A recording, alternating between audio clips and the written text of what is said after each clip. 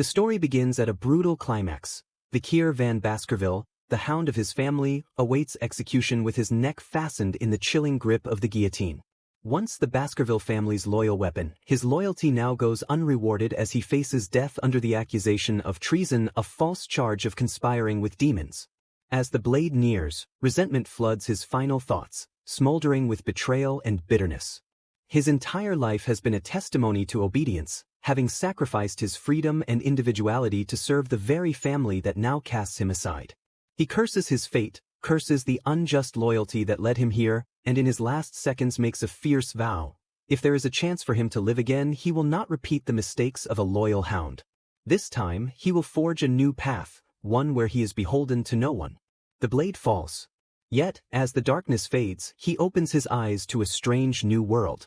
Distant, unfamiliar sounds fill his senses, cries, murmurs, and the soft brush of fabric. Instead of the afterlife or the void, he finds himself in the body of a newborn, crying amidst a group of other wailing infants. His heart races in shock. Is this hell, he wonders, a fitting torment of endless infancy? But soon he realizes with a mixture of awe and horror, he has somehow returned to life, reborn in his infant form. The cries continue as the world around him begins to make sense, bit by bit. Vikir's newfound perspective allows him to survey the grand nursery, a room filled with the newest members of the illustrious Baskerville family. Then, towering over all, a man enters, a figure who stirs rage and resolve in Vikir's tiny body. Hugo Lee Baskerville, the family patriarch, strides into the room. Vikir recognizes Hugo immediately, recalling every detail, the memory searing itself fresh in his mind. Hugo, the unyielding patriarch, the man who sentenced him to death. Vikir remembers vividly that Hugo was the orchestrator of his execution, the heartless elder who disregarded Vikir's loyalty and discarded him like waste. In his reborn state, Vikir is helpless to act but keenly observant. Hugo surveys the crying babies with a look of contempt, muttering about the trash filling the nursery this year. Disappointment flashes across his face as he turns to leave, but he stops when his gaze lands on the quiet, observant infant that is Vikir. Hugo's cold expression shifts into intrigue, and with a sharp tone, he orders that the children be taken to the Cradle of Swords, a notorious Baskerville family ritual. Vikir's mind races. He realizes that he has been reborn far back into his early days in the family, the years he can barely recall but knows shaped his fate. It dawns on him that he has been given a second chance, a chance not to live as a hound, not to trust or serve blindly. His focus sharpens. He will use this life to change his destiny, to climb to a place of unshakable power and strike down those who betrayed him. The trial he faces now is one he remembers well from the lore of his own family. Known as the Cradle of Swords, it's a brutal test designed to weed out the weak and strengthen the promising. Each newborn is thrown into a maze filled with blades.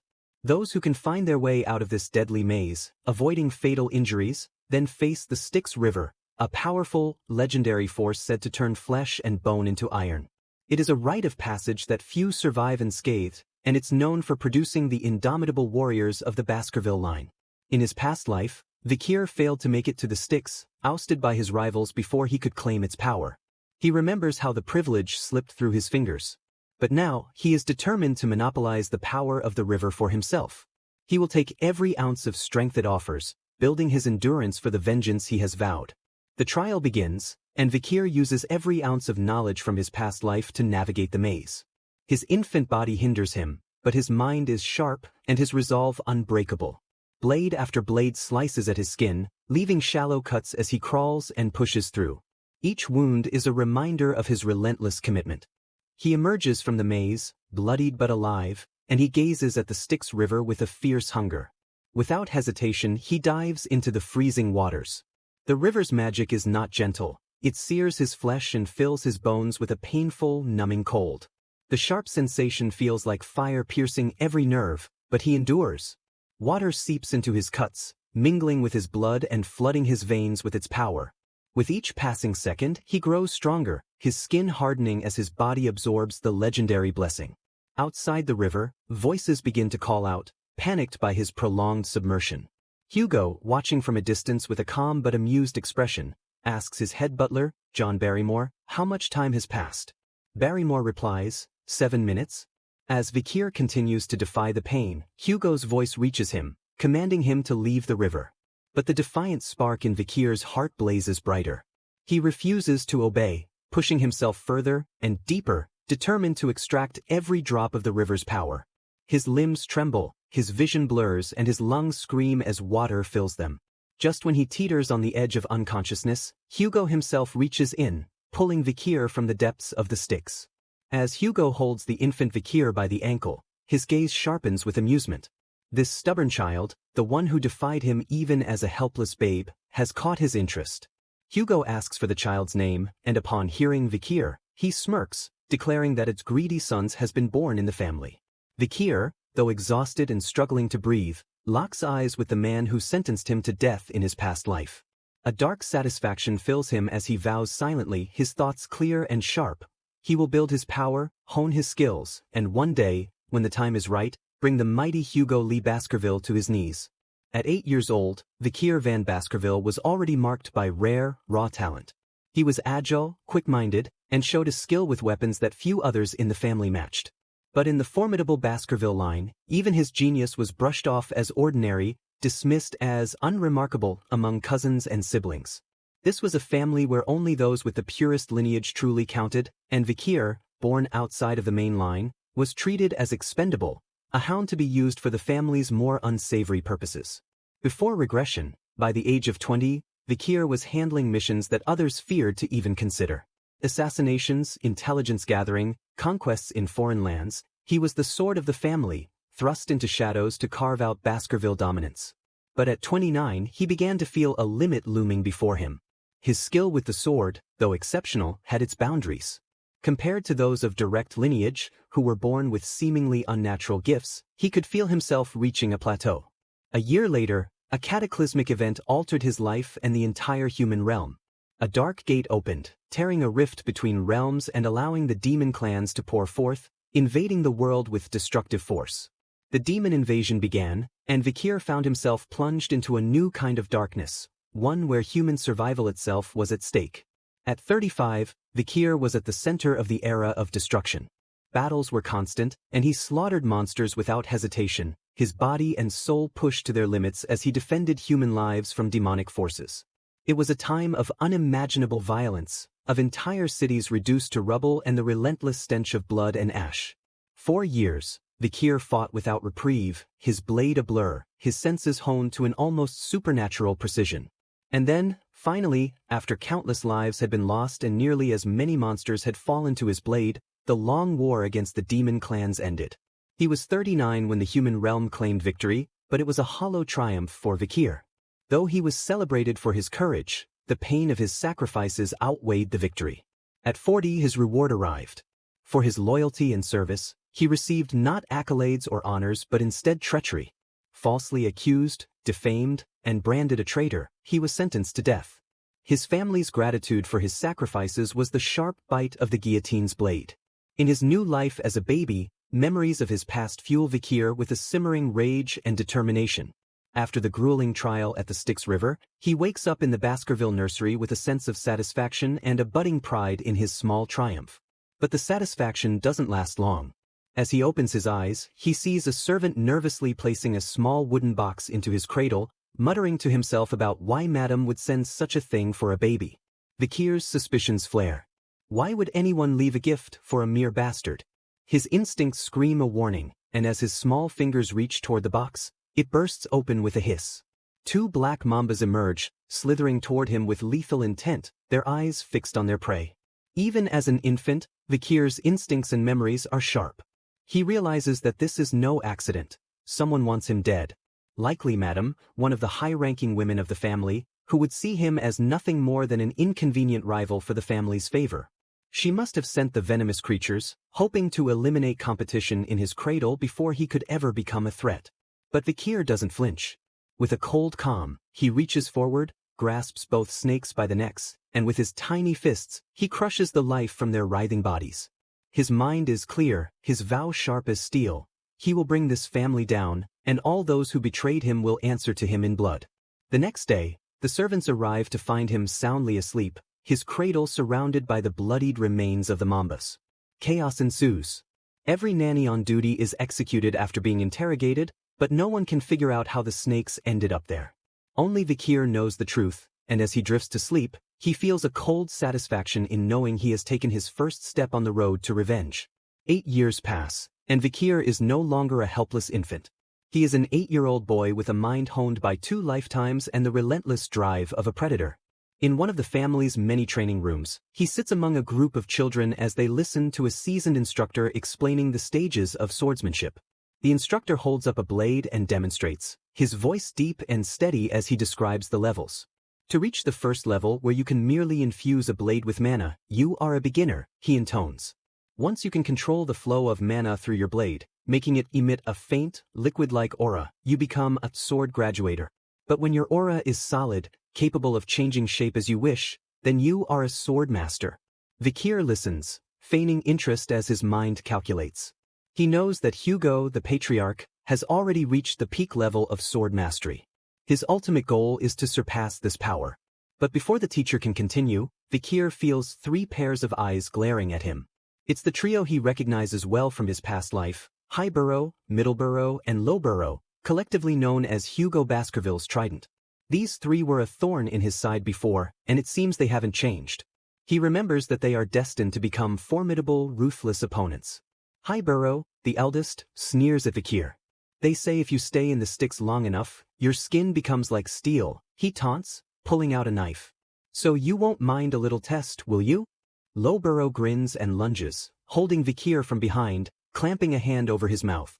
The game is clear, they intend to suffocate him. Highborough scoffs. Let's see how long you can hold your breath, hound. A minute passes. Then 2.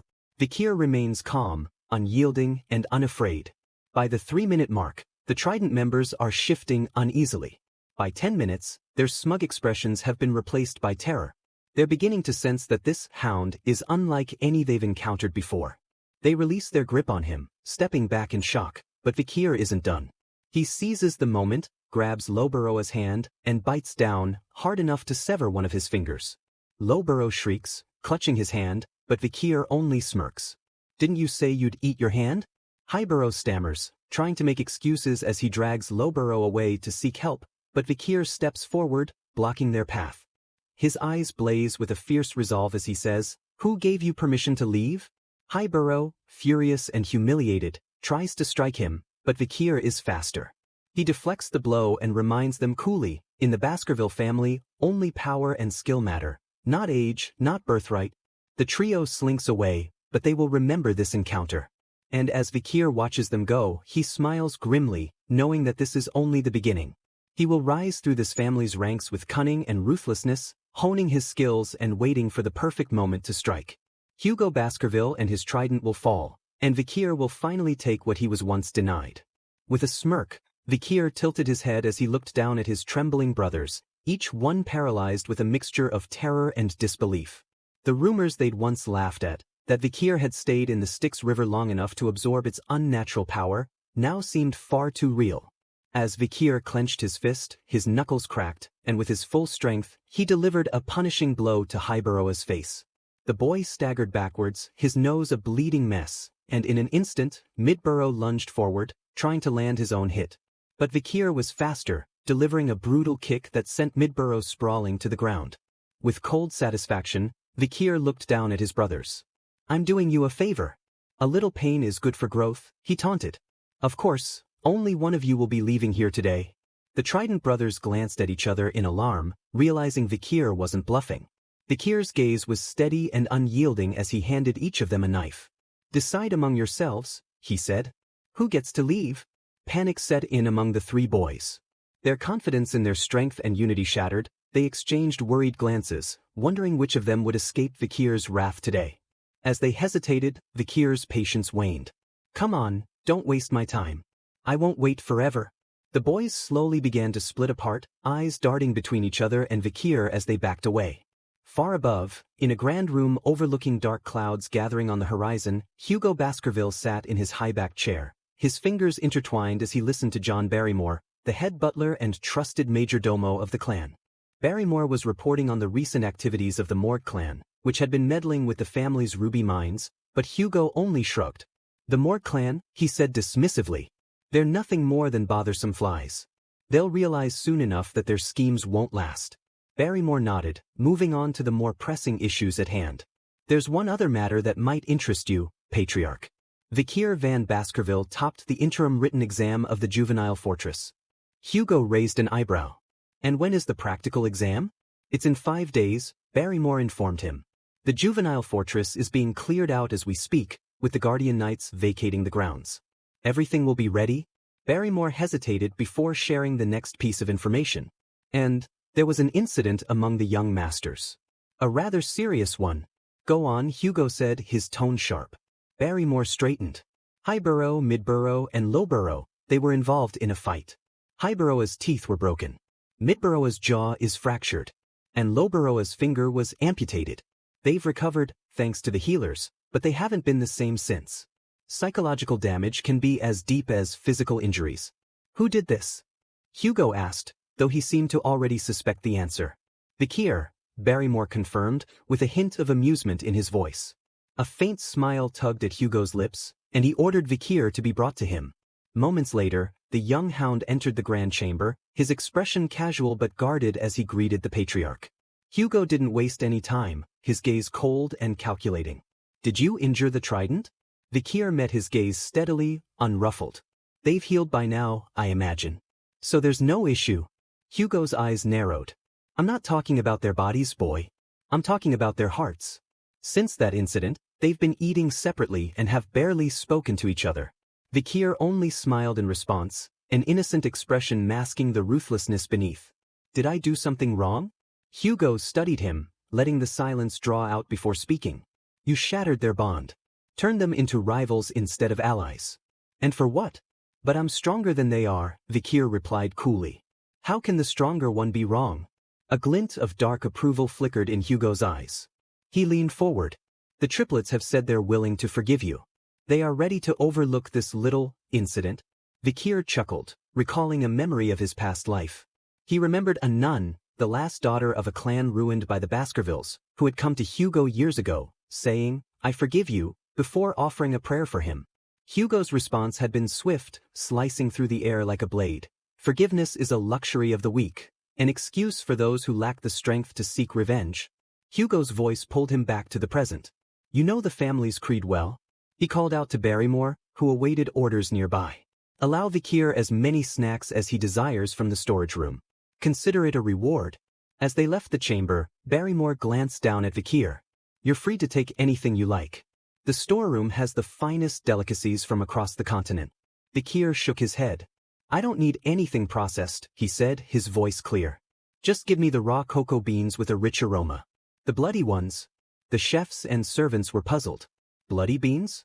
Few could stomach them, let alone enjoy them raw. Barrymore raised a skeptical eyebrow but ordered the servants to fetch the beans. As Vikier pocketed a handful of the crimson beans, a thought crossed Barrymore's mind. To eat such bitter beans raw, he must really love chocolate. The Patriarch's generosity, it seemed, was something Vikier intended to take full advantage of. But Barrymore had no idea of the plan that simmered in Vikier's mind. As Vikier bit into a cocoa bean, a grin spread across his face, twisted with a hint of something dark and sinister. The bitterness barely registered, his mind fixed on a singular vision, the upcoming practical exam. In 5 days, the juvenile fortress would host all of the family's children, each testing their skills against the harsh landscape and treacherous obstacles awaiting them. But Vikier had his own plans, something none of them would see coming. A glint of mischief sparked in his eyes as he savored the bitter taste of the cocoa. The blood-red beans, the exam will be unlike anything the Baskerville clan has ever seen. A catastrophe is coming, one that will etch my name into the family's memory for generations. He savored the last cocoa bean, his eyes narrowing as he imagined the chaos to come. In the brutal world of the Berserker family, or the Baskerville clan as they were traditionally known, childhood is a gauntlet. Young hounds in training are toughened from the moment they take their first steps, forced to scale steep mountains to build stamina and forbidden from lying down casually, except in designated sleep periods. Nights bring their own terror, as these children must learn to sleep beside monster corpses, desensitizing themselves to fear. By 8, they are ready for the deadly evaluations that have earned their family the title of the Berserker clan. Today, in the harsh mountain landscape known as Le Rouge et Le Noir, young heirs of the clan gather to prove their strength. Pavlov van Baskerville, a grizzled warrior, oversees the event. He stands before them at the starting point, sizing up each participant with his keen gaze. In a stern voice, he outlines the task: survive here for a month. You'll hunt powerful beasts and resist the elements, proving your strength and survival skills. The young hounds listen intently, aware of the strict point system. Surviving alone is 10 points. If they emerge without any crippling injuries, they gain 30. Fending off attacks from other participants earns them 50, and if they defeat a significant monster, 70. Fulfilling all these requirements would earn 90 points. But there is no perfect score. Killing others will deduct points, though it is not strictly prohibited. Finally, each participant receives a badge, and stealing another's badge provides additional points, pushing the competitors to strike a delicate balance between aggression and restraint. Pavlov reminds them of Hugo's lesson: arrogance leads to death. As Pavlov finishes, he adds a caution: stay within the designated territory. Le Rouge et Le Noir is a restricted area. Unknown threats lurk beyond the boundaries. Stick to the given space, and remember, shadow dogs, our guardian knights, will be hidden, observing your actions. With that, Pavlov rings the bell, signaling the start of the competition. At the sound, young warriors scatter across the mountain, racing to secure advantageous positions. The infamous trident, high burrow, mid burrow, and low burrow, immediately argue, each eager to prove himself. The bond they once shared has crumbled since their encounter with Vikir. The three are now driven more by rivalry than teamwork. Meanwhile, Vikir van Baskerville, infamous for his calm confidence, stands apart, eyeing the restricted zone with quiet excitement. In his previous life, before his regression, he'd spent much time scouting these mountains. The memories stir in him a strange sense of nostalgia. Is this really the child they all speak of? A boy who hides and rests while others fight. After a few days, the shadow dog tires of Vikir's seemingly mundane routine and leaves. Once he's gone, Vikir's smug smile reveals that the hiding and resting was all part of a ploy. With no one left to monitor him, he prepares for his true objective: entering the restricted zone. Camping in the wild reminds him of his scouting days, and he relishes the freedom. Now, with no watchful eyes to hold him back, he embarks on his real mission: the hunt. A few days into his venture, Vikir slips into the forbidden area, moving through the thick woods with silent precision. He arrives at a familiar spot and catches the acrid scent of something burning. A tree root, blackened at its edges, sends thin wisps of smoke into the air. He recognizes this unmistakable sign: the lair of an old enemy. A familiar, eerie noise rustles behind him, and as he turns, he finds himself face to face with a smoldering pile on the ground, a trail left by only one type of creature: the hellhound. Emerging from the darkness, the beast looms above him, its body alight with embers, its eyes glowing like molten steel. Its muscles ripple beneath charred fur, and the edges of its mouth curl up, revealing jagged teeth. Its whole frame crackles with heat, and a faint scent of sulfur permeates the air around it. The creature is perched on the cliff above, its eyes narrowing as it sets its gaze on Vikir. It growls, a low and menacing rumble that reverberates through the ground beneath him. For a moment, Vikir and the hellhound stare each other down, both aware of the other's strength. Back in his scouting days, he'd encountered this monster before, and at that time, it had been an annoyance. But now, it brings him a strange thrill. Here in the silence of the mountain, Vikir feels fully alive, his body tensing in anticipation. He knows that this encounter is far more than a test of survival. It's a chance to reclaim his strength, to prove he belongs among the berserkers once more. The hellhound's body blazes hotter, and it charges forward, leaving a streak of burning ground in its wake. Vikir braces himself, his senses razor-sharp, his body primed for the battle that is about to unfold. The young Vikir, though only 8 years old, faces the hellhound before him with calm, practiced confidence. Memories of his former life flash in his mind, how even at 18 he'd barely survived his encounter with this deadly beast. But this time, Vikir has come prepared, armed with knowledge and cunning. As the hellhound charges, flames trailing along its muscled, powerful form, Vikir coolly assesses his opponent's weaknesses. The first flaw of the hellhound, he mutters to himself as he braces for impact, is its inability to turn quickly. When the monstrous beast leaps toward him, jaws snapping, he swiftly dodges to the side and slides behind it. True to form, the hellhound barrels forward, struggling to reorient itself. Vikir has exploited its flaw. The second secret, Vikir continues, is their peculiar fear of water. Drawing a flask from his belt, he uncorks it and spills a shallow stream in the hellhound's path. Despite its bloodthirst, the beast hesitates, skirting around even this minor obstacle. It growls in frustration, circling the wet ground in a way that momentarily slows its ferocious advance. Vikir smirks. Even a shallow puddle can unsettle this beast. But the hellhound isn't through yet. Furious, it hurls itself at him again, mouth wide, razor-sharp canines gleaming in the faint light. Vikir, calm and steady, now brings out his final trick, one that he knows will be the hellhound's undoing. He tosses a small, red bean straight into the beast's open mouth. This is no ordinary bean but a bloody bean, one of the rarest and most potent seeds in the realm, used to produce chocolate.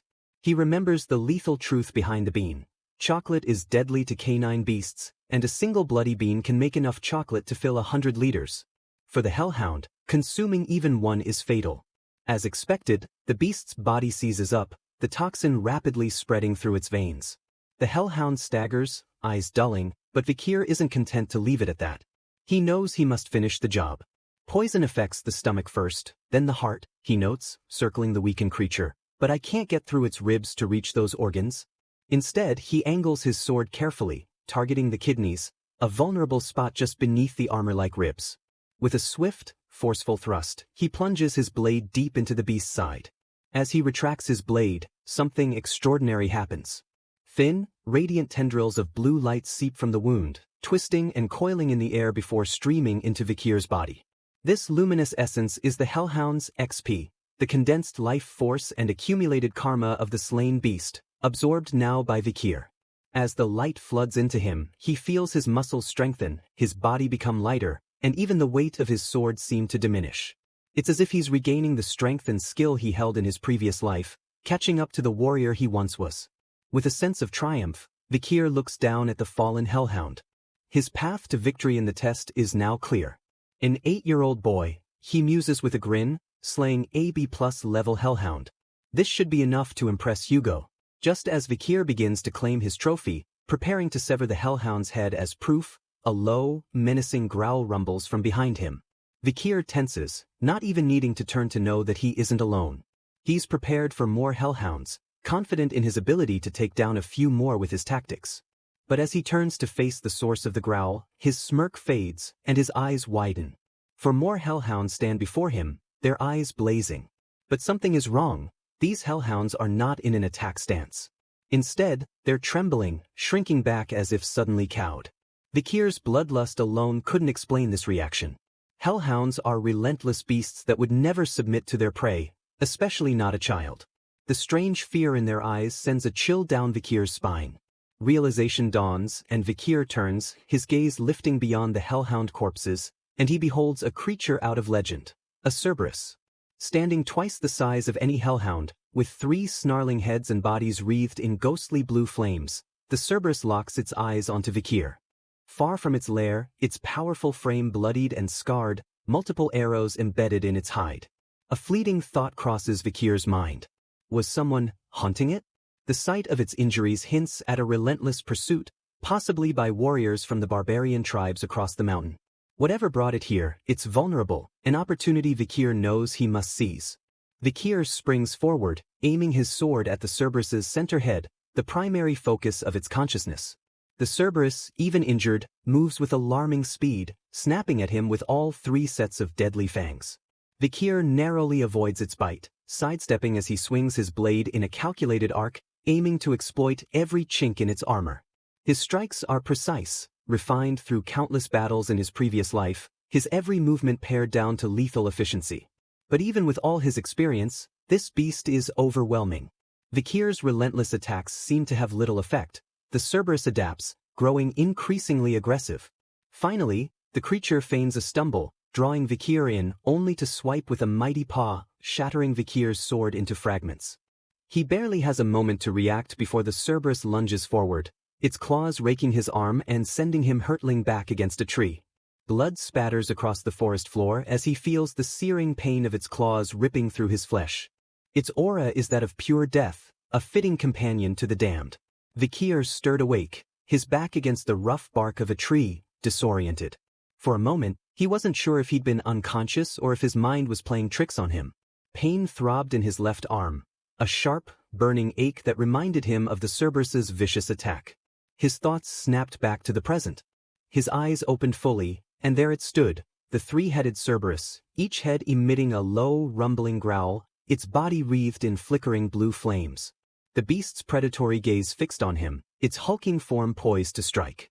Vikir grimaced, clutching his injured arm. The Cerberus roared, its three heads moving in perfect coordination as it lunged toward him. Vikir rolled to the side, narrowly avoiding the attack. The beast collided with the tree he had been leaning against, its force splitting the trunk with a deafening crack. Still recovering from the earlier blow, Vikir knew another direct hit would mean his end. His sharp mind began to work through a solution. An experienced hunter must know when to stand and fight, and when to run. Sometimes, Vikir muttered to himself as he staggered to his feet, the best solution is to tuck your tail between your legs and run. He took off, sprinting as fast as his legs would carry him. Behind him, the Cerberus roared in fury and gave chase, its massive paws pounding the ground like thunder. The beast's presence loomed closer with every step, and Vikir counted his blessings. If not for the injuries inflicted by its previous attackers, the Cerberus would have caught and killed him by now. He silently thanked the barbarians across the mountain for wounding the monster before it found him. Still, he couldn't rely on luck alone.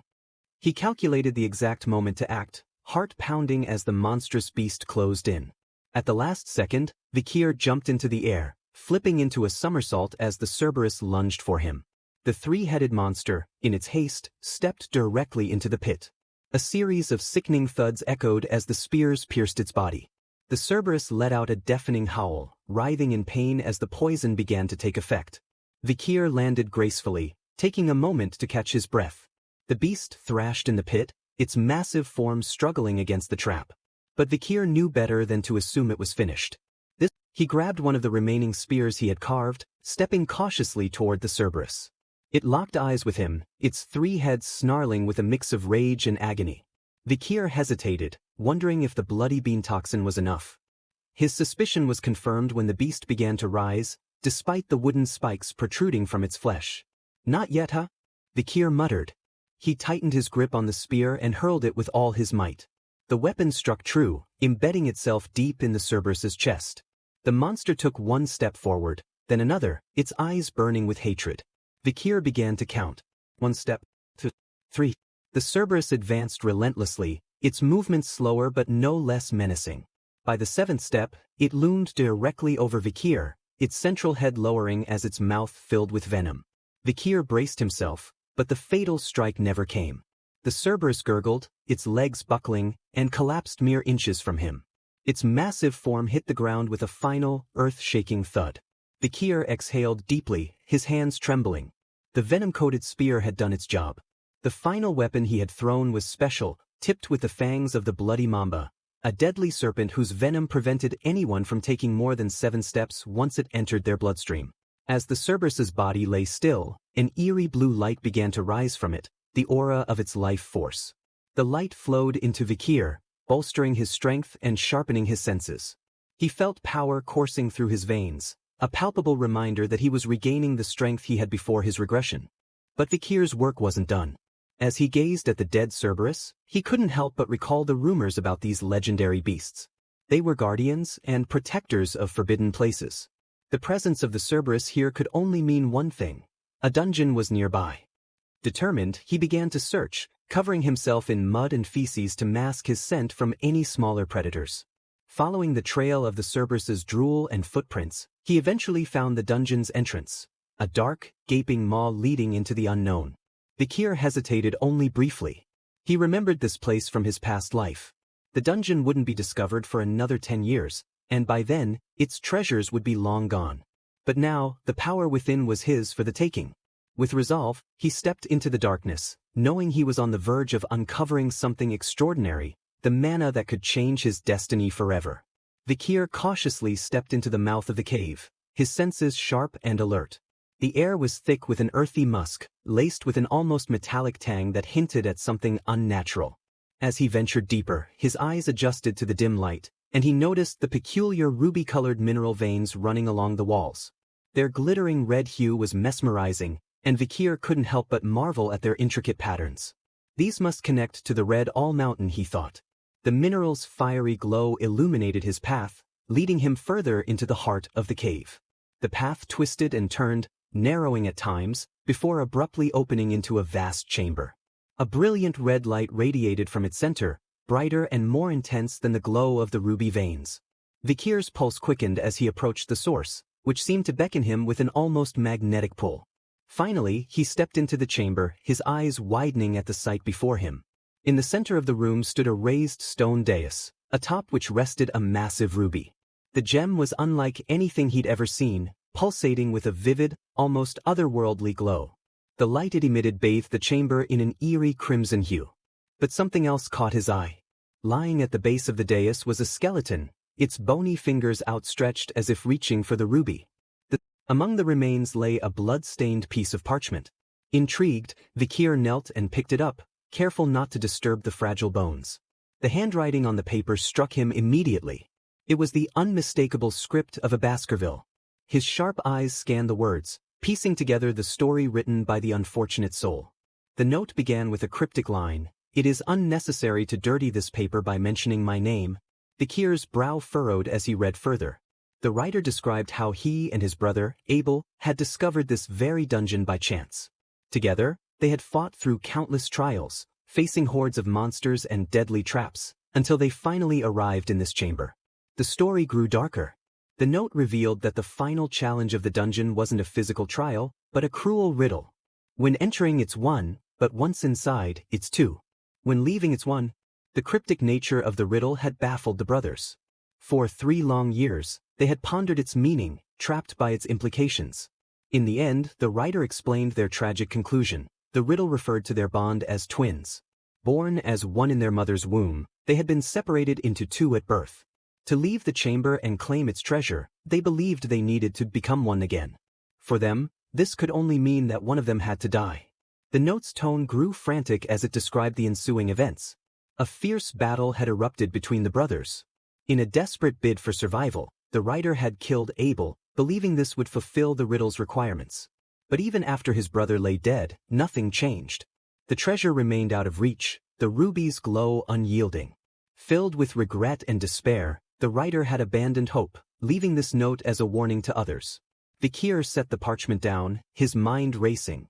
The Baskerville twins had misunderstood the riddle. Their interpretation had been clouded by their bond and their desperation. Vikir, unburdened by the same constraints, could think beyond their tragic mistake. He turned his attention to the riddle. When entering, it's one, but once inside, it's two. When leaving, it's one. As he contemplated the words, a realization struck him. When he had entered the chamber, he had been alone, one. But the ruby's brilliant light had cast a shadow, creating a second presence. The riddle wasn't about physical bodies, it was about the interplay of light and shadow.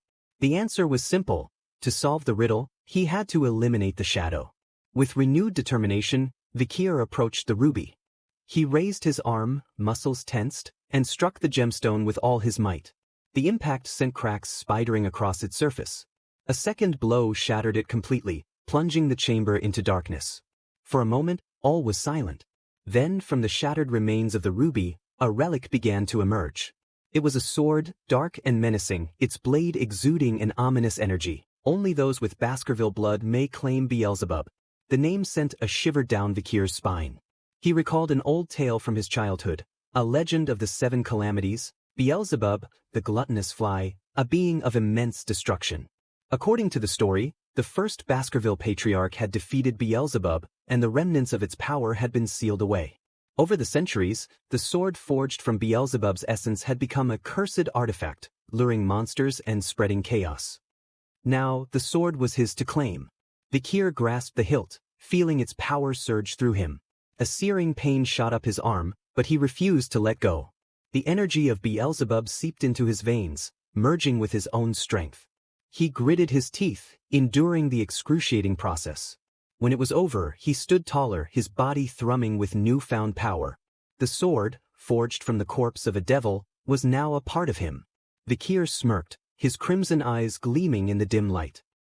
With the blade embedded in his hand, he turned and walked back toward the cave's entrance, ready to face whatever challenges lay ahead. An unbearable, gnawing hunger clawed at his insides, far more intense than anything he had ever felt. Suddenly, a guttural growl erupted from his hand, a sound that made his entire body tense. The hand branded with Beelzebub was trembling, its dark veins pulsing with an insatiable need. The weapon's hunger was monstrous, and now it demanded to be fed. Vikir's heightened senses picked up a tantalizing aroma drifting through the air. Desperation overrode his thoughts as his body moved on instinct. The hand bearing Beelzebub surged forward, dragging him with a magnetic pull toward the source of the smell. Each step felt like a battle as Vikir tried to control the overpowering force, but Beelzebub's will was too strong. The journey ended where it had all begun, the lifeless corpse of the hellhound he had slain earlier. Realization struck him like a lightning bolt. The aroma that had lured him was the hound's blood, rich with latent vitality. Without hesitation, Beelzebub's sharp edge plunged into the hellhound's body, piercing its flesh. Dark, sinuous tendrils extended from the blade, greedily siphoning the blood. Vikir watched, half fascinated and half horrified, as the hellhound's once majestic form withered into a dried husk. The monstrous hunger in his veins subsided, but he felt a chill run down his spine. Beelzebub's appetite was unfathomable, ancient, and relentless. Vikir clenched his fist. How much more would this cursed weapon demand before it was satisfied? At last, the blade retreated into his hand, and a shimmering update appeared before his eyes. First slot, hemorrhage, hellhound, B+. Second slot, none. Third slot, none. A flicker of understanding crossed Vikir's face. Beelzebub's terrifying ability wasn't just to consume, it could steal the abilities of those it drained. Beelzebub was limited to stealing 3 abilities at a time. Vikir mulled over what other skills might best suit his growing power. His thoughts were interrupted as Beelzebub surged forward again, aiming for the hellhound's carcass. Vikir grabbed the blade, his voice sharp. That's enough. It'll be difficult to explain why the body is so mangled during the autopsy. But Beelzebub ignored him, sinking into the corpse once more. With no choice, Vikir forced the blade to stop, panting as the weapon relented. A new update appeared. First slot, burn injury, Cerberus, A+. Second slot, hemorrhage, hellhound, B+. Third slot, high-speed regeneration, sewer rat, F. Confused, Vikir glanced around. He recalled killing the Cerberus and hellhound but had no memory of a rat. Searching the area, he spotted a tiny, shriveled form crushed beneath the Cerberus. Beelzebub had stolen its power as well. Amused, Vikir smirked. Despite the absurdity of the situation, the new abilities were valuable. He rested, knowing he was prepared for the upcoming evaluation. The young Baskerville trainees soon returned to the clan's grounds, where the evaluation results awaited. Rewards of shields, swords, or necklaces were handed out based on performance. The ceremony progressed smoothly until a shocking revelation reached the ears of Hugo, the clan patriarch. John Barrymore, the clan's steward, approached Hugo, his expression a mixture of disbelief and awe. Patriarch Vikir van Baskerville, an 8-year-old from the trainee class, entered the restricted zone during the practical exam. Killed the Cerberus? Hugo's eyes widened. The Cerberus? An A+ ranked monster that even seasoned knights avoid. Barrymore nodded gravely. It was wounded by barbarians, and Vikir used poison to finish it off. The patriarch's expression shifted to one of intrigue. Poison? What kind of poison could slay a Cerberus? And how did he, a child, come to possess such a weapon? Barrymore hesitated. He gave no clear answers, Patriarch. Simply stated he was tired and left. Hugo's lips curled into a faint smile. Information is power, and power defines one's worth. This boy, he intrigues me. Hugo's sharp gaze softened as he explained, when I raise a hound, I care not for bloodline, be it royal or lowly. Talent and determination alone define their worth. Even a mutt can rise above its origins if it has enough bite. Soon after, Vikir was summoned to Hugo's chambers. He entered quietly, his small frame standing firm under the patriarch's piercing gaze. Hugo wasted no time. How did you kill the Cerberus? Vikir's response was calm, almost playful. I coated my wooden spear with chocolate. Hugo's brow furrowed. Chocolate? You mean to tell me? Yes, Vikir interjected. It's deadly to canid monsters. From the sidelines, Barrymore marveled at their informal interaction. Hugo then asked, why did you refuse to answer the steward's questions? Vikir's response was resolute. The steward is not my master. And who is your master? Hugo demanded, leaning forward. The master of the clan is my master, Vikir replied, his voice unwavering. For a moment, Silence filled the chamber. Then Hugo chuckled, pride gleaming in his eyes. You've learned well. As a reward, Hugo granted Vikir ownership of the Cerberus and offered him one wish. Without hesitation, Vikir requested access to the 10,000 epistle library. Hugo's expression turned skeptical. You're aware only direct descendants may enter, correct? Yes, Vikir said. If it's not possible, I'll withdraw my request.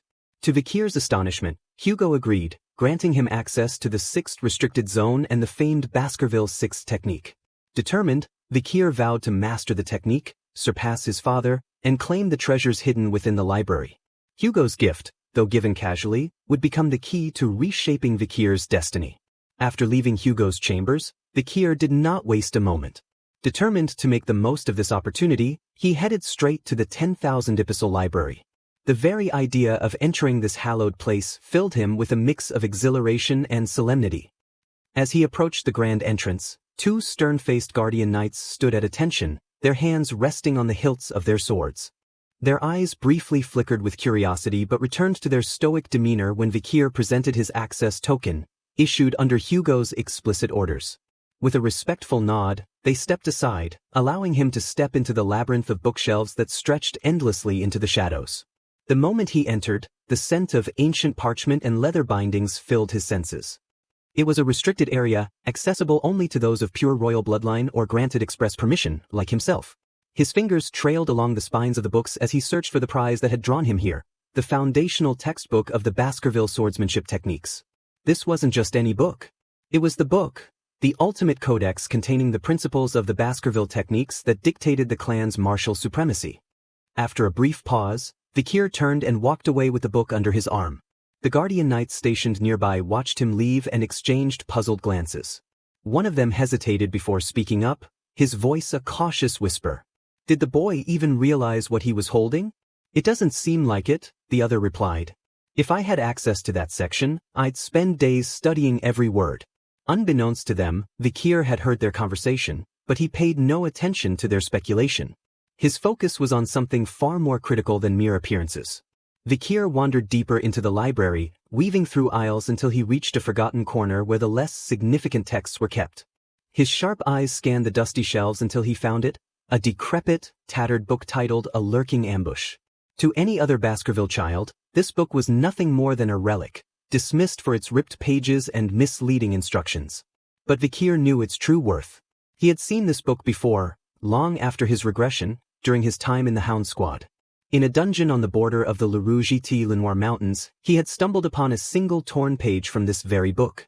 The page, written in the handwriting of the Baskerville ancestors, contained cryptic instructions about the elusive 10th technique, a level of mastery that surpassed all known stages of the Baskerville swordsmanship. In his past life, the discovery of that page had set Hugo on a relentless mission. The patriarch had turned the library upside down searching for the original book, but its missing pages had been scattered across the territories of the 7 great families. To reclaim them, Hugo unleashed his hounds, plunging them into blood-soaked missions. Many lives were sacrificed, all for the sake of retrieving those fragments. The hound who had recovered the final piece was none other than Vikir himself. That memory burned in his mind. The image of Hugo, standing triumphant amidst a mountain of hound corpses, his only reward for Vikir a cold, dismissive good job. Fury simmered in Vikir's chest, his determination solidifying. This time, things would be different. Vikir took the book and found a secluded corner to study. Hours turned into an entire day as he immersed himself in its contents. Page by page, he pieced together the fragmented knowledge of the techniques he had once mastered. He didn't need food or rest. His sheer willpower sustained him as he committed every detail to memory. By the time night gave way to dawn, Vikir had finished. He closed the book and leaned back, his mind racing with plans. With the basic knowledge in hand, he decided to test his progress. The library was eerily quiet, the guardian knights having stepped away from their posts. Taking advantage of the solitude, Vikir stepped into an open space and assumed the stance for the first technique. His breathing slowed as he concentrated, channeling his mana. First technique, he whispered, striking forward with precision. A faint image of a transparent form appeared before him, a manifestation of his inner focus. Second technique, third technique, fourth. Each strike flowed seamlessly into the next, his movements sharp and unyielding. He felt his frustration from his past life bubble to the surface. Every ounce of pain, every moment of rejection, every insult hurled at him for being illegitimate.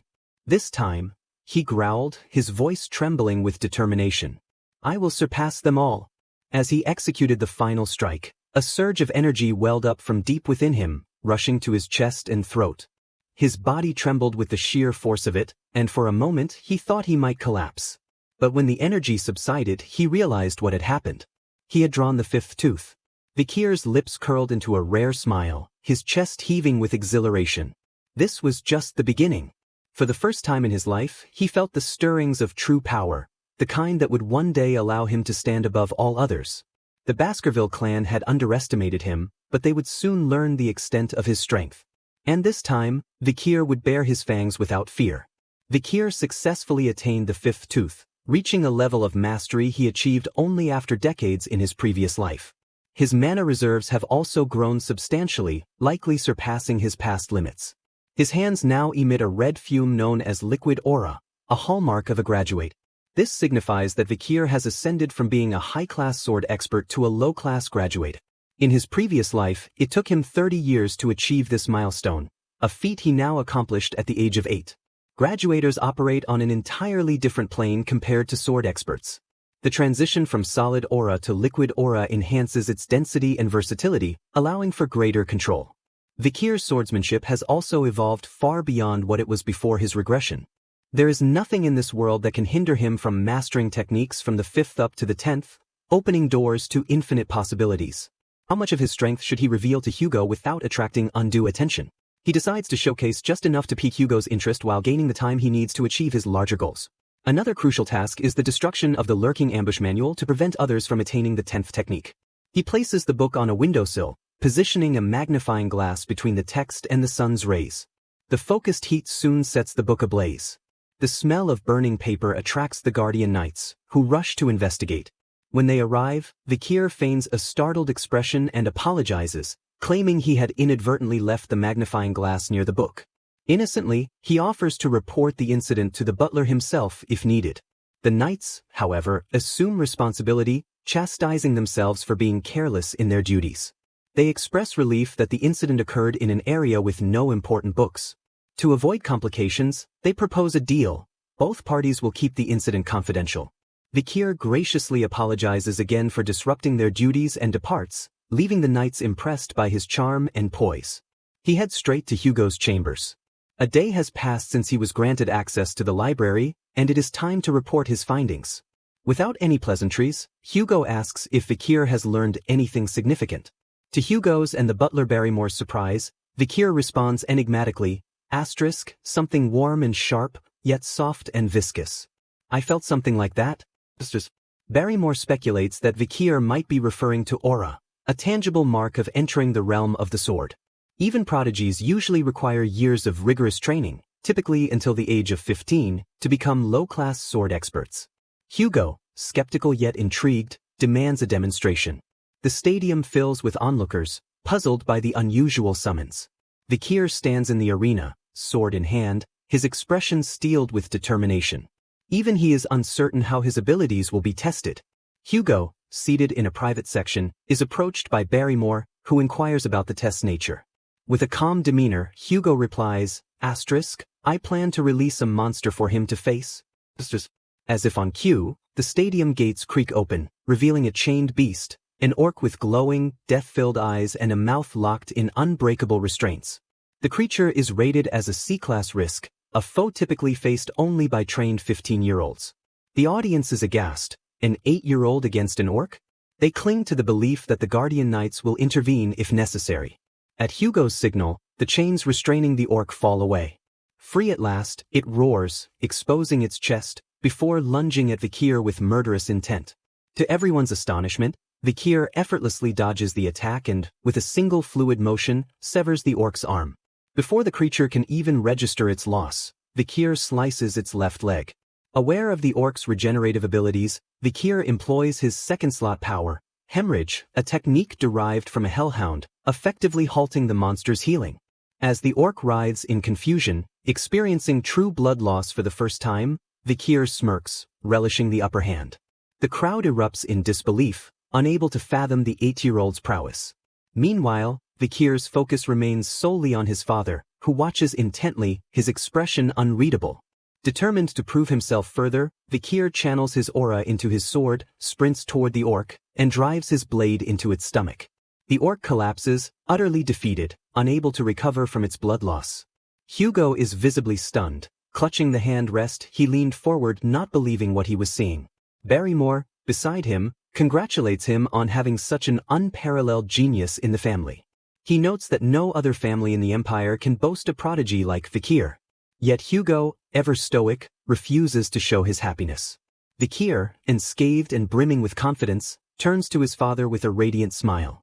"Are there any stronger monsters I can face?" he asks, leaving the stadium in awe of the child who had just shattered all expectations.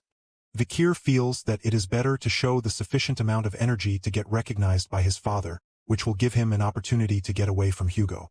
For example, he could be dispatched into the wild or enroll in the academy. On the other hand, Hugo is coming to realize that an orc is not sufficient enough to reduce his son's hunger. He is at an age where he needs to continue to experience real combat. He asks Butler Barrymore if there is an individual from barbarian subjugation they captured to experiment on some time ago. Barrymore tells him that there is exactly one left, and it is likely to be very sensitive since it hasn't been fed in some time. Hugo doesn't care about that and orders to bring him in. Once the beast is out of its confinement, there is wave of shock and surprise experienced by the audience, and Vikir looks at his opponent with astonishment-filled eyes. Troll, yes, Vikir's opponent in the next duel is a troll from the barbarian subjugation. Without blinking or revealing any sign of restraint or withdrawal, Vikir asks his father if he can start right away. Hugo gives the green signal and tells him to begin. With this sign, the chains are off from the troll, and it immediately turns towards Vikir with a deafening growl. Vikir leaps aside and escapes the troll's crushing punch. To everyone else in the audience, it seems like Vikir is just defending and escaping from the attacks. But the truth is something else. The troll's regenerative ability is outstanding. So if you can't inflict a fatal injury in one go, you'll be wasting your energy. That is the reason for Vikir's dodging and lack of throwing an attack. He has to go with an accurate strategy to hunt the troll. With his ability, Vikir can defeat the troll in one blow. But if he does that, his father will apprehend his skill level. That would complicate things, so he wants to defeat it as naturally as possible. A good method for Vikir would be using the troll's strength against itself when it charges for him. Vikir tries this method and slashes its shoulder. The troll roars in pain. Even so, it will just recover right away from anything that doesn't kill it instantly. There are murmurs from the crowd that it is impossible to take down a troll with just one fang. But it is admirable that an 8-year-old came this far. In his next attack, Vikir plans on using Beelzebub's hemorrhage ability. The troll would die if just waits a bit. But that would be meaningless. As he was about to take charge for his next attack, his father shouts from the high chair to stop the duel, as it could be more dangerous if he carried on. Vikir says that he nearly got it, with the intention of trying one more time, as he will realize something about himself if he fights a bit more. He tells his father, "If I don't finish it with my next attack, I will abandon the fight." Hugo agrees to his requests and permits him to continue. The troll looks at Vikir with drool on the sides of its mouth and the intent to defeat and devour him as soon as he can. Vikir, with his sword layered with liquid aura, stands stern against the troll, contemplating on how much power he was ready to let out for everyone to see. He planned on setting up a scenario where it looks like he received enlightenment during combat and gained awareness of the next level. He was just so curious to see how Hugo would react. With this excitement within him, he heads towards the troll with all his power, unleashing his second teeth, slashes the troll along its neck and kills it in an instant. The whole stadium went utterly quiet after what they witnessed in the combat. Within the Baskerville swordsman clan of blood and iron, a person's life is based upon a formula. Around age 15 is when one can imbue mana into a sword and exude the aura.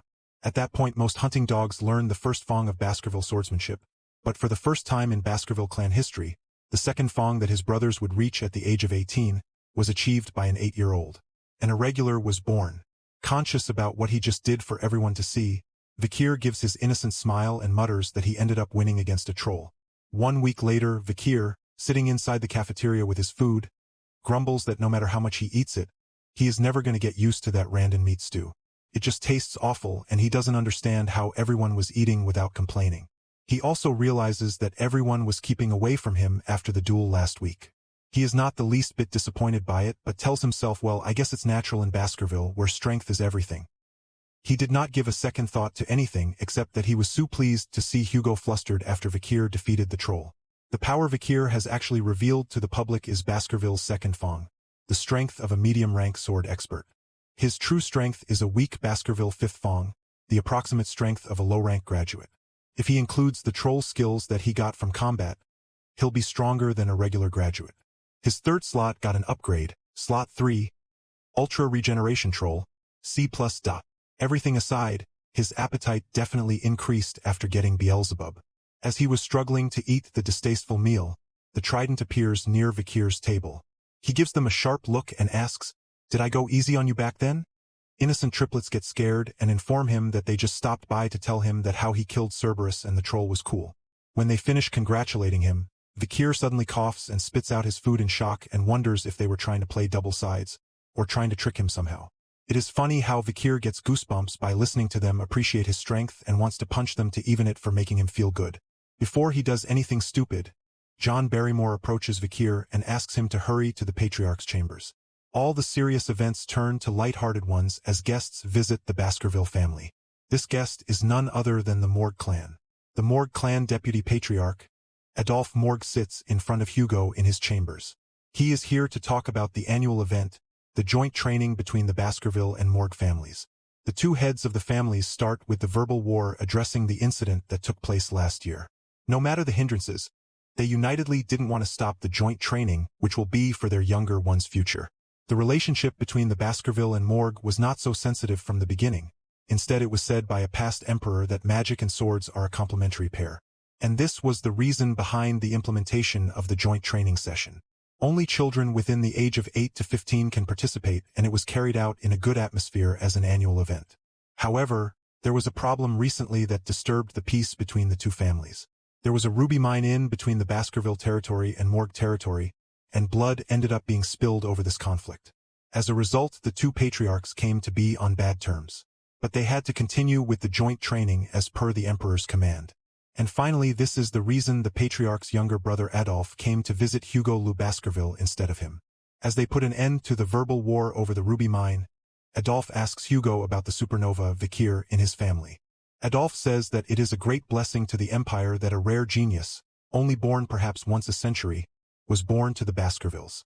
Hugo discards it, saying that it's not that big of a deal, to which Adolphe could not understand the expression for the praises of his own son. Adolphe also mentioned that there was a genius among the Morgue clan too and called his sister Rezoani's daughter and introduced her to Hugo. When Adolphe asked her if she was going to greet the patriarch, instead of answering, she started accusing Hugo of stealing their ruby mine, calling him a thief and demanding that he give it back. This accusation didn't sit well with Hugo. When Adolphe started to tell her not to behave impolitely, she explained that he himself told her the annoying Chin-Beard stole the ruby mines. Adolphe starts to stutter and asks when did he ever say such a thing. Camus doesn't have a clue about being subtle and answers as a matter of fact, before we got off the carriage. An hour and 42 minutes, I think. The patriarch gives off a very annoying look to the comment, annoying Chin-Beard thief, but decides against making a big deal out of it and shakes off by saying that she is just a child. Camus starts demanding Hugo to give the ruby mines back again, claiming that she is unable to carry on with her research as she doesn't have enough rubies. Hugo couldn't hold his anger anymore, and with a calm fury growls, "Enough," and accuses that the Morgue clan did not teach their children basic manners. Adolphe panics a little as he knows what Camus was doing can piss of the patriarch and might lead to something bad. Adolphe defended Camus, questioning what he was doing threatening an 8-year-old child. This left Hugo speechless and couldn't act in a way that would hurt his pride. Suddenly there is a new voice in the room marking that the Morgues do not teach their children to not envy what is others. The voice belonged to none other than our Vikir, and the head butler informed the patriarch that he brought Vikir upon his order. Adolphe was taken aback by the sudden appearance of Vikir and couldn't help but wonder if Vikir was the Baskerville supernova. However, his thoughts were interrupted when he realized that Camus was missing from his side on the sofa. Camus, on the other hand, approached Vikir and demanded to know what he just said. While she was demanding answers from Vikir, he couldn't care any less about those questions as he was wondering if she was really the Morgue clan's iron-blooded empress. She wassled to be a genius of genius even in the Morgue clan, who raised countless great mages. In her peak, she killed all of the monsters and barbarians in the Loup Rouge et Loup Noir mountain by herself, and burned them to death on spears, creating the famous border of blood and ashes. Plus, her beauty was captivating, and she was able to manipulate even the imperial family. She was therefore called the fire goddess of authority. But that's in the far future, and she is just a child now. Hence the chance for Vikir to play with her. As he doesn't respond, she asks him again, "Why is the ruby mine yours?" "It's mine." To which Vikir's only response was, "You sure came a long way just to throw a tantrum." Camus erupts in rage and casts a spell, not to attack but to create an ice castle to illustrate her point. Vikir was surprised by Camus' use of spell to create a sculpture and not to fight. She points at a cave on the sculpture and starts to explain the situation regarding the ruby mine. She stated that the mine was situated on the border between Baskerville and Morgue territories, and was called the Joint Security Area. Camus continued saying that the mine's entrance was on Morgue's territory, the mine itself Aaron under the Baskerville territory, preventing the Baskervilles from claiming it all to themselves. Camus emphasized that the ruby vein belongs to the Morgue clan, but Baskervilles are claiming that it was trespassing and interrupting their mining activity. Camus further explained that the Morgues had offered to pay rent for the territory, but the Baskervilles had rejected the offer. Adolphe seemed pleased with this explanation, but Hugo became annoyed with the situation. Vikir then mentioned that rubies are commonly used for magic ingredients and Baskervilles didn't need to mine them. However, he also pointed out that it was unfortunate that the Baskervilles weren't fools to open their territory to them just for a few pennies. Camus was surprised and confused by this statement, pointing out that if Baskervilles didn't need the rubies, then why not rent their land? Vikir explained that the Baskervilles were only interested in their land and didn't want anyone else to profit from it. He warned Camus not to come into their territory, as they would be the only ones to lose in the situation. Camus, however, was not satisfied with this explanation and decided to take matters into her own hands. She claimed that she had possession over the ruby mineral veins and placed her arm over the sculpture of Baskerville territory and asked whose arm it was. Vikir responded with a smile saying that it was his arm since it was in his land. Camus felt her face flushed with embarrassment as Vikir's words made her feel flustered. She couldn't believe it as she was stuttering and asking him what he was talking about and why would she be his? Vikir responds with WH said that she was his? He was only talking about her arm. With pure malice in his eyes, Vikir pulls Camus closer and takes out a small dagger from his pocket. Everyone in the room was surprised by Vikir's actions and were shocked as to why he was acting so crudely. As he brings the knife near Camus' hand, she screams loudly and Adolphe also shouts loudly to stay away from her niece. Vikir is a little startled by his reaction and Camus uses this opportunity and frees herself from Vikir, running to her uncle. Adolphe seriously questions Hugo, "What is going on here?" Hugo, instead of answering Adolphe, he turns his head towards his son and says that he went too far with the joke. Vikir apologizes by showing him that it was not a real knife but a toy and Adolphe is clueless as to what was happening. Vikir starts explaining that this is a common joke pulled within the family. Adolphe is furious and questions Hugo what kind of toys are they giving in the family. Vikir immediately responds that it was not his intention to harm Camus in any way and apologizes immediately claiming again that it is very common in his family to pull a joke like this from a young age. Adolphe is still unable to grasp the prank. Hugo tells him that he was getting overly involved in child's play. He continues that he has some ideas regarding the ruby mine, which he's sure that Adolphe would love to listen to and they start discussing the main agenda and let go of the children.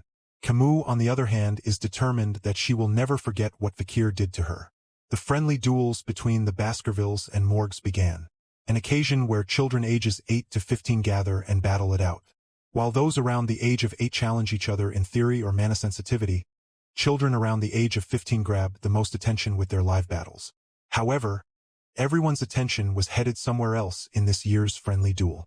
The duel between the two geniuses from respective clans, Camus Morgue and Vikir van Baskerville. As requested by the Morgues, they both were to use practical training rules. As the bell rings, Camus warns Vikir to be ready. As she gets ready, she is not going to hold back. Camus casts a spell and one wonders if that is quadra casting. Some other spectator is stunned by the fact that she's only able to cast a spell that's difficult for a 15-year-old, but to cast 4 of them simultaneously. That's what one would expect from the genius mage of the Morgue. Adolphe is so proud of this and shows it too. She launches her spell attack on Vikir, but he manages to dodge all of them with ease and comments that Camus' spells are just flashy but she should be concentrating on only one. To which she responds with a retort that he shouldn't care since he doesn't understand magic. As Vikir approaches Camus to attack her, she raises a sand wall in between them with her magic to stop him. but Vikir doesn't even flinch. He casually says that it is harsh to call someone an idiot and kick off the wall to the ground with his left leg. Camus is stunned to see that he broke through the wall so easily and wonders if this the power level of a Baskerville basked in the river Styx. As she realizes that she let her guard down with the running thoughts, Vikir strides towards her. She gives up defending herself and stands there closing her eyes. Instead of blowing her with an attack, Vikir flicks her on the forehead and she falls back with such force that Adolphe is in complete shock, not understanding how she feels backwards with just a flick. Camus is now furious and questions Vikir if he is looking down on his opponent by flicking her and not attacking her. She is determined that she is not going to let go of this. Vikir mocks her by asking if her head hurts. Camus now raised 2 layers of wall and is content with her magic. On the opposite side, Vikir scoffs it off by thinking that he can just walk around the wall as it was only a couple of feet wide. But he decides against it and plays along by punching the 2-layered wall with ease and reaching for Camus on the other side and flicking her again on the head from the hole in the wall. She falls back again with a swell on the center of her forehead. She doesn't give up and should that she is going to kill him. Vikir thought that she was going to give up if he hurt her like that, but concludes that children are much harder to deal with. Camus starts to cast another spell, but this doesn't stop Vikir's thought process as he continues to make a plan on calming her down. But if he concentrates, it will only take 0.01 second to crush her head and dodges the spell with swift ease. He was tired of dealing with this child and plans on leaving it to others to deal with her. Behind him there are 2 students, one idiot is continuously casting fire spells and the other idiot slicing that fire with his sword. With an idea in his mind, he keeps dodging Camus' spells and runs backwards, leading them near to the other players. Camus, filled with rage, doesn't realize a thing and keeps following Vikir to successfully land at least one attack on him. With a sly smile on his face, he warns Camus that she better have a defense spell ready. Vikir jumps backwards. Fire engulfs everything and Adolphe stands up from his chair in true horror. Everyone is worried about Camus and calls for her, along with Adolphe. She was able to dodge the fire by casting a defense spell but couldn't stop the fire from burning her clothes. Although no one can see her just yet because of the smoke, if people were to see her after the smoke cleared up, she would be a laughingstock. She is so embarrassed and cries to herself, praying for someone to help her. Vikir stops in front of her and offers his jacket. Camus, instead of being thankful, questions Vikir why he was helping his enemy, to which Vikir just smiles and asks her if she wants him to take back his jacket. She confirms that is not what she meant and that he will be exposed. But Vikir could not be bothered by such a thing. Camus blushes, not understanding why he was taking care of her, and points out that Vikir's arm was bleeding. He suspects that it must have been from the remaining aura from the sword of the idiot swordsman. As the smoke clears up, the guards from the Morgue clan along with Adolphe and Hugo come down to check on the kids. Some student from the audience states that the lady of the morgue is on the floor and the one bleeding is Vikir, so it is hard to decide who won the duel. But soon they were distracted by Vikir's stunning muscles and suspect that it must be due to the river Styx. Everyone starts admiring Vikir for his great body while Camus was on the floor crying. The duel comes to an end and Vikir and his father are back on campus. Walking in the corridor, Hugo asks Vikir how the battle was with the lady of the Morgue clan. Vikir says that it was interesting and learned the purpose of this event once again. Hugo explains that a battle with a mage is different from a battle between swordsmen and asks Vikir as to why he didn't go for a clear blow. He tells his father that he did not have any idea about how to deal with a lady. Pointing at Vikir's hand, Hugo tells him that letting his guard down in a battle will lead to injuries and advises him to take that injury as a lesson. Vikir gets thrown off with that piece of advice and wonders if Hugo is worried about him. Vikir doesn't remember much about Hugo from his youth in the past life. He was always so cold, so strict, and so brutal. There were rumors amongst the hounds about Hugo's personality, that his personality got so bad due to the death of his first wife and his eldest daughter. He scoffs of this memory, saying that it is not his concern. As they walk a little more, Hugo questions Vikir about what he thinks they should do about the ruby mines. "I believe we should give it away," says Vikir without batting his eyes. Hugo asks him what is the reasoning behind such a solution. "The main task of Baskervilles is to grow our territory. The red AWL mountain that the ruby mines are located is downstream from the Loup Rouge et Loup Noir mountain.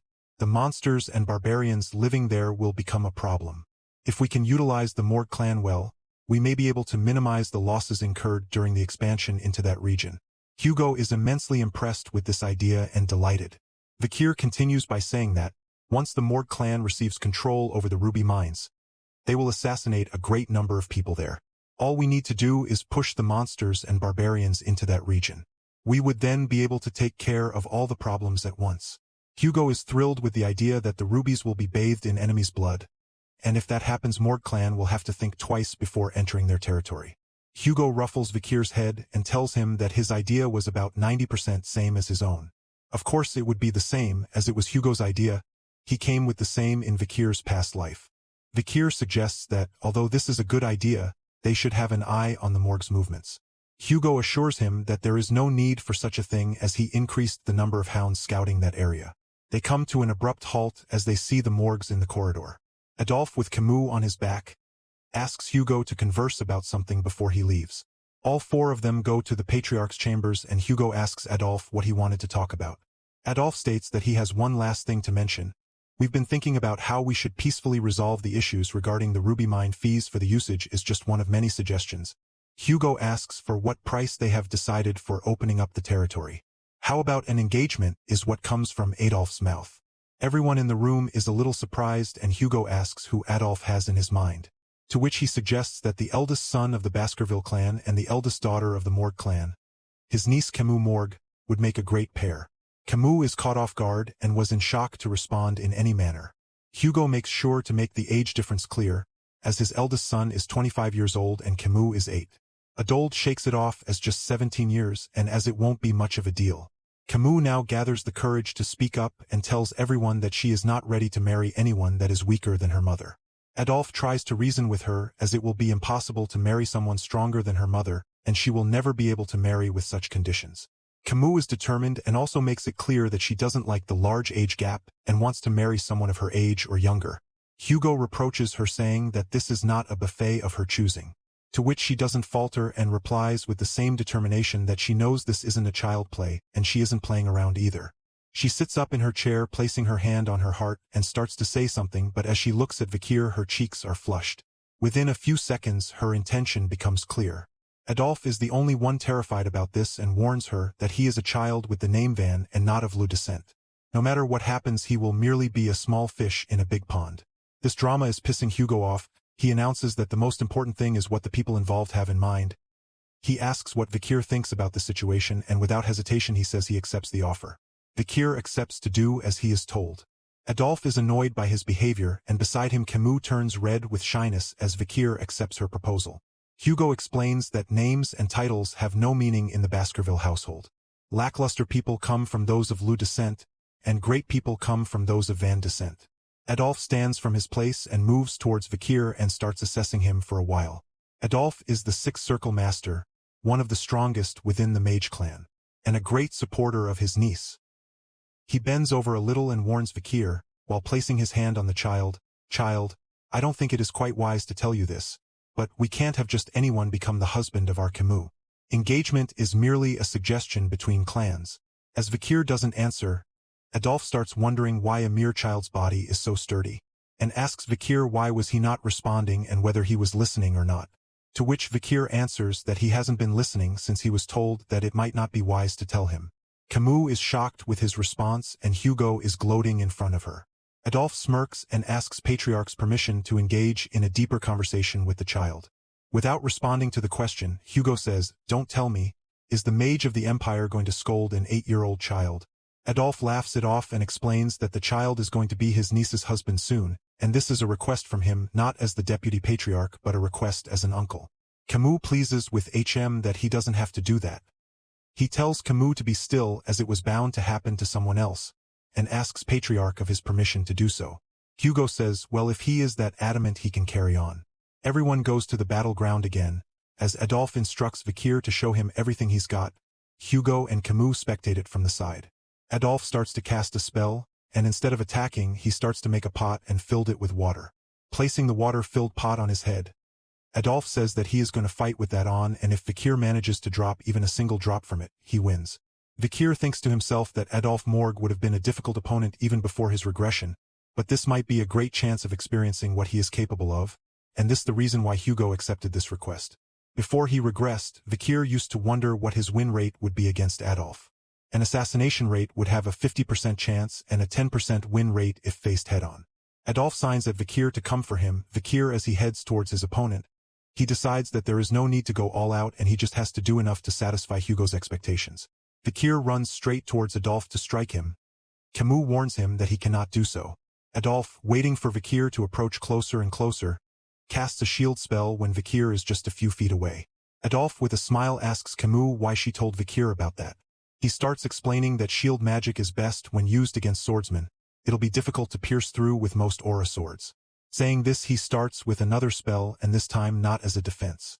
As fire erupts towards Vikir and he tries to dodge, Camus shouts from her place as to why her uncle was using such an unfair spell on Vikir, which he would never use when he practices with her. Adolphe wonders out loud as to which side she was on, and gets pissed at Hugo for turning his niece like that. Hugo understood that he was casting spells at a speed that is difficult but not impossible to dodge and finds it not necessary to stop him. The fact that he retained his knowledge from his previous life after his regression tells him that if he is able to use the two things that he decided, he may be able to let Adolphe's guard down, and might be able to even kill him.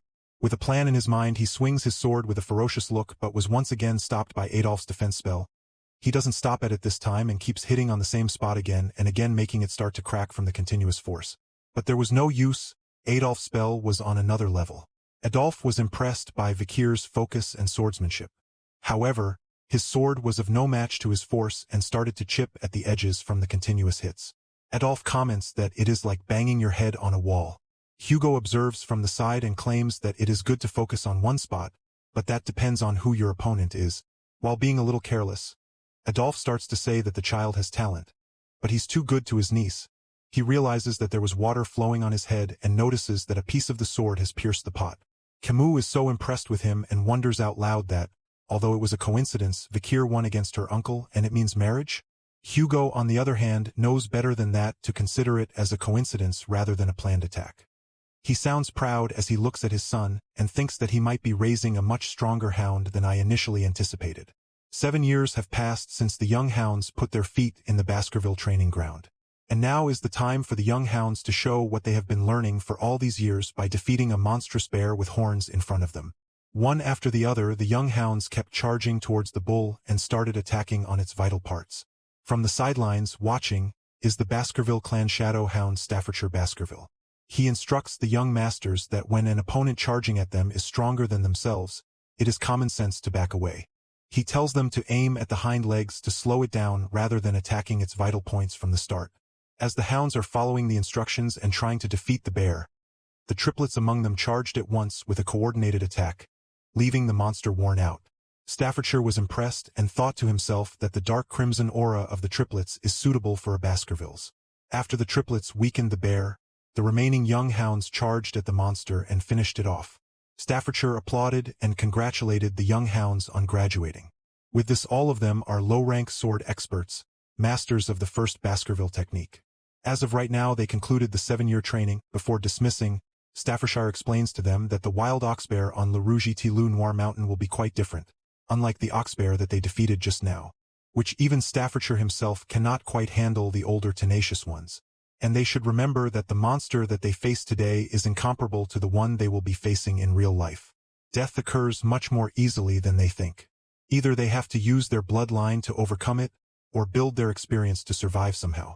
After this, he congratulates everyone once again and leaves them. The young hounds are still in the grounds, chatting among themselves, while 2 young hounds start discussing their preferences among the various knight orders in the Baskerville clan. The first hound says that his first choice was Doberman, second Pitbull, and third Rottweiler, while the second hound says that his order doesn't coincide with the first at all, as he chose the Wolfhound order. There are 7 knight orders within the Baskerville clan. Suddenly the first hound asked his companion where that bastard would go. The second hound asks in confusion who he was referring to. The first hound clarifies by pointing at the person who was sitting on the now dead bear, who is none other than Vikir. They continue their conversation about Vikir, with one hound saying that Vikir defeated a much larger ox bear than the one he is sitting now on his own. Then the other hound states that he heard Vikir is already a high-rank sword expert. He can already bear 3 fangs and that he is already at the 3rd Baskerville technique. That means he's already at the Shadow Hound's level. Vikir was lost in thoughts himself to notice all the chatter. He feels like it took him longer than he thought to reach the level he is at right now. His current hidden level is Graduate Intermediate 5th rank and the 5th Baskerville technique. Compared to how he was 7 years ago, he merely leveled up once from Graduate Low rank. However, if we only consider swordsmanship, he surpassed himself prior to the regression. Still, he feels like this is too slow. As he was assessing on upgrading faster, Barrymore calls for him from behind stating that the patriarch wants to see him in his chambers. He also mentions that it might be regarding Vikir's new assignment. Vikir visits his father in his chambers and greets him. Hugo only grunts in response. Vikir then observes a mark on Hugo's nose and asks him about what happened. Hugo replied that while he was subjugating the barbarians on Le Rouge et Le Noir mountain, one of the archers got the better of him. Vikir then questions if he captured them. Hugo replied that he had not. However, he managed to give her the same scar on her face. He continued by congratulating Vikir on successfully graduating. However, his tone was ominous when he said it was only going to get harder. Vikir wondered if Hugo was going to talk about the assignment now as he reminisced about his past when he became a junior knight of the Pitbull Order. He was dispatched to Le Rouge et Le Noir mountain, facing death nonstop for 21 months. Like an expendable mutt, he was immediately dispatched in battle. The Baskerville children are categorized as either elite or expendable when they reach the age of 15. While the expendables die in battle, the elite are educated about policies and administration. Through numerous counters with death, the experienced expendables become guards to the elite, and the elite mature over time through practicing politics and administration. The fifth Baskerville technique exists to let the elites catch up to the expendables' long hours and experiences with real-life battles. By calling Vikir son, Hugo drags Vikir out of his thoughts and asks why don't he try the lower house of parliament, proving Vikir's point wrong. He couldn't quite grasp the truth before him and asks what he meant by the lower house of parliament. Hugo explains that the lower house of parliament assists the Baskerville clan's regional administration, legislature and law enforcement, as well as inviting business and looking after the region as necessary. Simply put, they manage both small and large matters of the clan. As he was explaining all the details, Vikir can't help but wonder that Hugo is selecting an illegitimate child to take the elite course. To answer his doubts, Hugo resumes explaining that Vikir's achievements are greater than any child who's referred to as a genius by 10 years. So he is going to treat him as such. He instructs him about the position Vicky is going to take, that is deputy council of the underdog city, as currently both the consul and deputy consul positions are vacant, and asks him if he would like to try it, to which Vikir says he will accept whatever is his father will. However, before proceeding, he wanted to inform something regarding the incident with the Mort clan. Hugo immediately understands that he is referring to his reward, and Vikir says yes. As a reward, Vikir requests to borrow it once without mentioning what it is, and continues by saying that if it is too much to ask, Hugo can say no to it. Before he even finishes his sentence, Hugo stamps the approval on a piece of paper and hands it to Vikir. With a solemn expression, his father looked at him and said firmly, "I trust you to act wisely and not do anything reckless." Vikir replies that he will not make his father worry, while cringing inside that he will never get used to being called a son, no matter how many times he hears his father say it. Hugo is granting Vikir's wish, and this would be unthinkable to happen in his previous life. As Vikir and Barrymore head out, Barrymore tells Vikir in a soft voice that the patriarch treasure him immensely. He can tell since Hugo assigned Vikir to the duty of consul, prior to dispatching him into battle immediately, and asks Vikir if he doesn't think this as the disciplines of the kingship. He also says that Hugo is going to put him to great use when time comes. Vikir with a grave voice replies, "That's only if I successfully manage my responsibilities as deputy consul." Vikir finds this as a good opportunity to use the authority of the deputy consul to hone his skills much more safely. Vikir is not interested in current events as he cannot forget his past life. He still remembers the sensation when his head rolled off from the guillotine. With a menacing look on his face, he was determined to make Hugo experience the same sensation. In the Baskerville territory underdog, outside a large villa, a bald man is giving orders to the servants to make the place squeaky clean by tomorrow, as the new deputy consul will be there. He tells them to take special care since he is a member of the Baskerville family. As he leaves, the two servants start to gossip, as one of them says that he was expecting someone experienced in business, while the other asks if he didn't hear that apparently the new deputy consul is 15 years old. The first servant reacts with a shocked expression that what can be expected from a 15-year-old. In between their conversation, they notice that a kid was passing from the villa grounds and stops him. Vikir with a scary expression tells them to take their hands off from his shoulder and presents his joining letter in front of them, making the servants terrified. As they talk to themselves again, Vikir turns to them and orders to arrange women and drinks for him to party, and leaves to go inside the villa. All the arrangements for the party have been made, and as people are gathered in the grounds, A man named Chihuahua Baskerville, the general secretary of the city of Underdog, looks angry and disappointed as he looks down from his window to the party downstairs. He is already having a hard time as Vikir's predecessors as deputy consul were fired because they all accepted bribes, but now Vikir is having a part on his first day at the workplace. He wonders what kind of troublemaker this young kid is. As he shouts his frustration out, Vikir sneaks from behind him and asks if he is the general secretary of this place. He gets startled and turns back to find the new deputy consul. They both greet each other and immediately Vikir notices and asks why he doesn't have a middle name. Chihuahua gets tensed by the question as the lack of middle name indicates that he is from outside. It means he is employed and not the blood member of the family. He had to deal with all the previous deputy consuls looking down on him because of this reason. But Vikir just pats his shoulder and says nice. Chihuahua is startled again by this kind of response.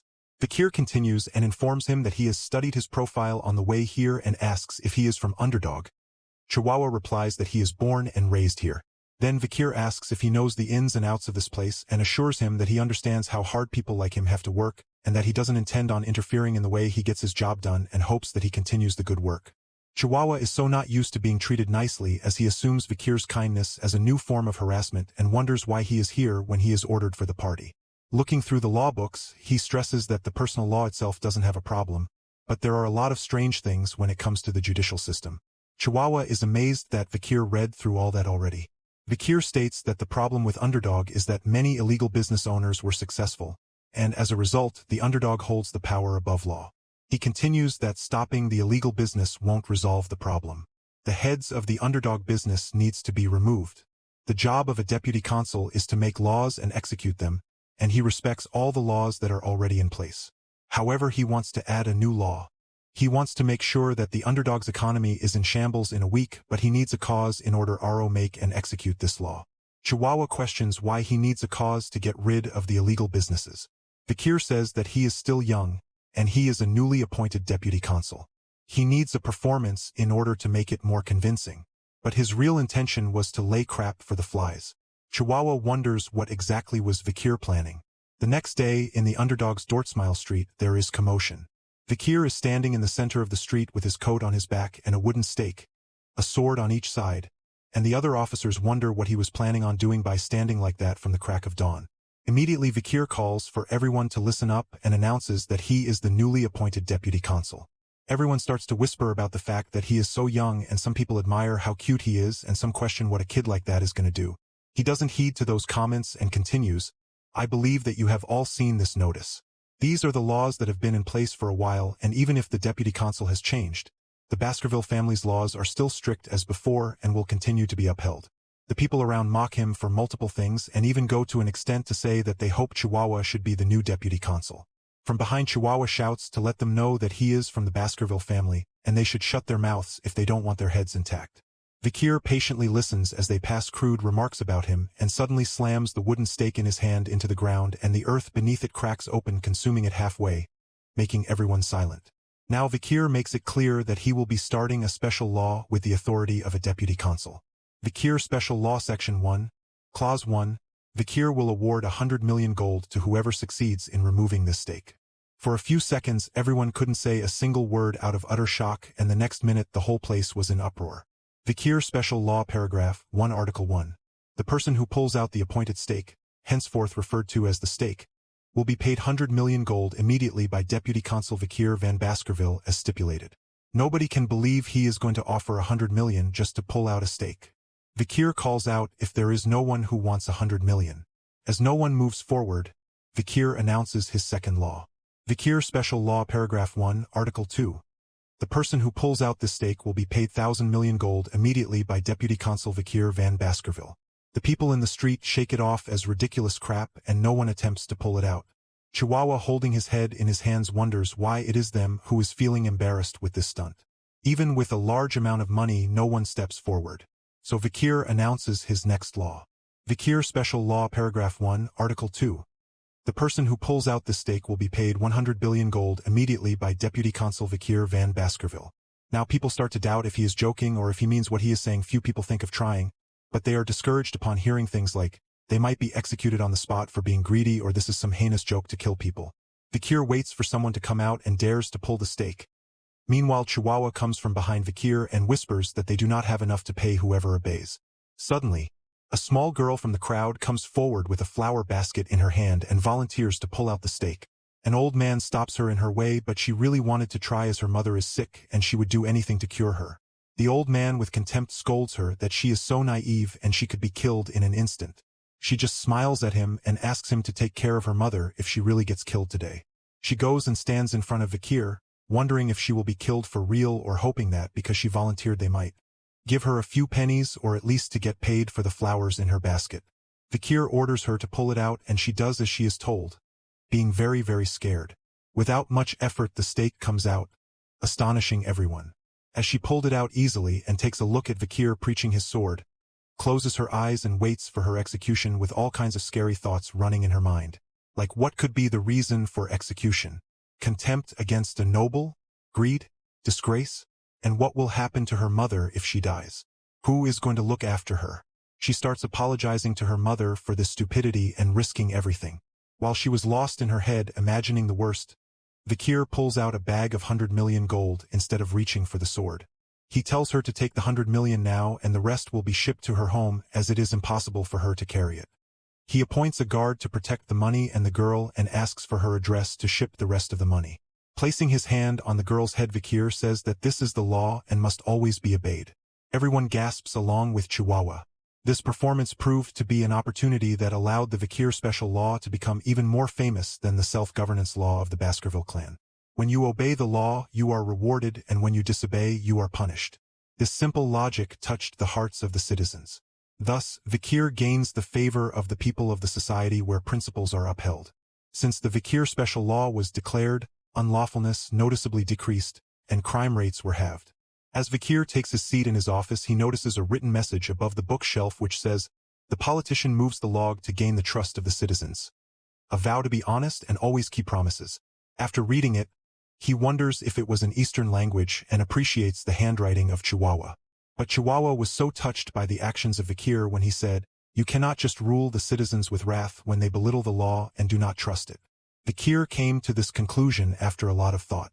Chihuahua emotions got the best of him and started tearing up and promising to follow Vikir for the rest of his days. He can finally rest easy knowing that his efforts were not in vain as he met him. Vikir feels a little guilty as this was not his plan but had copied from Camus. She will be displaying this after many years from now. When she becomes the matriarch, the crime rate would be close to just 1%. Of course, because of the fear she instilled, she was never liked by the citizens.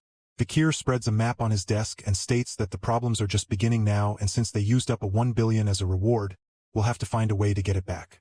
Saying this, he marks up a spot on the map, the locations where there are potential illegal groups, or where they might hide out in the future. He then tells Chihuahua, "We will maintain these locations and confiscate their dirty money." Chihuahua questions regarding how he knows there will be criminal business there. Vikir tells him that he can smell them, but in reality, it was him who surveyed the regions to no end prior to his regression, and of course he knows it like the back of his hand. As Chihuahua was wonderstruck by Vikir's flawlessness, a person in a suit rushes into his office to let them know that the Village Hall's Youth Autonomy Association has requested a meeting. Chihuahua was not at all surprised as he knew this was imminent. The Village Hall's Youth Autonomy Association consists of Mant Blanc clan, Pyre clan, Luovi clan, Channel clan, Faragama clan, Hermes clan, and the Pradar clan. It's an organization that was founded by the second and third generations of the 7 native families of Baskerville. It's only called the Youth Autonomy Association, but in reality it's just a promiscuous social club. Chihuahua feels like the young masters there will have something to say about the Vikir's special law. Vikir startles Chihuahua and the informant by saying, "So the dung flies have started to smell the crap." With a sinister look he exclaims, "Then shall we start annihilating the pests that are eating away at the city?" In a club located within a high-end hotel in Underdog City and in a room located deep within the club, there was a party at a VVIP lounge that costs 10 million gold for a 6-hour rental service. The participating members of this club are the 7 crucial members of the Youth Autonomy Association, the second and third generation children of 7 families located with the Baskerville territory. Some in the party shout to stack all the glasses and pour wine to make a tower. The atmosphere was light as the members in the party were making a tower out of wine-filled glasses which cost 1 million gold per bottle. Then a member orders the two servants to lick the wine that was spilt on the table in the process of making the tower. To which the servants gladly accept and thank him for giving them an opportunity like this and promises to serve him their whole life. The guy with blonde hair, one who finished the tower, sat on the couch and boasted that no matter how much money he spends, it keeps replenishing itself.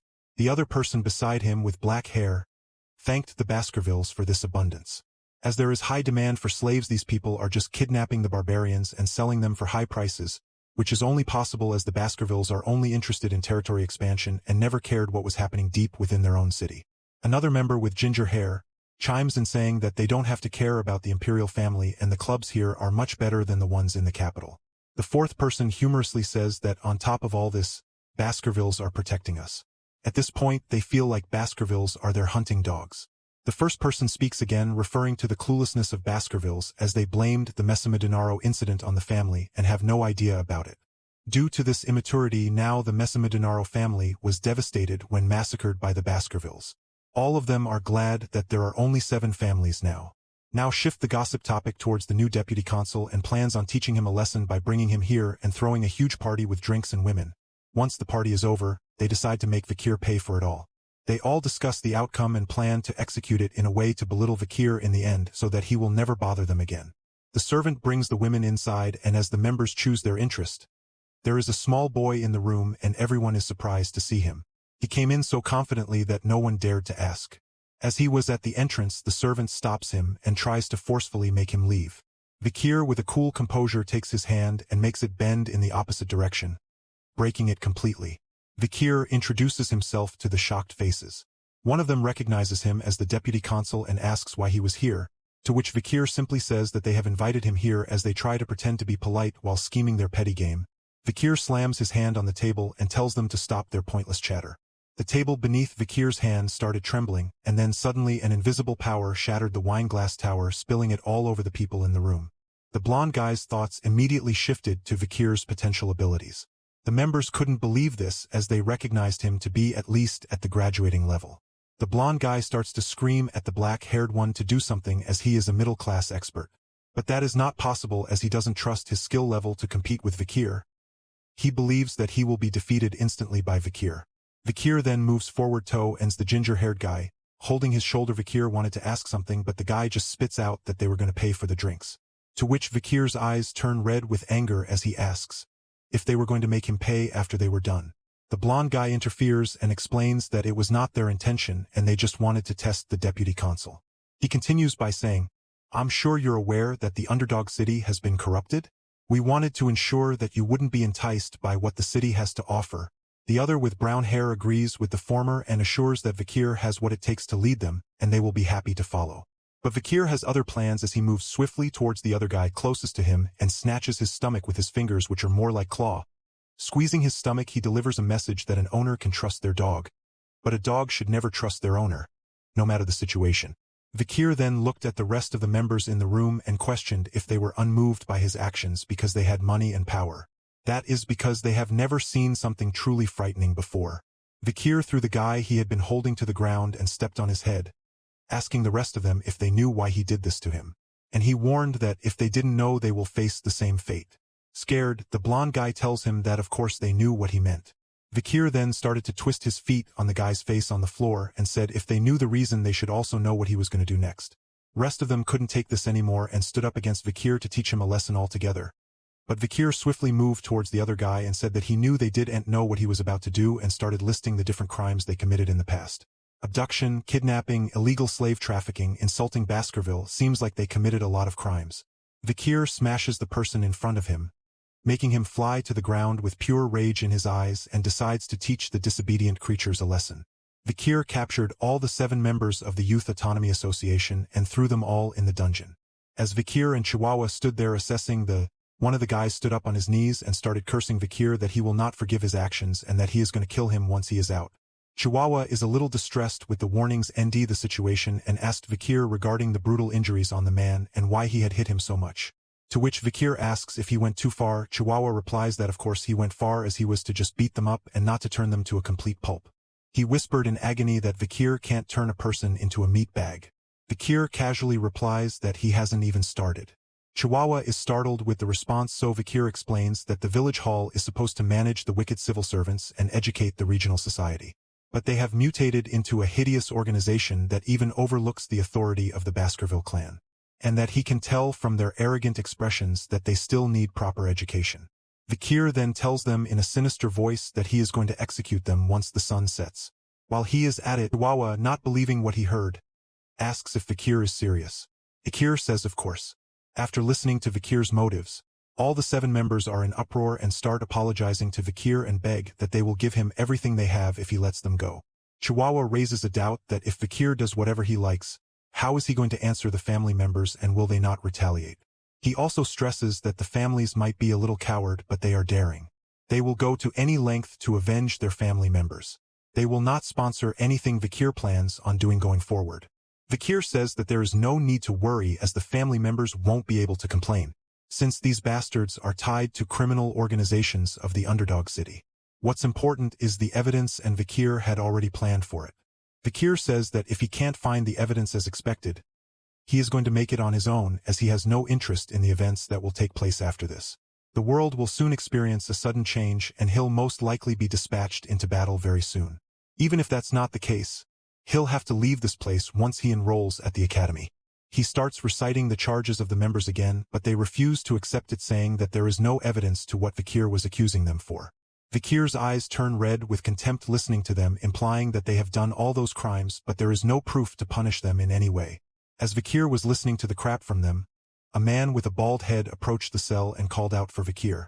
Vakir is not surprised by his visit, as he was expecting him.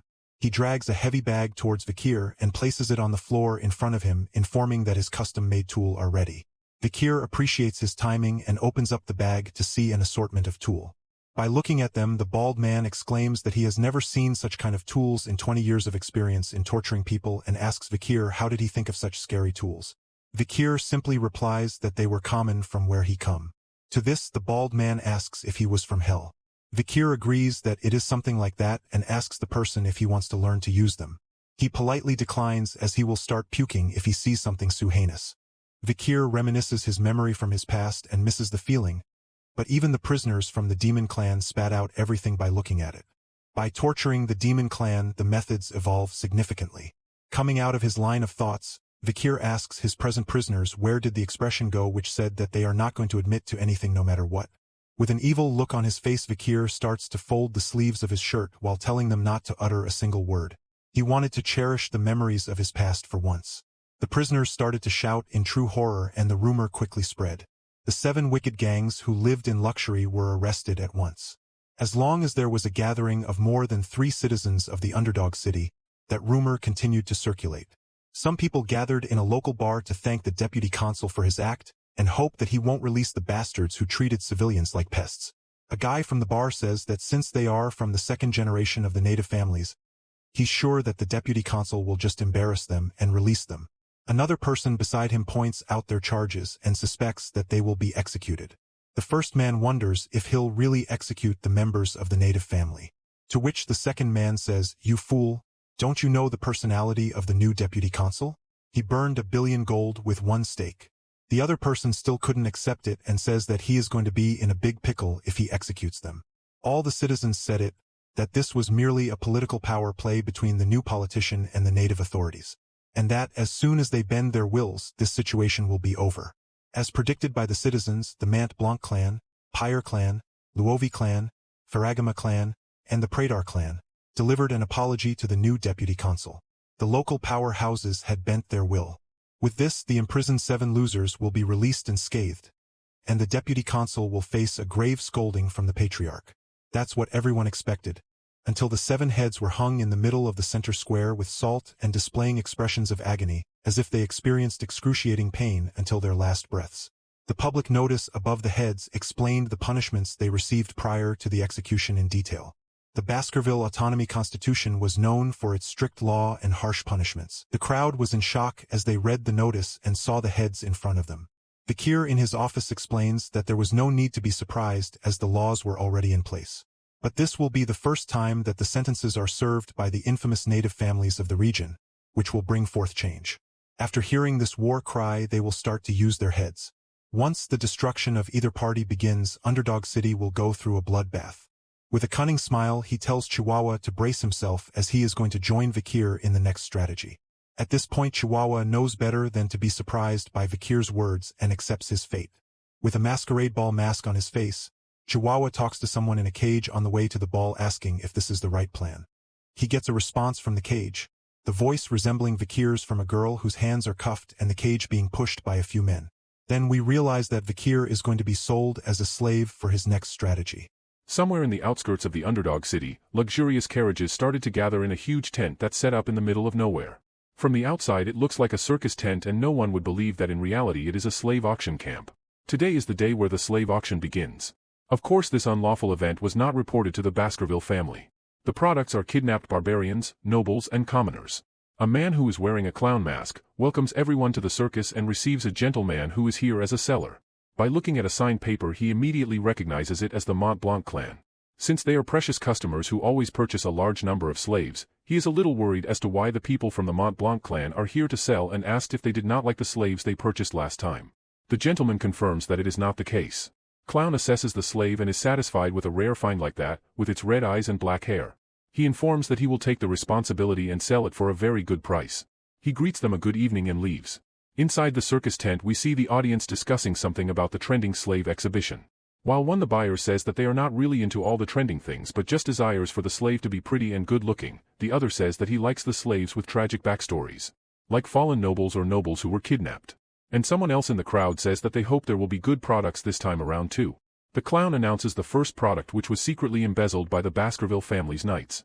An A-rank monster that is said to have 19 hearts. The merciel, a cow species found in the depth of hell and is said to inhabit another world.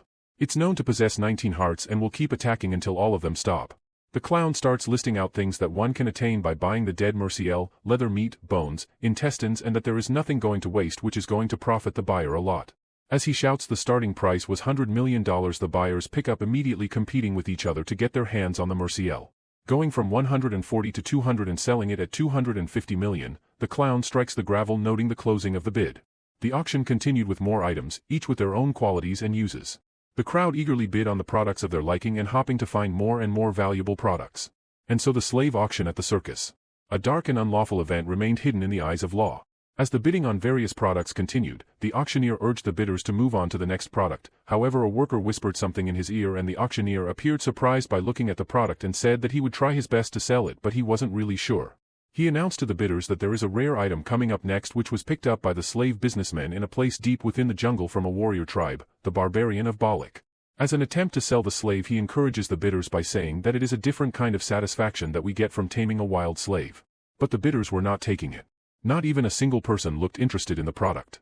Then the auctioneer started the bid as low as 5 million and still no one was ready to take it. Since there is no response at all, he reduces the initial bid to 3 million. As the ignorance prevails in the crowd, the auctioneer tries to lower it more to get rid of the product and announces that the initial bidding will start at 2 million. We see people yawning of boredom and the auctioneer saw no point in continuing the bidding and asks the masked guard to take it away, making sure not to bring forth such products again. As the guard tried to take the barbarian slave she tried to retaliate and escape from his hold but he managed to calm her down with one punch to the stomach. It makes her cough blood and the guard throws her on his shoulder and takes her away. The auctioneer then apologizes to the crowd about the disturbance and assures them by bringing out the best product of the day. He brings out a boy with black long hair and red eyes, a rare item, who happens to be our main character. Then he announces that since the product is high quality, he is looking forward to a great auction. Even before the bidding price is announced, a lady in a blue dress places her bid for 600 million. A man behind her places his bid for 800 million and the lady starts to argue about why a man needs that boy slave and he replies that it's not her business and that he wants to use him as a gladiator. Meanwhile, another person from the crowd shouts 900 million which was immediately followed by a 6 billion bid. Everyone in the tent turns in that direction not believing what they just heard and saw that it came from Baron Grambino of the granary. A bidder grumbles that he must have big pockets to shoot straight up to 6 billion. Baron Grambino recently took over the underground funds, and his influence increased all of a sudden. So his wealth is quite astonishing. A girl with short standing beside him in the auction suggests to him that he is spending too much for a slave and he responds that he can sell a good-looking slave like that for a higher price in capital and that he will still be profited even if he purchases him first and sells him later. The short-haired girl stresses that even with the possibility of reselling, the price is still too high and points out that he will be profited from reselling only when the boy's body is unscathed. Baron calls out her name as Cindy Wendy tells her to shut up and warns her that he only took her in because she had nowhere to go and questions how dare she arrogantly bites the hand that feeds her. She turns her head down and remains silent. The auctioneer announces that if there is no other bid, customer 99, Baron, will be the winner. As the bidding closes they take the boy to him and he marvels at the beauty of him up close. He tells that boy that he belongs to Baron and that he need not worry since he is not a bad guy. His countenance changed as he says that he thought of many ways to play with the boy and he is looking forward to it. Now, Vikir aka the boy with long hair raises his arms in front of Baron and by seeing this Baron asks if he wanted the chains to be removed. Vikir replies that there is no need and breaks the chains with his strength and immediately kicks Baron, making him fly across. As Vikir grabs his back, proposed a game which he named as Spear and Shield. As he squeezes Baron's back, Vikir explains that he will be the spear and if Baron the shield can endure this, he wins. In pain Baron shouted out to Cindy for help but before she could do anything he already lost consciousness. Vikir exclaimed that the Baron had fainted which made him the winner and slid off his wig from his head revealing his true identity. The crowd gasps at the same time by seeing him there. With stunned gazes they start whispering among themselves when Vikir announces that the name circus is well suited for this place as no one is going to leave here in one piece. Vikir stood shirtless in the audience, his chiseled physique practically stealing the spotlight from the auction itself. The auctioneer, suddenly drenched in a sweat that had nothing to do with the room temperature, squawked orders at his guards. Kill him. He doesn't even have weapons. Deputy counsel or not, he's just abs and attitude. Vikir stands among the audience with a powerful stance. As all of the circus guards attack Vikir drew out the Beelzebub from his right hand and slashed everyone with his ominous horrifying aura. The auctioneer didn't miss this fact and was petrified. Vikir was then attacked by a masked man with a flail in his hand. The man swings it hard and throws it towards Vikir which would crush any person who is not as skilled as Vikir. But Vikir, known for his surprise attacks, slashes the heavy weight of a flail with one strike from Beelzebub. Reeling in horror, the auctioneer thought to himself, even if he is a Baskerville, how can he be a graduator at that age? Pressing on the fact that graduators are the ultimate weapons that represent the nation's strength and at this rate they don't have any chance of escaping, he notices Chihuahua standing beside shocked with the revelation of Vikir's talent. He doesn't let this slide and gets a hold of him and presses a knife to his neck and calls out to Vikir. He tells Vikir to drop his weapons or else Chihuahua's neck will not like it. As he urges him to hurry up, Chihuahua with a desperate expression tells him not to bother and to look after himself. He also mentions that things like injustice and compromise do not exist for him and that he would rather die than to be a burden to his superior.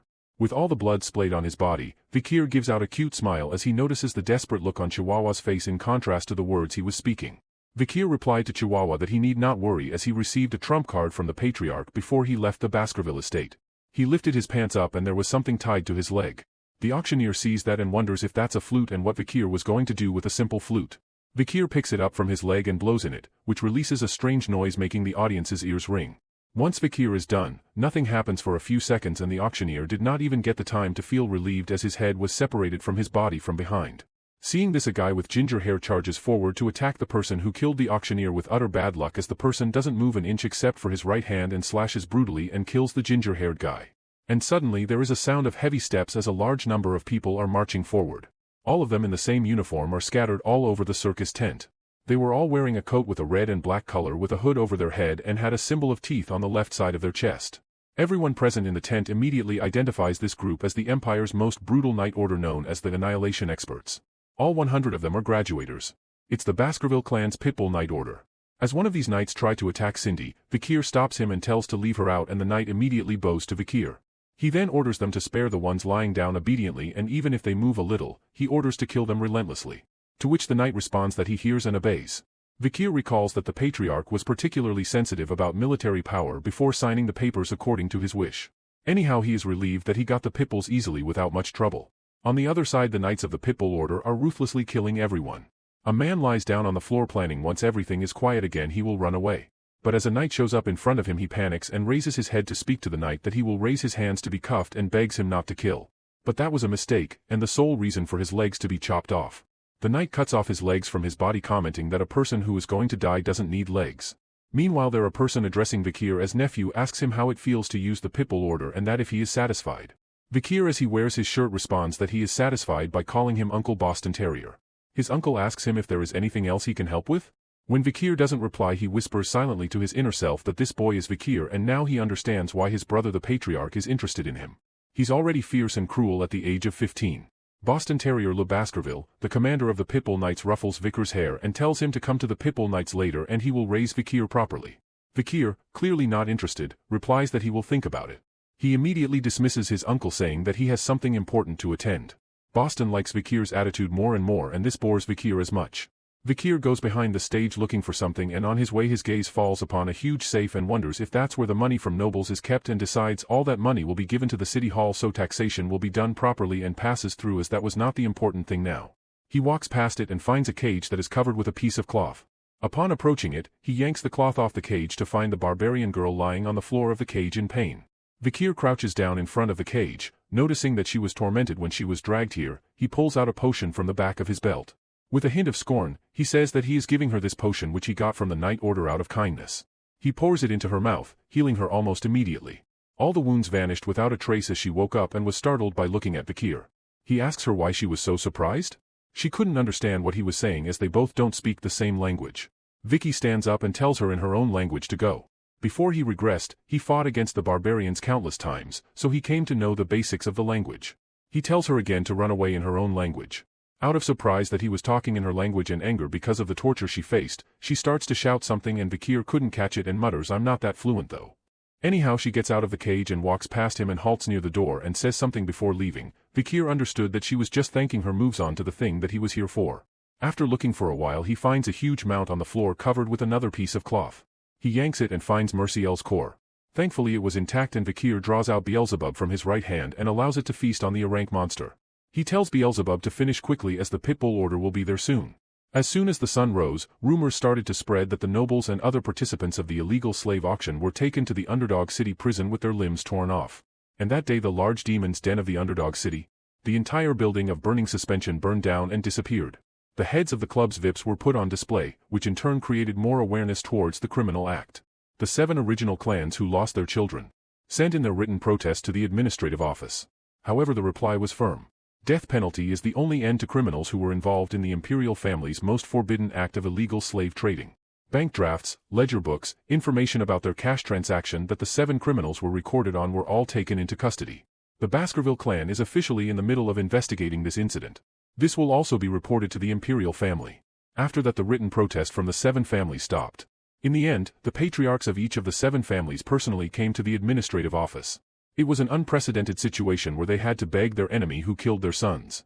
However, Vikir's reply was simple: "We have investigated all the black ledgers that were inside burning suspensions.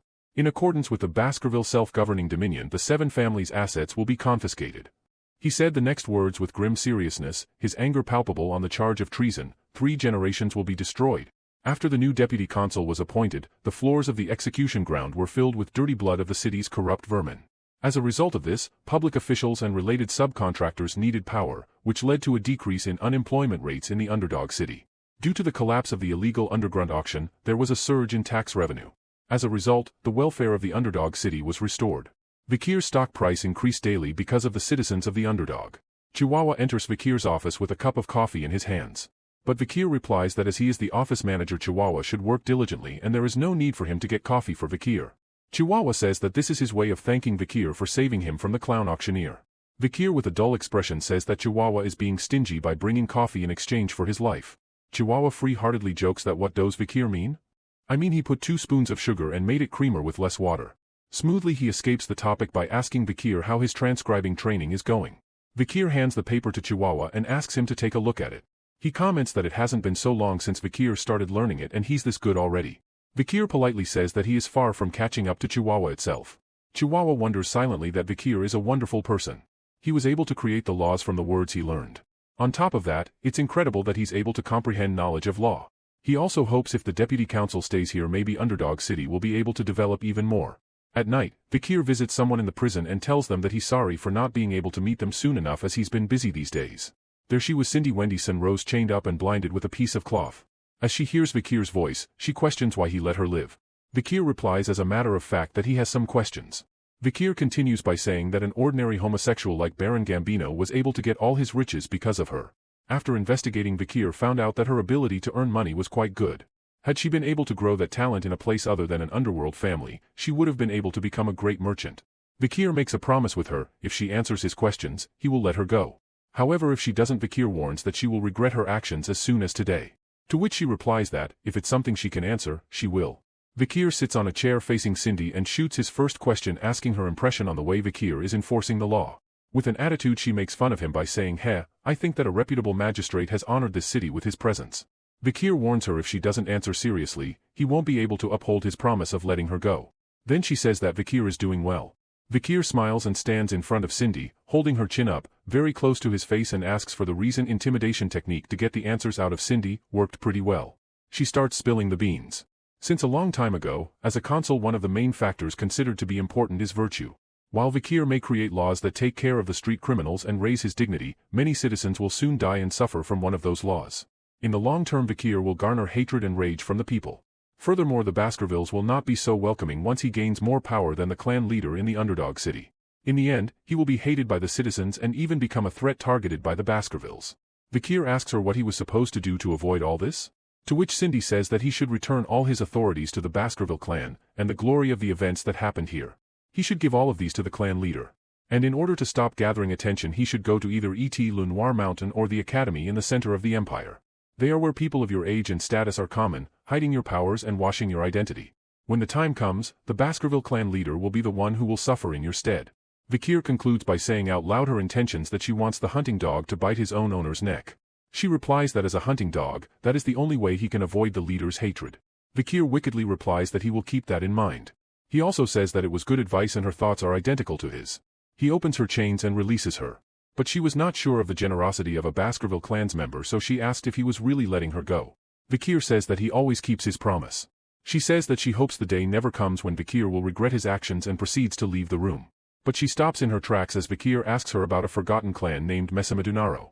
There are more than the most well-known 7 clans among the founding clans of the underdog city.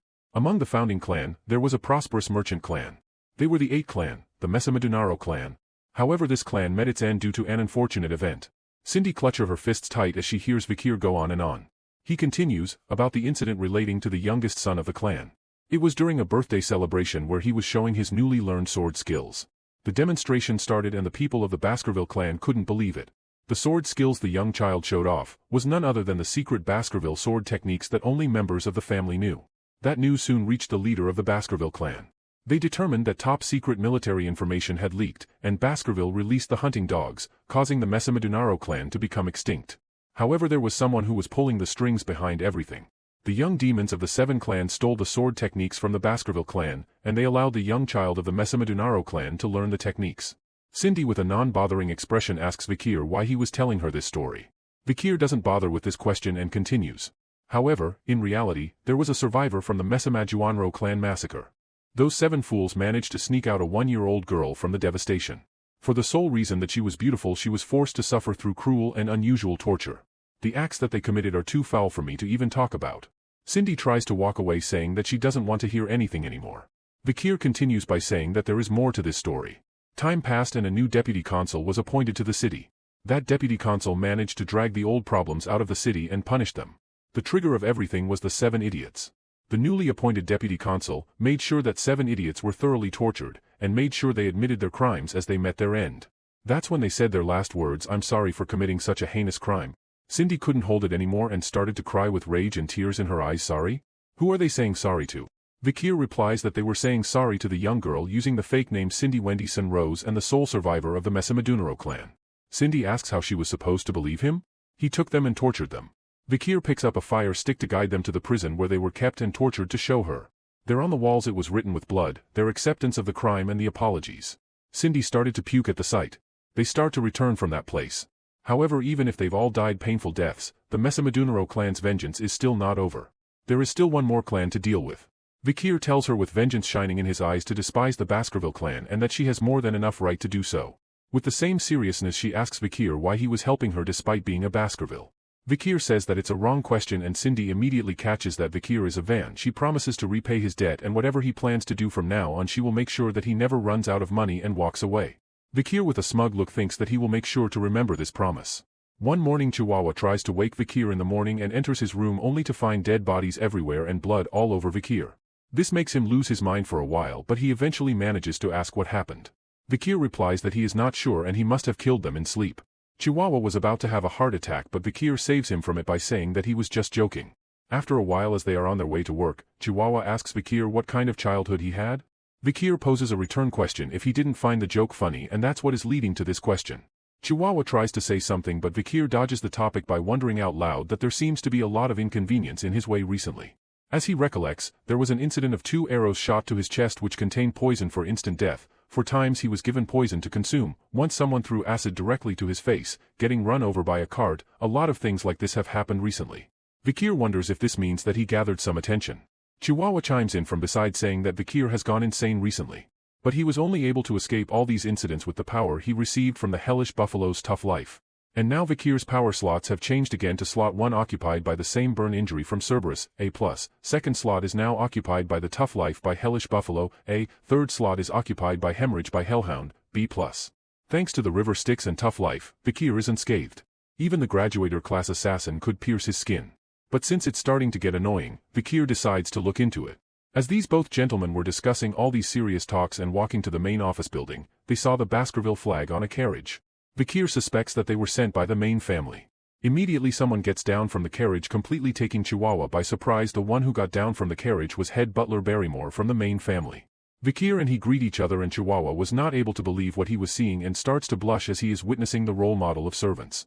The best head butler of the Barrymore family, which has been fulfilling the head butler position for 4 generations. In the infamously scary Baskerville family where one mistake can lead to one's death. Vikir cuts off his chain of thoughts as he says that the meaning of John Barrymore itself being here means something important. Barrymore confirms that by saying the patriarch has appreciated his progress and ordered him to return back to the main residence. To this Vikir and Chihuahua together tries to vision Hugo and happiness together with not much luck. When Vikir and Barrymore reach the main residence, Hugo is found in his chamber reading the newspaper with a headline stating the most beloved figure of the underdog citizens, Vikirda. Besides that, Vikir has also won the following. First place for most trusted among merchants. First place for most loved among farmers. First place for most respected among children. First place for most respected among scholars. First place for being the most targeted by assassins. After reading these articles about Vikir all over the paper, Hugo said that they were able to get rid of the haunting image of the Baskervilles being only good at using weapons and not their brains. Hugo also compliments Vikir by saying he did good. All the while wondering if that face expression of Hugo's was supposed to be happy, Vikir responds with modesty that he did what he was supposed to do. Hugo continues that one must reward and punish according to the situation and declares that Vikir is the one to go to the academy this year. Although it might seem like a surprise, but that was Vikir's goal in the first place, the best academy, Colosseo. That is where the empire's elites gather. It's the academy where the children of the aristocracy and royal families attend. For internal security, students are required to reside in the dormitories. Vikir plans on taking this opportunity to grow stronger while avoiding Hugo's attention. Hugo says that he plans on sending a few others along with him, but he is yet to choose whom. He asks Vikir if he has any siblings he would like to attend with. Vikir starts to think about the triplets, Highborough, Middleborough, and Lowborough, plans on using them as sandbags. Hugo confirms that he will just send them and asks Vikir if he remembers the plan he thought of when he was 8. Vikir asks if he is talking about the one during the joint training with the Morgs. The plan was to lend the ruby mines to the Morg family and use them to get rid of the barbarians. Hugo with immense satisfaction tells Vikir that his plan has worked. Vikir asks what he meant by that and Hugo says that Morg suggested a joint raid. They were very humble about it too. So, he asks Vikir why don't he go on a territory inspection before entering the academy? He suggests that Vikir should check if the laws he altered are being upheld and that it will be a good experience. Vikir with a hand on his heart and bowed, saying that he will follow orders. Soon Chihuahua and Vikir walked out of the gates. As Vikir got ready to depart, Chihuahua waved his goodbye at him with eyes full of tears, not ready to be parted with the beloved deputy consul. He tells Vikir to take good care and promises that he will do his best with the administrative work in the meantime. Vikir moves out slowly on his horse and thinks to himself that he will soon part his ways with General Chihuahua. As he rides a little farther from the city, he orders them to show themselves. People with dark coats with hoods on jump out of the trees behind Vikir. Vikir apologizes to one of them for making them wait so long as he didn't want the departure to go disorderly. He was none other than Staffordshire Baskerville of the Pitbull Order. He replies that it's okay and that they will make sure to safely transport him safely to Morg's juvenile fortress. As they keep moving there, both men get into a quiet chat as Vikir asks how Uncle Boston Terrier was doing and that the count of these men is the same as ever. Staffordshire tells Vikir that after the slave auction incident, he's been adamant on admitting him into the Pitbull Order. Vikir internally recalls how uncomfortable his uncle makes him feel. Upon reaching a hilly area, Vikir asks if this was the region they rented to the Morgs, and observed that it didn't seem like anyone was breaking the laws. Staffordshire replied that the envoy team was supposedly sent for territory inspection, but Vikir knew their real mission was to get rid of the barbarians. Staffordshire informed Vikir that the Morgs formed a group consisting of 3 delegates, 30 lower house parliament members and 100 mages who aren't legislative members. Vikir remarks that the Morgue family seems to be taking it pretty seriously. On the other hand, Baskervilles only brought a dozen knights and Vikir, a lower house parliament member. The elites are on standby on the other side of the mountain range. Vikir feels like Hugo's idea of looking into barbarians' lifestyle was not a bad idea. As they continue to move forward on their path, they witness a fortress at a distance, and surrounding this fortress where a large number of dead trees, skeletons hang from the branches. Vikir informs Staffordshire that this must be a mage's doing and that it seems like a message to the barbarians from the morgues. Staffordshire remarks how scary it is. This reminds Vikir of someone from his past life. Camus Morgue. He wonders if she must have grown a lot since they last met. As they approach the gates of the fortress, 3 figures appear above the wall and warn them to stop. Surprised, Vikir and Staffordshire look up and find 3 girls with similar looks. One among them informs them that they cannot pass without the girls' permission. The rest too chimes in, saying no one simultaneously. Vikir knew these girls, the morgue's 3 flowers. The triplets, High Sis, Middle Sis, Low Sis. Vikir is lost in the thoughts of how insane these 3 girls are, and it is said that when together, their insanity reaches the heavens. Vikir lets them know that they were the envoy team from Baskervilles and that they are here to inspect the territory and for the betterment of the friendly relations. He demands that they open the gates right away. High Sis replies that they have to report the matter to the person in charge and assures them that they will get the reply by tomorrow. Vikir questions their right to stop him from entering his own land. The girls mock Vikir by asking if he doesn't know their own family's tenant protection law. Vikir began to feel a headache and his hands started to glow with red aura as he replied that he made changes to that law so that he can chase away tenants he doesn't like. Getting more and more annoyed, Vikir commands the girls to open the gates.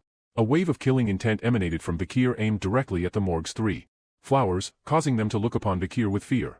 Amidst this, Low Sis broke out in anger and cast a spell towards Vikir, stating that she heard some psycho kid took charge of the underdog city, but they have dealt with enough psycho kids to know how to deal with him. The spell landed near Vikir, causing his horse to jump aside. From high above the gate, Low Sis shouted at the group demanding that they wait and they cannot enter the morgue's clan without permission. She insulted them, calling them stupid swordsmen, and threatened to test the ability of the rising star of the Baskerville family. Staffordshire from beside Vikir says that this is not going to settle with words, and Vikir agrees with him. Staffordshire's hands were on the hilt of his sword, indicating that he is ready for a fight. As they were about to take action, there was a voice coming from the group that the girls didn't even know their place, calling their words absurd. 2 other members echoed his sentences, saying the words were absurd. Vikir heard the voices and thought that he heard them before. The girls spoke again, with Higgs saying that the group is just mere underlings, Middle Sis questioning if they thought they were of higher rank than themselves, and Low Sis stating that they don't even know their place. The 3 members from Vikir's group stepped forward to confront the 3 flowers, denying their accusations by saying "not us" repeatedly. 3 of them finally removed their hoods to reveal their faces, and they were none other than the Baskerville triplets. They stood with confidence and pointed out at Vikir while declaring in unison that he is the symbol of Baskerville. The triplets then turned to Vikir and smiled while saying "leave this to us," assuring him that they would handle the situation. Upon hearing their words, Vikir made a strange expression and exclaimed that his annoyance has increased to the power of 2. Vikir found himself questioning the identity and intentions of the individuals before him. Their strange behavior left him bewildered. Highborough turns back to Vikir and thanks him for recommending them to join the academy and assures him to leave this place to the triplets. Vikir's thoughts raised as he placed the dots together that their actions are the result of his recommendation. However, he couldn't help but see them as mere sandbags. Vikir was aware that in the future, the triplets will grow up to become murderous soldiers. They're not that smart, so they can't make judgments on their own. But they can carry on orders. If he trains them, they'll be useful to Vikir. With that thought, he smiles and expresses his trust to his older brother. Meanwhile, 3 flowers start accusing the boys that they know nothing but to stick together and they are idiots. The boys retort by saying the girls are idiots by showing the middle fingers. The girls are infuriated by this and cast their spells all at once. Vikir remembers from his past life that the triplets were known as mages who possessed the 3 attributes, water, earth, and nature. The combination of 3 highly compatible magic attributes exponentially increases the effects of each of their magic by 10-fold, earning them the title of the Morgue's 3 flowers. As the Morgue's 3 flowers combine their magical ability, a colossal vine made of soil and plants emerge, forming a formidable barrier. High Sis, positioned on top of the wall, bursts into laughter, mocking the Baskerville triplets with her taunts. Middle Sis and Low Sis mock them too by questioning if they will ever be able to pass through their magic. Undeterred, Highborough readied his sword, dismissing the plant barrier as insignificant. With precision and skill, he executed the Baskerville first technique, effortlessly slicing through the massive vines. Staffordshire marveled at the perfect execution of the technique. However, before Highborough could fully recover, he sensed an incoming attack. He managed to block a whip-like strike from the vines with his sword, although the force behind it pushed him backward. Middleborough and Lowborough called out in worry as they witnessed this. Low Sis wore a smug expression, mocking the Baskervilles triplets, asserting that their swords were incapable of reaching the The Baskerville triplets responded with intense anger, their expressions resembling hounds ready to pounce. Staffordshire in the back turned to Vikir and asked if he finds the situation enjoyable. Perplexed, Vikir questioned what Staffordshire is referring to. Staffordshire explained the ongoing clash between the magic and swordsmanship, highlighting the long-standing debate about which is stronger. Magic utilizes surrounding mana to amplify and reproduce elemental powers, while swordsmanship channels the user's energy and mana for expulsive and enduring strength. Staffordshire found pleasure in observing potential the talents of the clans of mage and swordsman who will shape the future. Vikir said, if viewed from that perspective he was also a part of them. Staffordshire commented that Vikir had already surpassed others his age. Vikir, uninterested in the ongoing fight, expressed his frustration and wished for all of them to perish. He felt that it was a waste of time as he had important tasks to attend to, having recently found a supervisor with insignificant workload. Just then someone arrived at the scene and began casting fiery spell. Anger infused her voice as she questioned what others were doing in front of her territory. Highborough, who was busy fighting, took the opportunity to attach Hysis, believing he had the upper hand. However, the situation quickly changed as they noticed a massive fire approaching. They were taken aback by the unexpected turn of events. A tremendous explosion of fire engulfed the area, causing tension in Staffordshire by listening to a smile from Vikir, who wondered if everyone perished.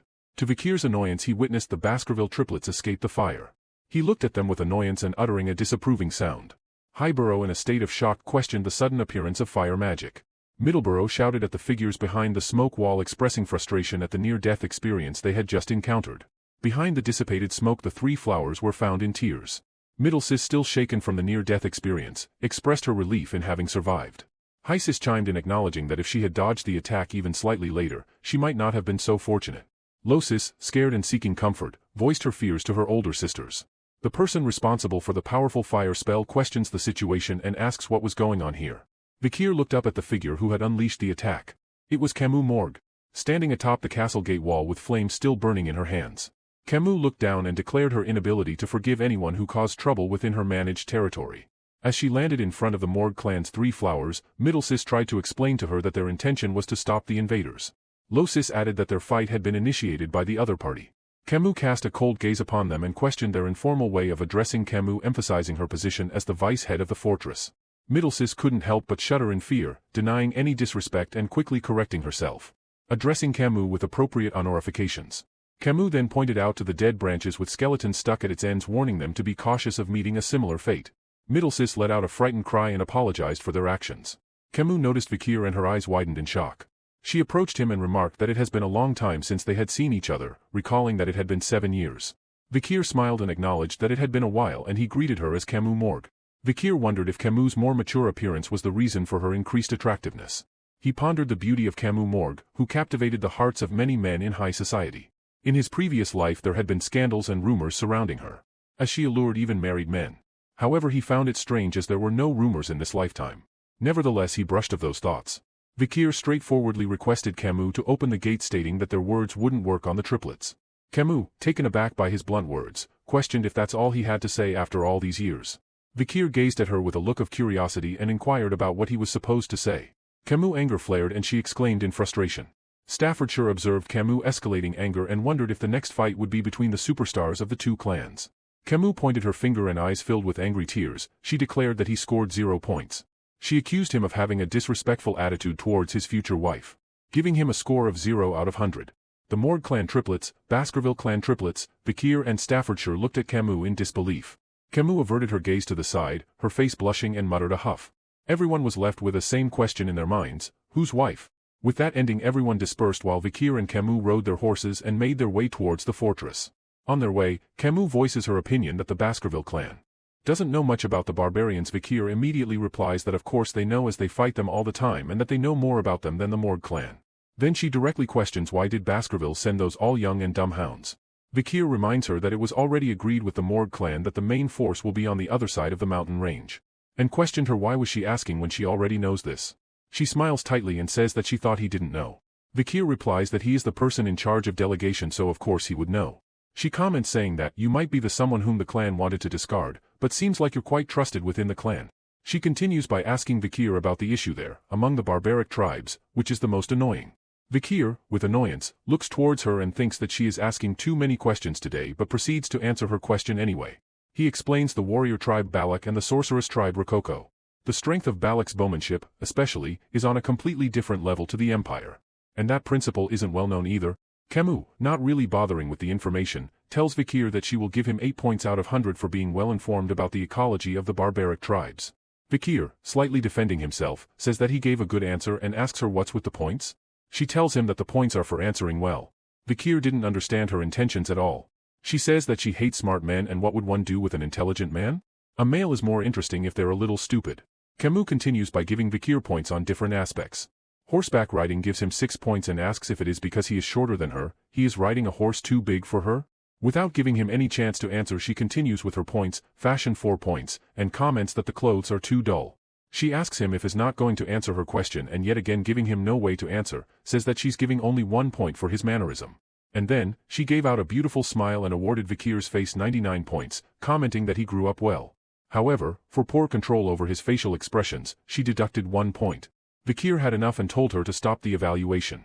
She innocently asks why it is useless, she needs to be stern with her future husband. Vikir, forgetting what happened 7 years ago, questions why is he her future husband. Camus reminded him of a test he had passed previously which was conducted by her uncle. As Vikir realizes what she is talking about, Camus expresses her dissatisfaction with her uncle's decision and how it had obstructed her path of marriage. She reluctantly acknowledged the promise made and decided to follow through with it, although she resented the situation. While Camus was venting her frustration, Vikir observed her and acknowledged her prowess as a great fire mage. Vikir finally speaks up and tells her that he forgot about that day and however he will make it such that it never happened. Camus throws something towards Vikir and shouts how he is going to reverse something that has already happened and rides away. Moving ahead, she tells Vikir that she's a genius and once she witnesses something, she never forgets. Vikir looks down on his hands and notices that she threw an old burned jacket from the time of their duel, which Vikir gave to save her pride, and wonders if she gave it back without washing. She scoffs all this as nonsense. As they travel a little more, they are met with a high wall along the way. The barbarians ambush the ruby mine, so they are either pillaging the indigenous slaves or the crops. The reason why they are taking the slaves is so that they can sell them somewhere else. Camus informs him that this wall was made by both earth and iron mages for a month, as expected of the mages. In a month they have achieved something that several hundreds of regular people would have completed in a year. Vikir then notices some marks on the wall and asks if they are the traces of the arrows that the Balaks shot. She confirms it and expresses her frustration on the countless deaths who were on guard duty since they were able to break through walls that are 2 to 3 meters thick. Their talent is unmatched. Because of the arrows that broke through the shield's magic, her uncle suffered from severe chest injury. But thankfully, he was able to survive. Though, his pride was hurt. Vikir also remembers noticing an injury on Hugo's nose bridge. Vikir observed that there might be a talented person among the barbarians. Camus thinks that it's a female, although it is not sure as they always cover their faces with black paint. Suddenly a person comes running towards them calling for Camus that she should hurry as they captured a recon member of the barbarians. Vikir and Camus head up to the camp where this barbarian was tied up. Vikir immediately recognizes that he is from the Rococo tribe. Camus inquires if they got any information from him. But the girl who came to bring Camus responded that he is not talking. Camus inquires about psychic magic, to bring out the answers without his will. The girl tells her that it isn't working on him because of the strong sorcery, it is impossible to read his mind. Camus talks to the barbarian again, forcing him to tell if he remembers how many people they kidnapped. And among those there was a daughter of the Morgues. Her name is Rose and she is Camus' 6th cousin. The barbarian, with a smug look, mutters something in his language which is not known to anyone in the Morgue clan. Camus asks for a translator, but to her disappointment during the fight everyone from the tribe were killed. Camus starts to panic as she thinks there is no one to translate what he was saying, and just then, Vikir comes to her rescue as he knows the basic vocabulary of Rococo. He steps forward and asks the barbarian about Rose and he replies something with delight painted all over his face. Vikir closed his eyes at the response and relayed the news to Camus that her cousin was dead. Camus is furious, and as the senator of the audience hall is on the opposite side of the territory, Camus, as the member of the middle house and vice head of the fortress, decides to execute him immediately. A spike pierces the barbarian's body and soon the fire consumes him whole. As he was burning he uttered something, but Camus dismissed his words saying that he can talk all he wants. After the war ends, his language will soon be used only in hell. Leaving him there, Camus barges out and Vikir follows her. As he walked out right after her, Camus was standing in front of the tent and was silently sobbing. Vikir understands that although she might seem tough, she is only 15 and tries to talk to her.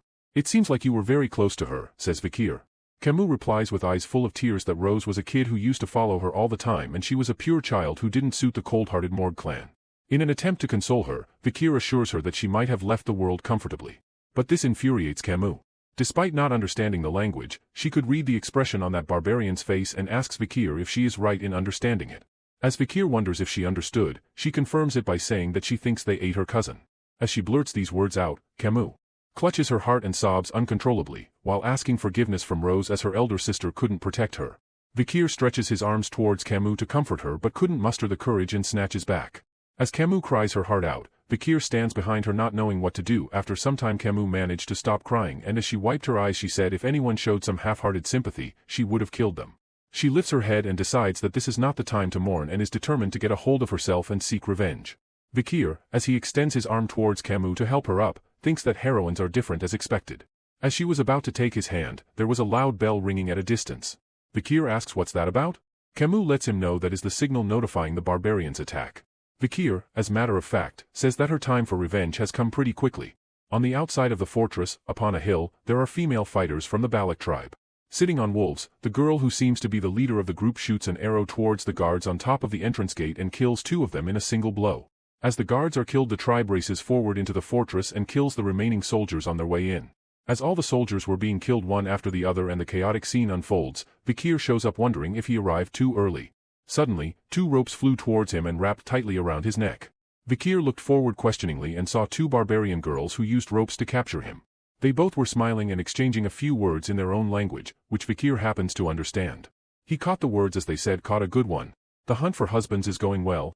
Vikir was puzzled for a few seconds regarding the husband thing before he realized in order to breed a superior race for the natives, are they hunting people to become suitors? Vikir grabs onto the 2 ropes near his neck and yanks it off so hard that the barbarian girls fly off of their wolves and land on the ground as he apologizes for not being able to be their husband since he might already be engaged. The male barbarians witness this and aim their arrows towards him, one of them asking if he is part of the enemy. Vikir, with his hand on the hilt of the sword, he moved ahead boldly towards the enemy. However, in his mind, he cannot shake off Hugo's request to not initiate a battle before he met with his forces. He contemplated whether he should wait for the main force to arrive. With determination, he drew his sword to cut down the incoming arrows. The barbarians were shocked to witness such precision and skillfulness. However, their surprise is short-lived as a huge fire engulfs them within a matter of seconds. Camus, who had used the fire spell, appeared beside Vikir and expressed her anger towards the barbarians and questioned Vikir, why was he not killing them already? The barbarians were squeaking in pain as she intensified her spell, matching it with her rage. Vikir looks beside him with surprise as she makes the whole place a sea of fire. Camus, calming down a little, asks Vikir if he used liquid aura. Before he could answer, he recognized his skill level as a graduate and that he is the only man she could acknowledge. He explains about the order he received from the Patriarch to not initiate a battle without the main forces. Camus started casting multiple spells and questioned if that was an order from the Baskervilles' Patriarch. She then asserted that the Baskervilles should refrain from this as she can kill them all on her own. She released a series of attacks burning a vast area in front of her. Vikir from the side was shocked at the lethal power she was producing and recognized it as a burn spell. He also noticed that she was employing a quadra casting technique for burning spells.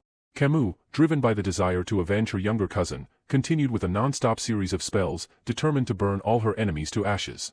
As she was about to throw another spell, one of the barbarians blew a dark tube which released a needle and stuck Camus on her neck. She felt the sting and realized she had been poisoned. She fell on the ground and saw a man on the wolf and realized she was unable to move her body from the numbing poison.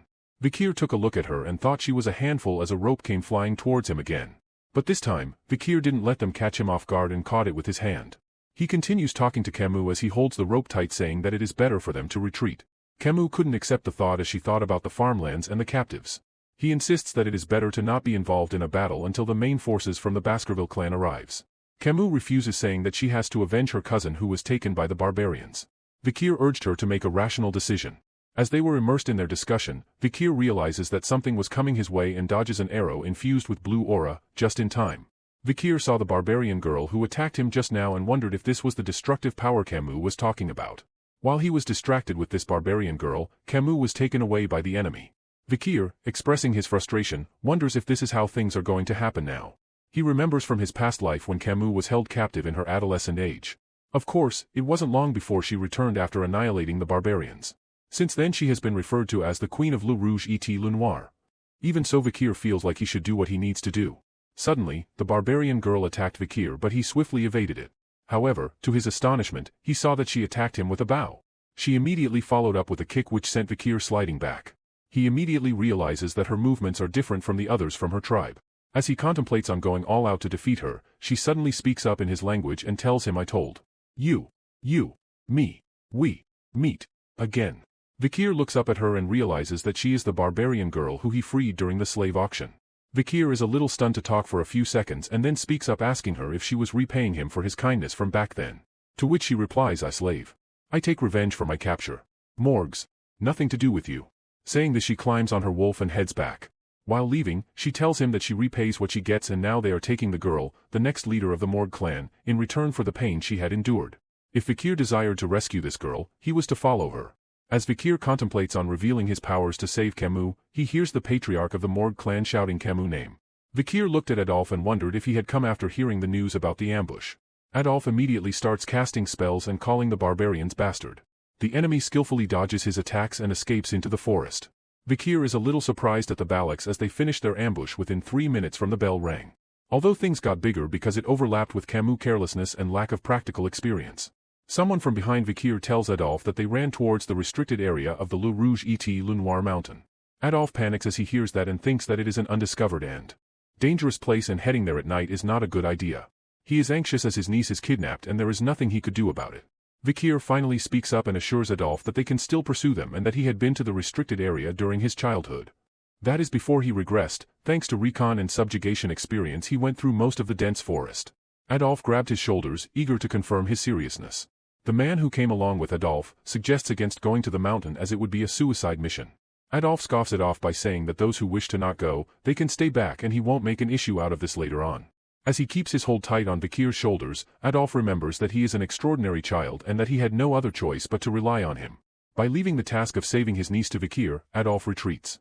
The dense forest of the Le Rouge et Le Noir mountain on the Baskerville territory is a habitat of the bone-sucking mosquitoes, poisonous, thorny vines, silent spiders and other dangerous creatures.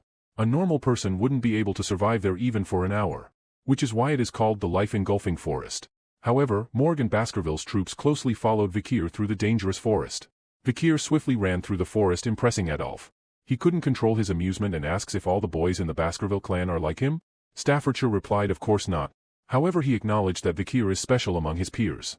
As Vikir faces a few annoying poisonous bees, he effortlessly strikes them off, earning amusing expressions from the Baskerville triplets. Suddenly Vikir hid behind a tree and instructed the group to halt. As he saw the light ahead, he informed his team that the enemy did not run very far and shared a rumor he heard about Balak scattering dry leaves surrounding them to hear the sounds of their pursuers. They need to be a little more careful starting from here. Adolphe Morg casts a spell on his feet called Silent. This magic will prevent him from making noise as he walks. Adolphe smiled and declared that he would take over from here. Expressing his gratitude for Vikir's assistance, he referred to Vikir as nephew-in-law, leaving Vikir puzzled as he wondered about the meaning behind this. Not far from their location, the barbarians set up a camp in the forest with a fire burning in the middle surrounded by people. Camus, who is tied down to the trunk of a tree, shouted at the barbarians, threatening to burn them down once she escaped. She warns them to prepare themselves as she plans on showing the horror of her special fireball. Not bothering about her ranting, two barbarian girls chat amongst themselves about Vikir. One says that she liked him and the other says that she failed in husband hunting as she couldn't catch Vikir. Camus is exhausted from all the shouting and finally realizes that no one was paying her any attention. She thinks that these people have been talking about husband hunting and wife hunting since earlier. She wonders if this was the reason for their ambush. The male barbarian who shot the poison needle approaches Camus with ill intentions in his eyes. He thinks that they captured an excellent female and knows as a matter of fact that all the males in the tribe will want her. As Camus senses his intentions, she starts shouting at him. She calls him a pervert and asks what he was intending to do with her. She also says that she'd rather be dead than enduring what he was planning to do. He doesn't understand one bit of her language.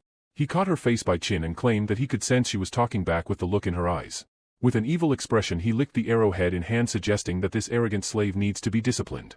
Just as the argument was about to escalate, the barbarian girl who had been saved by Vikir from the slave auction arrived at the scene and referred to the male barbarian as a Hun and ordered him to get away from her slave. He is outraged at her words and answers back, addressing her as his commander, Ian, saying that he caught her. But Ian called his words bullshit and told him to keep his voice down. He doesn't listen and continues to argue with her, saying that he was the one who shot the paralyzing arrow and set the trap. Ian reminds him that she was the one who made it possible for him by stopping the boy who was good with sword, or else he would have been dead by now. A Hun questioned whether Camus has become commander's booty now, to which Ian conformed. Camus observes their heated argument and wonders if there is an internal argument. Despite not knowing the barbarian language, she deciphered their conversation and understood that the girl is the commander and her name is Ian. A Hun then stated the fact that Ian was a female commander. Ian retorted, asking him what difference does that make. Hun pointed his finger at Ian and declared that he won't let her stubbornness just because she is the commander. Ayan became angry and a blue aura surrounded her. With a fierce look in her eyes, she warned Ahun if he is pissed, he could come at her any time and she would turn him into a bloody mess. Fear struck Ahun and his entire body was covered in cold sweat. He raised his hands and backed off from Ayan, accepting his defeat, said that he is not pissed anymore and told her to do as she pleased. As Ahun runs away from the scene, Camus, who was observing the whole conversation, comes to a conclusion that the girl won the argument. Ayan looks down on Camus and speaks in her language that Camus has good eyes and physique as expected from the future leader of the Morgue bloodline.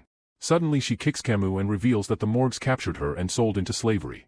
However, she was lucky enough to receive kindness, so she managed to escape from the fate of a slave. But she warned Camus that she wouldn't be that lucky and that Ayan will take her time to tame Camus, which she will feel in her bones and soul. She tells Camus tot licking her feet between the toes will be her daily routine now. Just then there was an explosion behind Ayan. As she looked back she saw her men caught on fire, screaming for their lives as the place was engulfed with a huge fire. From behind it, there is a voice calling the barbarians, beasts, and warning them that they will pay for what they've done.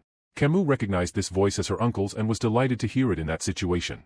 Adolphe, as he was about to throw his next fire spell, shouts his command to return his niece to him right this instant. The barbarians are taken aback as the Baskervilles and Morgues start hunting them down. On the other hand, Vikir, perched above a tree, suspects that something is strange. The Baloks who systematically ambushed the fortress are completely flustered now. The barbarians curse the Baskervilles and Morgues, not understanding how they are able to cause such uproar within the forest in the middle of the night. Adolphe orders his mages to not let anyone live as he sees the barbarians escape. Camus, still tied to the tree, is now pleased to see the barbarians run amok in terror. As she was enjoying the sight in front of her, she heard a rustle from behind the tree in the dark. With fear, she slowly looks back and finds Vikir leaning on the opposite side of the tree trunk and indicates to her to stay silent by placing his finger on his lips. She calls his name in happiness and asks if he came to save her. A little annoyed, Vikir asks her if she doesn't know the hand gesture used for keeping quiet. As suspected, someone heard her and the girl now standing in front of them is Ayan. She is not surprised as she saw Vikir since she knew he would come. She praised Vikir's strong physique, which made it possible for him to cover a long distance within a short span of time. She continued to praise him by saying that his level-headedness made it possible for him to get through the darkness of the forest. A passionate and pure love that made him put his life on the line for his girl. She tells Vikir that she will not ask anything about his past and that he passed. Vikir stood there perplexed, questioning himself what he had passed exactly. Camus and Ayan make eye contact and are furious at each other for Vikir. He on the other hand feels it too difficult to hide his abilities in the situation and wonders why can't he recall anyone like her from his past life. Vikir questioned himself again whether she is the one who scared Hugo's nose bridge, the Balak archer Night Fox? She is still too young and slightly unskilled to be that person. Or is she from the same bloodline as Night Fox? As Vikir is busy analyzing his thoughts, someone from behind tries to blow a poison needle again at Camus. Thanks to Vikir and his stealth, he blocks it with his right hand and Beelzebub absorbs the poison. Ahun, who blew the needle, with complete shock, wonders how Vikir even noticed it. Vikir with calmness lifts Camus into his arms and states that things have gotten bothersome and asks Camus to bear with him for a while and he will take her to Adolphe. Camus blushes as she was surprised at Vikir for the usage of formal language.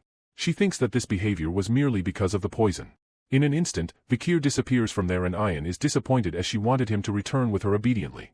On their way to escape the place, Vikir asks if Camus is severely poisoned and she confirms that he might be.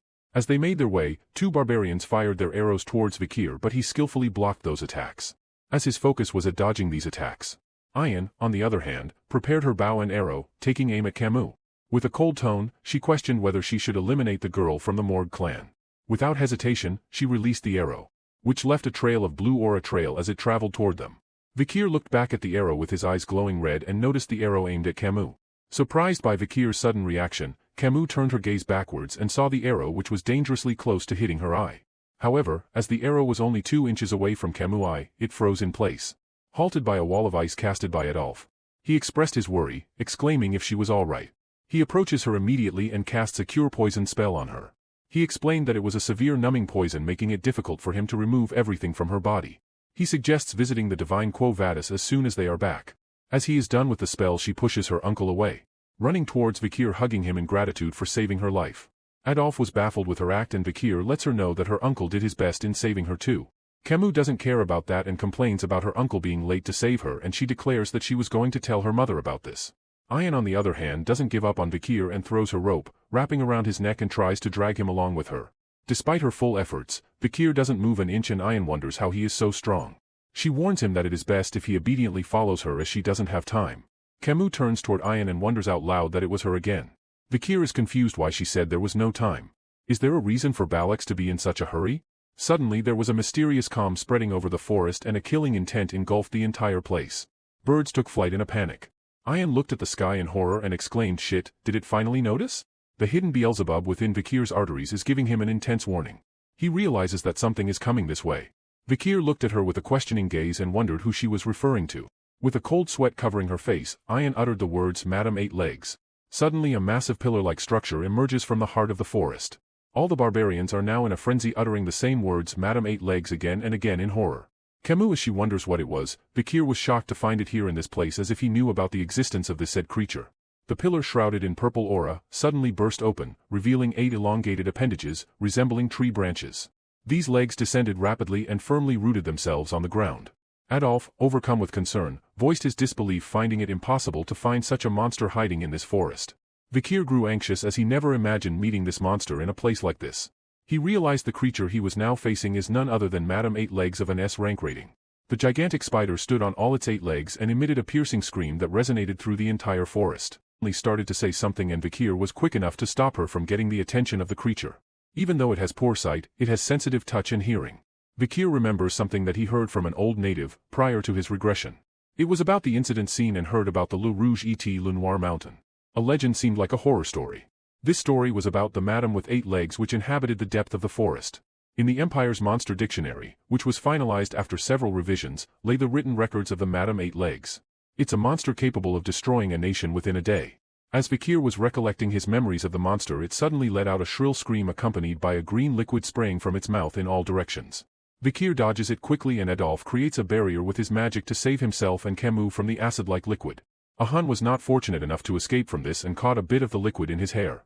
It immediately burned his hair and he started screaming in panic. Ayan was beside him the next second and showed her frustration at Ahan being stupid enough to scream in front of the Madam Eight Legs. She tells him that if he was not the grandchild of the shaman, she would have killed him already. She looks at the creature and decides to retreat and orders everyone to do the same. Adolf, being on the same page as hers, decides to make a run for it. Between the Balaks who ran away in smaller groups and the Baskervilles and the Morgs who ran away together, there is a slight difference in retreat. But it made the Madam decide who to chase after. Madam starts to move in the direction of Vikir's team. One of the Morg mages assures Hugo that he will take care of it as he knows the weakness of a bug is fire. He blasts a huge fire spell in its direction and was starting to feel thrilled thinking that he killed it. This rejoicing didn't even last a few seconds as one of Madam's legs came out of nowhere and pierced right through his stomach, killing him instantly.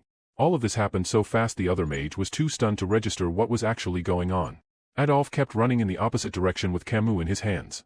Vikir, who was running beside him, after calmly contemplating on what to be done about the situation, he finally decides to act up and turns around in a swift motion. Staffordshire notices this and questions what was he planning to do. Vikir replies that at this rate they will all be annihilated and that one of them should tie down its legs. As Staffordshire was about to volunteer for the task, Vikir gives him a sharp look and asks if he thinks he'll be able to do it with his current skills. Vikir continues and informs everyone that they can't allow the monster to be anywhere near the territory. In the present situation, the best person to tie down its legs is Vikir himself. He turns around with his hands at his sword, determined for the battle.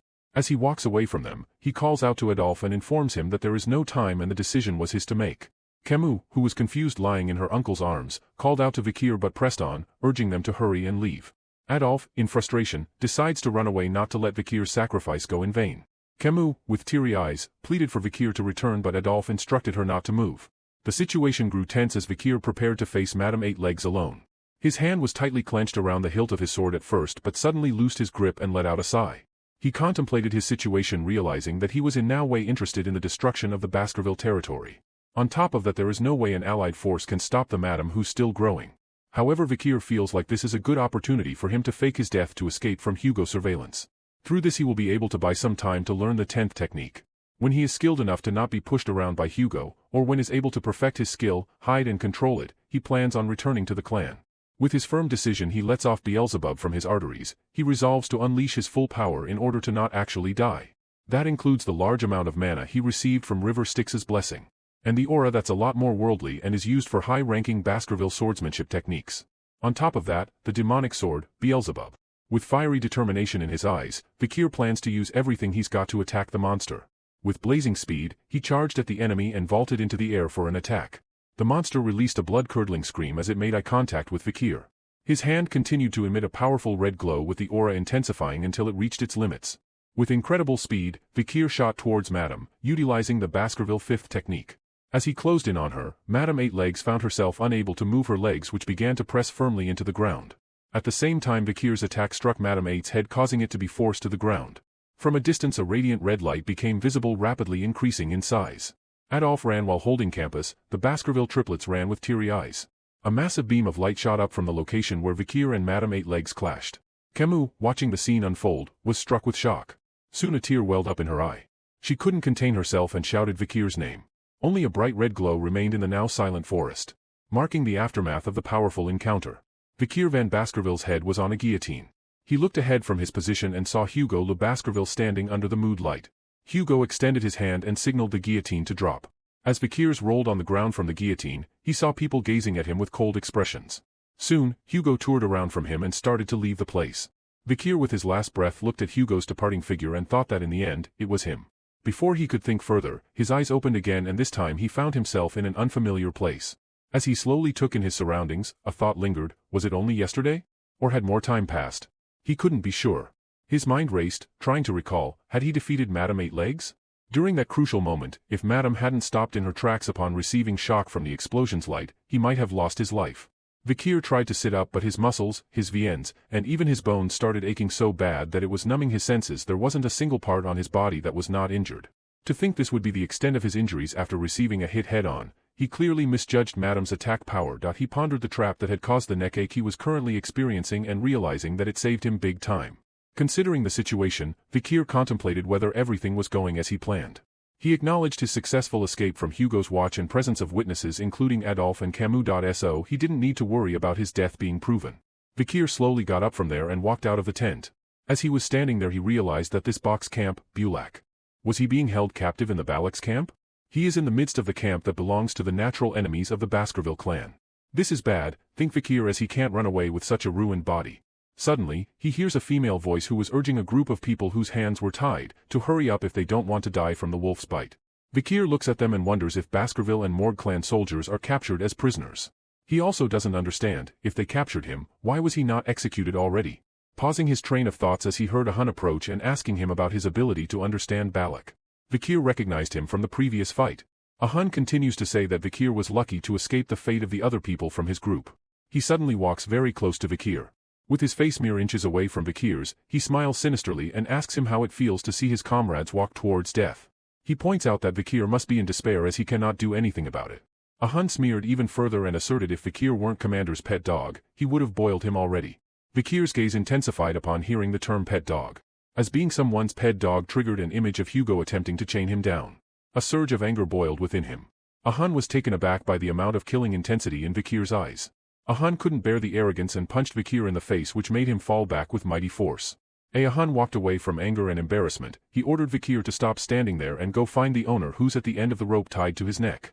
As Vikir gets up from the ground, he vowed to memorize his face and determined that when his body recovers he will make a Hun pay for how he treated him.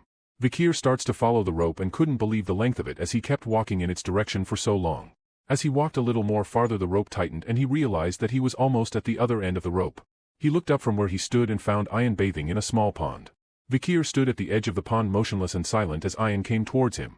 As Ayan reached the end of the pond, Oswell smiled at Vikir and tells him to lie down. For a few moments Vikir did not understand what was she saying, and then suddenly there was a tug at his neck as Ayan pulled the rope, causing him to fly forward. He narrowly avoided an arrow that was aimed at him. Ayan then shouted at the children nearby and demanding they practice elsewhere. As Vikir was lying on the ground, Ayan turned her attention back to him. She expressed her gratitude for saving her at the slave auction. Pointing a finger at him, she explained the principle of returning kindness in twofold, tenfold when they're taking revenge. Since he saved her once, she saved him twice. Vikir wonders when was the second time she saved? To which she explains that she went back to the forest after his fight with Madame Eight Legs and saved him from nearly dying. Confused, Vikir questioned about the rope and her reason for keeping him alive. Ayan responded, implying that he held a higher position within his party. This revelation startled Vikir. Ayan continued, suggesting she wondered how much his party would pay for his return. Vikir was taken aback by her statement, realizing that he was in trouble if hostage negotiations were initiated with the Baskerville clan. His plan to escape Hugo's watch would become meaningless. He pondered his options in this difficult situation. With a mischievous grin, Ayan looked at him and revealed her intentions.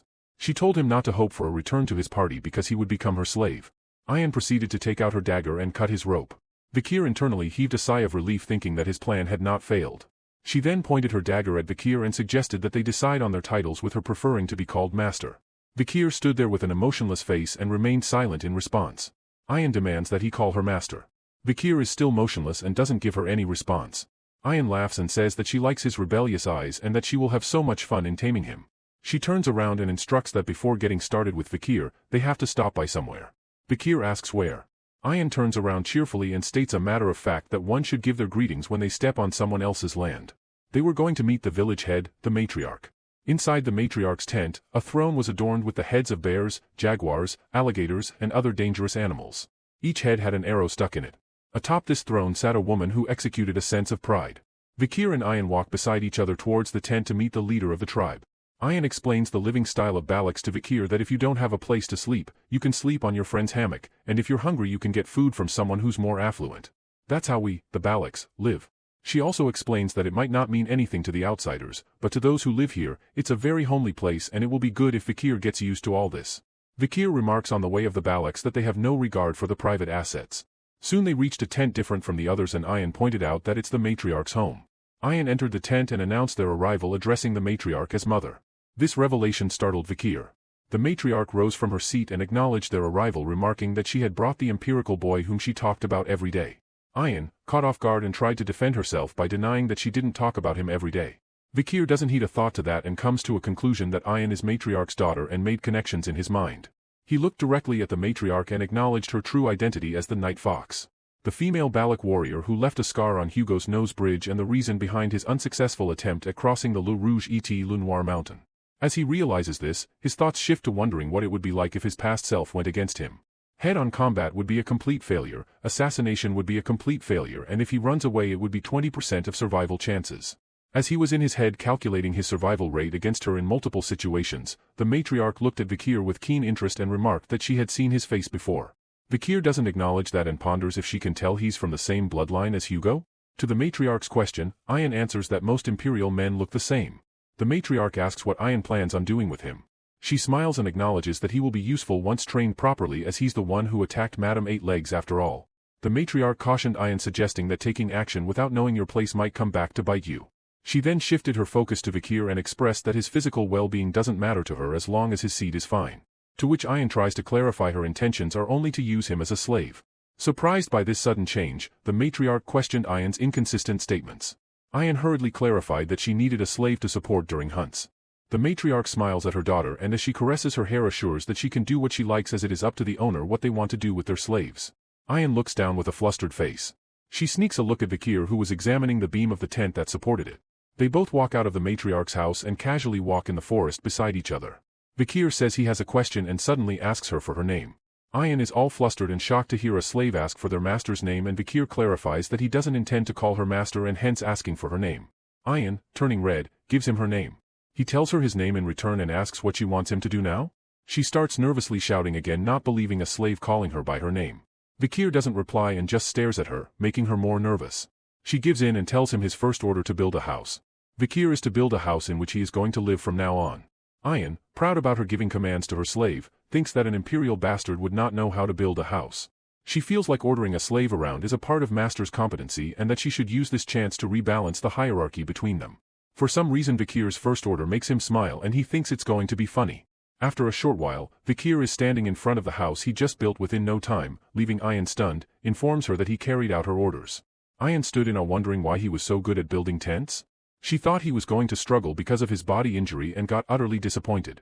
Realizing his skill and strength she glances back to her hands behind her holding some tools and thinks that if he's going to be like this, there is no use of them. This task brings Vikir some nostalgic memories from his past life. During the time of destruction, swordsmen were only good at wielding swords which was why they can't survive. So in order to survive in extreme situations, one would need to learn a variety of survival skills.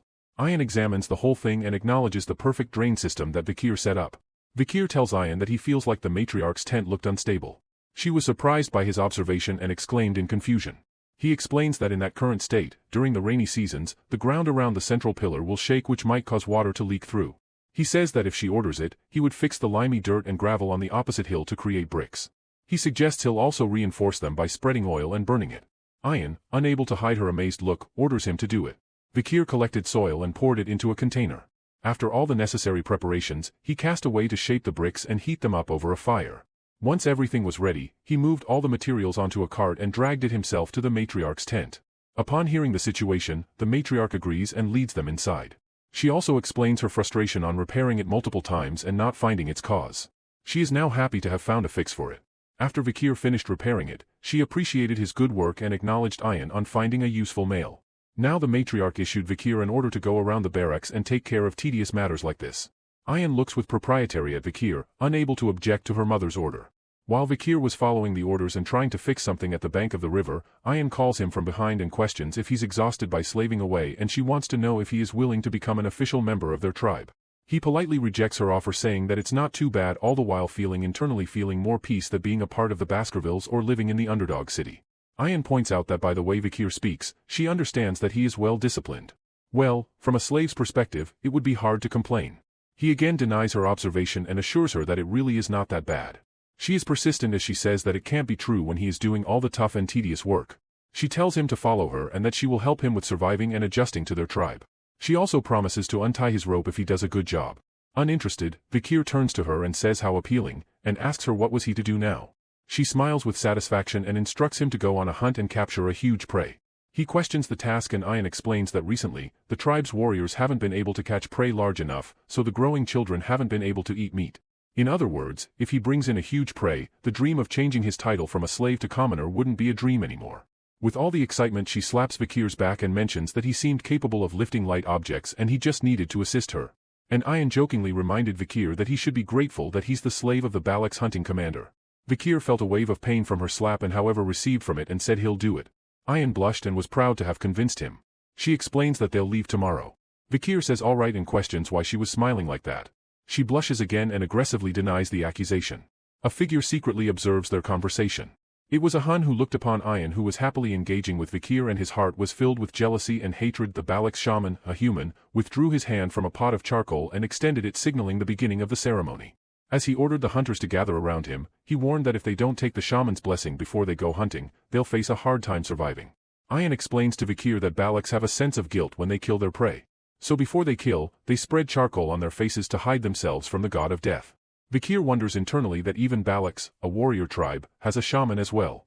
One of the barbarians' girls commented on the shaman that he is nagging, while her male companion suggested that he needs to establish his position as well.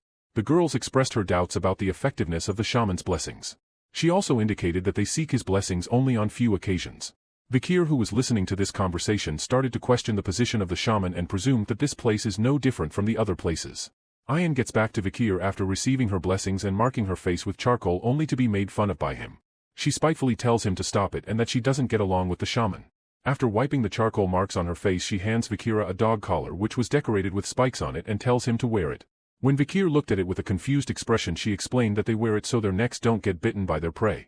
Vikir doesn't like the idea at first but then decides to just adapt their ways for the time being. As Ayan and Vikir rode a wolf, she reminded him to hold on to her waist, concerned about his safety. Vikir assured her that he will be fine and they set off. Once the wolf moved ahead with its full speed, Vikir slid right off it and was on the ground in no time. Ayan stopped and glazed at him with a knowing look, predicting it to happen. Vikir, on the ground, wondered if he could even get up from there when his body is in such a state. Suddenly there was someone standing near Vikir's head and Ayan addressed him as a Hun. A Hun with serious expression on his face, commented on Ayan being so free that she is playing around with her slave.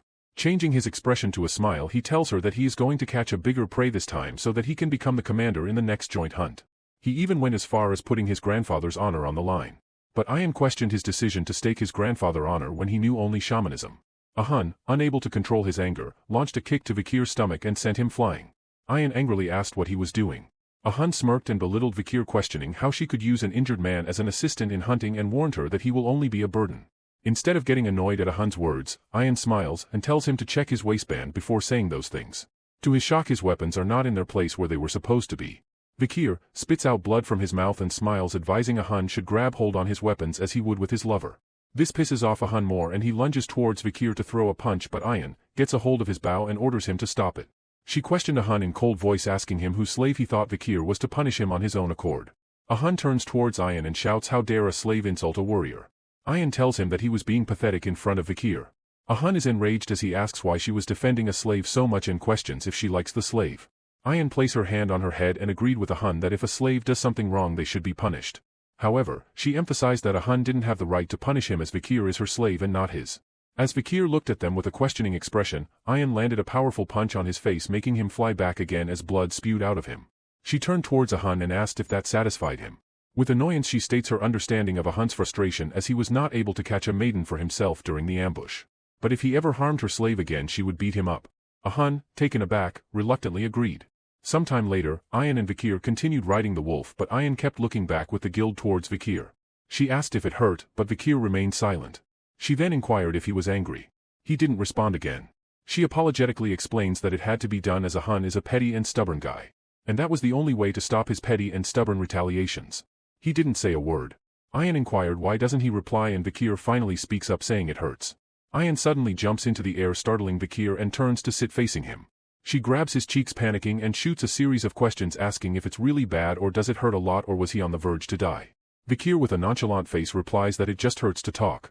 As Vikir tries to explain that he had a lot of injuries Ayan's lips land on his before he could complete that sentence. After some time she backs off from his face blushing and places her fingers on her lips. Realizing what she just did, she turns back to face ahead. Ayan's ears turn red as she remarks Vikir that for being an imperial bastard he sure is promising. Vikir at the back wipes his lips as he ponders if barbarians lick each other's wounds usually. Considering it dangerous to lick injuries as it can spread an infection.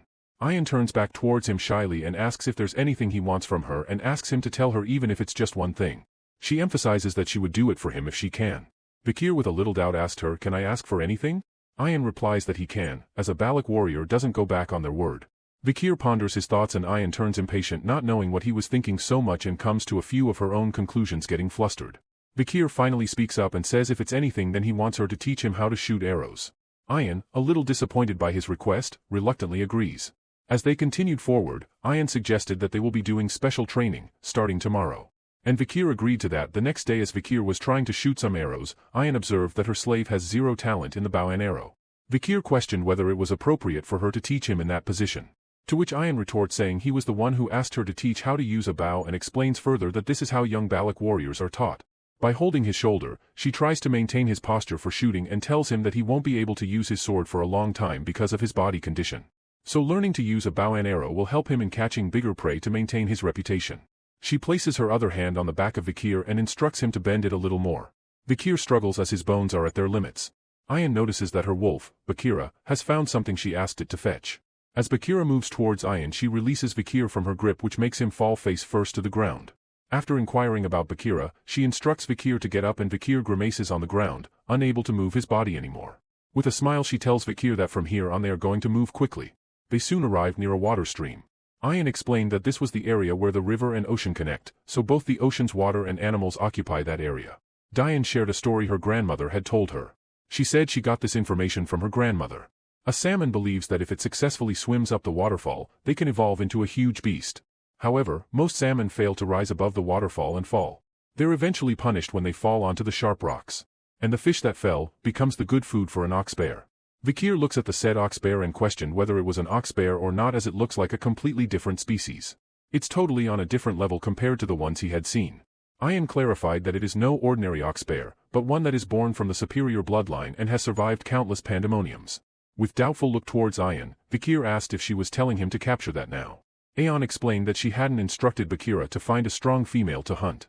Their actual target was the male bear courting the female. Several male bears approached the female bear, and she looked at them for a moment.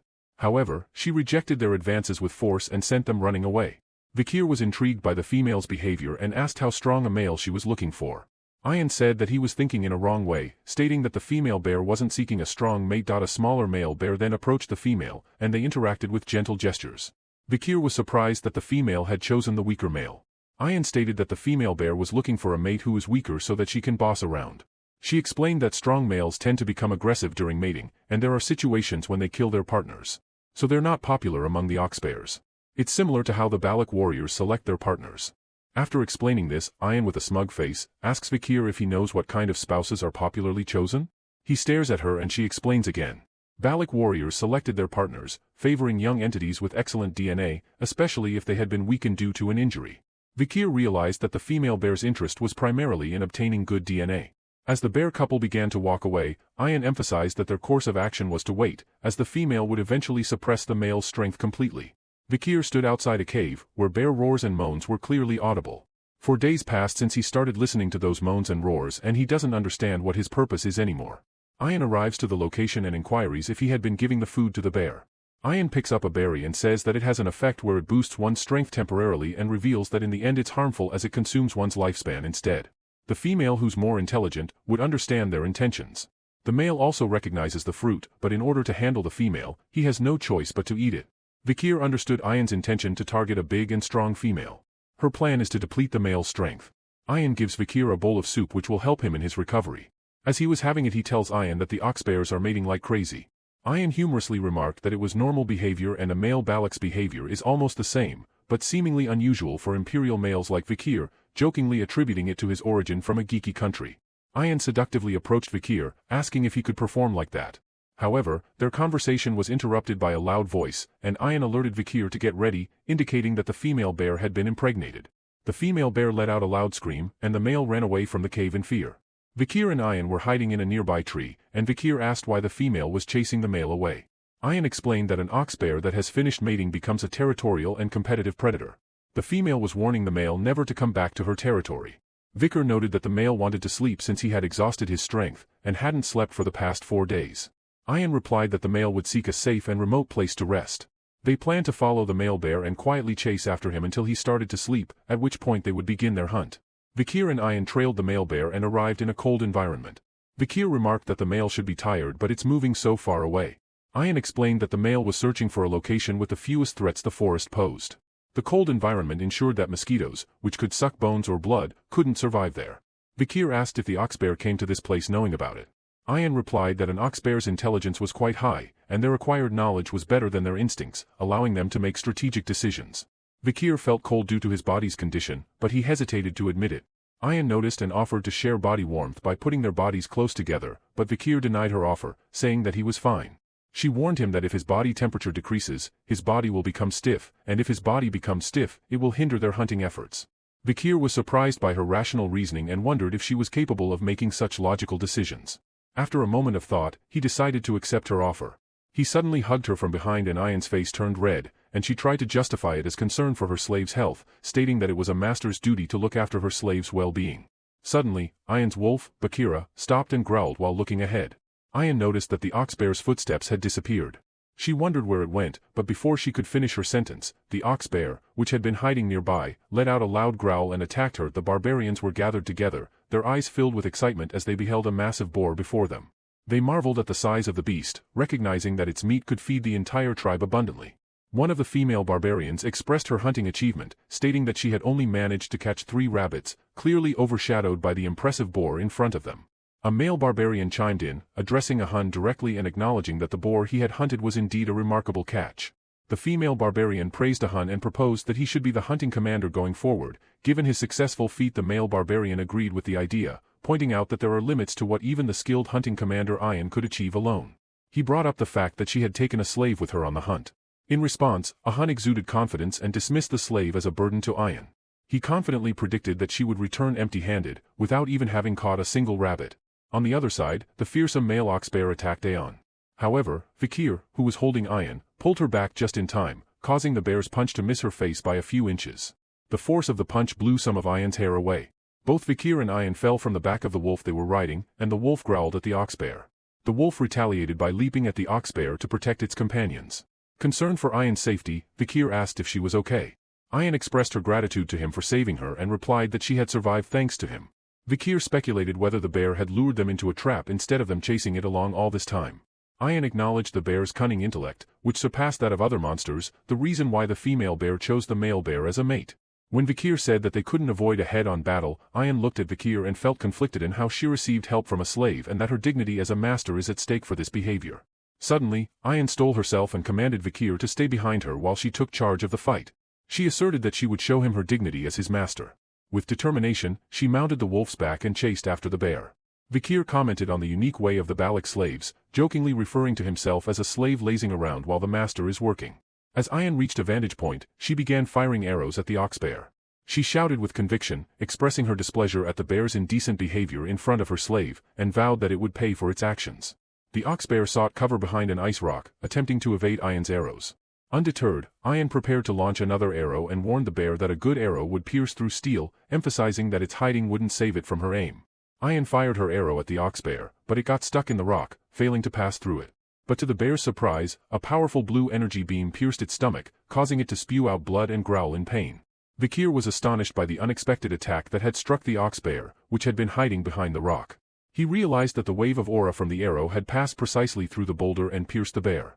He marveled at Ayan's archery skills, considering them akin to an art form and recognizing her exceptional hunting abilities. Ayan turned back with a knowing look on her face to check if Vikir witnessed her attack. Vikir remarked that judging solely by her skills, Ayan might surpass even Camus Morgue. The wounded ox bear emerged from its hiding place with bloodshot eyes and charged at Ayan with rage. She responded by shooting an arrow at its eyes. But the bear continued its relentless charge. In response to the bear's persistence, Ayan confidently prepared another arrow, asserting that an arrow filled with her sincerity was powerful enough to break through a castle wall. She released the arrow, but to her surprise, the ox bear managed to dodge the attack, leaving Ayan shocked and bewildered. Before Ayan could fully comprehend the situation, the bear struck the wolf she was riding. In the midst of the intense battle, Ayan recalled her mother's words. Her mother had mentioned that when a beast with dull senses nears death, it can sense the killing intent of a person. Ayan realized that she had underestimated the ox bear, and had been careless in thinking she had cornered it perfectly. Despite her righteous intentions in shooting the last arrow, she now faced a dangerous and formidable adversary. The ox bear menacingly approached her, its mouth drooling. The bear opened its mouth wide, ready to bite. Overwhelmed with fear, Ayan closed her eyes and braced herself for the impending danger. However, just as the ox bear was about to attack, Ayan heard a familiar voice calling out to her, asking if she was done showing what a master's dignity is like. When she opened her eyes, she saw Vikir standing before her. Vikir stepped forward to confront the ox bear and confidently declared that it was now his turn to take action. He thrust his empty hand towards the beast, which began to glow red, and soon, Beelzebub emerged from his hand. Vikir wielded the power of Cerberus flame, and the ox bear's head was engulfed in flames, causing it to slide back in pain. Ayan watched in awe as she wondered if that powerful attack was indeed fire, witnessing the bear's head being roasted alive. The ox bear let out a final growl before succumbing to its injuries, falling lifelessly on the ground. As the battle ended, the bandages around Vikir's body had burned away with the fire, and his previously injured eye had been healed. Ayan couldn't help but blush as she looked at Vikir, grateful for his timely intervention and amazed by his incredible abilities. Vikir's face and posture distorted in pain. He admitted that using that powerful skill had taken a toll on his body. Vikir collapsed onto the ground, leaving Ayan shocked and confused by the sudden turn of events. She called out his name with worry, unsure of how to help him after witnessing his tremendous display of strength. At night, the barbarians gathered in one place, dancing around a fire in celebration. The skin of the ox bear displayed for everyone to see and admire the great catch by the hunters. They cooked food in a huge pot and distributed it among others. Ayan and Vikir sat on the side, wearing traditional hats which represent them as hunting hero. Ayan spoke about how the hunter who catches the largest prey receives the villagers' respect and admiration. Vikir, however, seemed indifferent, which led Ayan to criticize him for his lack of enthusiasm. She explained that the ox bear, being both strong and intelligent, was an honorable catch, making them the main figures of the pillaging ceremony. She compared the ox bear to a sluggish and scared normal boar, indicating the significance of their achievement. Ayan then questioned a Hun, who was standing beside Vikir, to support her point. A Hun in frustration handed a bowl to Vikir while referring to him as a slave.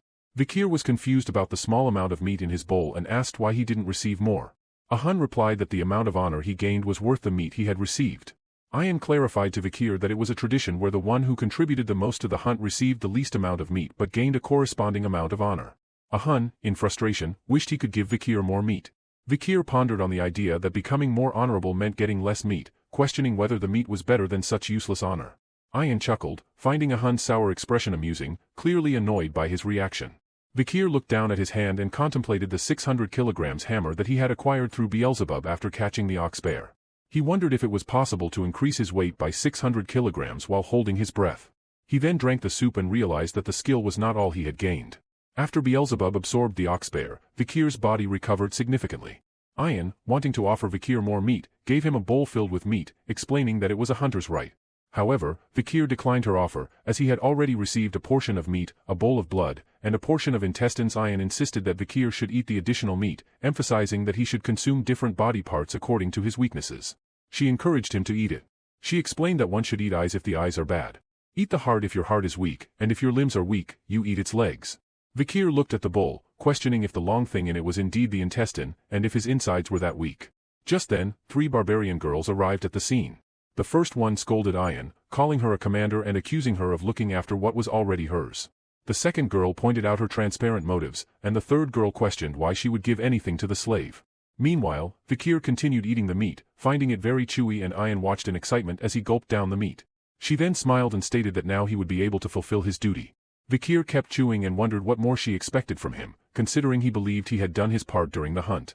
As the new morning arrived, Vikir stood near a large tree trunk whose top was cut. He noticed the tree melting a little, confirming what Ayan said the previous night. Last night, while he was standing near the tree trunk, he noticed that it was covered with lots of meat. He questioned Ayan about placing good meat there, considering the village was going through a food shortage. Ayan explained that the meat was an offering to Madame Eight Legs, and they sought permission to live in that dense forest. Vikir realized the significance of Madame Eight Legs and how reckless his actions had been. He understood the Balak villagers' behavior towards her and found her to be an annoying monster. Vikir, strolling back to his hut, noticed a long line of girls waiting outside. He was puzzled, wondering if there was another ceremony or some special event.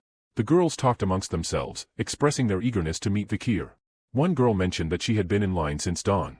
While another was glad to be at the front end, a third girl proudly stated that she stayed awake the entire night. 3 girls stood together, discussing the possibility of becoming a commoner based on the results of yesterday's pillage.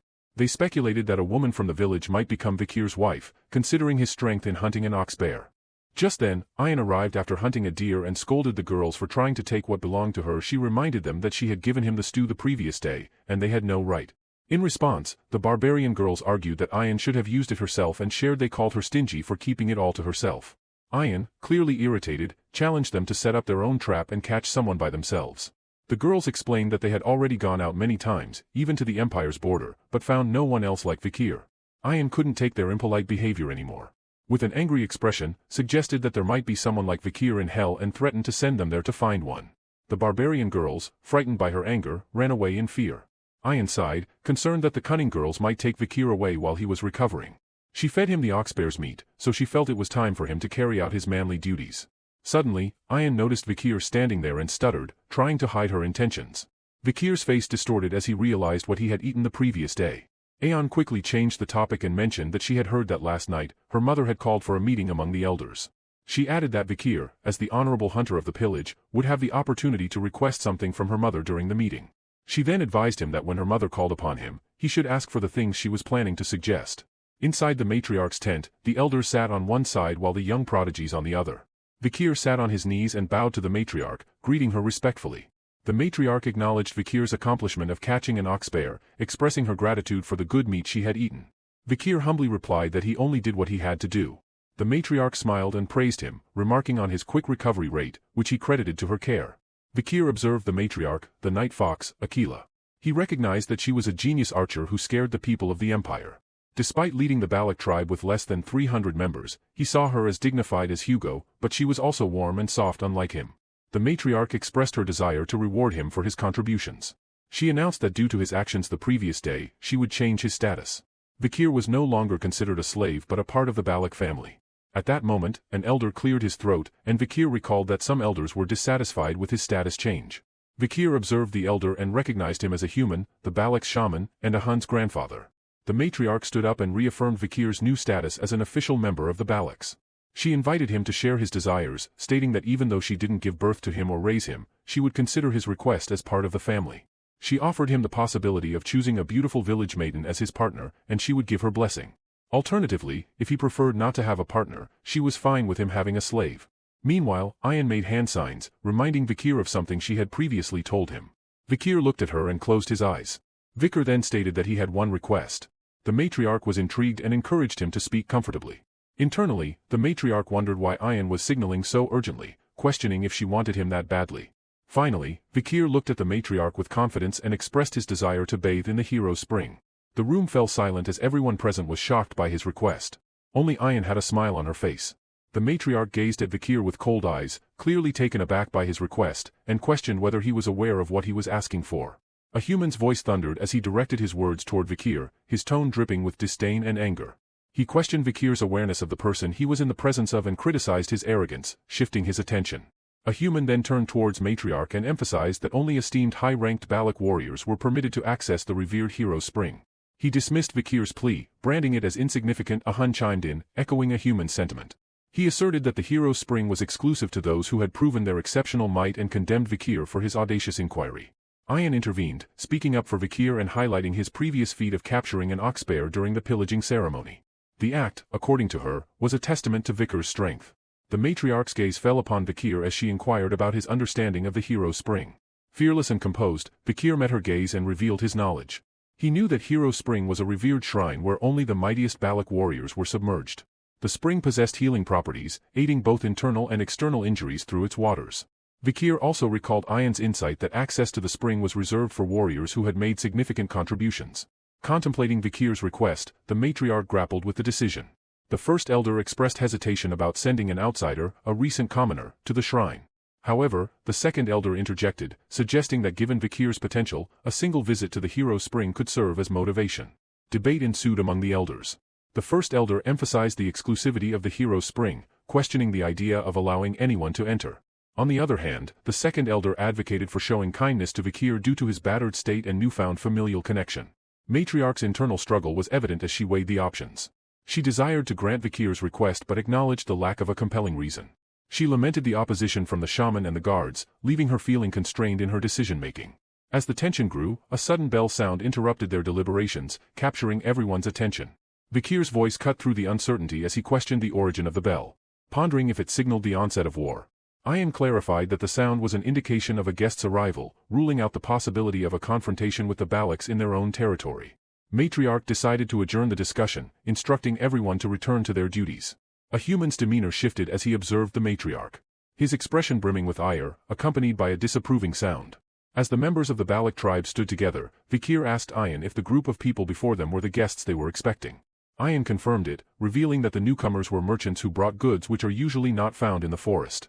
The Balak tribe eagerly anticipated their visits. However, Vikir's thoughts were elsewhere. He focused on a symbol on one of the merchants' flags, recognizing it as belonging to the bourgeois family. One of the 7 merchant families. Vikir was perplexed by their presence, considering that their route required crossing either the Baskerville or Morgue family territories, both of which wouldn't likely grant such passage. Vikir mused about the possibility of the bourgeois family having found a way to smuggle themselves through. The head merchant, resembling their leader, addressed the crowd in the Balak language with a cheerful tone. He announced the arrival of the 5-day market and encouraged bartering. The merchants promptly set up their stalls and showcased their wares. One item promoted was a glass orb believed to induce sweet dreams when placed near one's bed. Another merchant drew attention to cosmetics and grains in their collection. Vikir observed the merchants' offerings with a critical eye, noting that they had brought essential goods and food that were distributed throughout the empire. He questioned the disparity in value, considering that they were trading rare forest items for seemingly mundane supplies. He speculated whether the merchants were taking advantage of the Balak's lack of knowledge about current market prices. However, Vikir decided to let the Balaks navigate this on their own to avoid drawing attention to himself amid the bustling market. Ayan's voice rang out in frustration, denouncing the unfairness of the deals. She questioned whether it made sense for her to exchange a diamond for a corn. Vikir found solace in her reaction, relieved to see someone expressing rational dissatisfaction.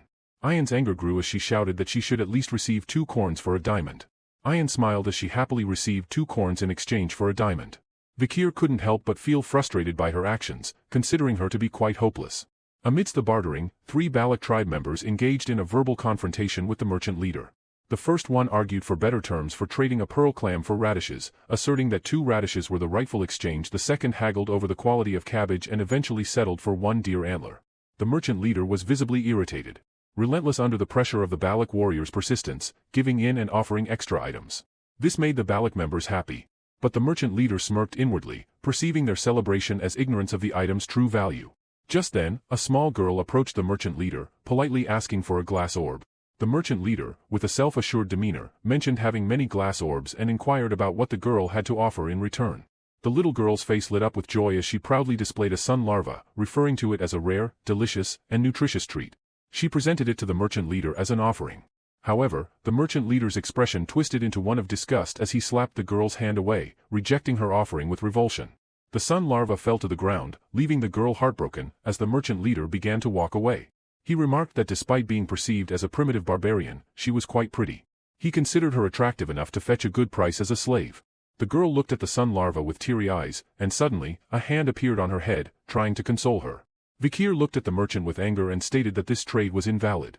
The merchant leader questioned whether Vikir understood the imperial language and tried to brush off the incident by saying it was just a misunderstanding.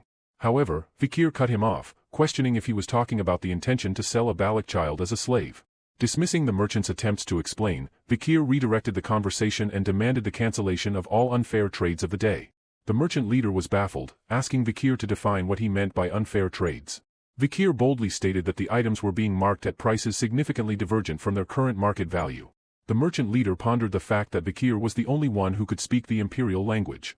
Attempting to assert authority, the merchant leader claimed that the trades were sacred and sanctioned by the Baloch shaman, who was seen as a proxy of the forest god. He belittled Vikir's interference due to his young age, implying that he shouldn't involve himself in matters beyond his understanding. Vikir's words were calculated and sharp as he broke down the actual market values of the items being traded. He revealed that the supposed corn was worth 100 gold each, while the received diamond had a value of around 2 million gold. He further explained the worth of an ox-bear horn when crafted into a billiard ball, equivalent to 1 million gold, comparable to a goblin but mushroom, a newly used medicinal item. The merchant leader was astonished by Vikir's precise knowledge of market prices. Vikir picked up a glass orb and explained that this glass orb can give you sweet dreams. If you place this next to you, you will certainly be engulfed and only can dream of sweet dreams. He then disclosed that the orb's surface contained hidden holes that dispense drugs inducing sweet dreams, which, in reality, was a harmful, cheap substance banned in the Empire due to its adverse effects with prolonged use. He acknowledged the merchant's effective distribution of the drug. Crushing the glass orb in his hand, Vikir unveiled their scheme, leaving the merchant leader visibly rattled as their covert actions were exposed. Among the chaos, the merchant leader's friend whispered inquiries about the situation, to which he confirmed that someone had uncovered their secret. Ayan, filled with anger, questioned Vikir's previous words, seeking confirmation regarding drug, body, and harm. Vikir acknowledged her inquiry, prompting Ayan to turn her wrathful gaze toward the merchant leader. She demanded an explanation, linking the deteriorating health of many people to their actions. The merchant leader recognized the need to retreat from the situation and attempted to downplay the circumstances. However, before he could proceed, an arrow from Ayan's bow found its mark, piercing his shoulder. The merchant leader screamed in pain as Ayan fiercely accused them of fearlessly deceiving the Balochs. The merchant leader's face turned pale, his brow dripping with cold sweat as the pain from his wounded shoulder brought tears to his eyes. His response was a bitter expletive, reflecting his realization of the dire situation. The merchants swiftly mounted their horses, urgently rallying their group as they shouted to gather their belongings and escape. Vikir questioned Ayan's decision to let them go without consequences, given the merchant's reputation for avoiding losses. Ayan offered her perspective, comparing their situation to hunting techniques used on beasts in packs. Injuring and releasing them could lead them back to their group, allowing for more strategic confrontation.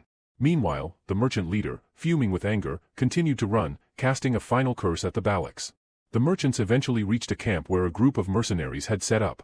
With frustration and desperation, the merchant leader ranted about the Balochs stealing their products and rallied the mercenaries for an impending battle.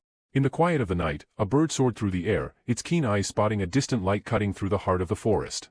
Descending, the bird perched on someone's hand. Ayan's fierce gaze met the bird's arrival as it landed on her hand. She uttered a chilling declaration that resonated with the anger within her. They had provoked the Balochs, and in her eyes, there was only one way to deal with such an offense, slaughtering their adversaries. A group of mercenaries moved silently through the dense forest toward their destination in the heart of the night. The leader of the mercenaries turned to the merchant leader accompanying them and addressed him, highlighting the unfortunate looting of his goods by the Baloch group. He suggested that mere words wouldn't work with these barbaric raiders and that a more decisive approach, involving their annihilation or enslavement, was necessary. The merchant leader, however, countered that the challenge of defeating the Balochs in combat was not to be underestimated. The mercenary leader questioned his decision to hire them if he was so apprehensive, reminding him that they were initially meant to be a backup plan in case things went awry. He then lit a matchstick to ignite his cigarette and elaborated on their agreement to receive a share of the earnings in exchange for providing security, hinting at the possibility of taking spoils if the situation called for it.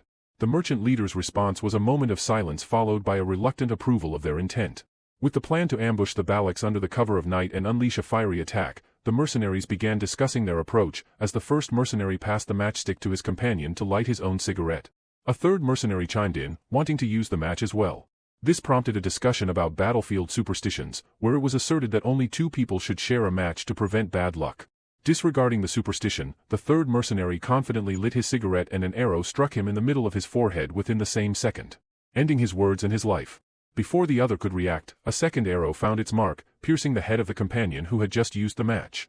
The mercenary leader, oblivious to this chaos, continued talking to the merchant leader about his past experiences of capturing and selling barbarians as slaves. However, his sentence was abruptly cut off as a shocking expression of fear spread across the merchant leader's face. An arrow had found its way into the mercenary leader's forehead as well, ending his tale and his life in an instant. The merchant leader urgently shouted as the Balak warriors approached, warning everyone to extinguish their cigarettes. Ian, standing at a distance, expressed anger and a determination to target only the heads of the enemies.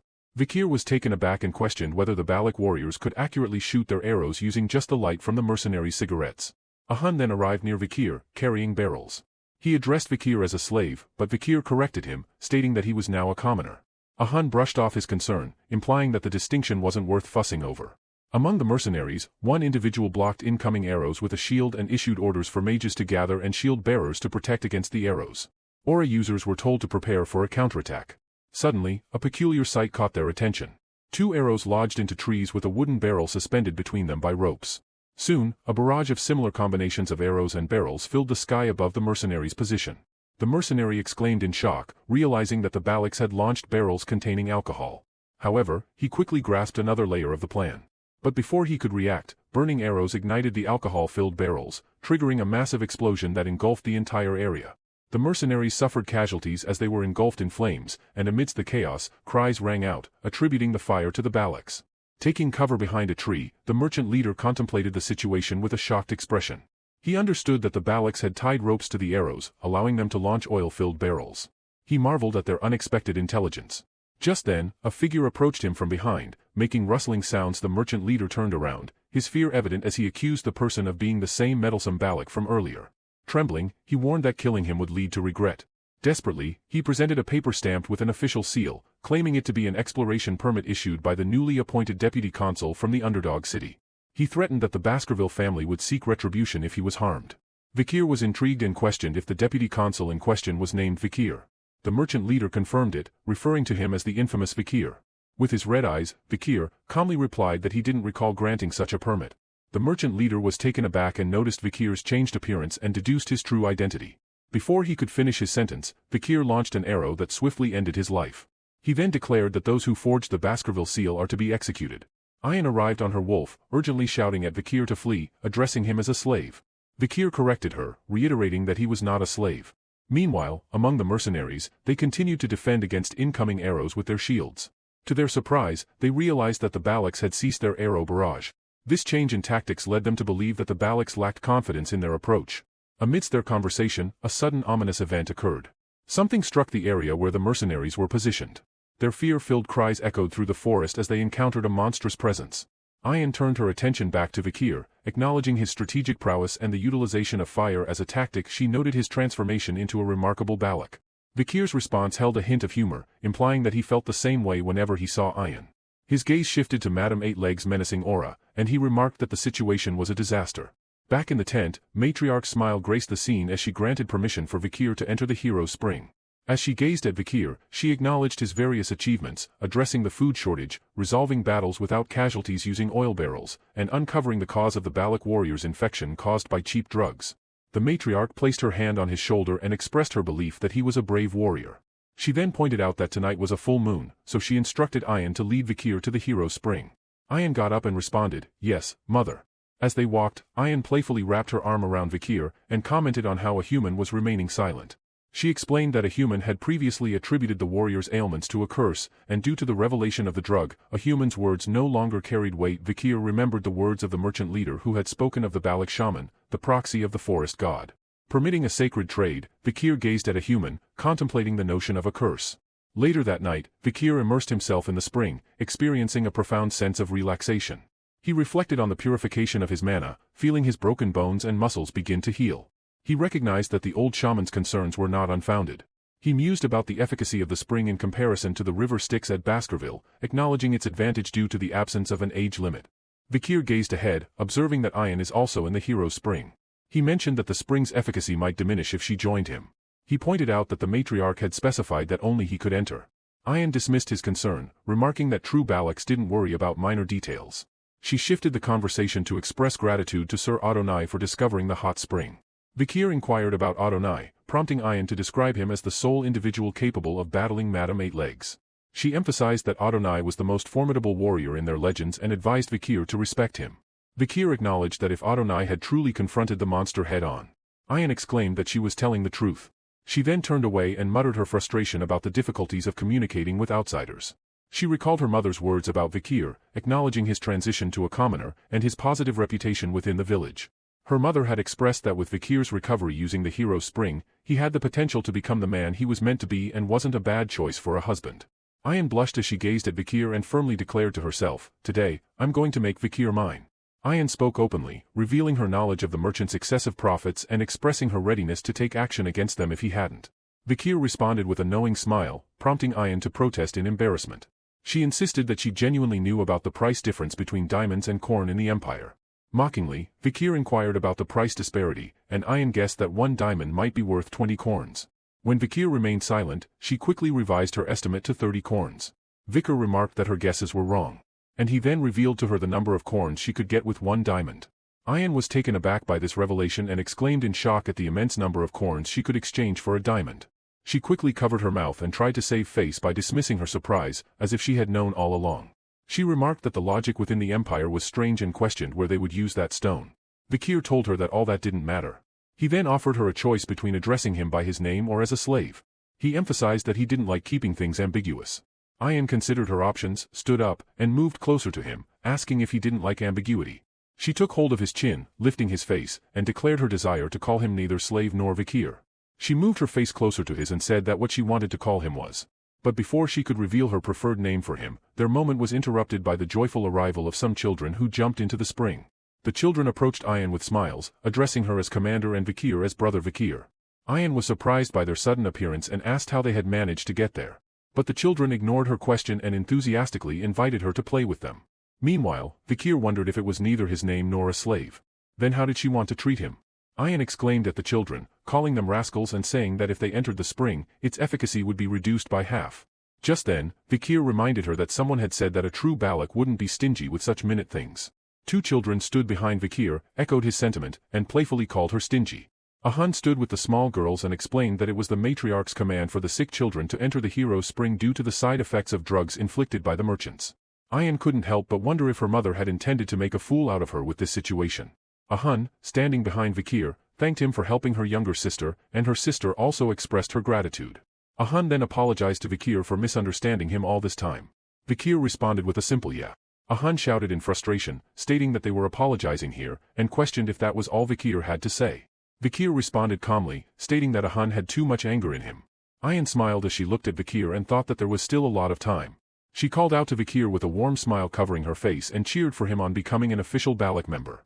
About 2 years later, a punch landed squarely on a Hun's face, causing him to fall to the ground with a painful sound.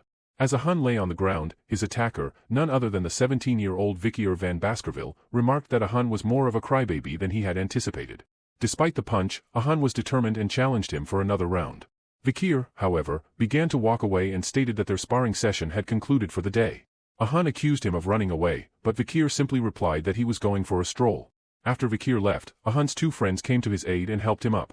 A Hun expressed his frustration, describing Vikir as an annoying and monstrous opponent who had become even more formidable after recovering from his injuries. One of a Hun's friends mentioned hearing that Vikir's marksmanship had recently reached a level on par with Commander Ayan. The other friend, however, questioned the comparison, wondering how Vikir could be matched with Commander Ayan. He claimed that he could even make a Hun's nose bleed with a punch. However, a Hun surprised his friends by revealing that Vikir's punch hadn't actually hit him. It had stopped right in front of his face. The friend was shocked and asked if Vikir had made a Hun's nose bleed from the wind's pressure caused by his fist. Vikir was covered in sweat and let out a long breath. He then stated that now he could execute the 6th technique perfectly. He glanced at the wall riddled with enormous holes, proudly stating that he could now perfectly bear the 6th fang. Achieving this level at the age of 17 marked impressive progress, although he acknowledged that there was still a long way to go before mastering the 10th technique. He also possessed 6 mana circles, and with that, he could be regarded as a high-ranked graduator. He contemplated the blessings of the river Styx, his demonic sword Beelzebub, and the marksmanship and assassination techniques he had acquired from Balaks. With these abilities, he could go up against even the highest-ranked graduator. Vikir remarked that it had already been 2 years since he had set foot in the deep forest. He questioned whether he would be bidding farewell to the Balaks once his preparations were complete. Sometime later, Vikir and Ayan were navigating through the forest when Vikir noticed a trail on the ground and identified it as the tracks of the deep forest snake, Mashusu. He emphasized that it was a large and ancient one. Ayan acknowledged this information, and Vikir mentioned that if they were able to catch this snake, it would provide enough food for the village for at least 4 days. Curious, Vikir looked at Ayan, who appeared lost in thought, and asked if she was thinking about something else while they were hunting. Ayan's face flushed, and she hastily denied it. To change the topic, she mentioned that another hunting group had asked her to inquire about something. Vikir regarded her with suspicious eyes, sensing that she might be hiding something. She then revealed a knife and explained that the hunting group had obtained it from an imperialist who had trespassed into the deep forest. She asked him if he knew anything about the emblem on the dagger. Vikir confirmed his knowledge and stated that it was a famous emblem. He knew that the emblem belonged to an extremely famous clan, the Leviathan clan, an incredibly renowned clan that was part of the 7 imperial clans, along with the Baskerville clan. Ayan explained that they had initially suspected the dagger might have belonged to someone from the mercenary group they had massacred 2 years ago. Fortunately, this was not the case. However, something was troubling her. She described how in various locations around the headwaters, they had found traces of a red liquid poured from a glass bottle, left behind by unknown individuals who quickly retreated.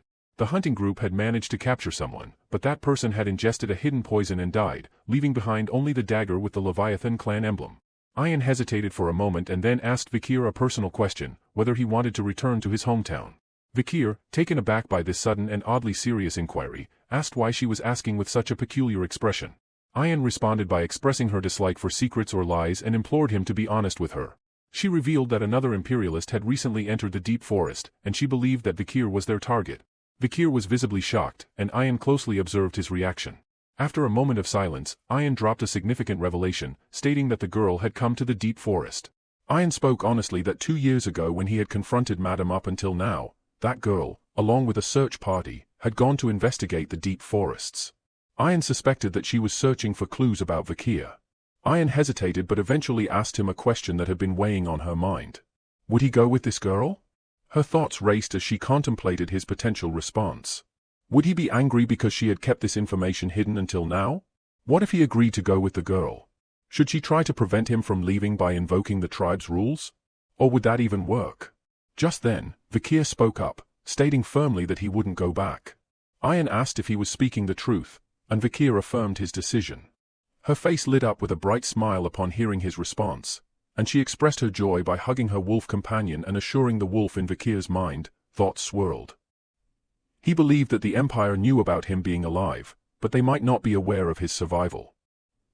He resolved to return once he could perfectly conceal his power from Hugo without drawing any attention. He pondered Ayan's reference to that woman and whether it was Camus Morgue. He wondered if she still remembered that he had saved her life or if her interest was part of a diplomatic event. Observing how the Baskerville clan had granted permission for the Morgue's search party to enter the deep forest, Vikir speculated that the alliance between the two families remained strong. He considered whether his death had played a role in forging this bond. With these thoughts in mind, he concluded that he should investigate what was happening outside the deep forest soon. As Vikir and Ayan stood by the river, a sudden, unexpected event unfolded. A massive fish leaped out of the water, leaving both of them in awe and shock. The fish landed on the ground, writhing in pain and making agonizing sounds before ultimately succumbing to its injuries, lying lifeless. Ayan, looking at the fish, questioned if it was a lungfish. She speculated that its leap out of the river might be an indicator of the upcoming rainy season. Judging by its size, she deduced that this year's rainy season could potentially be a lengthy one. However, their attention was soon diverted as Vikir noticed an arrow protruding from inside the lungfish's body. Bewildered, he examined it closely and proceeded to slice open the fish's stomach. To their astonishment, they discovered a human skeleton inside the fish, clutching the very arrow that had struck it. Ayan observed the clothing on the skeleton and wondered if it belonged to a member of the Lokoko tribe. She surmised that, since there were signs of resistance where the arrow had pierced the fish, the person inside must have put up a struggle after being eaten by the lungfish. She remarked that the lungfish was a stupid beast that ate dead things, so she found this situation a little strange. Vikir speculated that perhaps this individual had been sick to the point where the lungfish mistook them for a corpse. Ayan pondered why such a feeble person would be out hunting in the first place. Vikir suggested that the situation within that person's tribe might be dire, driving them to take such risks. He hinted at something significant occurring deep in the forest and prompted the need for an investigation. As Vikir and Ayan ventured deeper into the forest, They were met with a shocking sight that left Ayan's face contorted in disbelief. Spread before them were numerous lifeless bodies strewn across the forest floor. Ayan, horrified by the grim scene, questioned in disbelief whether all the Lococo warriors were dead. Vikia, on the other hand, examined one of the deceased bodies and began to piece together the disturbing puzzle. He noted signs of vomiting, diarrhea, and red spots on the corpses. His thoughts raced, and he considered the possibility that this might be related to a deadly disease. Ayan pointed out another strange observation. Despite the time being well past mealtime, there were no signs of fires burning in the Lococo village. As they continued their exploration, night descended upon the forest. Upon entering the village, Vikia couldn't help but comment on the eerie stillness. There were no signs of life, and the neglected state of the village was evident from the overgrown weeds. Ayan wondered aloud if the Lococo tribe had relocated. But her inquiry was met with a grim discovery. As she pulled back the curtain of a tent, a swarm of flies emerged, and inside, she found a lifeless body. She urgently called out to him, saying that there was a corpse in front of her. Vikia, too, made a grim discovery on his end, confirming that there was another corpse near him. His mind raced back to a time before his regression when a deadly epidemic known as the Red Death had ravaged the deep forests. This highly contagious disease had affected both barbarians and various species alike. The symptoms of the Red Death included red spots covering the body, accompanied by vomiting, diarrhea, and excruciating pain. Those infected often became crippled and suffered a slow, agonizing death. The infection had spread so rapidly that it even crossed the empire's border, leaving devastation in its wake. Ayan, overcome with worry, urgently suggested that they needed to leave the place immediately, considering it a curse, a god's curse. Vikia, however, tried to reassure her, stating that it was actually an infectious disease, not a curse. Ayan, still alarmed, believed this made it even more serious. Vikia attempted to calm her, explaining that the disease wasn't extremely contagious. Ayan found some relief as she asked if it truly wasn't a curse. Vikia told her that if she was that scared, she could go back first. Ayan questioned, what if he died because he got cursed? Vikia simply stated that if he were to die, then so be it. Ayan was taken aback and exclaimed that he couldn't just decide to die on his own. Vikia concluded that judging from the number of corpses, it appeared that the entire Lococo tribe had not been wiped out. They must have relocated elsewhere, leaving behind the deceased and the sick. He planned to gather supplies from the Lococo barracks and advised her to proceed and find a safe place to rest. Ayan looked at him and felt that he really wasn't sensitive at all. However, just as she turned to leave, a sudden shock gripped her. She looked back in fear, and a piercing scream echoed through the forest, reaching Vikia's ears and instantly drawing his attention. Ayan lay on the ground, tears welling up in her eyes from sheer horror. When Vikia asked what was wrong, she looked ahead in fear and stated that it was the curse. She pointed at a child standing nearby and claimed that the child was cursed, urging Vikia to run away. Ayan expressed her intention to follow him if he went ahead. But then she cried out in pain, complaining of leg cramps. Ignoring Ayan's distress, he proceeded toward the child. He knelt down in front of her, observing that she didn't appear to be from the Lococo tribe and seemed to be around 5 years old. Vikia noticed a pile of rocks with a flower nearby, suggesting that she had been mourning someone's death. Vikia gently asked the girl who she was. In response, the girl replied with 3 simple words, Lococo, slave, and kitchen maid. Vikia concluded that she had been a slave of the Lococo tribe. He then inquired about her name. The girl hesitated before revealing her name, Pomerian. Vikia was intrigued by her name, which sounded imperial. He wondered if she had been an imperial child captured by the Lococos. However, his shock was palpable when Pomerian completed her name by saying, La Baskerville. Vikia questioned in disbelief what she had just said. Pomerian pointed to herself, her red eyes locked onto Vikia's, and she declared that her name was Pomerian La Baskerville. There are 3 different middle names within the Baskerville clan. Vant was given to those from the extended lineage. Lut was given to the men of the main house. Although not frequently used in Baskerville because it is mostly made of males, La is a middle name given to the women of the main house. Pomerian introduced herself as Pomerian La Baskerville, which surprised Vikia.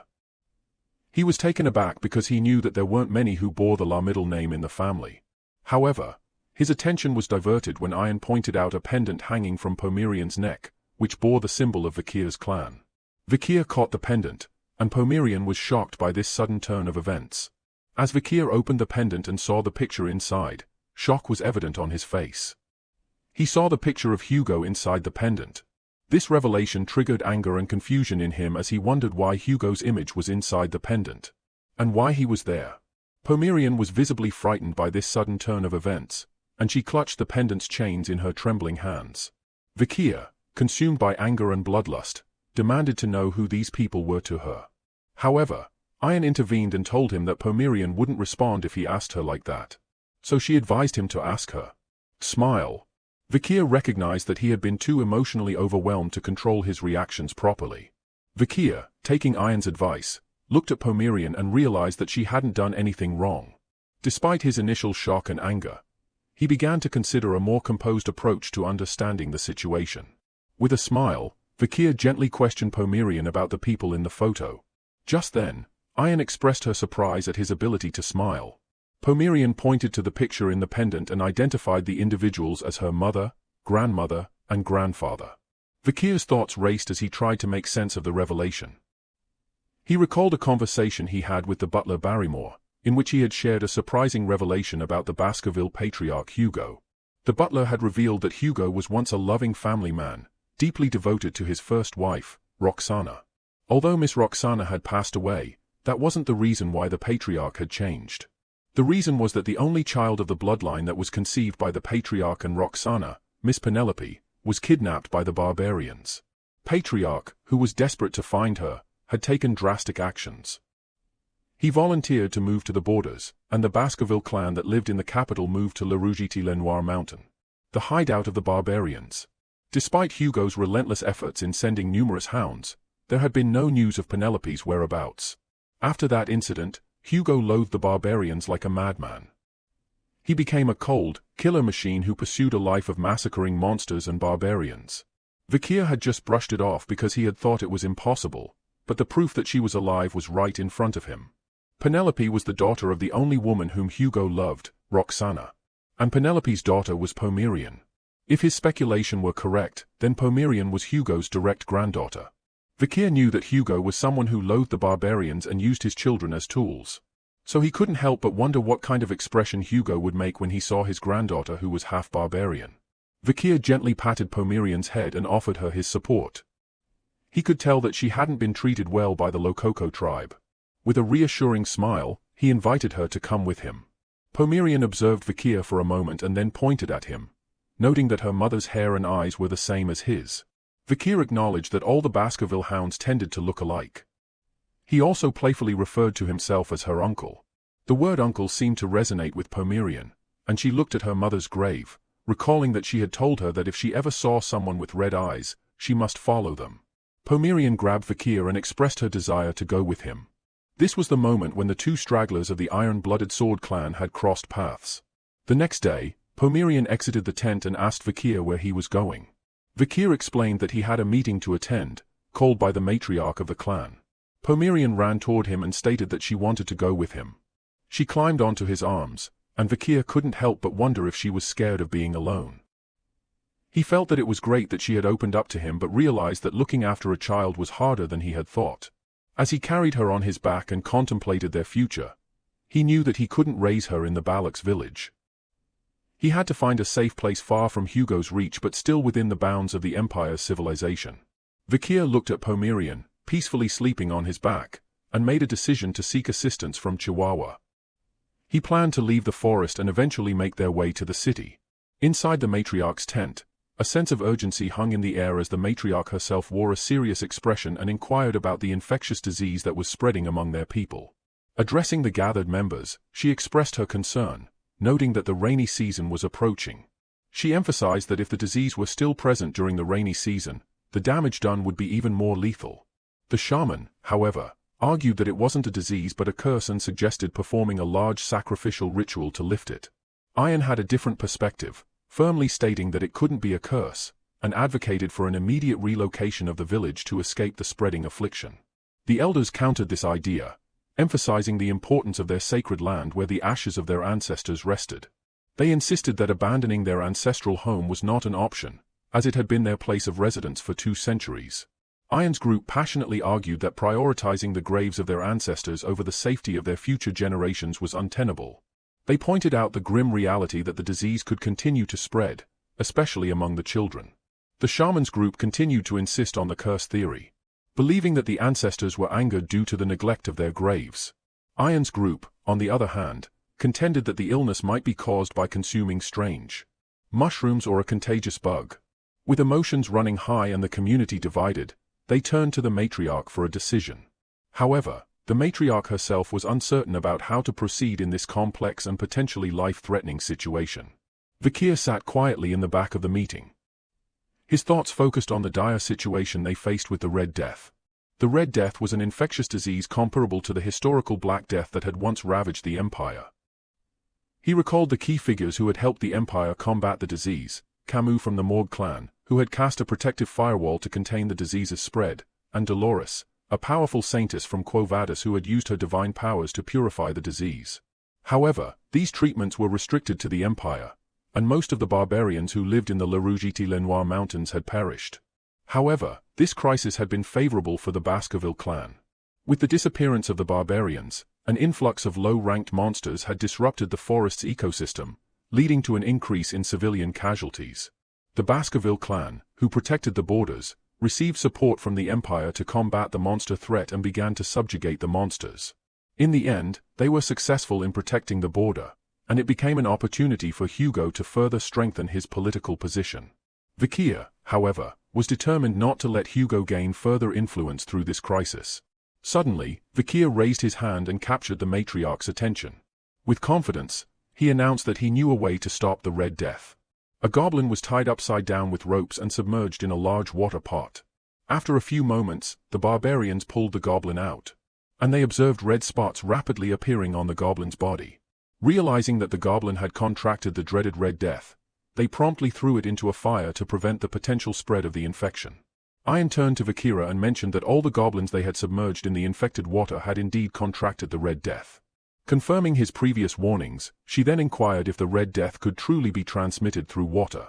Vika confirmed this, stating that the infected water was a significant source of the infection, but reassured that boiling the water should eliminate the problem. Ayan, looking at three-tied goblins, sought clarification from him regarding the safety of boiled water. They decided to conduct an experiment by placing a goblin in boiling water. However, when the goblin was pulled out, it was lifeless. Ayan pointed to the deceased goblin, indicating the immediate fatality. Vikir advised her to try placing the goblin in cold water.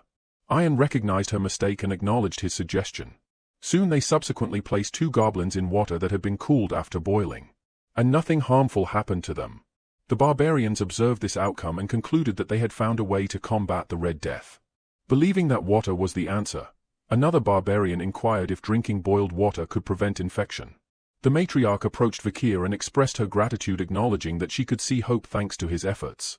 Vikir, however, remained cautious, reminding everyone that the Red Death could not enter their eyes or any mucous membranes, but could be transmitted through the respiratory system. He urged them to exercise caution, especially when the fog was present at dawn. Ayan glanced at the shaman and sarcastically mentioned someone had once referred to Red Death as a curse. The shaman, visibly annoyed, responded, questioning the idea of avoiding water entirely, especially with the rainy season approaching. Vikir acknowledged that what he said was true. When the rain comes, there will be an overflow of water from the river, and the air will become humid. There will be limitations to the methods of how they boil water and wash up, as they go according to the preventative measures. So he proposed a drastic solution: relocating the village. This suggestion shocked the shaman, who reminded him that he had already told him that they couldn't leave the place where their ancestors lay. He questioned if Vikir was ignoring the word of the Council of Elders.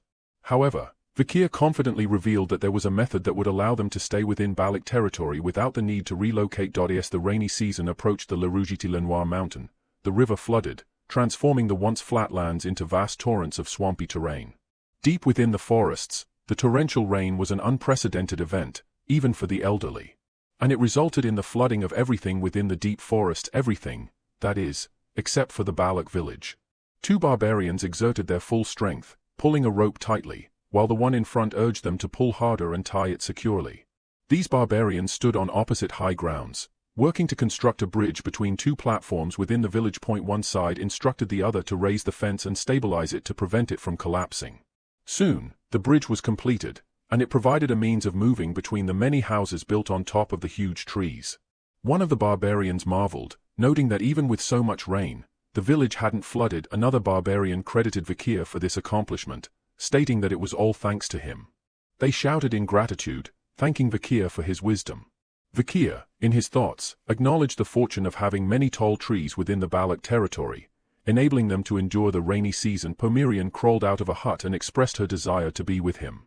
However, Vikir suddenly noticed something approaching two barbarians who were waving at him. He shouted a warning, realizing the danger. Just then, a massive catfish leaped out of the water, attempting to devour the unsuspecting barbarians. They noticed the threat too late and let out fearful screams. However, an arrow struck the catfish, sending it flying back into the water. It was Ayan who had shot the arrow, and she sternly told the catfish to get lost, cursing it for its attempted attack.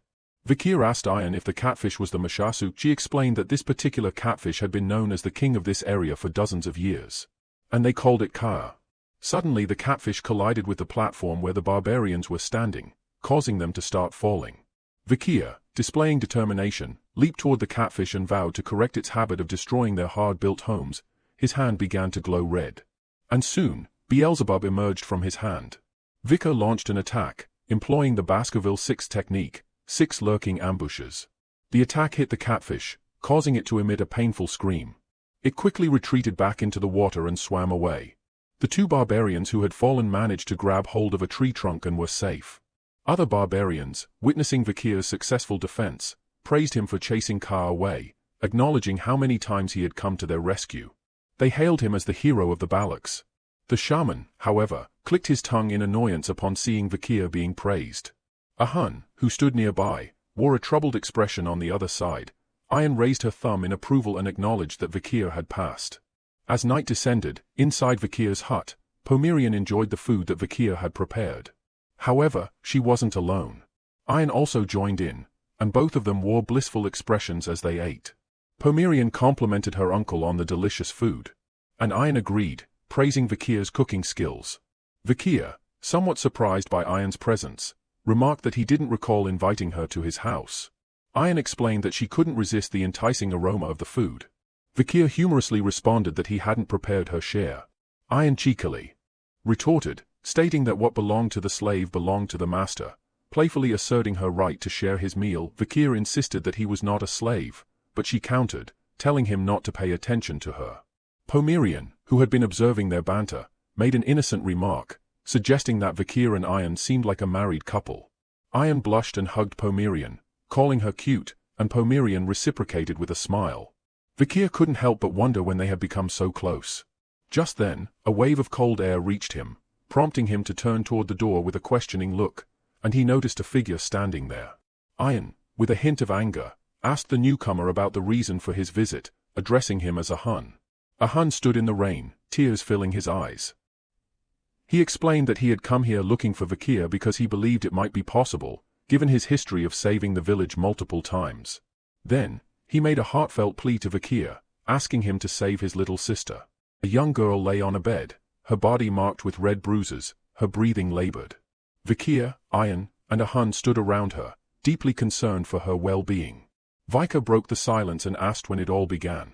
A Hun explained that it had started yesterday when she ventured into the swamp while they were gathering wood for construction. Ayan chimed in, describing Ahul as a kind-hearted child who always helped others. She then asked him if he knew how to cure her. Just then, an unexpected guest entered the tent with a disapproving grunt. They turned around and saw that this guest was a human, the shaman, and a Hun's grandfather. He chastised Ahul for going around and not listening to his words. He then told a Hun that what goes around comes around. And this is what happens when he listens to the words of an imperial spy bastard. A Hun tried to defend her sister and Vikir, but the shaman's anger flared, and he slapped a Hun, berating him for being useless and likening him to his parents. The shaman made it clear that he believed this affliction was a curse from a god and could only be resolved by carrying out an ancestral rite. He urged a Hun not to tarnish the Balak's reputation by succumbing to the imperialists. As he departed, he mentioned that since things had come to this, the matriarch would likely permit the ritual. Ayan expressed frustration with the shaman's actions, while Ahun stood in silence, tears streaming down his face. In this tense moment, Vakir finally spoke up and revealed that if they were looking for a treatment, he knew about one method. Vakir turned to Ahun and issued his instructions urgently. He instructed him to sanitize the furniture Ahul used with boiling water, and to burn charcoal in the bonfire to clear the area of bugs and bats. Their goal was to create a clean environment to aid her recovery and buy some time in her battle against the plague. Vakir then looked at him and asked if he could carry out these tasks. Ahun wiped away his tears and agreed to carry out these tasks. Ayan approached Vakir. Her worry was evident in her voice as she asked if he could truly save Ahul. Vakir affirmed his intention but stressed that he would need her assistance. Ayan was determined to help and eagerly inquired what she could do. Vakir gazed at her and revealed his plan. He requested that she guide him out of the deep forest so he could obtain medicine to treat the infection. Ayan exclaimed and voiced her concerns, pointing out that even if he had been acknowledged as a member of the Balaks, there were conditions for venturing into a foreign land. Moreover, she doubted that her principled mother would permit such a departure. Vakir agreed that the principal matriarch would most likely give up on Ahul, but if the people present here kept it a secret, he could slip out and return without anyone knowing he had left. He locked eyes with Ayan and questioned if she would let him go. Ayan was taken aback by the question, and she hesitated. She tried to respond, but no words came out of her mouth. As the rain continued to pour, the forest was gradually submerged in water, and the flowing water covered everything in its path. Vakir leaped over makeshift planks that floated in the water as he pressed on. However, he suddenly sensed something and came to a halt, glancing back at Ayan, who stood there, seemingly determined. Vakir questioned her, asking why she was following him when she had agreed to let him go. Ayan, in a determined tone, suggested going together, but Vakir expressed concern that she might hinder his progress. She persisted and asked him to at least tell her about his destination, but he refused to do that. She then questioned him about why he was taking Pomerian with him, and Vakir fell silent after hearing this question. Ayan looked down, revealing that she had noticed his unique abilities, such as the sword emerging from his arm and his knowledge of Red Death, but she had never inquired about them. She reminisced about all her memories with Vakir and realized that from the first time they met, she knew she would always yield to him. She couldn't ask Vakir about anything because she was afraid that he would disappear once he told her the answers to her questions. She avoided eye contact, looked down, and said that she just wanted him to answer one thing. She then asked Vakir if he would come back. She closed her eyes and awaited his response, afraid that he would say he would not come back. Her eyes fluttered open as Vakir's voice reached her ears, saying that he would come back. Ayan looked ahead, but Vakir had already left. And she softly muttered that he'd better keep his promise. In the Deputy Council office of Underdog City, General Secretary Chihuahua sat at his desk, surrounded by paperwork that seemed never-ending. He expressed his frustration, remarking on how the numbers never seemed to decrease, no matter how much work he completed. Walking over to the window, he reminisced about better times when the Deputy Consul was present. He still remembered that even though the work was tiring, it was enjoyable. He still couldn't believe that the Deputy Consul was dead. His face reflected sadness as he muttered how much he missed him. Suddenly, Vakir's face appeared before him, hanging upside down outside the window, and he asked if he had called him. This unexpected appearance startled Chihuahua, and he looked at Vakir with a questioning expression, trying to comprehend the surreal situation.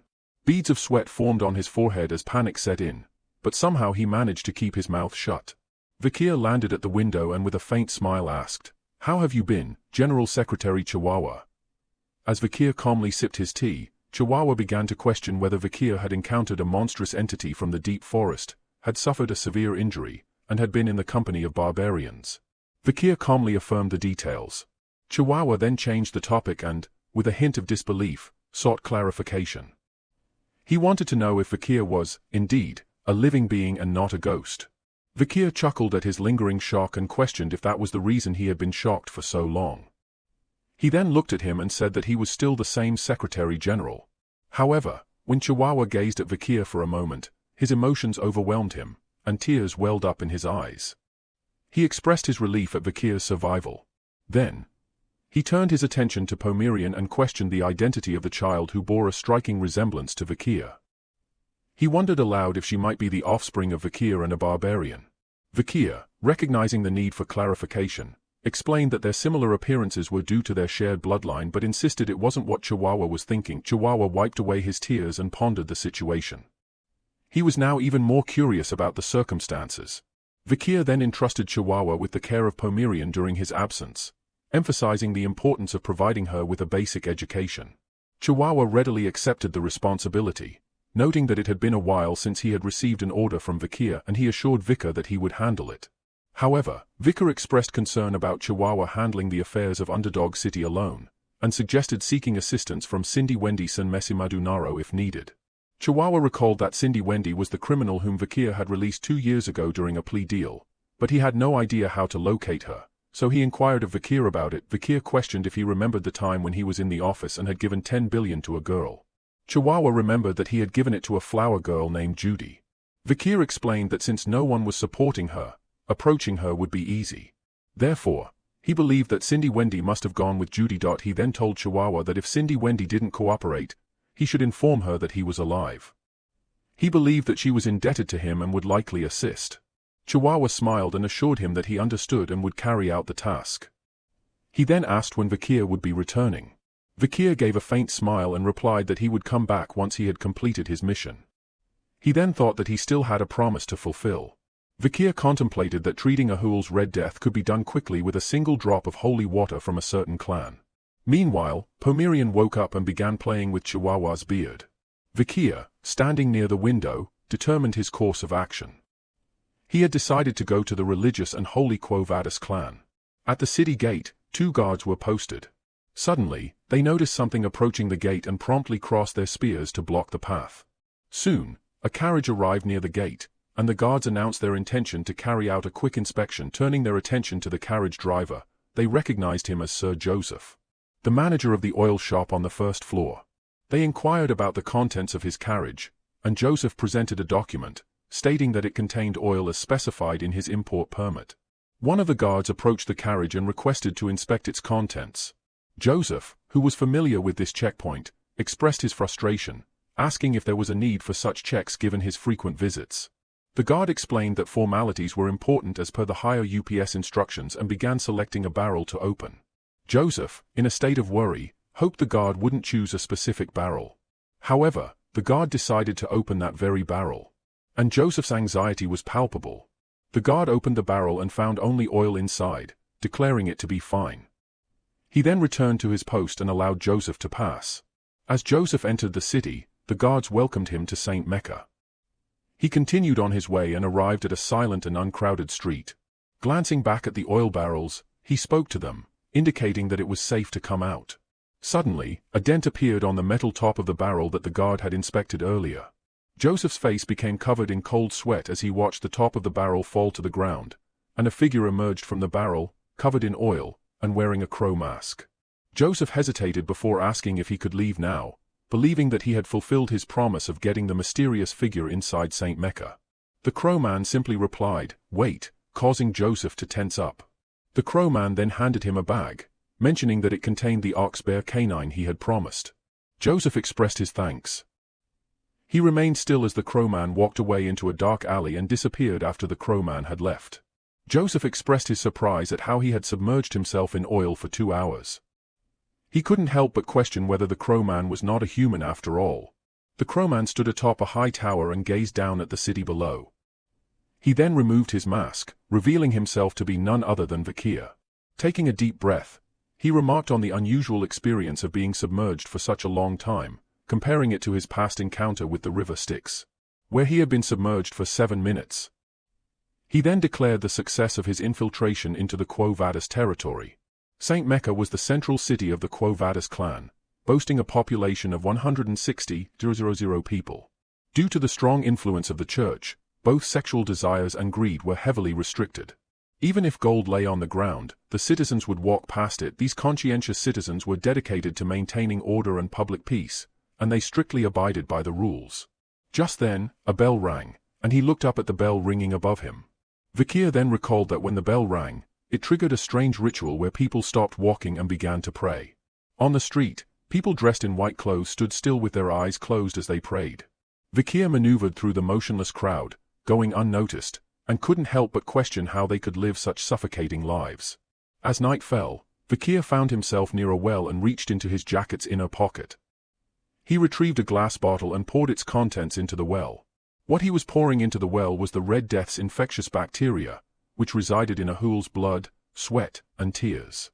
It was a highly contagious plague, and he knew that people would become infected immediately upon exposure to it. Although it was an extreme method, the situation was very urgent, and every minute and second was precious. Additionally, being a religious and holy territory, he expected that the authorities would respond promptly to ensure the safety of the population before any casualties occurred. Suddenly, 3 children approached Vikir from behind, curious about his presence by the well. Vikir didn't immediately turn around, but one of the children remarked that there was a suspicious person by the well. Another child suggested they should leave as he appeared dangerous. Vikir then turned to face them, his gaze sending a chill down their spines. The children who met his eyes were paralyzed with fear. Vikir spoke, cautioning them about the well and declaring it cursed. He warned them that those who drank from it would not escape death's grasp and implored them to heed his words. The terrified children immediately started running away, shouting in panic. They believed Vikir was a ghost who had placed a curse on the well. As they fled, they vowed never to drink from it. Once the children were out of sight, Vikir felt satisfied, as he believed they wouldn't drink from the well again. He then threw a dagger near the well and claimed it was a weapon left behind by the Leviathan clan, renowned for their deadly poisons. Vikir deduced that the Leviathan clan was probably responsible for spreading the Red Death in the deep forests. Vikir knew that the religiously holy Quo Vadis clan and the poison-wielding Leviathan clan didn't have a good relationship for a long time. So, he anticipated that a huge fight would soon break out between them because of this incident. Vikir smirked and declared that his preparations were now complete. Vikir then remarked that it was almost time for the holy water to be poured, so he decided to pay Saintess Dollars a visit. Moonlight bathed the grand mansion, casting an ethereal glow on the scene. Outside, a large crowd had amassed, all yearning for a glimpse of the rumored Saintess residing within. The voices of the people melded together, expressing their desires to meet the Saintess and seek her miraculous healing. Their pleas echoed through the still night, reaching the mansion's door, where the Saintess was rumored to be present. Responding to the clamor, a voice resonated from behind the door, questioning the lateness of their visit. The people recognized it as the Saintess's voice, causing a wave of excitement to ripple through the crowd. Individuals from the gathering stepped forward one by one. A young man presented himself as the Lord of the Doorsmile region, emphasizing his status as the eldest son of the Jonathan clan, known for dispatching soldiers. He also mentioned his position as the son-in-law of the Alphonse clan. Following him, another young man boasted about his role as the overseer of the Ipsen Guild Association, responsible for managing the bourgeois family's exports. Additionally, he revealed his honorable service as a knight under Count Boston Terrier Le Baskerville for 2 years.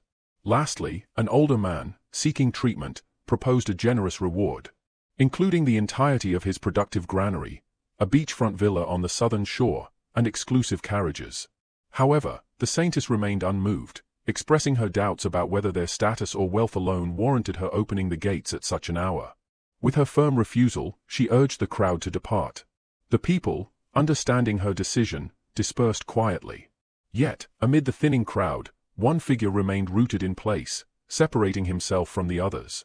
It was Vikir, donning a crow mask, an enigmatic presence in the moonlit night.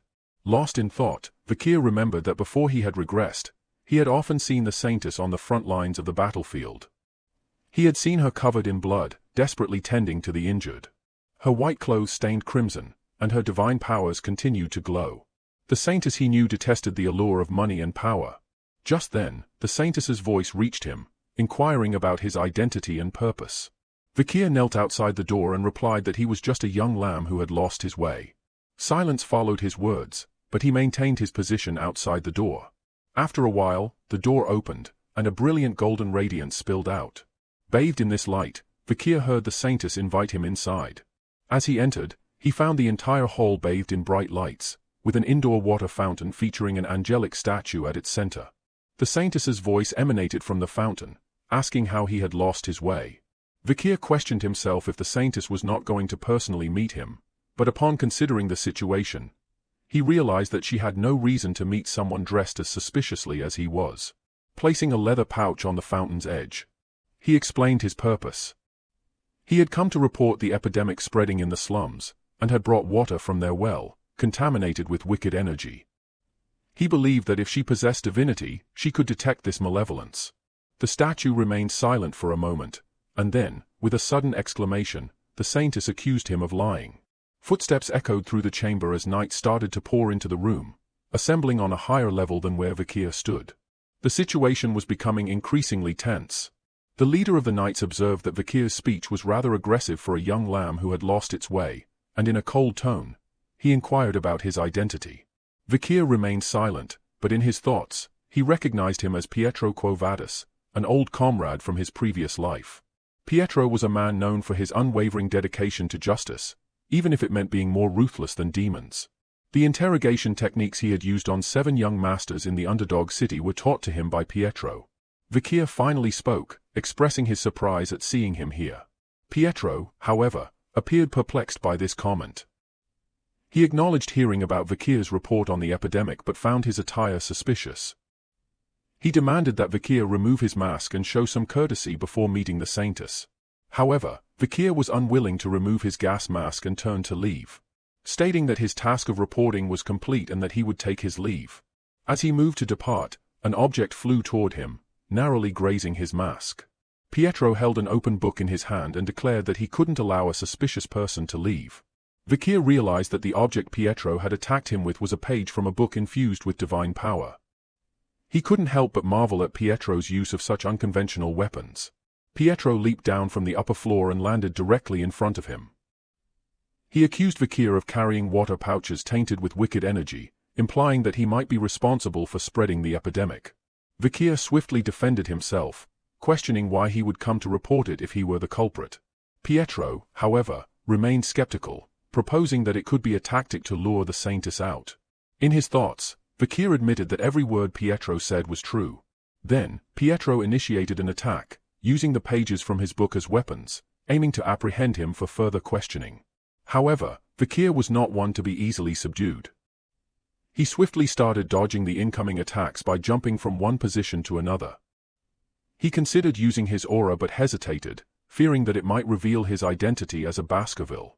Just then, he found an opportunity and used the wall to propel himself downward towards him. He then unleashed a powerful kick, but Pietro swiftly countered by raising his arm guard, which was topped with his book to block the attack. The force of his kick caused the ground beneath Pietro to crack. Pietro looked at him with amazement. It felt like a boulder had fallen on top of him. He couldn't imagine how such strength was coming from Vikir's small physique. Vikir wasted no time and used his other leg to push him back and propel himself away. He reflected on a skill he had acquired 2 years ago after defeating the ox bear, the 600 kg stability, which he had just employed for the first time and found it to be quite effective. As soon as Vikir landed back on the ground, he charged straight at Pietro, unleashing a flurry of rapid punches. Pietro used his book as a shield to block the assault, but he soon realized that the situation was turning against him. Vikir, no longer holding back, employed the Cerberus flame, launching a fiery attack at him. The flames quickly caught onto the book, spreading to Pietro's hands. Agonized, he threw the burning book away and plunged his hands into the flowing water of the fountain, attempting to ease the searing pain. Vikir calmly asked if he wanted to continue, but Pietro was unable to give an answer. However, in the next moment, Pietro charged straight at Vikir and accused him of being irreligious for using sorcery. He declared that he couldn't let him go. In response, Vikir swiftly kicked the burning book that Pietro had thrown, sending it flying straight at his face. Pietro was taken aback as his vision was momentarily blocked by the book. Seizing the opportunity, Vikir capitalized on the momentum and delivered a powerful, full-force punch straight to his chest. The impact was formidable, causing cracks to appear in his armor. Moments later, he was sent hurtling back. His armor shattered into pieces as he crashed into the fountain statue. Breaking past the fountain, he slammed into the wall, coughing up blood. The knights standing above were in a state of utter disbelief, struggling to comprehend the unfolding scene. One of them questioned whether they were merely dreaming, while another insisted that it was impossible for Ser Pietro to have been defeated. Amidst the confusion, a few knights quickly surrounded Pietro, their shields and swords raised, prepared to face Vikir. Vikir, reluctant to escalate the confrontation further, addressed the knights, indicating his willingness to continue if they desired. However, his words were cut short by the arrival of the saintess, who commanded everyone to stop. She took a moment to observe Vikir before addressing him directly, inquiring if he was the lost young lamb. Vikir recognized her as Saintess Dolores and confirmed his identity. The Saintess remarked that he resembled more of a puppy than a lamb, a small puppy covered in injuries. A knight interjected, proclaiming that Vikir was not a puppy but a blood-crazed wolf. However, the Saintess disregarded the comment and instructed him to bring tea. Confused by the request, the knight sought clarification, only to be ignored as the Saintess started walking away. Her gaze remained fixed on Vikir as she expressed her intention to speak with him. Vikir and Saintess sat facing each other at a tea table. Pietro stood behind Saintess, his gaze fixed on him. Vikir estimated her age to be around 16 and recalled her full name, Dolores Lewin Quo Vadis. Vikir remembered that during the war against demons, she treated patients on the front lines and saved countless lives. She was a living example of benevolence. During the time of ruin, every martial master who encountered her, including himself, held her in high regard. The Saintess broke the silence and expressed her recent stress, catching Vikir off guard. With a questioning gaze, he listened as she revealed that she had been enrolled in the Imperial Academy, Collasio. Currently, it was the holidays, so she was taking a break from her studies and handling family affairs. Vikir was taken aback, wondering why they were suddenly engaged in such mundane conversation. Saintess, looking out of the window, described the relentless demands on her time, with nobles and merchants seeking her services at all hours. She lamented that the cases she encountered were often related to the aftermath of narcotics or sexually transmitted infections, with no severe illnesses to speak of. Taking a sip of her tea, she mused about the irony of how people often failed to see the broader principles of justice, righteousness, benevolence, and equality, instead focusing on immediate needs. In response, Vikir stated, "Theology is essentially the process of understanding humans, so it's inevitable." Saintess looked at him and stated the source of the verse, the Old Testament, Moses, chapter 6, verse 9, expressing surprise that someone who knows such ancient passages exists. Vikir remained silent for a moment and then turned the conversation into a pressing matter.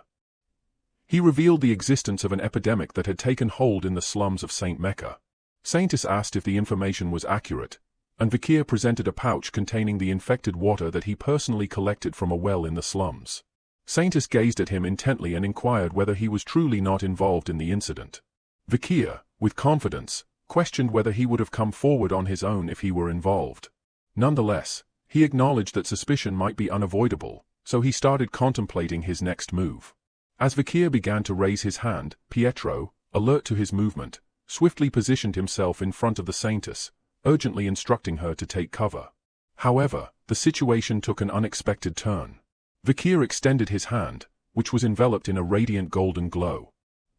He then declared that he disliked harming innocent people, especially since this place was his hometown. Saintess and Pietro were visibly astonished by this, and Saintess recognized that Vikir was using divine power. The Saintess couldn't contain her astonishment and questioned if he was a believer of Lewin. Vikir, maintaining his composure, asked if they were willing to listen to him now. He recounted witnessing suspicious individuals pouring liquid from a glass bottle into the slum's waters, unequivocally identifying them as the culprits behind the epidemic.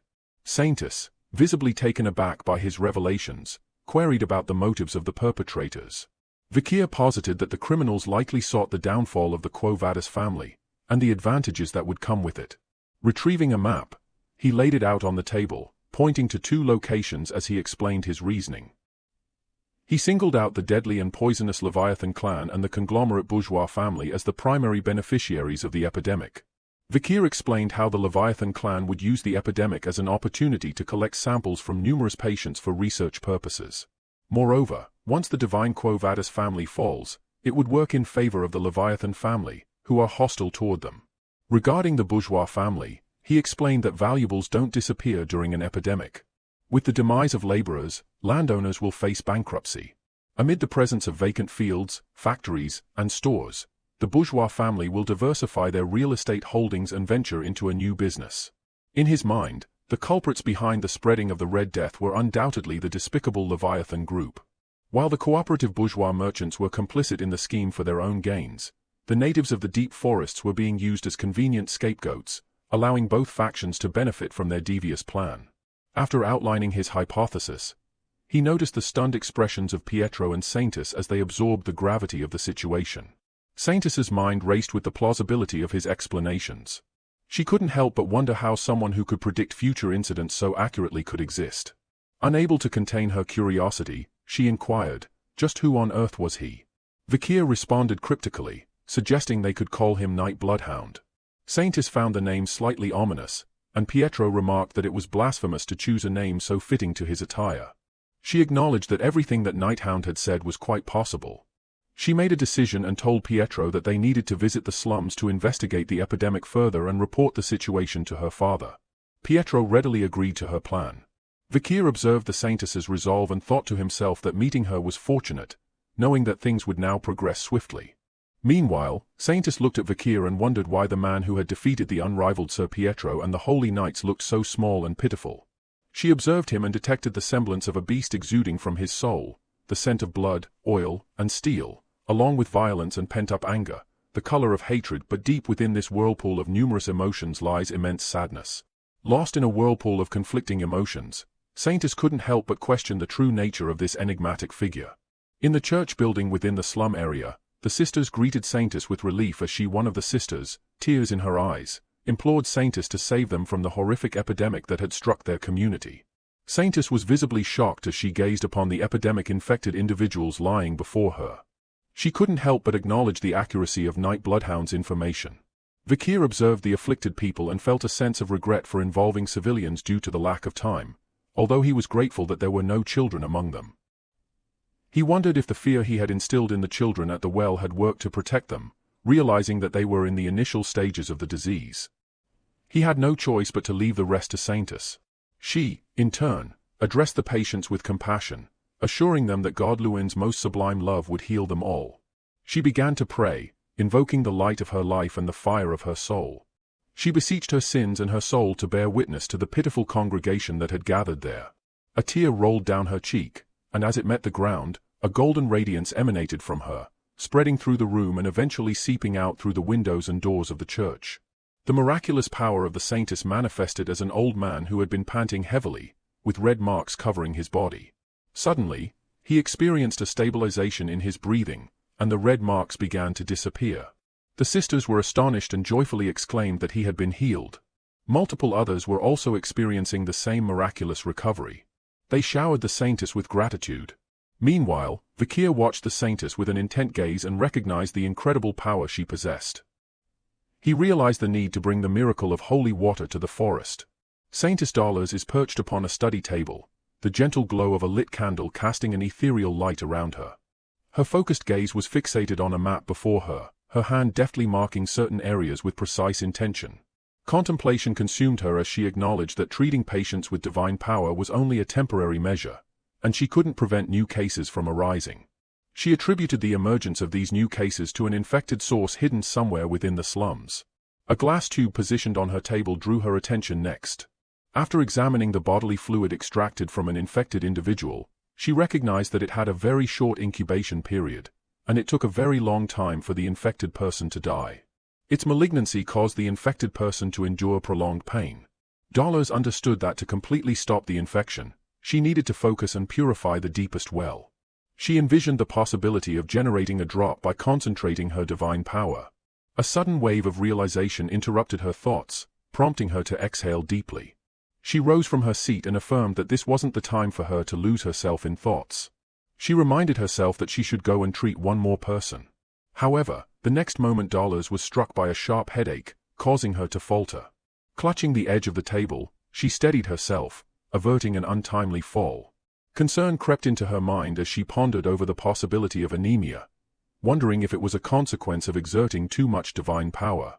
Despite the physical strain, she gathered her strength, preparing to depart from the room with unwavering determination. With a steadfast resolve, she affirmed her commitment to alleviate the agonizing pain experienced by her patients as swiftly as possible.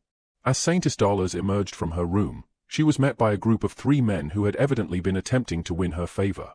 One of them joyously exclaimed her arrival, addressing her as Saintess and expressing their readiness to accompany her.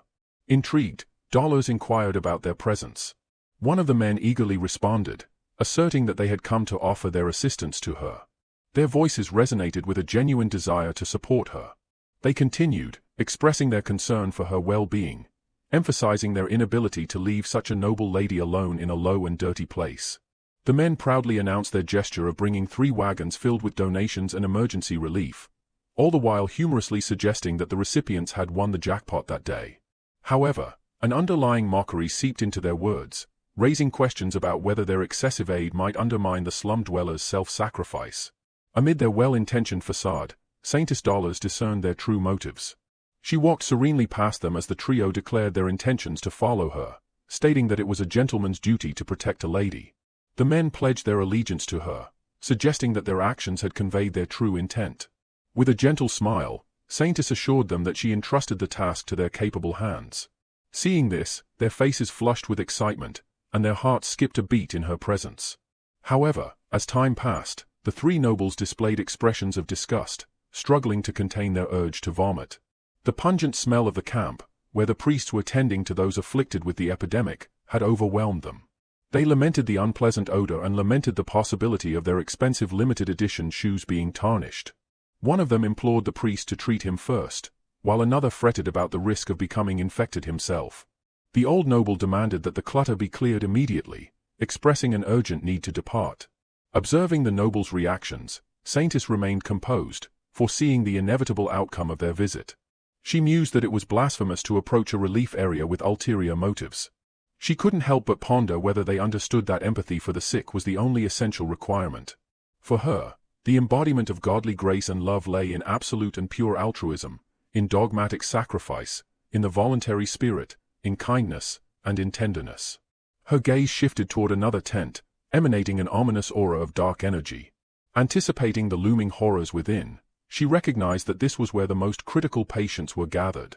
Among the sick and the clergy, everyone here would be in pain.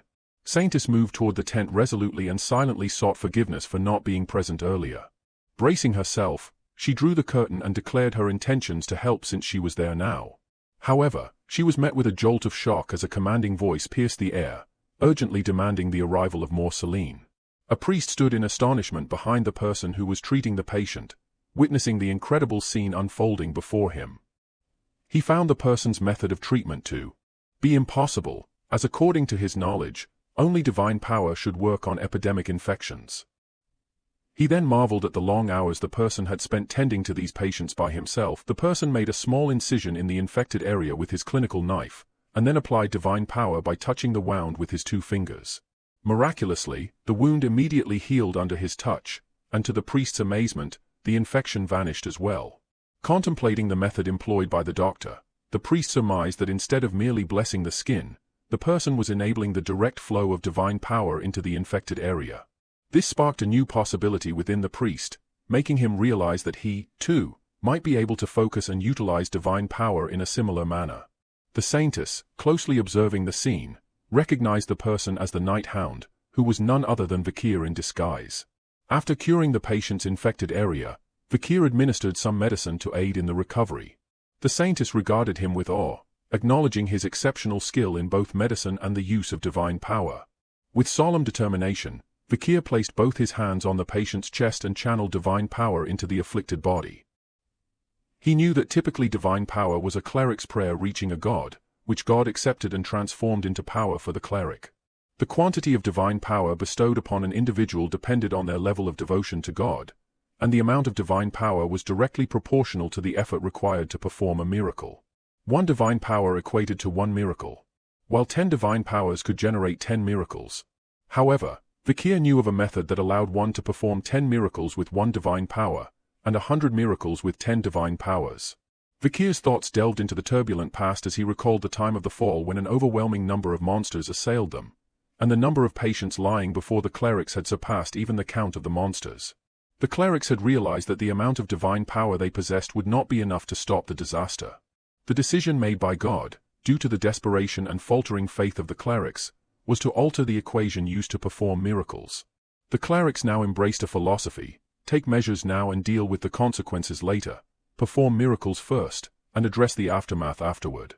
It was a strange phenomenon where they could muster all the divine power they needed, even if the divine power they needed came with interests. People referred to this phenomenon as advanced divine power. Furthermore, it was a time when slaying monsters was deemed an act of faith. Therefore, even non-clerics could use advanced divine power by vanquishing monsters.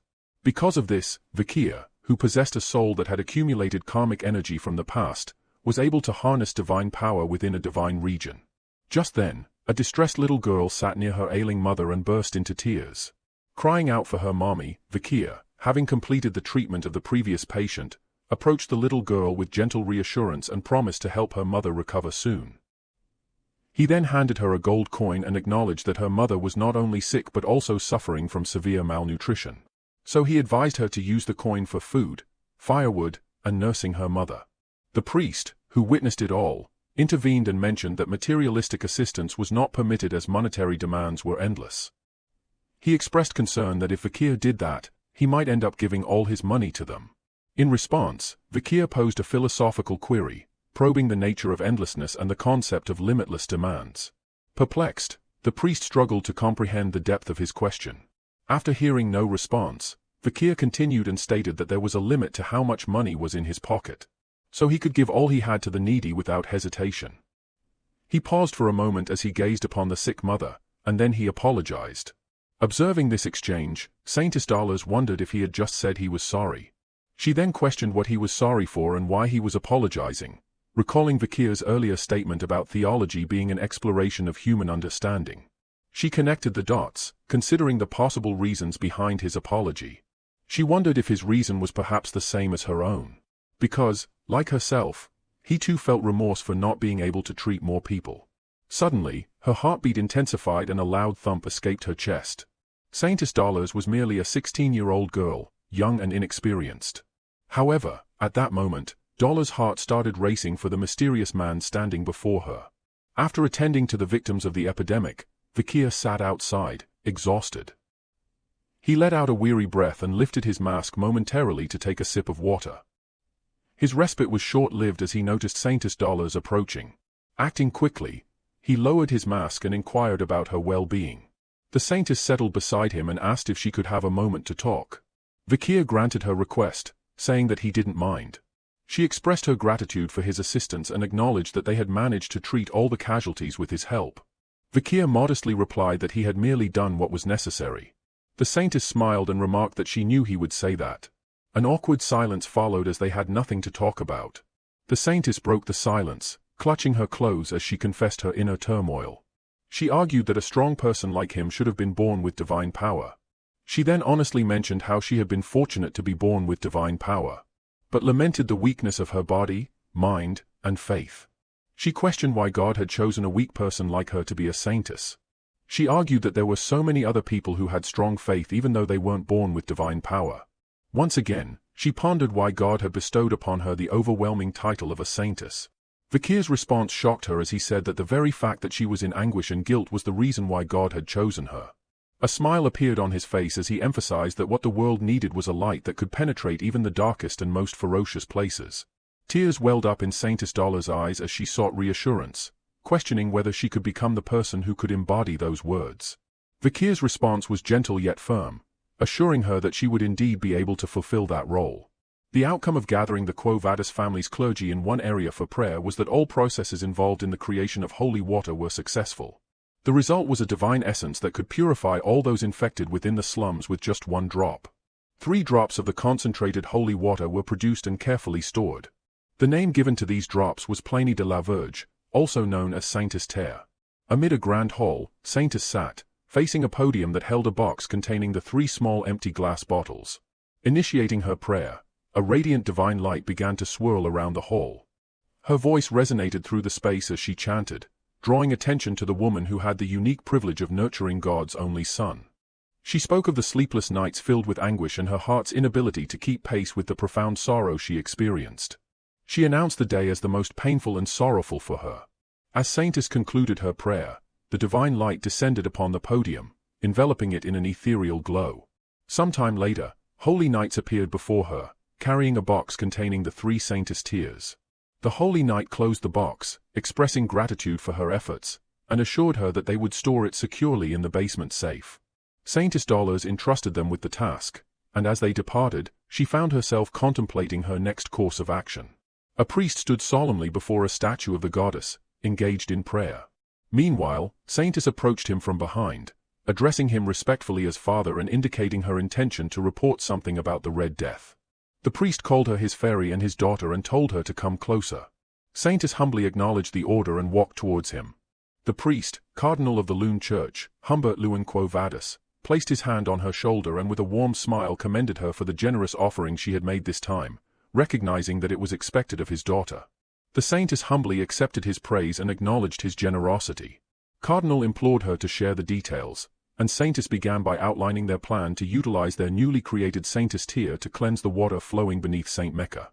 In response, Cardinal inquired if she had found the source of the infection. Saint has confirmed this and mentioned that it originated from an unregistered well in the slums. She further added that children had testified that a spirit had cursed the well. According to their investigation, the well was severely infected. And they had also found a glass bottle that the criminal used to store and spread the infection. She then presented suspicious objects that were discovered during their investigation. Cardinal looked at the dagger and an emblem placed on the cloth, questioning where they had found these items. The Saintess explained that they had discovered them near the well. Cardinal's gaze turned icy as he recognized the emblems of both Leviathan and Bourgeois engraved on the objects. This confirmed their collaboration in creating an artificial virus. A surge of aura engulfed him as he expressed his disdain for those who dared to insult divinity. His words echoed with righteous fury as he declared a holy war against these despicable poison addicts and misers. Saintess maintained her composure despite Cardinal's intense anger. But her demeanor shifted drastically when he mentioned the Night Hound and deemed him suspicious. In a commanding tone, Cardinal demanded that the Night Hound be captured immediately, and interrogated about his motives. However, Saintess abruptly interjected, raising her voice to state that the Night Hound was innocent. Taken aback by her outburst, Cardinal regarded her with a questioning look. Saintess fervently argued that the Night Hound had devoted his efforts to treating the infected, emphasizing that his actions had prevented any casualties. She was resolute in her belief that he couldn't possibly be evil. Cardinal then acknowledged that he knew what was going on, but Saintess wore a confused look on her face after hearing this. Cardinal raised his hand toward the sky and remarked that it was Hound's fault for his daughter's behavior, who had never gone against him, to utter those words to him. So he decided to personally interrogate him. Suddenly an overwhelming pressure surged around him that caused Saintess to cry out. Soon, a radiant beam of light shot skyward from his hand. The beam trailed up in the sky and then illuminated the entire city in a brilliant divine aura. Cardinal, with an air of finality, declared to Saintess that it was meaningless for her to oppose him, as he had already dispatched the paladins to pursue the Night Hound. In an inn where Vicar had been staying for the past few days, a group of holy knights had gathered outside his room. Communicating through sign language, they strategized their next course of action. With determined resolve, one of the knights forcefully kicked open the door, accusing the Night Hound of being a suspect in the outbreak of the Red Death. However, their words hung in the air, echoing in the empty room as they stood there in shock, realizing that their target was not even there in the first place. Meanwhile, at the location of Saintess Dolores and Cardinal, a priest hurriedly approached them. His voice was filled with urgency as he mentioned that something bad had happened. Cardinal remained calm and questioned him about what had gone wrong. The priest hesitated for a moment and then delivered the distressing news that one of the Saintess tears had disappeared from the basement safe. A bead of sweat trickled down Saintess's face as she pondered if this was the reason Night Hound had come here. Unbeknownst to them, Vicar stood atop one of the city wall watchtowers. He looked down at the Saintess tear in his hand with a smile. After sealing the pouch, he whispered his thanks for this gift. A few moments later, the figure of Vicar standing on the watchtower dissolved into the shadows. Ian found herself at the edge of a cliff, bow in hand, facing the menacing presence of a Cerberus. The creature, adorned with arrows, growled ominously. A barbarian, situated behind the Cerberus, shouted in an attempt to divert its attention. But the beast pressed forward toward Ian, causing her to retreat instinctively. As she stepped backward, the ground beneath her betrayed her, giving way. Losing her balance, she tumbled backward from the edge of the cliff. Plunging downward, she broke through the tree branches in her descent. None proved sufficient to halt her fall, and with a final impact, she landed on the ground below. As Ian regained consciousness, she heard some voices, but she couldn't decipher their meaning. She struggled to open her eyes, and when she managed to do so, her gaze was met with the sight of two men standing before her. One observed her condition, while the other wore a greedy smile. It became evident that this duo belonged to a merchant group transporting supplies. The discovery of Ayan, injured and prone on the ground, had seemingly interrupted their journey. At an indeterminate time later, Ayan, visibly nervous, gripped a sword tightly in her hand. Behind her stood a confining wooden wall, offering no escape. A noisy crowd, with masks and excitement, cheered loudly, creating an atmosphere of anticipation. Facing Ayan was her opponent, a strong man adorned with battle scars, a sinister smile on his face as he clacked his fingers, signaling the imminent clash. The air is filled with tension as the battle starts, the man charging at her with a thunderous shout, confident in his imminent victory. Despite her fear, Ayan displayed agility, evading his attack with a swift jump and retaliating with a slash of her sword, leaving a small wound on his shoulder. To her dismay, her opponent, seemingly unfazed, seized her midair by the leg and hurled her forcefully towards the wooden barrier. Ayan collided with the wall, blood spraying from her mouth as pain surged through her body, tears in her eyes. The audience, hidden behind their masks, erupted in laughter, finding intense pleasure in the brutal battle. Her struggle against her formidable opponent was now a source of cruel entertainment for the masked onlookers. She lay on the ground, tears streaming down her face, defeated and broken. Her opponent reveled in his triumph, letting out a victorious shout that echoed through the arena. In this moment of despair, the figure of her mother and family appeared before her, a glimmer of hope amid darkness. Summoning every ounce of strength, Ayan resolved to rise. As she struggled to stand, the attention of the audience shifted back to her. The sight of her defiance captured their interest, and murmurs about her future began to circulate among the onlookers. Finally, Ayan managed to stand, drawing lines on her face with soil covered in blood, unafraid and fueled by an inner fire. She gazed ahead at her opponent. The arena crackled with anticipation, savoring the prospect of an intense battle about to unfold. Now standing tall, Ayan prepared to face her opponent once more, unwavering in her determination. The air filled with tension as the stage was set for the next chapter in this brutal spectacle. Suddenly there is a shift in the situation Ayan was in. Some years had passed, and Ayan found herself imprisoned behind steel bars, her eyes reflecting a profound sense of hopelessness. Even the images of her family couldn't give her any motivation anymore. Overwhelmed, she closed her eyes, with the weight of despair. Amid this bleakness, a sudden noise woke her up. As her eyes opened, she discovered a glass tube with remnants of liquid lying before her. She recoiled in shock, as she noticed a figure standing before her. This figure was none other than Vakir. He opened her cage door and, in the rough language of the barbarians, instructed her to go.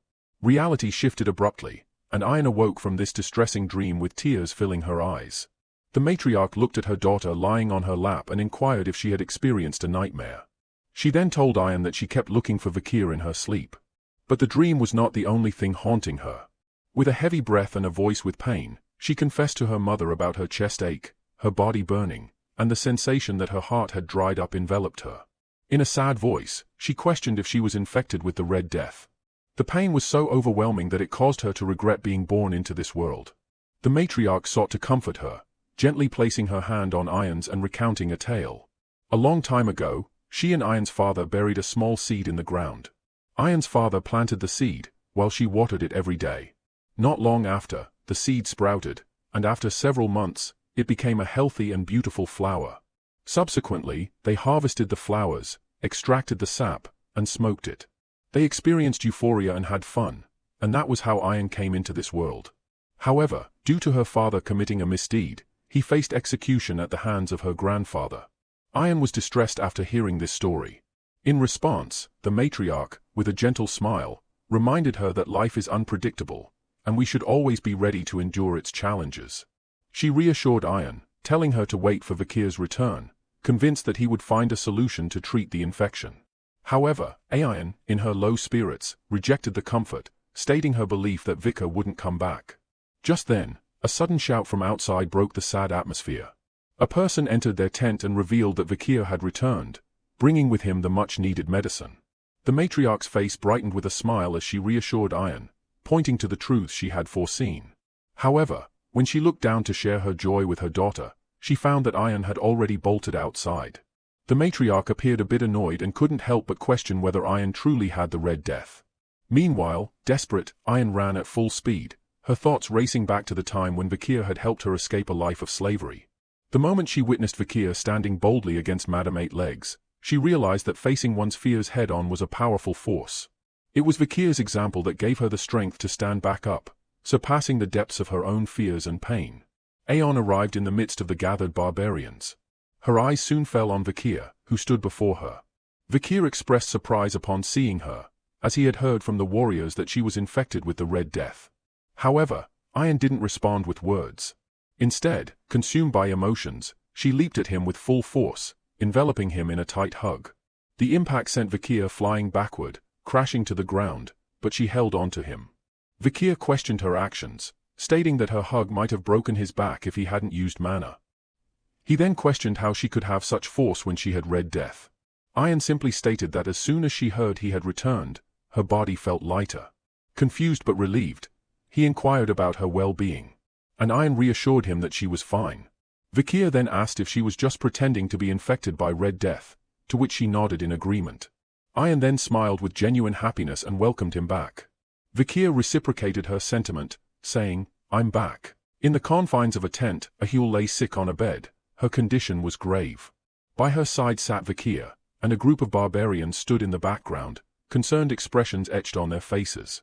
Vikir, determined to aid Ahul, retrieved a pouch and began to open it. A brilliant golden radiance emanated from the pouch as he held up the Saintess tear in his hand. The golden light cascaded onto Ahul, who was having difficulty in breathing. To the surprise of everyone present, the red spots on her body started vanishing. The barbarians erupted with happiness at the disappearance of Ahul's infection. The light from Vikir's offering had eradicated the Red Death. They all were in awe and acknowledged Vikir for bringing the cure. Vikir inquired about the number of patients they had, and Aeon reported that, including Ahul, there were around 30. Vikir then asked about the situation of other tribes, and Aeon revealed that the situation was really bad. Many other tribes were on the brink of annihilation. Vikir estimated that there should be around 10,000 affected individuals, and he urged her to tell other tribes to gather the sick. Aeon expressed concern and questioning if there were large quantities of the cure.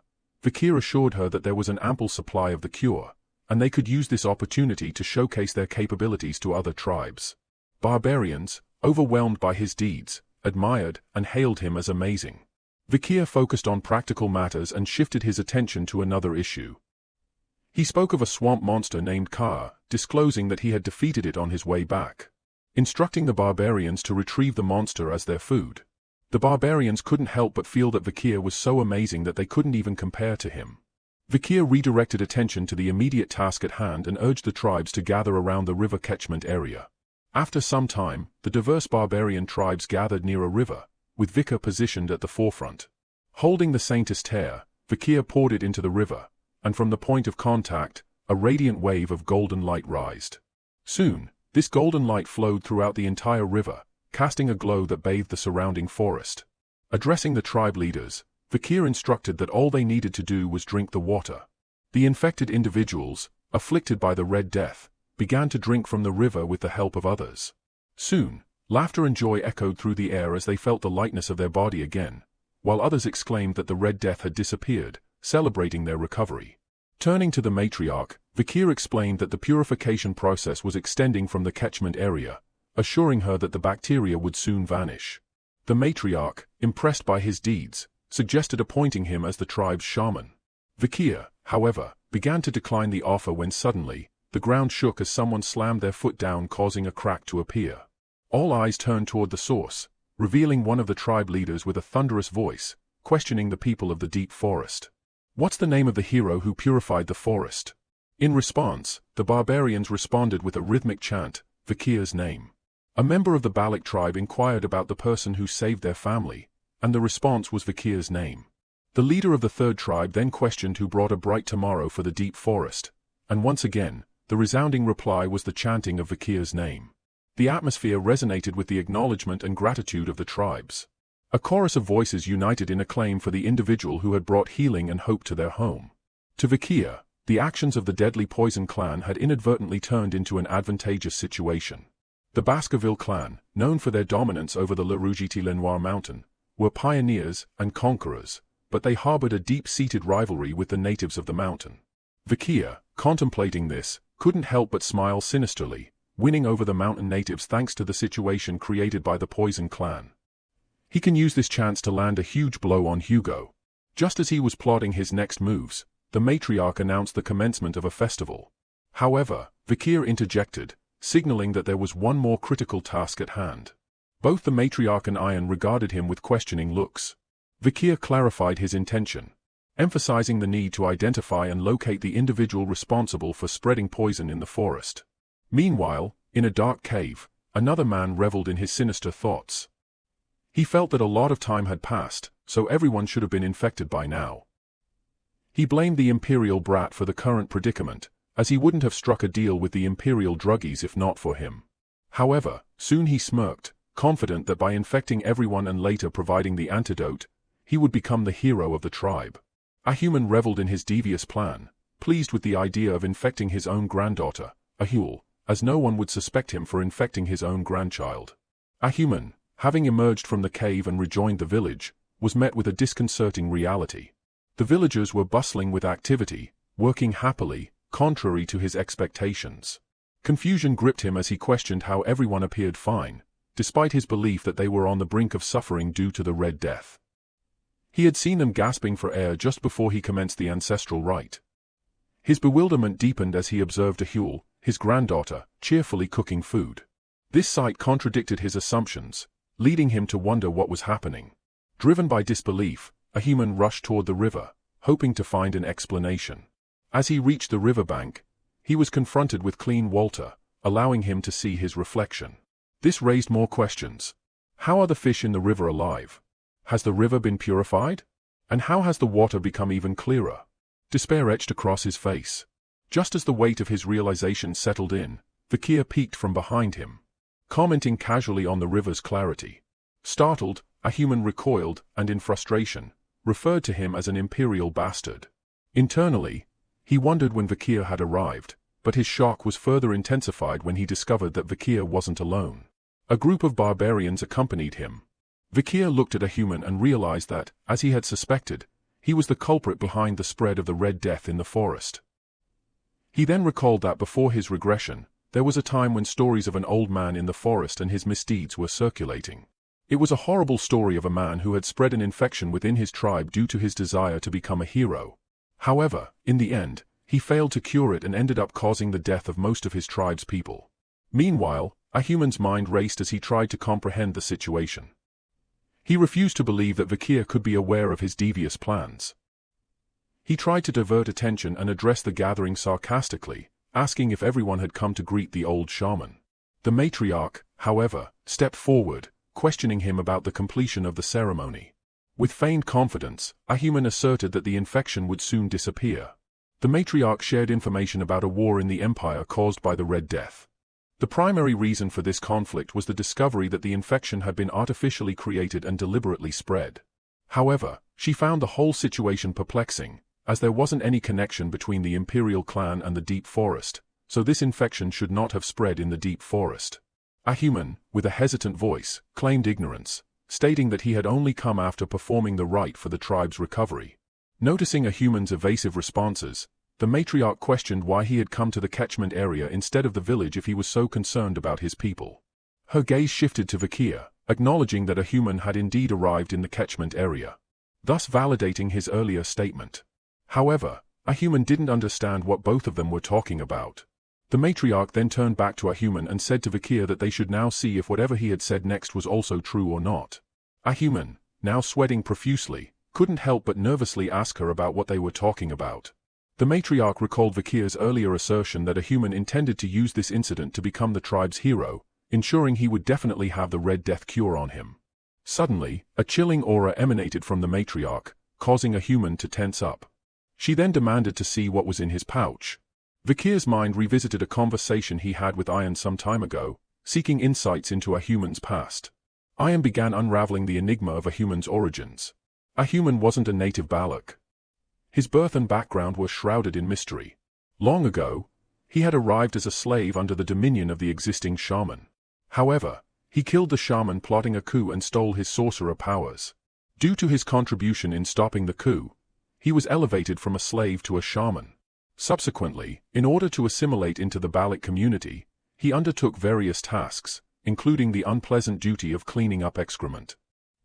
He took up all menial tasks within the village and even served as bait for dangerous prey during hunts. It was only as he aged, his hair turning grey, that he finally gained acknowledgement and respect within the society. In the present, as Vikir observed a human, he pondered whether the aging shaman desired the privileges he had been denied in his youth. He suspected that a human had overstepped the matriarch's authority in an attempt to seize control of the entire forest. The matriarch, her expression filled with anger, confronted a human, demanding to see his pouch. A human, visibly shaken, explained that the pouch contained flour he had saved to consume after a ceremony. As he attempted to retrieve the pouch, a mishap occurred. The pouch slipped from his grasp and tumbled into the river. Soon, the contents dissolved into the water. A human, in shock, exclaimed that the old man had hand tremors, which resulted in the accidental loss of the pouch in the river. Simultaneously, the matriarch acknowledged Vikir's earlier suspicions, expressing disbelief that he would throw the pouch into the river. Vikir remarked that now they could no longer reveal the content of his pouch using the same method. A human, in a fit of anger, denied having an antidote and stated that accusing him implied he was the one who had spread poison throughout the forest. He pointed an accusatory finger at Vikir, urging the matriarch to punish him for framing the honorable shaman. The matriarch agreed with his statement that you cannot frame someone without evidence. Since he believed he was innocent, she promised to protect his honor and pride. A human smirked, confident that without evidence, even the matriarch would not be able to punish him. However, his confidence waned when the matriarch ordered an Iliad. An Iliad was a Baloch tradition that served as a resolution for conflicts when opinions couldn't align. The victor of the Iliad was deemed competent, and the loser faced the consequences. A Hun addressed a human, his grandfather, and remarked that he had always emphasized the importance of tradition. The Iliad was also a tradition of Balochs, so a Hun asked him to demonstrate his protection of their traditions. A human cursed him internally, but he reluctantly agreed, scheduling the Iliad for 4 days from now, during the night of the full moon. Vikir, however, challenged the time frame, asserting that tradition dictated that the recipient of the Iliad request determine the day. He then revealed his cunning plan, admitting that evidence and verification were meaningless. Cornering him into a situation where he had no choice but to request an Iliad was all part of his plan. Vikir smiled slyly and suggested initiating the Iliad immediately. Near the summit of the mountain, the Baloch tribe gathered to witness the Iliad. The matriarch, presiding over the proceedings, declared the commencement of the Iliad within the warriors' circle, warning that those attempting to flee would face merciless execution by the warriors. Behind her was the warriors' mountain, housing the graves of ancestors, and since their ancestors were watching, any indecency would not be forgiven. She invoked the ancestors' judgment to decide the victor, urging the Baloch warriors to prove their righteousness. Ayan, with a smile on her face, shouted encouragement to Vikir, requesting him to secure victory with a single attack. The sentiment was echoed by other members of the tribe, chanting his name. Meanwhile, a human, frustrated by the apparent lack of support, bit his finger, letting a few drops of blood fall to the ground with the thought that they will stop saying his name once he won, as weapons weren't the only things one could use in an Iliad. Soon, 3 skeletons emerged from the ground, and a human ordered them to watch his blind spots and notify him of Vikir's movements. Armed with a bow and arrow, a human smirked, confident that it was impossible for Vikir, who had only been here for 2 years, to beat someone like him, who had spent 7 years in the forest. There was no way Vikir could be more familiar with the terrain. All he needed to do was wait for Vikir to show himself, and he would shoot an arrow right through him. Unbeknownst to him, Vikir had already arrived and was hanging upside down from a tree branch behind him. Vikir pondered the utility of the silent heal skill acquired from killing the master of the swamp. It was a Mashasu skill that allowed him to silently target his prey's openings. He appreciated its ability to eliminate distracting sounds, making it particularly useful for assassins. Observing a human's use of necromancy, he speculated on the possibility of him originating from Lakoko, a tribe of shamans. However, such details held little consequence for his overall strategy. With calculated precision, Vikir descended from the tree amidst the skeletons. His hand moved at an astonishing speed, leaving red slashes in its wake as the skeletons crumbled to pieces. Unaware of this swift action, a human maintained a smirk, believing that Vikir was paralyzed by fear. However, in an instant, Vikir from behind a human, thrust Beelzebub into his chest. A human, bewildered and coughing, questioned the sudden turn of events. He hadn't even heard any footsteps on the fallen leaves. With a push, Vakir sent him sprawling to the ground, his eyes vacant. Retracting Beelzebub, Vakir stood victorious. Iron rushed towards him, elated by the outcome. The surrounding barbarians, shocked by the swiftness of the confrontation, acknowledged the instant decision. One noted that the ancestors had deemed a human's words unworthy of consideration. The Iliad had reached its swift and definitive conclusion, leaving the mountain summit in a stunned silence, broken only by the rustling of leaves in the wind. A human, writhing in pain on the ground, struggled with the burning sensation of his wound. Fearful of death, memories of enduring a shameful past to survive within the Balax flooded his thoughts. Unfairness overwhelmed him as he looked at Vakir, nursing a deep resentment for the things he believed were rightfully his. The Balak tribe, Lokoko, everyone who had scorned him seemed to bear the blame in his anguished perspective. Vakir, contemplating the ongoing suffering, turned to a Hun, suggesting that ending a human's pain might be a merciful option. However, a Hun refused to deliver the mercy since he had almost lost a Huel because of the Red Death, even though a human was his grandfather. He could not forgive him and stated that a coward deserved to be in pain and wasn't worth pitying. Unbeknownst to everyone, Ahimenuman, with his last breath, was drawing something on the ground with his own blood. As he neared completion, a purple aura emanated from the ancestor's grave, and the coffin's door creaked open. Simultaneously, the sky and ground were enveloped in a dark and eerie purple energy, catching the attention of everyone present. The sudden change in atmosphere raised alarm among the witnesses. They questioned the ominous energy emanating from the grave, with a Hun, in particular, displaying shock on his face as he observed his grandfather's cryptic actions. Vakir, registering the shock on a Hun's face, turned to see a human on the ground. He was surprised to witness him moving. Considering that he had surely stabbed his lungs, barbarians nearby expressed their anger at a human, accusing him of meddling with the grave and risking the wrath of the ancestors. A human, now with purple eyes and an ominous aura, laughed and questioned whether he should truly be the one to fear the ancestors. Sensing something amiss, Vakir sprinted towards a human, urgently shouting that they needed to kill him immediately. Just as Vakir reached him, an explosion occurred, pushing him back. With a worried expression, Vakir questioned himself if he was too late. Iron, who arrived behind him, was shocked to see the source of the blast, an arrow covered in dark energy. A human gazed towards a figure on the mountain and declared that, since they wished to defer the decision to the ancestors, it was now time for the great ancestors' judgment.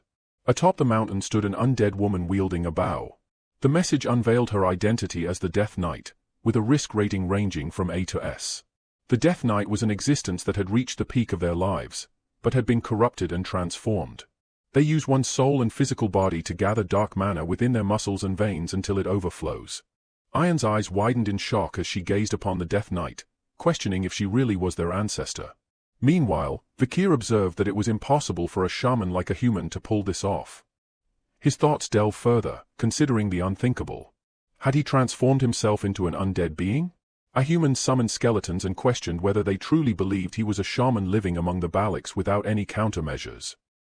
He then revealed that it was too early to be surprised, as there wasn't only one grave here on Warrior's Mountain. Soon, numerous Death Knights started appearing, and a human began to run away in his skeleton carriage while mockingly telling them to do their best in the fight against their ancestors. A Hun arrived behind him and questioned how low he was willing to go. He was about to fire an arrow at his grandfather when another arrow shattered his own. A Hun turned towards the source, discovering it was the Balak ancestor who had intervened. Suddenly, an arrow streaked from the forest, obliterating the undead ancestor's head. The matriarch, after defeating the undead, commanded everyone to prepare for battle.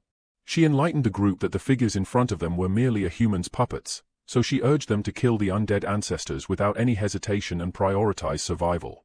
The gruesome battle between the Balak tribe and their undead ancestors raged on, but the situation appeared dire for the Balaks. They suffered rapid casualties against their formidable ancestors, whose strength seemed unconquerable. Amidst the chaos, an undead let out a scream, only to have her head blasted off by a precise arrow. Two more undead met a similar fate, their heads lost to the deadly accuracy of arrows. Vakir observed the matriarch using one arrow per Death Knight.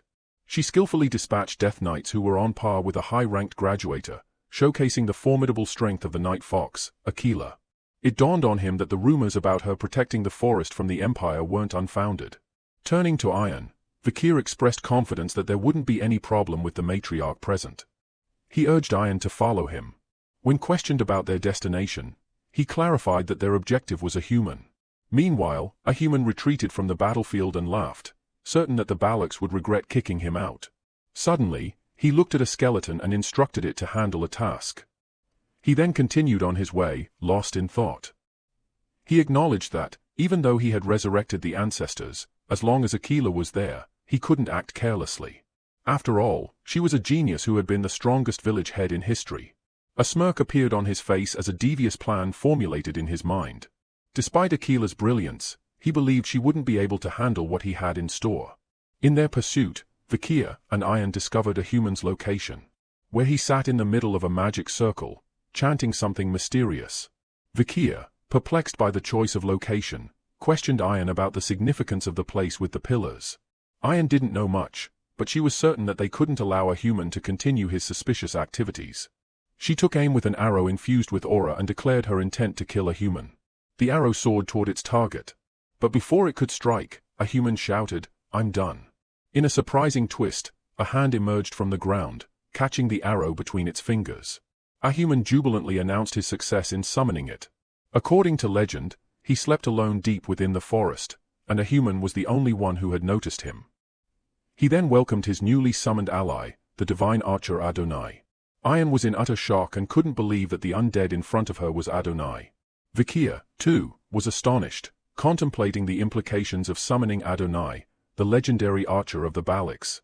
However, their surprise was cut short when Adonai fired an arrow at them. Vikia, quick on his feet, summoned Beelzebub and managed to alter the arrow's trajectory. Yet, when the arrow struck a tree, it triggered a massive explosion, leaving him shocked by the unexpected aftermath. Vikia's mind raced as he realized that it was an arrow created with aura, and even though he had deflected the damage it caused, it left him astonished. However, his concern shifted swiftly when he heard Ian's pained voice. There was a cut on Ian's thigh, and she expressed her pain by revealing that it felt like her leg was burning. Vikia suspected it might be poison, possibly from Adonai's arrow. Thoughts rushed through his mind, and he realized that the legend about Adonai dealing with that monster was true. He also realized that the bow Adonai was currently using was made from the remains of Madame Eightlegs. Before Vikia could fully process this revelation, Adonai launched a relentless barrage of aura arrows at them. Vikia, utilizing Beelzebub, deflected the arrows, and each deflection caused massive explosions wherever they landed. When the onslaught finally ceased, the ground lay split and scarred, but Vikia stood, albeit in a weakened state, shielding Ian. Even Beelzebub seemed strained, emitting painful sounds. Ian noticed his fatigue and expressed concern. She told him to stop protecting her, run away, and leave her. A human's laughter echoed through the battleground as he reveled in his perceived triumph. His disdain for Vikia and Ian was palpable, and with a sinister voice he urged Adonai to end their lives. Adonai responded, firing an arrow that carried with it the aura of death, threatening to extinguish the lives of Vikia and Ian. Vikia braced himself, preparing to block the impending arrow. However, a sudden twist of fate intervened. Before the deadly projectile could reach its targets, a mysterious figure appeared, catching the arrow with bare hands. A human, Vikia, and Ian were all struck dumb by this unforeseen turn of events. Matriarch Aquila emerged from the shadows, holding the arrow in her hand. With a display of formidable strength, she squeezed the arrow, dissipating the deadly aura. A human felt a chill running down his spine as Matriarch Aquila locked eyes with him and said, "Let's have a talk." Ian was shocked by her mother's sudden arrival and called out to her. The matriarch explained that she had sensed a powerful aura, and now she acknowledged that it was the right call for her to come. A human was taken aback, uttering Aquila's name in disbelief. Ian urgently informed her mother about the poisoned arrow and insisted that she seek immediate treatment. The matriarch, looking at her hand and acknowledging the presence of poison, extended her hand and clenched her fist, triggering an internal explosion. As she opened her hand, the poison dripped down, leaving Vikia astonished. He wondered if she had expelled the poison and contaminated blood by detonating the aura within her. The rarity of such a method surprised him. Matriarch called out to a human, whose fear intensified upon hearing her cold tone, and he began blaming her for pushing him into a corner. However, she ignored his betrayal and asked him to answer her question. She looked at the undead and inquired whether this person was indeed the divine archer, Sir Adonai. A human regained confidence and asserted that he was the legendary Adonai, someone she wouldn't dare to fight against. The matriarch smiled and acknowledged the information. She then praised Ian and Vikia, instructing them to stay behind. Shifting her attention to the divine archer Adonai, she expressed her honor in meeting him, despite the circumstances, and proposed a showdown to determine the superior warrior. The battlefield was set, with Aquila on one side and divine archer Adonai on the other. Aquila took the initiative, launching 5 aura-infused arrows at him. Displaying extraordinary swiftness, Adonai effortlessly dodged each arrow. In response, he readied a dark aura arrow and fired at Aquila. However, she exhibited remarkable flexibility and skillfully avoided the incoming projectile. The intense battle continued, marked by massive explosions in the forest as the arrows detonated. Vikia, anticipating the danger, prepared to carry Iron to a safer location, contemplating the rarity of witnessing a duel between those possessing master-grade aura, a spectacle seldom seen during the time of the fall. Ahuman, concealed in a safe position, observed the battle and acknowledged Aquila's prowess as the Night Fox. However, he knew that challenging Sir Adonai would not be an easy task. Suddenly, he let out an evil laugh before exclaiming that she could never defeat Sir Adonai as he was already dead. Moreover, he could infinitely use Hell's dimensional aura, and the strength of a boundless arrow was too strong. Aquila, after sustaining some injuries, realized that she would be at a disadvantage in a ranged fight. Upon analyzing Adonai, she recognized his perfection in speed, power, and mobility. However, she also noticed that he was lacking something very important. As their arrows collided, a massive explosion enveloped the area. Aquila seized the opportunity presented by the dust cloud to close the distance, and launched a kick at Adonai's neck. However, he skillfully evaded it and conjured a dark sword. As he swung the dark sword, it cut through the surrounding trees, but Aquila managed to evade getting hit. She then threw her dagger at Adonai's hand, causing the sword to fall. Capitalizing on his momentary imbalance, she aimed a kick at his knee, disrupting his stability. Seizing the chance, Aquila fired an aura-infused arrow at him, cutting through the forest with formidable force. As the dust settled, Adonai stood with his right upper half blown away by the arrow. Aquila addressed him as great ancestor and questioned whether his reluctance to fight stemmed from being dead or a desire to spare his descendant. Regardless, she expressed her intent to free him from his current state. She fired another arrow at him. He stood motionless, seemingly welcoming the impending hit. However, just as the arrow approached his face, his arm was turning dark, filled with aura as he caught it. Adonai screamed as dark energy manifested in his right half, attempting to merge with his undead body.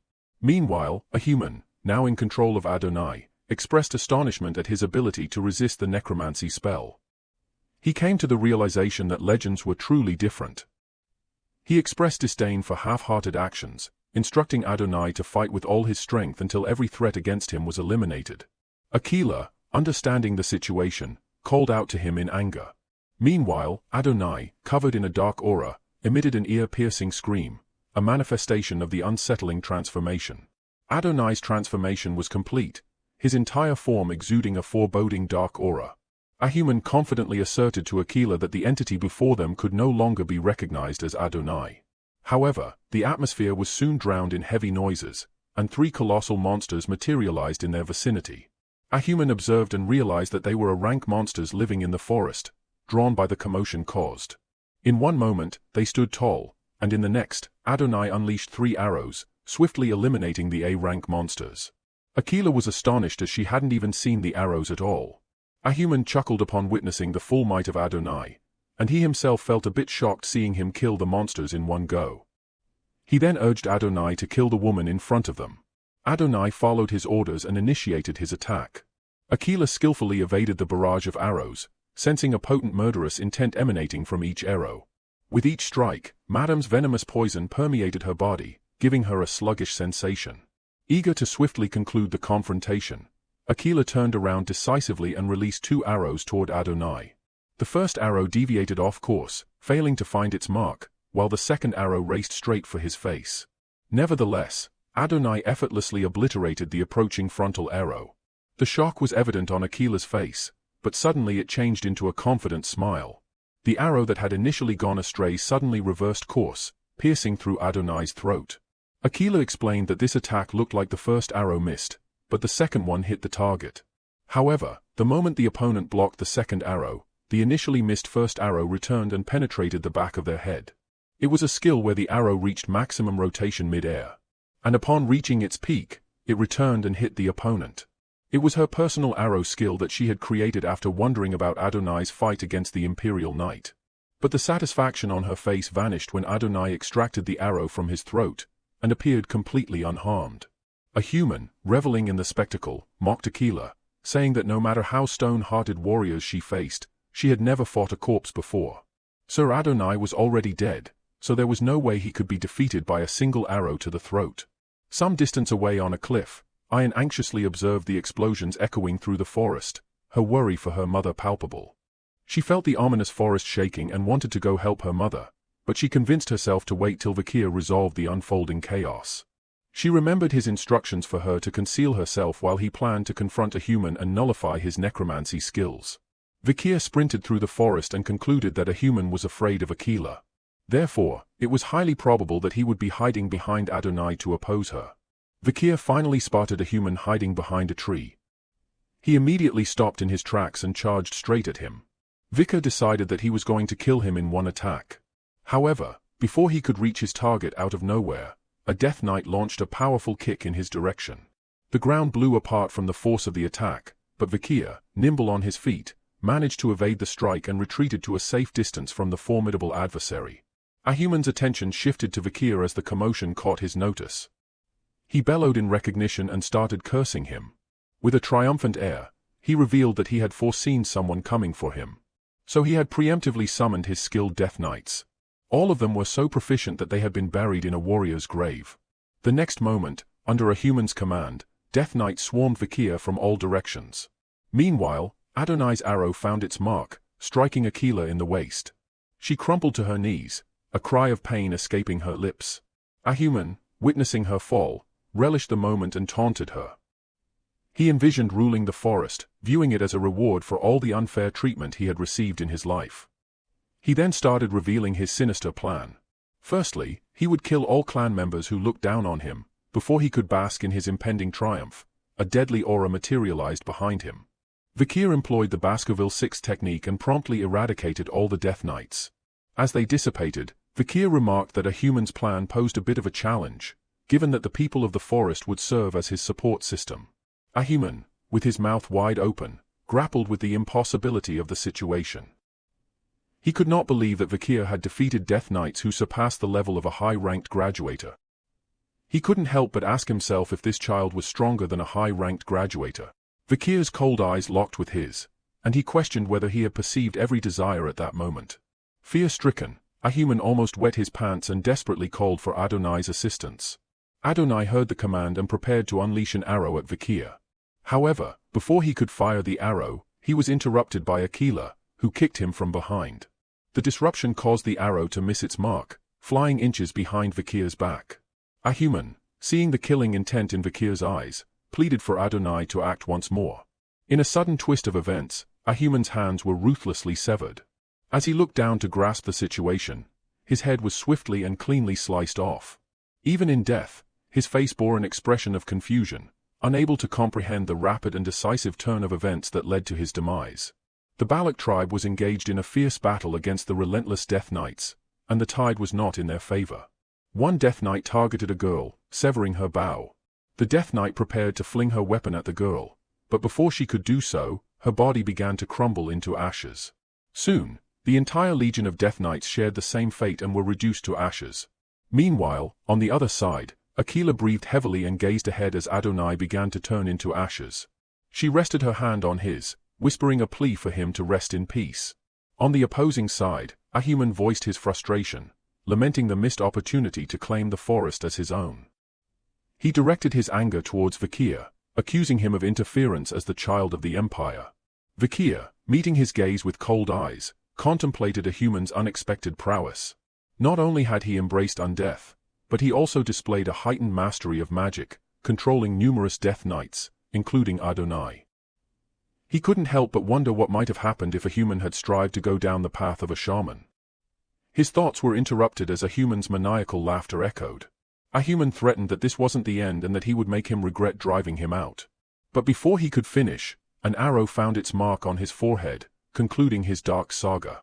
Vakir looked back and saw a Hun holding a bow, panting heavily. A Hun expressed remorse to Vakir, acknowledging that if only he had listened earlier about the necessity to eliminate a human. Vikir reassured Ahun, stating that it wasn't his fault and commending him for doing well. With the main culprit finally dealt with, a collective sense of relief swept over everyone. Vikir proposed returning to the village, but upon their arrival, shock awaited them. The once thriving village lay in ruins, reduced to debris. Ayan exclaimed in disbelief, questioning what had happened. The matriarch, visibly shaken, recalled that those who hadn't joined the Iliad had stayed behind in the village. Ahul, with teary eyes, explained that the madam had arrived. Ayan, in shock, questioned if madam had really come here. Ahun rushed to his sister, anxiously inquiring about her well-being. Meanwhile, Vikir was perplexed and wondered why the monster, which had been passive until now, would unleash such destruction during their battle with a human. Ahul pointed in a specific direction, recounting how smoke had emanated from grandfather's ceremonial tent before the madam's destructive arrival. Later, at the location, Vikir examined burned leaves, realizing that a human had likely burned a plant that attracted insects. The revelation left him astonished at a human's calculated preparations. In a fit of rage, Matriarch struck a boulder, cursing a human. Her subordinate tried to calm her down as her injury was worsening. Matriarch declared that they could rebuild the village and gather food again. She then commanded the uninjured warriors to tend to the fallen and rescue survivors. On the other side, Ayan gazed at her wolf, Bakira, who trembled in pain, his leg rendered useless by madam's poison. With teary eyes, Ayan embraced him and apologized for leaving him alone. Madame Eightlegs was the evil goddess of the forest, striking fear into the hearts of all tribes. Her existence wielded a catastrophic and undeniable force of darkness. The Balak tribe recognized Madam as a natural disaster, rendering them powerless to seek revenge. However, Vikir harbored a plan that could change this dire situation.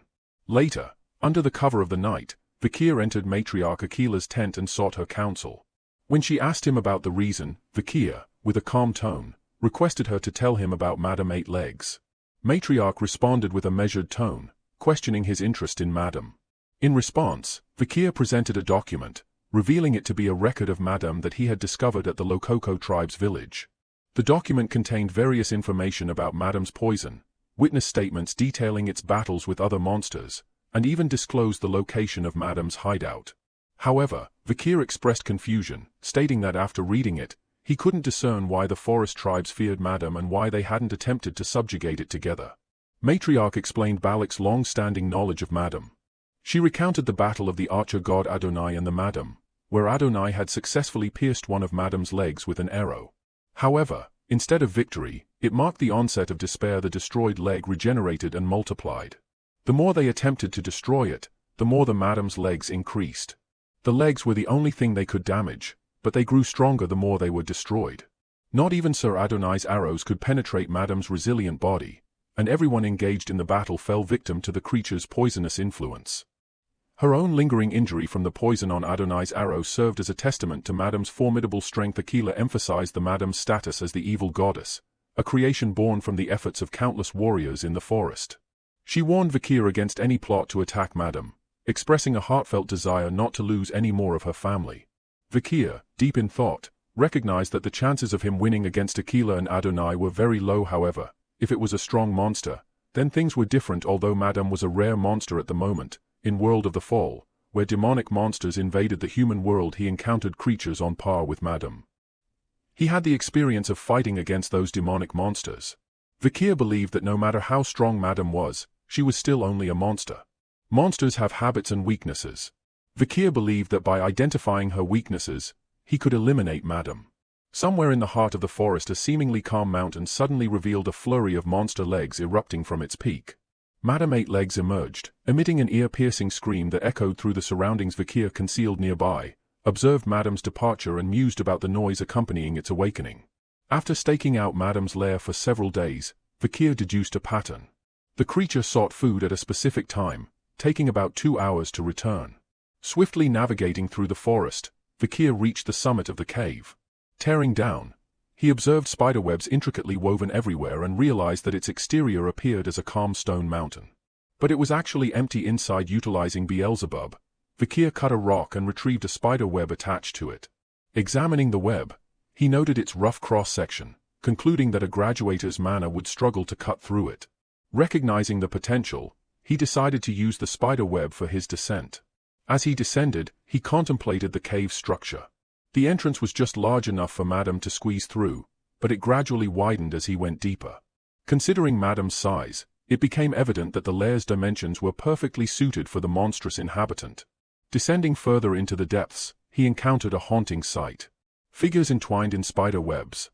Victims of Madame Eight Legs. The disturbing scene featured both humans and monsters, some untouched and decomposed. Vikir pondered whether Madame used them as examples or simply brought them here for amusement. Realizing the urgency of his mission, he pushed aside his fascination. He needed to investigate as much as possible before Madame's return. Amid his exploration, he stumbled upon eggs adhered to a wall. He plucked one and identified it as Madame's egg. Now he understood the source of the multitude of spider demons during the world's collapse. So, he decided to take the egg and analyze it. However, his discovery coincided with the sudden appearance of Madame Eight Legs atop the lair. She examined her lair intently, then departed moments later. Hidden behind webs, Vikir breathed a sigh of relief and wondered if Madame sensed an intruder through instinct. He realized that if he didn't possess Mashusu's sound-dampening skill, things might have gone bad. So, he decided to conclude his mission swiftly and return before the situation turned dangerous. In Balak's village, the air was filled with the sounds of construction as people diligently worked on rebuilding their homes. Amidst the bustling activity, a question echoed through the crowd, inquiring about news concerning Vikir. A response came from someone in the village, stating that Vikir had constructed his own lodging and hadn't emerged for several days. Another villager chimed in, sharing that they had seen Vikir heading to another tribe at dawn. Despite the mystery, some villagers dismissed concerns, expressing confidence in Vikir's planning and strategic thinking. Standing outside Vikir's tent, Ayan called out to him and acknowledged that she had heard from her mother about his inquiry regarding Madame. She cautioned against attempting to fight the formidable monster, emphasizing that no warrior could defeat it. With teary eyes, Ayan revealed that Bakira had to amputate his leg and that he might not be able to run as before. If something were to happen to Vikir too, she expressed that she might not be able to bear it. Before Ayan could finish her plea, Vikir called out to her, inviting her inside his tent, mentioning that he had something important to share. Ayan entered Vikir's tent, greeted by the sight of numerous documents affixed to a board. Perplexed, she inquired about the contents. Vikir explained that the records were gathered from various tribes in the forest, detailing information about Madame. He conducted research on the web and skin obtained from the creature's lair, as well as the egg it had laid. Ayan, filled with worry, questioned whether he had entered Madame's cave. She expressed concern that he might be planning to confront Madame directly and offered to join him in the battle. However, Vikir pointed out her lingering injury from the encounter with Adonai, stating that she would only be a burden. With determination in his tone, Vikir revealed that he was going to leave the forest soon because he had something he must attend to. Thus, he needed to return to Baskerville. Ayan, with disappointment, acknowledged that she was already aware of his impending departure. Interrupting her sadness, Vikir reassured her that he intended to return here after finishing everything he needed to do. He disclosed his plan to safeguard the place he wanted to come back to. Having finalized his strategy for hunting Madame, Vikir says that he won't let what happened to Bakira happen to him. Ayan, contemplating his audacious use of the word hunt for Madame, expressed her concern. She recalled the various challenges Vikir had faced in the past. From helping them during the poison incident to the complexities involving a human. He had always faced problems that could not be solved and always brought them back. Ayan, with a smile, took Vikir's hand and said that the word he used made her expect things, so she asked if it would be all right for her to look forward to results too. Vikir spoke with a soft voice, acknowledging and assuring her that it was indeed all right to look forward to the outcome. As night fell and heavy rain poured, the sound of raindrops filled the forest. Amidst this, Vikir found himself confronting a giant salamander. The creature attacked, but Vikir effortlessly sliced its arm with Beelzebub. However, to his surprise, the severed limb regenerated in a few moments. Vikir realized that it was indeed true that if the salamander's head remained intact, it could continue to regenerate itself. Vikir declared that this was the last thing he needed to confront the Madame. Fixing his opponent with a cold gaze, Vikir demanded the salamander to bestow upon him its ability. Now, the three abilities in Beelzebub were Burn Injury, Silent Heal, and Regeneration. Ahun wiped the sweat from his face and declared that the construction of the house was complete. One friend was shocked by his unexpected skill in house building. While another asked if this house was for Vikir, a Hun proudly explained that Vikir was like a brother to him, emphasizing that building a house for Vikir was a genuine act of brotherly duty. Laughter filled the air as the friends reminisced about a Hun's initial disdain for Vikir. A Hun dismissed the teasing, highlighting that thanks to Vikir, the village had finally returned to its original state. Eager to share the news, they headed to Vikir's tent. One friend suggested he might be out. A Hun was a bit disappointed as he wanted to see Vikir's touched expression. The second friend, skeptical, questioned whether Vikir would ever show such an expression. Meanwhile, Ayan observed from a distance, fully aware that the anticipated day had arrived. She prayed to the god of the forest, seeking blessings for the great warrior who was about to come face to face with disaster. Vikir stood near Madame's lair, observing the dark clouds in the sky. He predicted that it was going to rain soon.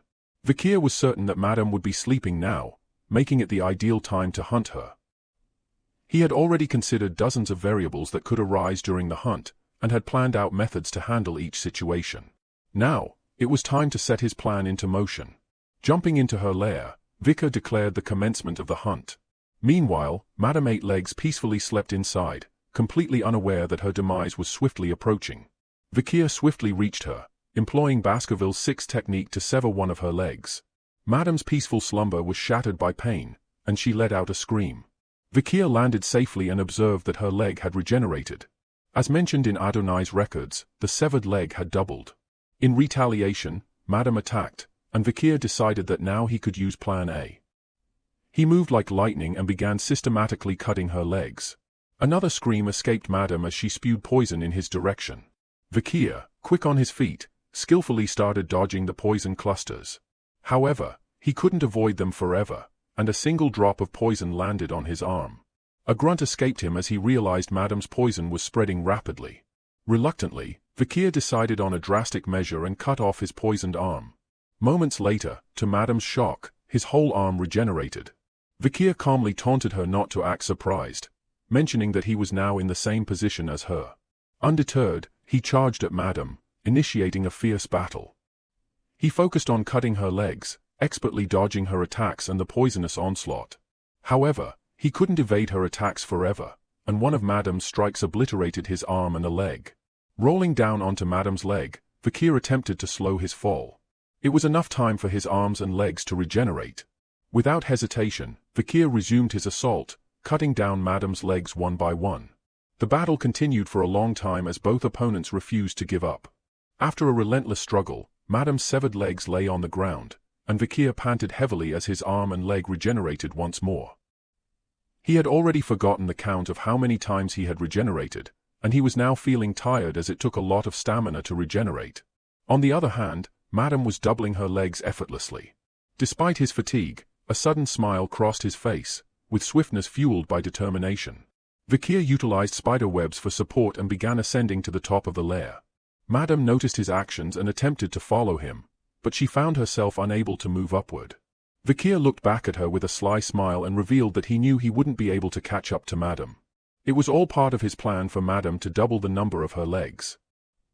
He acknowledged that Madame's ability to duplicate her legs when they got cut seemed a godlike skill, but it could turn into a curse if she kept duplicating the same leg as it becomes difficult to move.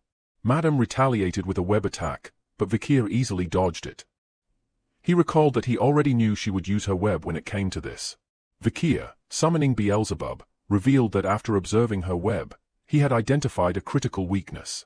A wide smile spread across Vikir's face as he pointed out that while it resisted normal fire, it burned like wood when exposed to the purple hellfires from the underworld. And this place was filled with gas from all the corpses. He climbed onto the dead bear's corpse and mentioned that it seemed like the best condition for a fire to spread.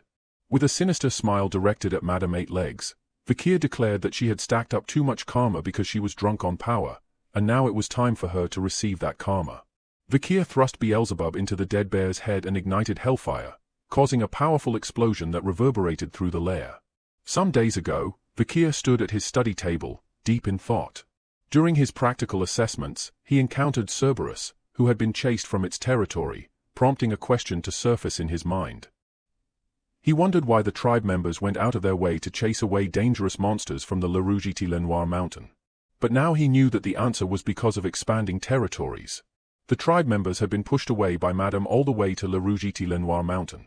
And knowing this, he finally understood Madame's hidden intentions.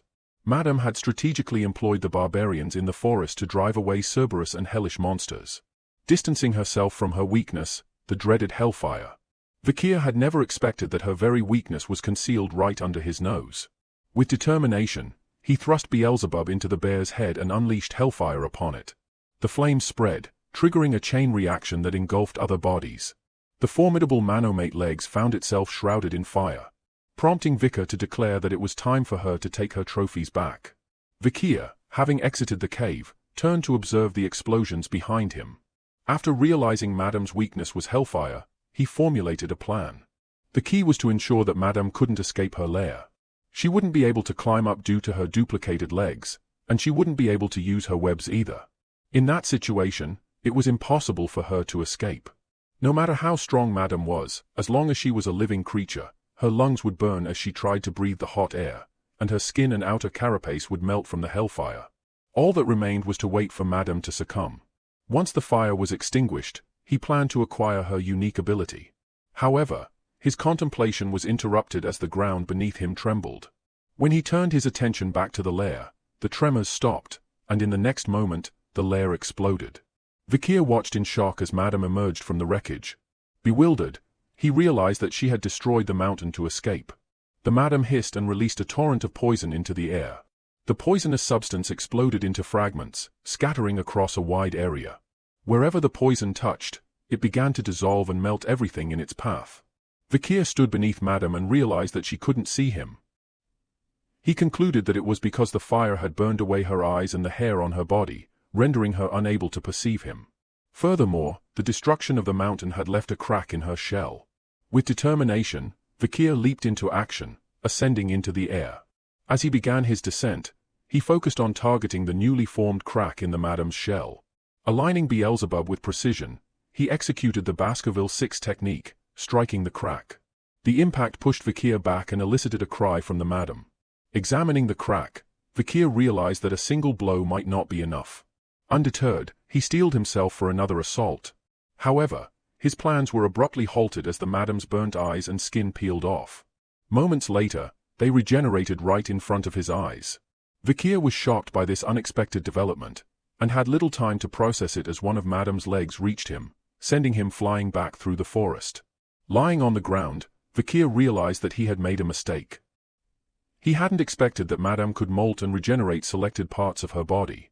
Furthermore, both his legs had been blown away, and he sensed that he was regenerating slower than before, causing fatigue. As Madame closed in, Vikir panted heavily, realizing that he had to hurry and get up. Amid his struggle, a familiar voice interrupted his thoughts, questioning the purpose of his fight against such a monster. The voice suggested that he should have already left the dense forest to fulfill his goal. The only thoughts in his mind should have been revenge against Hugo and killing him. An image of his older self from his past life materialized, casting a cold gaze and asserting that his only desire was vengeance. Older Vikir from the past admonished the present Vikir, accusing him of growing sluggish and dull since entering the forest. He bellowed a reminder, urging him to recall the seething hatred he harbored for Hugo and the moment he sliced his throat. Vikir van Baskerville. The only reason for his existence was to carry out the missions given by his master. No matter what the situation was, the mission was more important than his life. From the moment he was born, that was what he was taught, that was how things were, and that was the only way he felt fulfilled. Or so he believed. When he was beheaded by his master, he realized that his life was futile and vain. Older Vikir revealed his desire to inflict upon Hugo the same despair he endured. He chastised the present Vikir for messing up the plan and accused him of ruining everything. He exclaimed that the sole reason for his existence was to kill Hugo and destroy Baskerville. Vikir was confused and began to ponder the essence of his existence. He wondered if there had ever been a moment in his past life when he defied Hugo's will, and he found his answer: there was that one time. Vikir gazed into the forest as he entertained the idea of breaking away from the team. His mind wrestled with the decision, trying to figure out the right choice. Ultimately, Vikir remained rooted behind his comrades, following their lead. He recognized that he had merely followed the path dictated by his chains. After all, he was just another one of Hugo's well-trained bloodhounds. In a moment of defiance, Vikir declared his independence, refusing to be shackled any longer by Hugo's commands or his own thirst for vengeance. He declared that he would no longer grant them the right to do anything. With clarity, Vikir acknowledged the regret he harbored for his past decisions, especially at the moment of his execution by Hugo. He resolved not to live as a mere instrument of another's will, no longer content to be a hunter pursuing prey. Madame Eight Legs unleashed ear-piercing screams as she launched an attack toward Vikir. Her leg aimed at him to terminate his life. Meanwhile, Vikir's fingers clenched the soil as he declared what he sincerely wanted was freedom. With agility born of desperation, Vikir narrowly evaded Madame's assault. Amidst the chaos, he contemplated his yearning for revenge and the longing to safeguard his home. All his aspirations converged into a singular point, the desire to live according to his own will. With steely resolve, Vikir focused ahead, determined to seize control of his fate. As Madame's attack bore down on him, he rallied himself, screaming internally to rise and fight, in order to no longer be controlled by anyone or anything. Before Madame's strike could land, an arrow pierced her leg, shattering it. Soon, a barrage of arrows rained down upon her, eliciting agonized cries. Vikir, astonished, turned his gaze toward figures standing on a distant hill, their intervention coming as a surprising relief in his dire predicament. On the hill, Ayan and the matriarch stood armed with bows. Ayan's voice echoed fiercely as she defended her husband candidate from Madame Eight Legs' onslaught.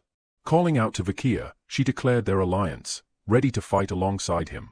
Ayan's command resonated among the Balak warriors, rallying them to support Vikir in his struggle against Madame. The air buzzed with anticipation as they readied themselves for battle, united in their determination to aid the hero of the forest. As arrows continued to rain down on Madame, she hissed in frustration. Meanwhile, Vikir's legs regenerated, empowering him to climb onto Madame's back. Despite his exasperation at her disregard for his warnings, Vikir expressed gratitude to Aeon for her timely intervention, acknowledging that her actions had saved him. Pressing forward, Vikir attacked the cracked spot with Beelzebub. However, the resulting blast pushed him back, and he realized that it was not easy to destroy Madame's shell. Undeterred, Vikir refused to succumb to despair, resolving to persist in his efforts. With determination burning in his heart, he vowed to continue trying until he found a way to overcome the seemingly insurmountable obstacle. But before he could make his move, Madame went rampant and started stamping her legs on the ground, causing huge explosions. Balak warriors retreated to a safe distance, warning each other of the impending danger. But Ayan recognized the significance of Madame's actions and concluded that Vikir had successfully cornered her. She urged her comrades not to falter and to continue fighting. Meanwhile, the matriarch remained atop the hill, her breaths labored as she watched the unfolding chaos. She had deemed Madame a disaster, so she never even thought of killing her. It was as if all the cells in her body thought that it was the obvious thing to do. But the young warrior in front showed her how to destroy that fear, and how to go against a disaster. Matriarch resolved to take action even if she had to vomit blood or if her injuries ruptured. As aura filled her body, her muscular physique was on full display. She prepared herself and unleashed an arrow, intending to open up for the warriors desperately resisting Madame. The arrow, created through aura, flew at an unbelievable speed and found its mark, striking Madame with explosive force. The resulting blast reverberated through the air, eliciting a resounding scream from Madame as she recoiled from the impact. Vikir saw this as an opportunity and moved with lightning speed, covering a vast distance in an instant until he stood near the cracked spot on Madame's body. He gathered all his power and unleashed the Baskerville First technique, deeply piercing Fang. The ferocious attack triggered a colossal explosion, rupturing Madame's shell and creating an opening. Ayan gasped in shock and realized that Vikir had entered Madame. But this was merely the beginning of his onslaught. Vikir pressed on, employing successive techniques with relentless precision. The second technique, biting Fang, was swiftly followed by the third technique, slicing Fang. He seamlessly transitioned into the fourth technique, tearing Fang, and then unleashed the fifth technique, shredding Fang. Madame's agonized screams echoed through the air as blood gushed from her mouth, evidence of the internal injuries inflicted by Vikir's relentless assault. Burning with power and determination, Vikir refused to live the life of a bloodhound led by its shackles. With each strike, the bindings that had restrained him began to shatter. Finally, he broke free, executing the Baskerville Six technique, crushing Fang, delivering a final, decisive blow. Madame unleashed a piercing scream as Vikir's relentless onslaught of Baskerville techniques inflicted multiple injuries upon her. Suddenly, her eyes bulged, and Vikir burst forth from them, emerging from her body. The Balak warriors, witnessing this surreal event, stood in shock. Ayan exclaimed in disbelief at Vikir's emergence from Madam's eyes. Madam fell to the ground, causing dust to blanket the area. The warrior watched in shock at this surreal scene. Vikir lay near Madam's body, exhausted. He writhed in pain as poison coursed through his veins. Vikir pondered the source of the poison and realized it must have been lurking in Madam's blood. His focus returned to Madam, who twisted in agony, fighting desperately to cling to life. Realizing the urgency of the situation, Vikir knew he had to act swiftly to cleanse the poison from his body. But before he could take any action, darkness overtook him, and his vision faded. Amid this darkness, Vikir's hand raised upward involuntarily, and Beelzebub emerged from it. The sword pierced Madam's body, beginning its gruesome feast. Madame Eight Legs found herself in an unfamiliar space and was confused by this sudden change. She was then confronted by Beelzebub and 3 bosses who had been absorbed by it. Cerberus lunged forward, its 3 heads biting at Madame's legs with ferocity. Under Beelzebub's command, Madame's soul began to be devoured, succumbing to its insatiable hunger. Meanwhile, Vikir heard someone calling out to him desperately, but people warned them not to get closer because of poison. However, Ayan pushed towards him urgently, pleading for him to hold on. Yet Vikir's eyes closed once more. Moments later, Vikir stirred and called out to Ayan in a subdued voice. He opened his eyes, addressing her with a hint of annoyance, urging her to quiet down as her voice was too loud for him to rest. Ayan, teary-eyed, expressed her relief and scolded him gently for worrying her. As the battle against Madame Eight Legs reached its conclusion, Beelzebub emitted a satisfied slurp after devouring her. The 3 abilities it now possessed were deadly poison obtained from Madame Eight Legs, silent healing obtained from Mashasu, and regeneration obtained from the swamp marsh salamander. Some days later, the Balak warriors lay sprawled on the ground, intoxicated from the festivities. The matriarch, along with another tribe's chief, sat atop Madame's head, raising their cups in a toast. Vikir sighed, observing the revelry around him. He couldn't help but wonder how many days had passed since the festival began. He found that these villagers certainly knew how to enjoy themselves. As Vikir approached Bakira, he was greeted with a cheerful expression.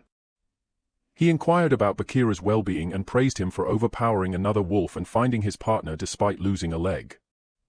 He reassured Bakira that he had avenged him and instructed him to rest now that justice had been served.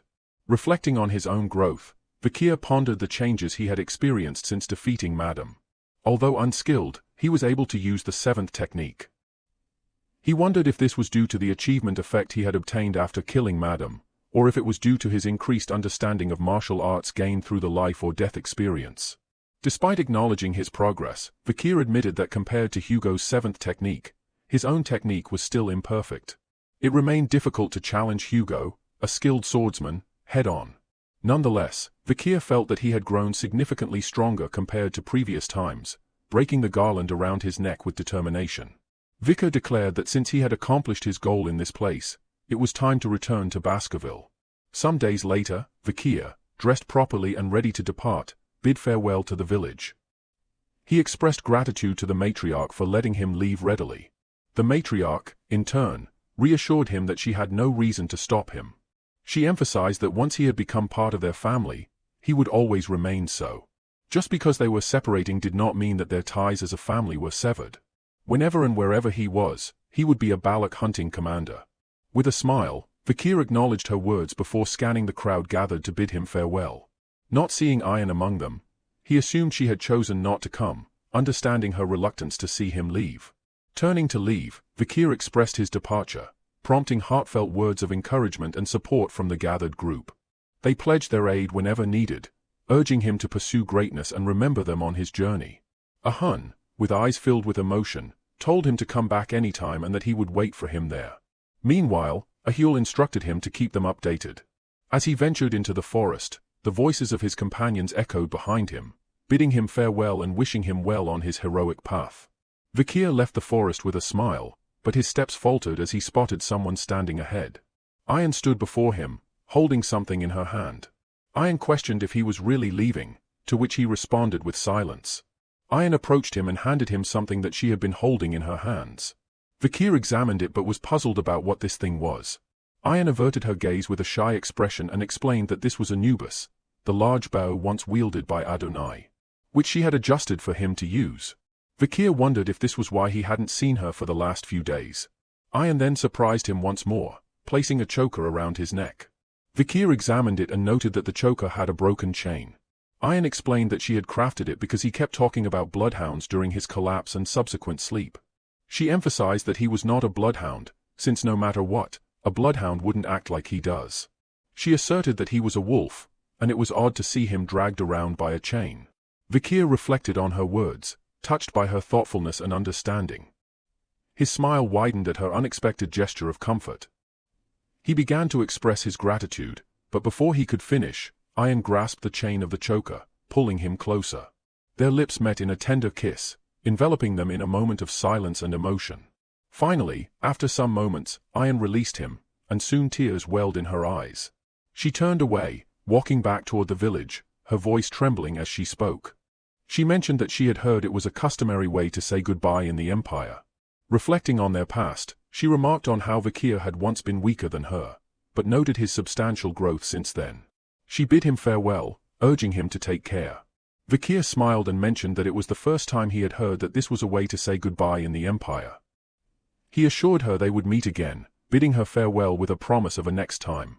Upon hearing this, Ian stooped on her track and wiped away her tears. She turned to look back at him with a gentle smile and said, "See you next time." Vikir, having left the forest behind, arrived at a city, standing at a vantage point. He gazed down at the familiar sight of Red All Castle, remarking on its unchanged appearance since his last visit. He saw the Morg clan's flag on the city wall and speculated that they were still here, likely continuing their ruby mining operations. This indicated their ongoing alliance with the Baskervilles. Just then, Camus Morg's image flickered in his thoughts, prompting him to wonder if she was still here. With a sigh, Vikir anticipated the inevitable criticisms he might face upon encountering Camus. Resolving to confront the situation, he leaped down from the city wall, landing gracefully. Surveying his surroundings, he acknowledged the lateness of the hour and decided to seek refuge in an inn for the night. However, his attention was soon captivated by a towering gold statue. Intrigued, Vikir questioned the origins of the statue, considering the substantial effort required for its construction and the need for approval from both influential families. He pondered whether Hugo had sanctioned its creation. His musings were interrupted by a guard's stern voice, admonishing him for approaching the hero's statue. The guard issued a stern warning, cautioning him against any attempt to tamper with the gold statue. He advised him not to touch it and to merely observe from afar. Intrigued, Vikir turned his attention to the guard and questioned whom he was referring to as a hero. The guard was visibly surprised and asked Vikir if he was a foreigner, and really didn't know whose statue it was. His eyes gleamed with admiration as he expressed astonishment at the fact that there were still people within the Empire who didn't know about the hero. And as someone who was there when it happened, the guard found himself unable to hold back. The hero had the power to slay countless barbarians with a mere sword, not to mention his chivalry and fortitude when he plunged into a deadly situation. He saved the weak and beloved daughter of the Morg family, and his sacred sacrifice bought time for the joined forces to escape while he bravely fought against the large monster. Overwhelmed by the emotional resonance of the hero's tale, the guard explained how the Morg family, in gratitude, had carved the gold statue. A realization dawned upon Vikir as he connected the dots, his thoughts racing. The guard, in his fervor, exclaimed the hero's name, Vikir van Baskerville. Vikir, caught off guard, concealed his reaction as a drop of sweat formed on his brow. His earlier suspicions about the story were confirmed, leaving him momentarily stunned by the revelation of his own identity. In a bustling bar elsewhere in the city, Morg's three flowers were indulged in liquor and reminisced about their encounters with Sir Vikir. Hysis, reflecting on her initial impression of Vikir, admitted to being captivated by him from the start, while Middlesis and Losis concurred, acknowledging his undeniable allure. Morg soldiers nearby chuckled at the sisters' infatuation, recognizing their admiration for the legendary figure. Losis confessed to being drawn to Vikir's magnetic charm, expressing a desire to draw closer to him, but she found it challenging. Middlesis reminisced about their conversations with Vikir when they first met, although the three mutts from the Baskerville family interfered. Hysis, in a moment of fervor, proclaimed Vikir as a source of rejuvenation, surpassing even the grandeur of the gold statue nearby. Meanwhile, Vikir sat at a distance, contemplating the stark differences between his recollections and the current reality. He pondered whether the accomplishments attributed to him were, in fact, the result of Adolphe Morg's actions and the combined efforts of others. However, he acknowledged his confrontation with the madam at the end, and the valuable information gleaned through the conversations of the Morg sisters. Lost in his thoughts, Vikir recalled the events from 2 years prior when his disappearance had fueled Hugo le Baskerville's fury, leading to multiple confrontations with the Morg family. Despite the significant compensation offered by the morgues, Hugo's anger didn't subside. Vikir acknowledged that it was understandable as he had lost a useful bloodhound. Moreover, the compensation received from the morgue family wasn't satisfactory. Hysis expressed longing for Vikir, stating that if he were still alive, they would have made a great couple. Middlesis followed by asserting her own superiority and winning him over. Losis tried to intervene, suggesting that all three of them could date him. As the morgue sisters continued their banter, Vikir's patience wore thin. Deciding he couldn't bear their conversation any longer, he settled his bill and made to leave. However, Hysis noticed his departure and called out to him, labeling him suspicious. Her sisters, perplexed by her sudden outburst, attributed it to her inebriation. Ignoring Hysis' demands, Vikir continued on his way, inciting her frustration as she angrily protested his disregard for her command. Hysis, fueled by anger and frustration, unleashed a binding spell, causing veins to sprout from the ground in an attempt to ensnare him. However, Vikir displayed remarkable agility, swiftly evading the numerous vines, leaving everyone in the room stunned by his nimble maneuver. As Vikir gracefully landed on the ground, he found himself surrounded by individuals wielding weapons and spells, their attention fixed on him. A morgue mage demanded his identity, ordering him to remove his hood. Vikir felt that things were getting annoying, but it didn't matter as he was going to inform the Baskerville family of his return anyway. With a calm resolve, he lowered his hood, revealing his face to the astonished onlookers. The faces of the morgue three flowers flushed with surprise and admiration, exclaiming in awe at his appearance. However, their initial fascination quickly turned to confusion as a morgue mage noted the discrepancy between Vikir's expression and the statue's likeness, as well as his distinct red eyes and black hair. Realization dawned upon the morgue sisters as they pieced together Vikir's true identity. With incredulity and disbelief, they uttered his name in unison, Sir Vikir. The following day, as Vikir prepared to depart from the city, the morgue three flowers approached him. Hysis suggested he could have stayed in the fortress's VIP room, but Vikir brushed off the offer, citing the unnecessary expense. Losis expressed her belief in his survival, while Isis teased that he had visited her first, quickly contested by Middlesis.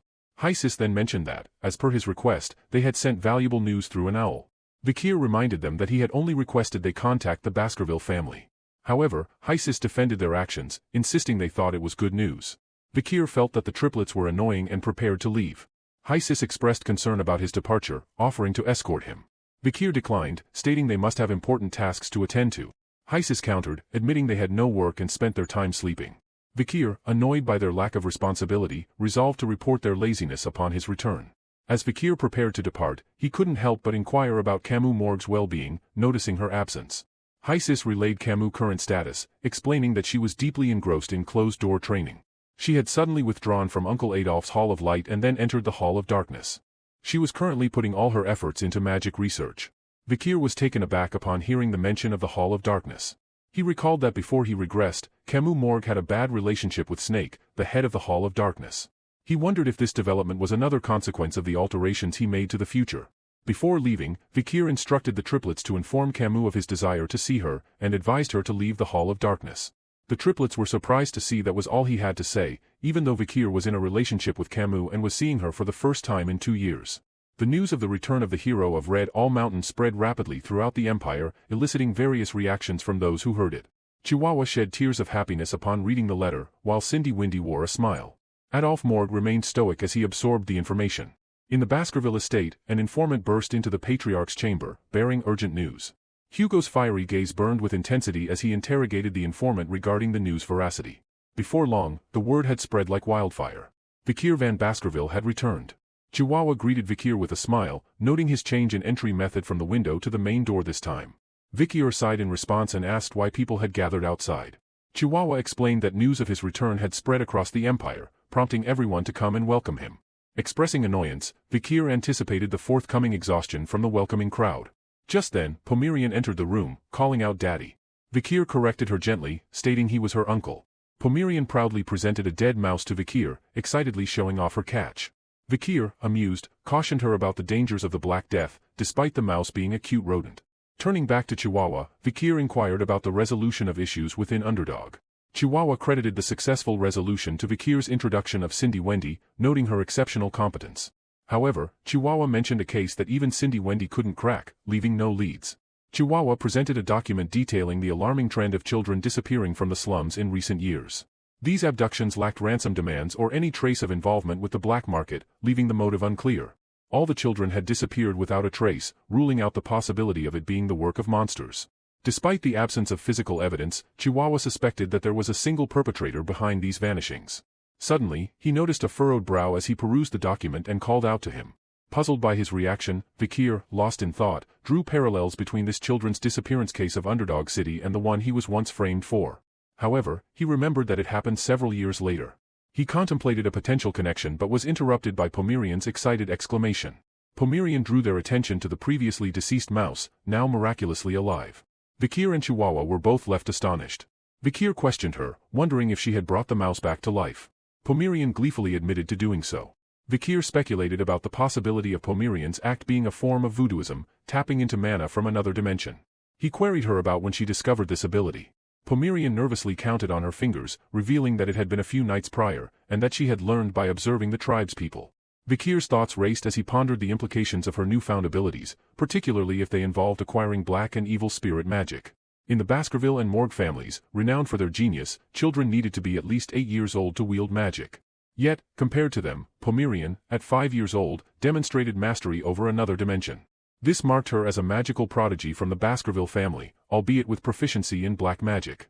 Vikir couldn't help but wonder how Hugo would react if he found out. He imagined his fury upon learning of her ability to wield black magic and her lineage tainted with barbarian blood. He pictured Hugo ordering Pomerian's immediate execution. Vikir decided that it would be best to keep Pomerian away from him. Just then, a pigeon arrived at the window, delivering a letter. Chihuahua's shock upon reading the letter was palpable, and he called out to Vikir, informing him that something bad was going on. Vikir demanded to know what was wrong. Chihuahua attempted to convey news about the main house and the patriarch but struggled to articulate his thoughts clearly.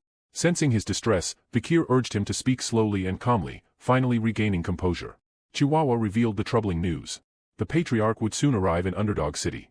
In the deputy consul's office, Chihuahua and head butler John Barrymore stood silently on opposite sides while Vikir and Hugo faced each other, the room heavy with tension.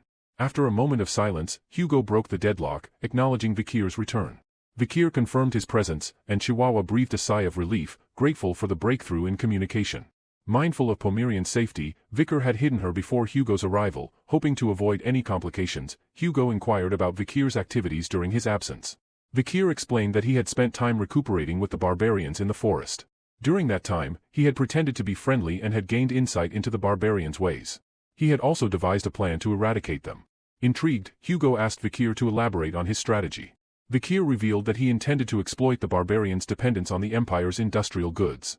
The barbarians highly valued items such as cheap glass orbs, woolen products, and basic commodities like vegetables and grains, considering them precious. Vikir proposed that by leveraging these goods, they could effectively subdue the barbarians. Hugo, however, questioned the approach, arguing that it sounded more like trading than suppression. Vikir countered, emphasizing that the barbarians would perish as a result of their reliance on these goods. As Vikir's gaze took on a sinister edge, he revealed his intention to request monster subjugation in exchange for the Empire's products. Hugo's face twisted into an evil smile, impressed by the cunning plan to have the barbarians eradicate the monsters while securing their territory and eliminating the barbarians in the process. He praised Vikir as his son, acknowledging his cleverness. Vikir confirmed that he had already laid the groundwork for the infrastructure required for the plan. Hugo, satisfied, delegated the task to him, entrusting him with the responsibility. The Chihuahua struggled to catch his breath and wondered if this was truly a conversation between a father and son who had reunited. Meanwhile, the head butler observed Hugo's rare smile with a mixture of astonishment and concern, reflecting on how unusual it was to see the patriarch smile after Vikir's disappearance 2 years prior. Vikir was determined not to let the Balik people suffer because of the Baskerville family. From Baskerville's perspective, it would seem like the natives are dying as they clear up the monsters, but in reality, they're just returning to the place where the madam was. By stopping the battle between the two of them, the Balik have time to increase their force. Hugo, who doesn't know about the madam's existence, would think that the natives will easily agree to this, without realizing that his enemy, the natives of the forest, are increasing their powers. Just then, Hugo spoke, and everyone's attention shifted to Hugo's teacup, which began to boil. The next moment, intense killing intent radiated from Hugo as he declared that they would not trade with the Lococo tribe. He instructed them to take note, as he was going to annihilate that tribe. Chihuahua's soul almost left his body under intense pressure, while Vikir remained composed and acknowledged his command. Internally, he wondered if Hugo still held a grudge against the Lococo tribe, which was one more reason why he should not let Pomerian meet him. Hugo calmed down and expressed regret that all he had been doing after meeting his son after a long time was blabbering bad things about the barbarians. He urged Vikir not to go overboard on the front line again. After he had saved Morg's daughter and gone missing, they had been able to obtain great diplomatic benefits from Morgs. When the imperial family heard about this moving story, they started to think highly of the Baskerville Knights. However, for a father who had lost his son, all that was meaningless. Obtaining things in exchange for losing a child was worthless. So, he advised Vikir not to overdo it from now on. Vikir, however, perceived Hugo's words as mere pretense. He recalled the night before his regression when he escaped after being framed. He remembered the feeling of being stabbed in the back and the cold stares from the bloodhounds with whom he had shared joys and sorrows.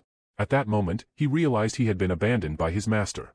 Vikir's thoughts churned with unresolved emotions as he lamented the fact that he wasn't even given a chance to explain himself. He vowed not to let Hugo's pretense dull his resolve. As lightning cracked in the sky, Vikir expressed gratitude to his father for his concern. Suddenly, the room's door swung open, and a voice crying out for uncle entered everyone's ears. Both Chihuahua and Vikir were startled by this sudden appearance. Pomerian, frightened by the thunder and rain, she sought comfort from him, clinging to him and sobbing uncontrollably. Vikir was taken aback by her sudden arrival and realized the urgency of preventing Pomerian from encountering Hugo. However, Vikir's shock deepened as he observed Hugo's reaction. Hugo looked at Pomerian with a mixture of emotions as he recognized that face, his mind swirling with questions about her unexpected presence. Hugo Le Baskerville, the formidable master of the iron-blooded Baskerville family, renowned as one of the 7 families of the Great Rock Empire, had earned his reputation by driving barbarians far from the empire's borders. He was the empire's strongest sword saint, having slain hundreds of monsters. Once he made a decision, he never changed his mind, and he was known to be a man with iron blood. However, at this moment, Hugo's emotions began to fluctuate. Pomerian clung to Vikir, sobbing and expressing fear of thunder. Hugo observed her face and hesitated, his composure shaken as he questioned whether she was Pomerian. Pomerian glanced at Hugo and began crying again, exclaiming about the frightening mustache. Vikir intervened, urging Hugo to calm down. He explained that he had brought the child, initially mistaking her for one of their own due to her red eyes. However, further investigation revealed her origins in one of the border tribes, indicating she was not a family member. Hugo regained his composure and accepted his mistake. He admitted that Pomerian couldn't be that young if she were alive. So, he decided to leave, expressing weariness. Vikir bid him a safe return, and he was initially shocked to think that Hugo, who possessed the soul of a swordmaster, was that shaken up. This confirmed Vikir's suspicion that something was going on, before departing. Hugo turned back and instructed his son to attend the grand banquet the following day. Chihuahua was stunned by the invitation as it was an exclusive dinner reserved for only a select few of the closest descendants. It was the dream of all Baskerville members to attend. Vikir, acknowledging his father's command, assured him of his presence at the banquet. However, before leaving the room, Hugo cast one last glance at Pomerian. At night, Vikir lay down on the floor near his bed and found that the comfort of a hot shower and a soft bed was so profound that he couldn't sleep. He wondered if this was the effect of living with the Balak warriors for 2 years. His body seemed reluctant to adjust to the luxury. Reflecting on Hugo's unexpected reaction earlier, Vikir contemplated whether to report Pomerian's presence and the pendant to his father. He resolved to wait until after the grand banquet to assess Hugo's state of mind. Pomerian could potentially become a powerful trump card against Hugo, but he was determined to shield her from harm. Suddenly, a gust of wind swept through the room, stirring the curtains, and an assassin stealthily entered. Despite the absence of sound, Vikir remained alert, sensing the intruder's presence. The assassin closed in on the bed, preparing to strike, but froze in shock as Vikir's voice echoed in her ears, mentioning that it hadn't even been a day, yet information of his arrival had spread fast. Vikir swiftly leaped up and used the bed as support to launch a kick at the assassin. Although she managed to dodge the fatal hit, the kick struck her hand, causing her weapon to fly from her grasp. Without hesitation, Vikir moved to end the confrontation, but the assassin pleaded for him to wait and confessed that it was all just a joke. Fixing her with a cold stare, Vikir recognized her identity and cautioned her to seek an audience next time with an appointment, as he might have mistakenly killed her just now. The assassin remarked on his peculiar habit of disguising his pillow as himself and sleeping on the floor, noting that he hadn't changed despite returning from the dead. The assassin removed her mask, revealing none other than Cindy Wendy. She addressed Vikir by name, acknowledging that it had been a long time since they had seen each other. Despite Vikir's distress and urging her not to make a scene, she ignored his remark. Cindy continued mentioning how he had sent Secretary Chihuahua after her, and she asked if he knew that she wouldn't take the $10 billion. Vikir mentioned that he had taken her ability to generate wealth for capitalists, build trust, and ultimately squander it all in his decision-making. Cindy Wendy expressed that his remark was rude and asserted that as a financial planner who solely received commissions, she claimed credit for preventing Judy from losing the $10 billion he had given her. Vikir clarified that he had assigned bodyguards to Judy to safeguard the funds, including a finance expert tasked with handling potential issues. Cindy expressed disbelief, noting that the bodyguards never interfered with her. Vikir explained that he had instructed them not to approach her, leaving Cindy stunned by the revelation. It made her realize that she had been dancing in the palm of his hand from the beginning. Vikir redirected the conversation, inquiring about the requested information. Cindy then took out some disorganized documents containing the desired data. Vikir glanced at the documents with disbelief and noticed that her personality had changed a bit since 2 years ago. He advised her to submit documents in a folder next time. Keeping his promise, he granted her participation in the trade with the natives. Cindy smiled and agreed to address him as boss from now on. Vikir knew that these documents contained information about the people attending tomorrow's banquet. He was already aware that he would be invited to the grand event due to his significant contributions. Vikir skimmed through the first document concerning Hugo Le Baskerville, the patriarch of the Baskerville family, holding the title of Marquis and boasting the prestigious rank of Swordmaster. However, he found no need to delve further into information regarding Hugo. Turning his attention to the second document, Vikir discovered the list of attendees. Among them were Boston Terrier Le Baskerville, a commander of the Pitbull Order and a senator holding the status of Count, renowned for being the highest-ranked graduator in military prowess. Additionally, there was Great Dane Le Baskerville, another commander of the Mastiff Order and senator, also holding the title of Count, with similar military prestige. Notably, both were half-brothers of Hugo Le Baskerville, with differing dispositions. Vikir was surprised to see that both of them were attending the banquet, as they don't usually participate in internal house events. So he began to question their sudden presence there. Cindy Wendy suggested they might be trying to meet the young legend of the Baskerville clan who had returned from the dead. Perhaps to recruit him into their own orders. Contemplating the implications, Vikir anticipated a tiring day ahead. He perused the next document detailing Osiris Le Baskerville's attendance. Osiris held the rank of Viscount and was Hugo's eldest son, positioned as the first in line for succession. Cindy Wendy remarked on Osiris's striking resemblance to Hugo, noting his exceptional swordsmanship, which rivaled that of the 7 counts. She also mentioned his imminent elevation to the rank of Swordmaster. Reflecting on his past observations of Osiris, Vikir recalled him as aloof and distant, showing little regard even for his own subordinates, let alone his younger siblings of the direct bloodline. Cindy Wendy speculated that excluding Patriarch and 7 counts Osiris was strongest within the Baskerville clan. She questioned Vikir whether it was true and who was stronger between him and Osiris. Vikir brushed off the inquiry, warning against attempting to gauge their combat abilities. Moving on to the next document, Vikir expressed surprise at the inclusion of Settle Baskerville, who was reportedly undergoing isolation training. Settle held the rank of Shadow Count and was Hugo's second son, positioned as second in line for succession. Vikir pondered on Settle Baskerville, noting his lack of talent in swordsmanship compared to his older brother, and that he was rather weak from a young age. Set's personality differed from other Baskervilles. He was gentle and kind. When he was younger, he was persecuted by Hugo for his weakness. Vikir recalled the time when the bloodhounds, who were dying and thought of his trash, Set was the only one who cried for them. He was the only person Vikir respected in the Baskerville family. As he examined the next documents, Vikir slammed them down on the table, surprising Cindy Wendy. She questioned why he was only briefly looking at them when she had invested effort into investigating. Vikir responded cryptically, mentioning that he knew the individuals mentioned very well. A sly smile covered Vikir's face as he anticipated the intriguing events that would unfold at tomorrow's grand banquet. Vikir arrived outside the banquet hall, pausing for a moment before pushing open the door. Inside, he found all the participants already seated at the dining table. Asserting his presence, Vikir announced himself as Vikir van Baskerville, attending the grand banquet as per the Patriarch's orders.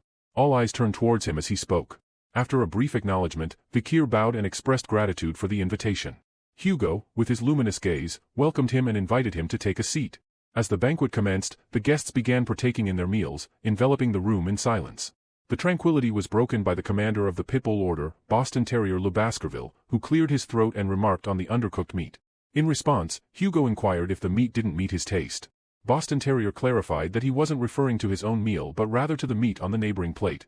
The commander of the Mastiff Order, Great Dane Le Baskerville, appearing puzzled, questioned if there was an issue.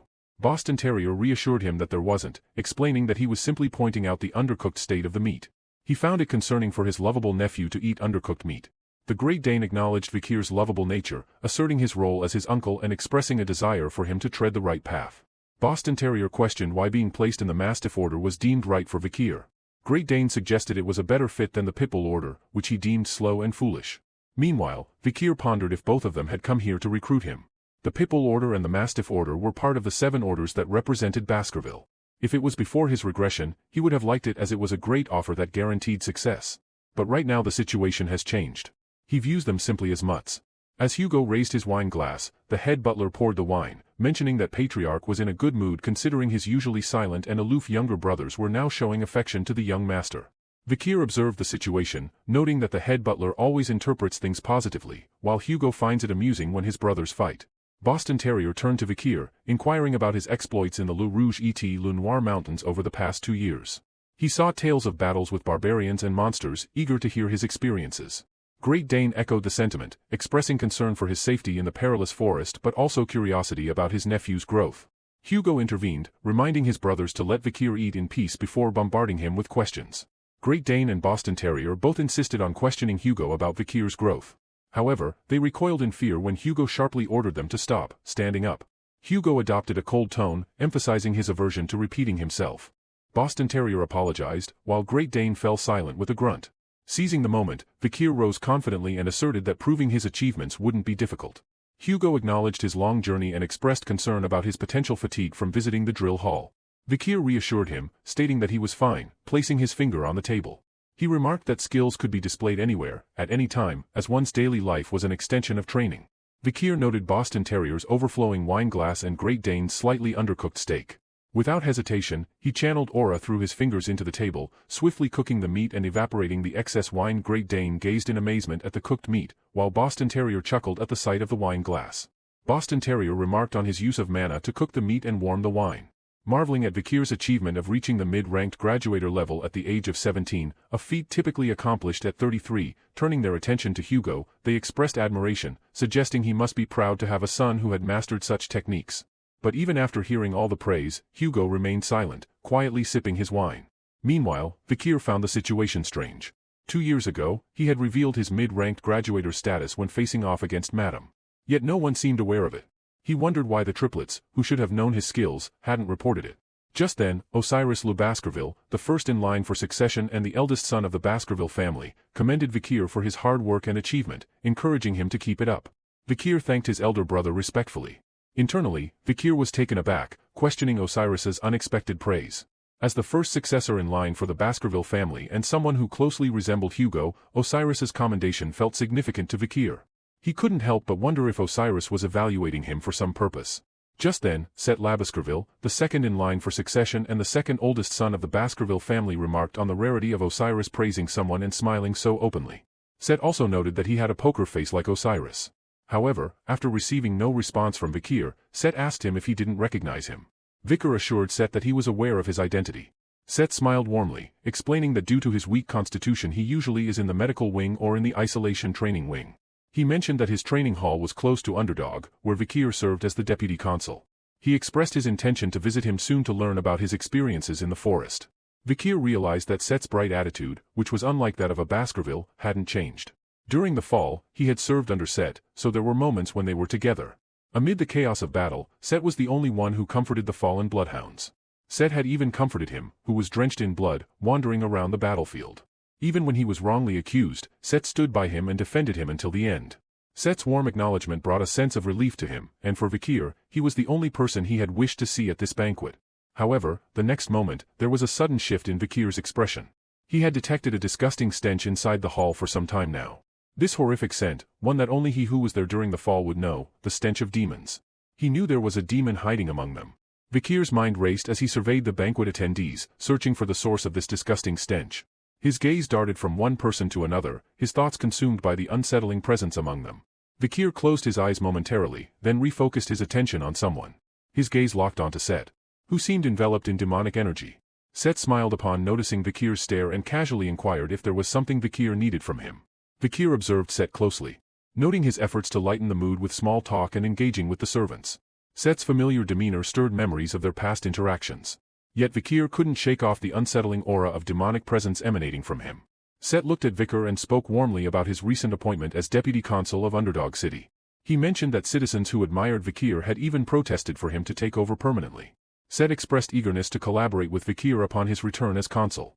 After a moment of silence, Vikir raised his wine glass in acknowledgement, masking his suspicions. Set cheered, expressing his reliance on Vikir's support. Just then, Vikir noticed that he couldn't see Set's reflection in the glass. A chilling thought crept into his mind. Could it be that Set was already dead, and his body was now possessed by a demon? Despite the urge to disclose his suspicions in front of everyone present, Vikir reasoned that it wasn't the opportune moment. If he did so, he would be asked to provide proper evidence. Therefore, he resolved to gather evidence before taking any action. Set, maintaining his smile, queried Vikir about which order he was going to join. Meanwhile, Vikir was trying his best to endure the suffocating smell. Set continued and reminisced about his admiration for the Doberman Order's uniform during his youth.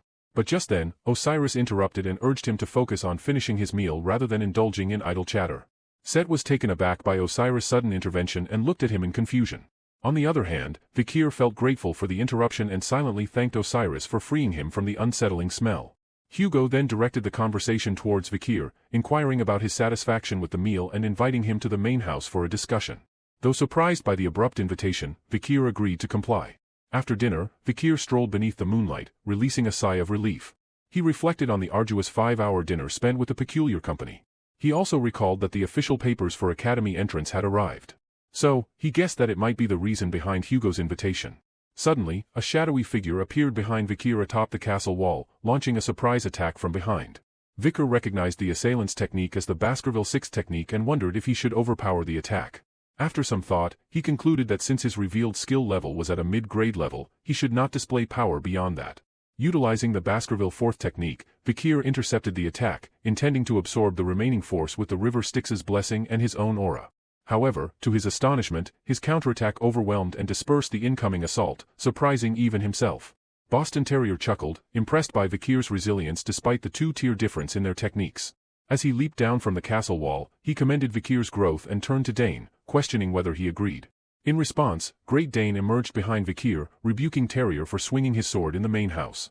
He condemned the act as barbaric and warned Boston Terrier of the consequences, remarking that if Hugo knew about this, then at the very least he would be on probation for several months. Boston Terrier defended his actions as an expression of uncle-like concern for his nephew's safety, insisting that he adjusted the attack to ensure Vikir remained unharmed. He then told Great Dane to go his way and stop interfering with pitbulls. Great Dane questioned when Vikir belonged to pitbulls, asserting that he was clearly part of the Mastiff Order. Moreover, he couldn't let his precious nephew join punks like them.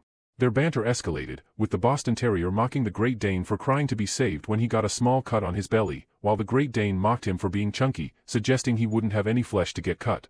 The confrontation intensified as they both expressed their willingness to compete for Vikir's allegiance, each claiming to do so for his well-being.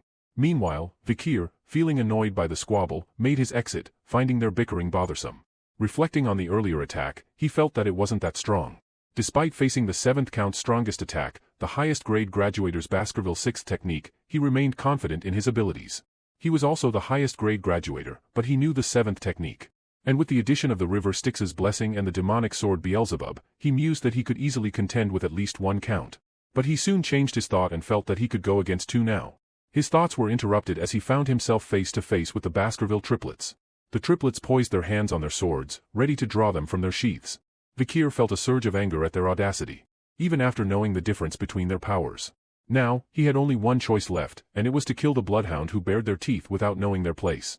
However, his fury dissolved into confusion as the triplets unexpectedly knelt before him, placing the tips of their swords on top of their feet. Vikir recognized the gesture as the pledge, a position of vulnerability where a single press could result in the sword piercing their own foot. A symbolic act of placing their lives in another's hands. Perplexed by their actions, Vikir questioned their intentions. In unison, the triplets expressed their desire to repay a debt. Highborough recounted his fear of Vikir after an attack when he was 9. Middleborough acknowledged Vikir's prowess during the hunt for Cerberus, and Lowborough admired Vikir's feat in slaying the troll. The Baskerville triplets recounted their admiration for Vikir when he went against the giant forest monster. That day, after they barely escaped with their lives, the 3 of them decided that they would become the 3 spears of Vikir van Baskerville from that day onwards. They pleaded with Vikir to become their master, whom they, the Bloodhounds, would serve forever. Vikir recalled that before his regression, these 3 had captured him when he had run away after being framed. The triplets were also known as Hugo's 3 spears, and Vikir knew they were merely bloodhounds carrying out their orders. Despite this knowledge, his feelings hadn't dissipated. Walking past them, Vikir stated that he didn't need things like pledges, and since he was tired, he decided to postpone this for the next time. Secretly, he resolved to exploit their loyalty to his advantage.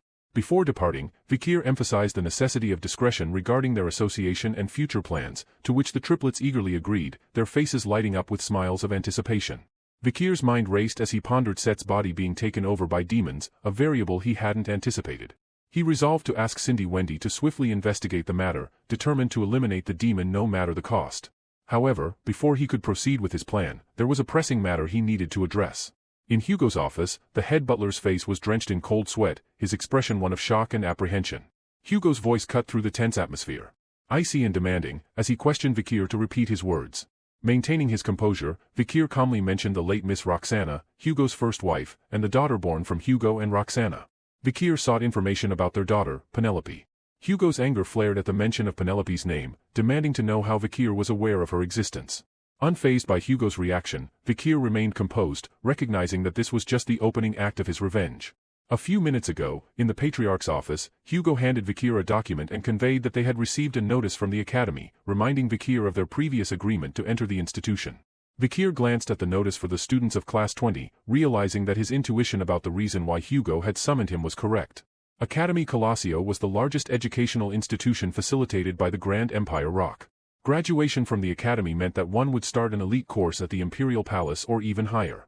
Before his regression, Vikir had attended the academy as the triplet's servant. Back then, he had numerous scars on his face and a limp. He was scorned by the nobles from the academy, but these bad memories didn't bother him now. Hugo inquired whether Vikir would be okay with the triplets he had asked for and if there were any others he wished to take along. Before addressing his question, Vikir sought clarification about a letter Hugo had received 2 years prior regarding his disappearance. The letter stated that Hugo would obtain a significant benefit from the Morgue family, and that Vikir would also be given a reward. Confirming Vikir's query, Hugo asked if there was something specific he desired as his reward. Instead of a material request, Vikir expressed a wish for Hugo to share a story with him. Hugo was puzzled by the request and inquired about the nature of the story. However, Vikir took it as if he had been granted permission to ask. After a moment of silence, Vikir expressed his desire to learn about Miss Roxana and Miss Penelope. The head butler reacted with shock, while Hugo, in a solemn tone, questioned Vikir's words, demanding clarification. Vikir reiterated, referring to Miss Roxana as Hugo's late first wife and inquiring about their daughter, Miss Penelope. Hugo clenched his fists, his anger evident as he demanded to know how Vikir knew those names. Despite Hugo's rising anger, Vikir remained composed, insisting that he needed Hugo's answer before explaining his reasons. He assured Hugo that his inquiry wasn't driven by mere curiosity, and requested his trust. Though still enraged, Hugo struggled to contain his emotions, emitting a frustrated grunt as he fell silent. Vikir knew that he needed to understand Hugo's thoughts about his first wife, whom he married through an arranged marriage, and his eldest daughter who had been abducted by barbarians. This was all crucial information necessary to reveal Pomerian's existence to Hugo. He recalled a fantastical tale Butler Barrymore had shared with him. The head butler had mentioned that Hugo used to be an affectionate family man. He had loved his first wife, Miss Roxana, very much, although she had passed away due to an illness. However, Vikir acknowledged that he couldn't let Hugo meet Pomerian solely relying on hearsay. He needed to verify the truth for himself. Just then, Hugo, who had remained silent for some time, spoke with a hint of pain in his voice, revealing that Roxana was his only darling, whom he had loved with all his heart, and Penelope was his most precious treasure.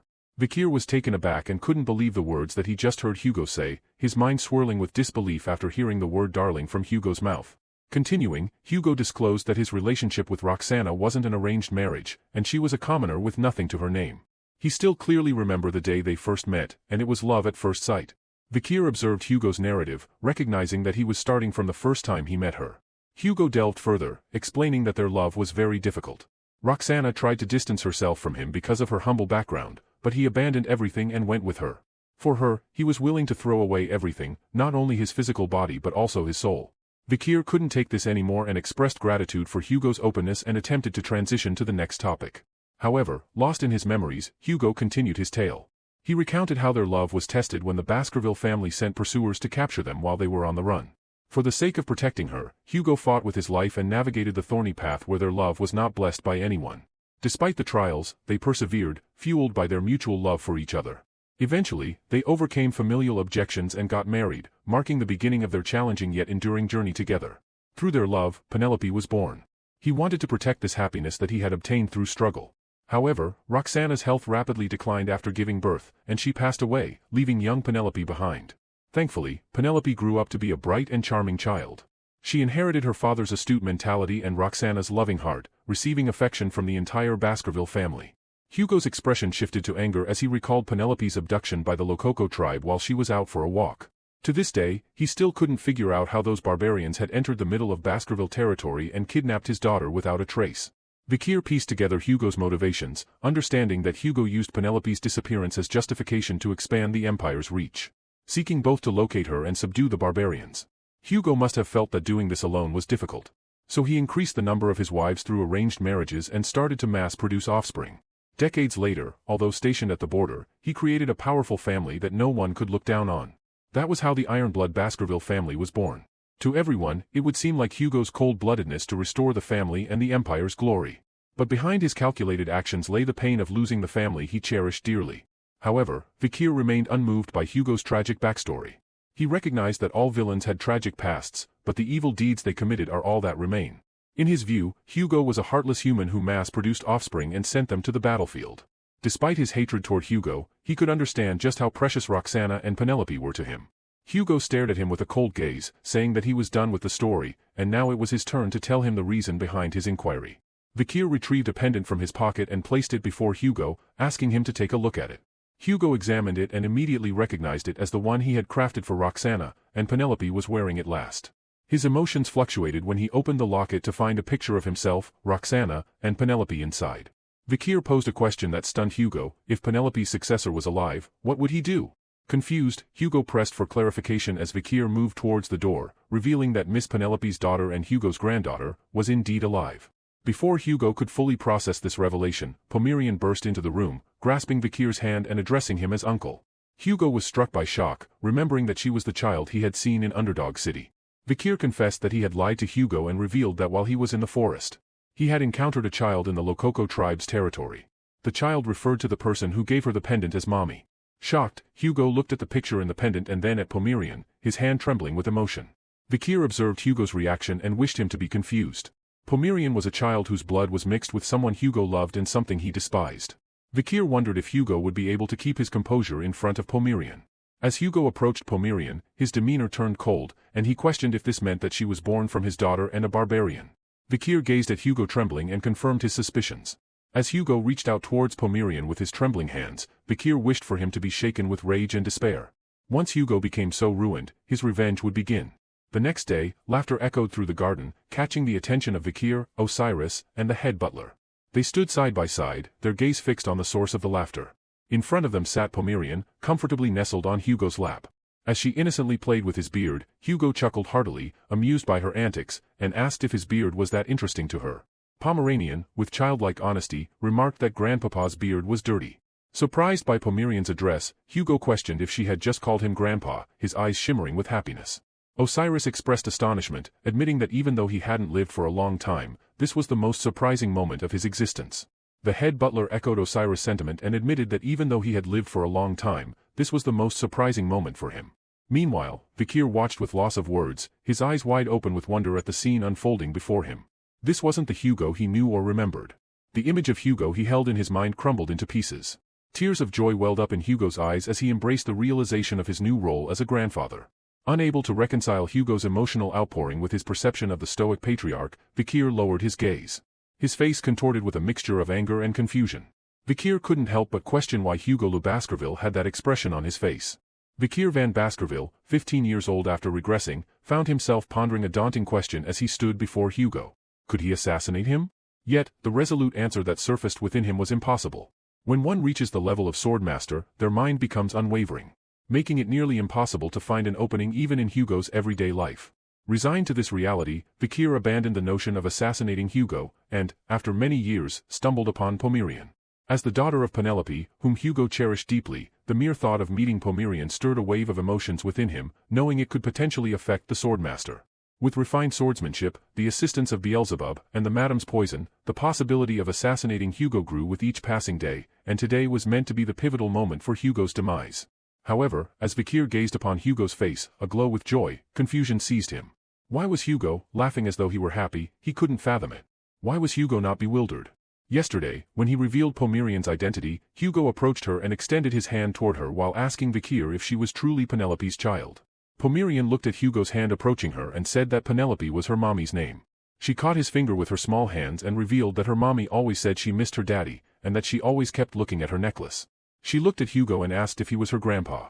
Hearing this, Hugo recalled his daughter's cheerful face, and the next moment tears streamed down his face. He collapsed to his knees, overcome with grief, and let out a heartfelt scream. Back in the present, head butler glanced at Vikir and expressed gratitude. Vikir found himself perplexed by this acknowledgement, but head butler continued. It had always been a far-fetched dream of his to see the patriarch smile like that.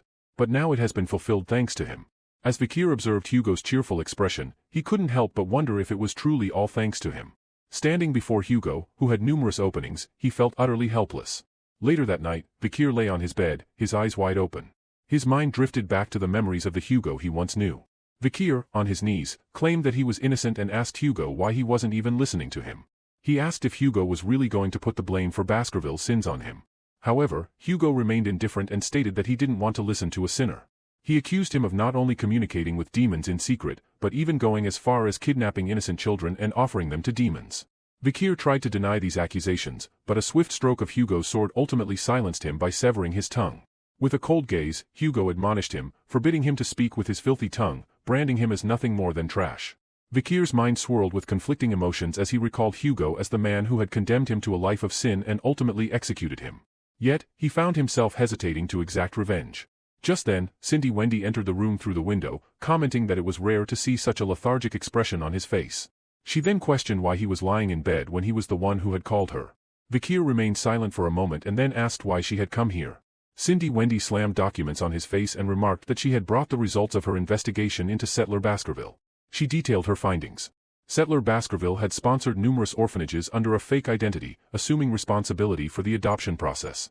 However, there was no information available regarding the individuals who adopted the children, and she was unable to locate any of the adopted children. If Set was truly a demon, as Vikir had said, then the situation was dire. It was obvious why a demon would kidnap children, either to use them as sacrifices or as food. Cindy speculated that Settler Baskerville might be connected to the case of Underdog's missing children. Vikir, who was looking through the documents, suddenly clenched them tightly. He realized that if the current Set was a demon, then it meant that the Set he had served before regressing was also a demon. He recalled that it was Set who had informed him that Hugo was going to frame and kill him. Vikir seethed with anger as he recalled the moment when Set visited him in prison, feigning sympathy while secretly orchestrating his downfall. The realization hit him like a thunderbolt. Set, who had offered comfort in his past life, was the true mastermind behind his predicament, and had used him as a scapegoat.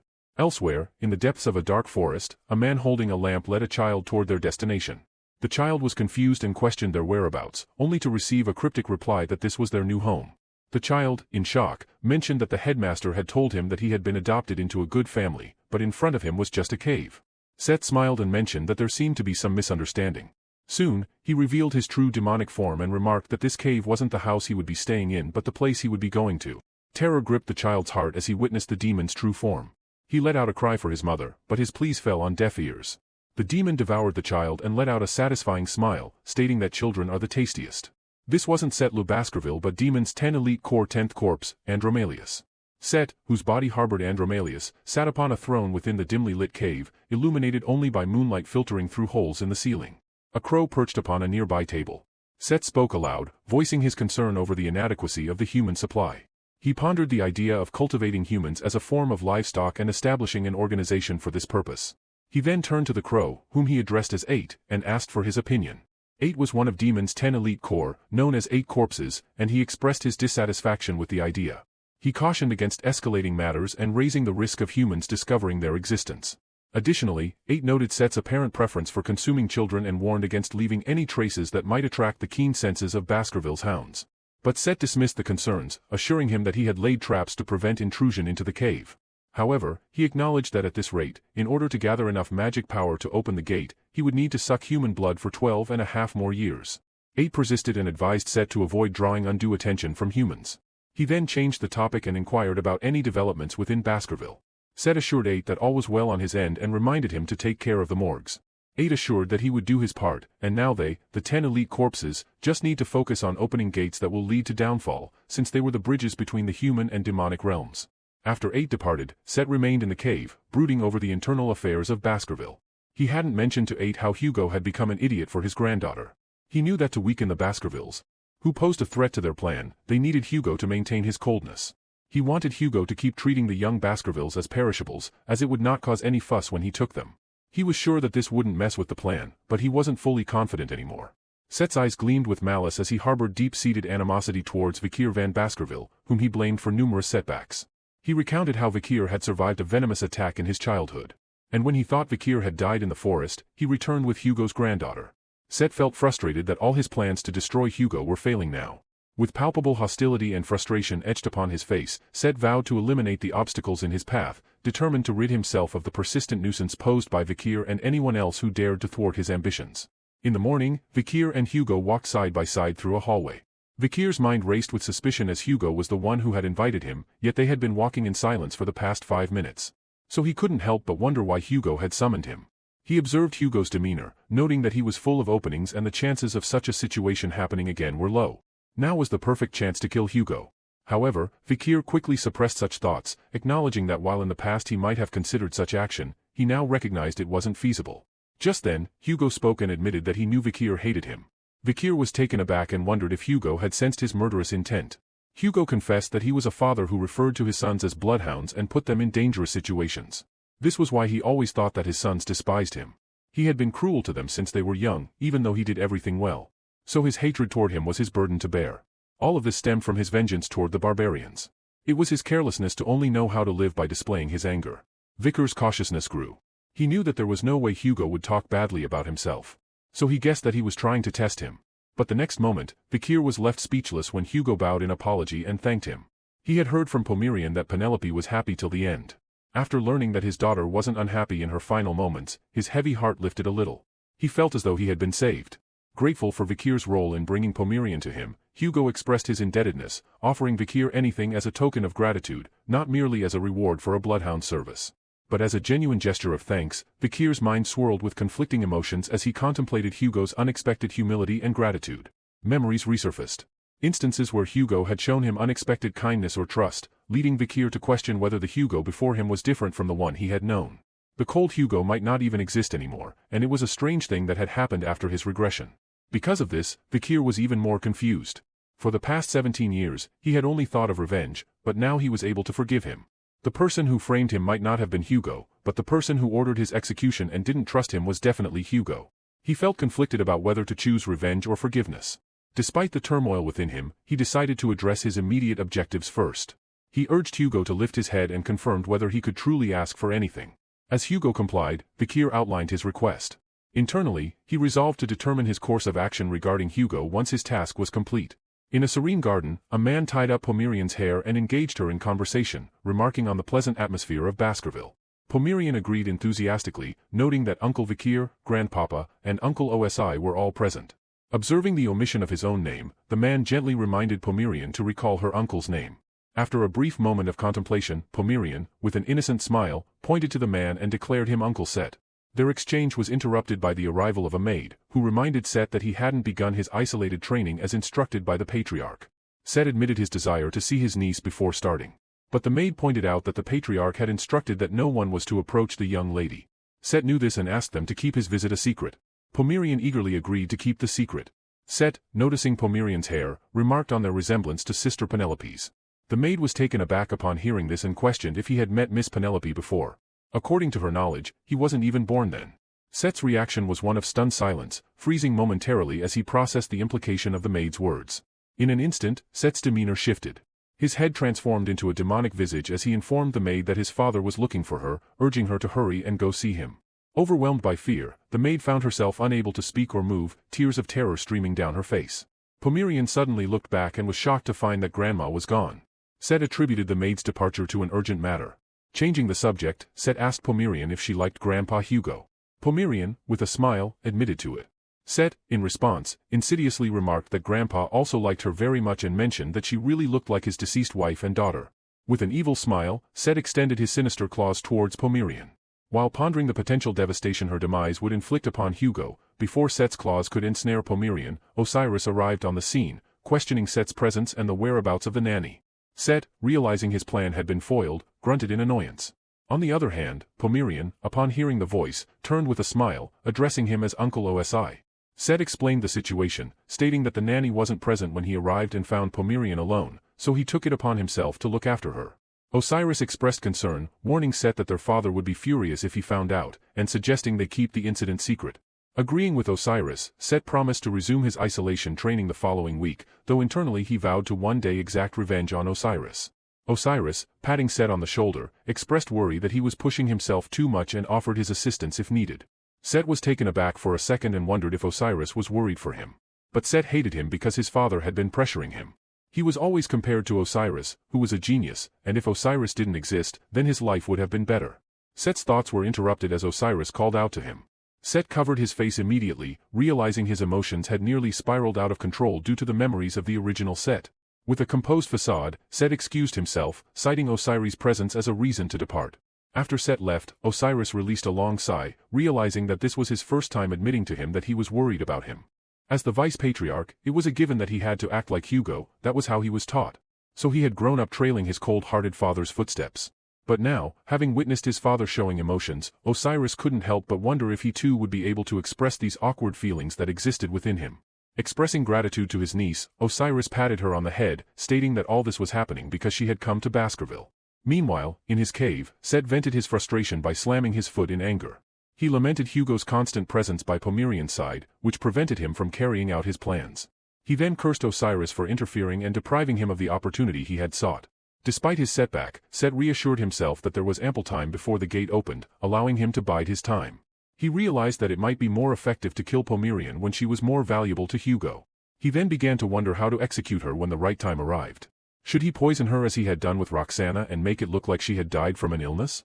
Or should he employ the barbarians as he did with Penelope? A sinister smile crept across his face as he imagined inflicting a harsher fate upon Pomerian, relishing the prospect of her demise. But he remained unaware that his own demise had arrived outside his cave. Vikir summoned Beelzebub and slashed it toward the cave. Inside his lair, Set was startled by the sound of something breaking outside. Rising in shock, he realized that someone had made a crack in the trap he had set. Panic surged through him as he realized someone had come inside through this crack. He began to wonder who it was that had made their way inside. Moments later, Vikir's figure slowly emerged through the dark passage, confidently announcing his presence, stating that as promised, he had come to visit him. Set was bewildered by his sudden appearance and questioned how he had arrived there. Vikir simply answered that he had followed him all the way. But Set hadn't noticed him at all because he was lost in thought. Set couldn't comprehend how a mere mid-grade graduate had managed to crack his trap. What concerned him more was the possibility that Vikir might know about his identity. Vikir felt that his sudden visit might have caused him trouble.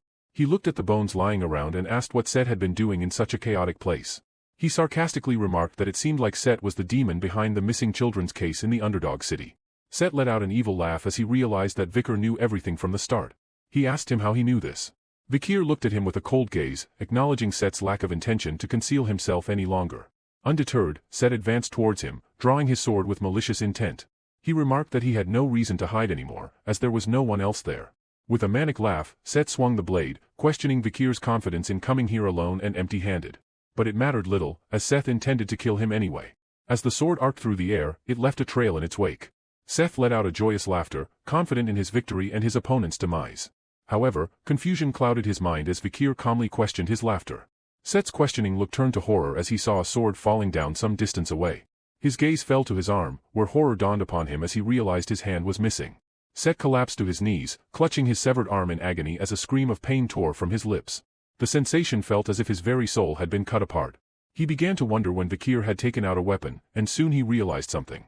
Set identified the sword as Beelzebub, the sword of gluttony. In shock, he questioned how Vikir had gotten his hands on the relic of the Grand King of Flies, the holy constellation of the ancient devil. Vikir praised Set for identifying his weapon and realized that, as he had expected, demons are knowledgeable when it comes to themselves. But then he questioned if he should refer to Set as one of the 10 elite corpses who had come to the human world to open the gate to the demon world. Set was shaken by this revelation and demanded to know how Vikir had acquired such information. However, his shock intensified as he looked at Vikir's soul. In horror, he questioned how his young soul smelled like the blood of their people. Set couldn't help but ask if Vikir had been to hell before. Vikir's gaze burned with hatred as he realized that Set was the one who had framed him in his previous life. Not only had Set fooled him into thinking that he was his savior, but he had even executed him in the end. With an evil smile, Vikir told the demon to wake up and promised him that he wouldn't let him die comfortably. Vikir recalled the destruction that had befallen the world before his regression. The gate connecting the demon realm and the human realm had appeared in the sky, and the demons began to invade, marking the onset of what was termed the fall. The gate was opened by the 10 high-ranked demons, known as the 10 elite corpses, who first descended to Earth. During the prolonged war against the demons, Vikir had encountered one of these formidable beings. The outcome was catastrophic. Out of the 671 warriors who fought, 666 perished. Of the 5 survivors, 4 were unconscious, leaving practically 1 survivor. And the reason there was a survivor was because the demon's desire was to match the number 666. The overwhelming power of the high-ranked demon of the 10 elite corpses was destruction itself. Vikir now stood before Demon Set, astonished to confront one of the 10 elite corpses a decade earlier than expected. Observing the skeletons scattered around the cave, he pondered whether Set had devoured young children. Set sensed his emotions and mocked him for getting enraged after seeing children's corpses. He suggested that Vikir didn't need to worry as the children were still alive in his stomach and even offered to bring them back. As Set extended his hand, the haunting voices of children cried out for their mothers. Without hesitation, Vikir swung his sword, severing the demon's arm. Set screamed in agony, but Vikir coldly told him to shut up and declared that the dead could not return. Set cried out in agony, mourning the loss of his arms. However, within moments, a sly smile spread across his face as he showcased his regrown arms, announcing that the regeneration was complete. Rising to his feet, Set remarked that both he and Vikir harbored numerous secrets.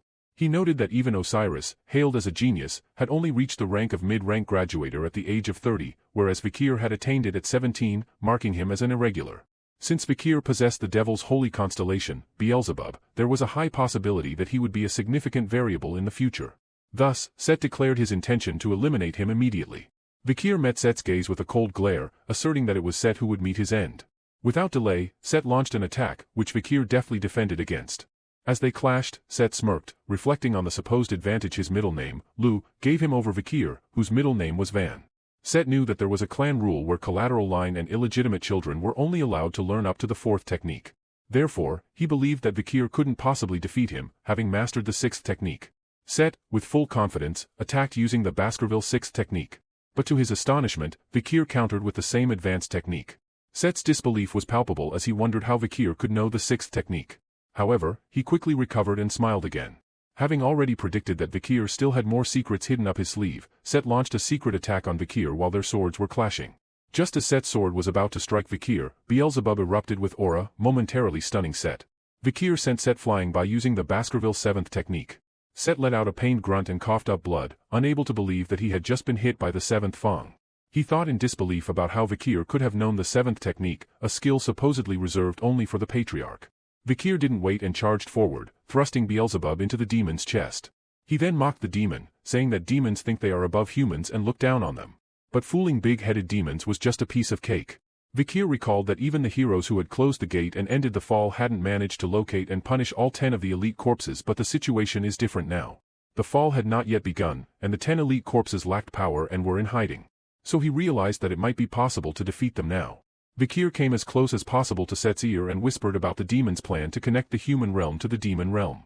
With murderous intent, he continued, questioning if he might feel some relief by killing Set and his companions, thereby thwarting their plan. Set's entire body shuddered in fear, unable to accept the fact that a mere human was scaring him.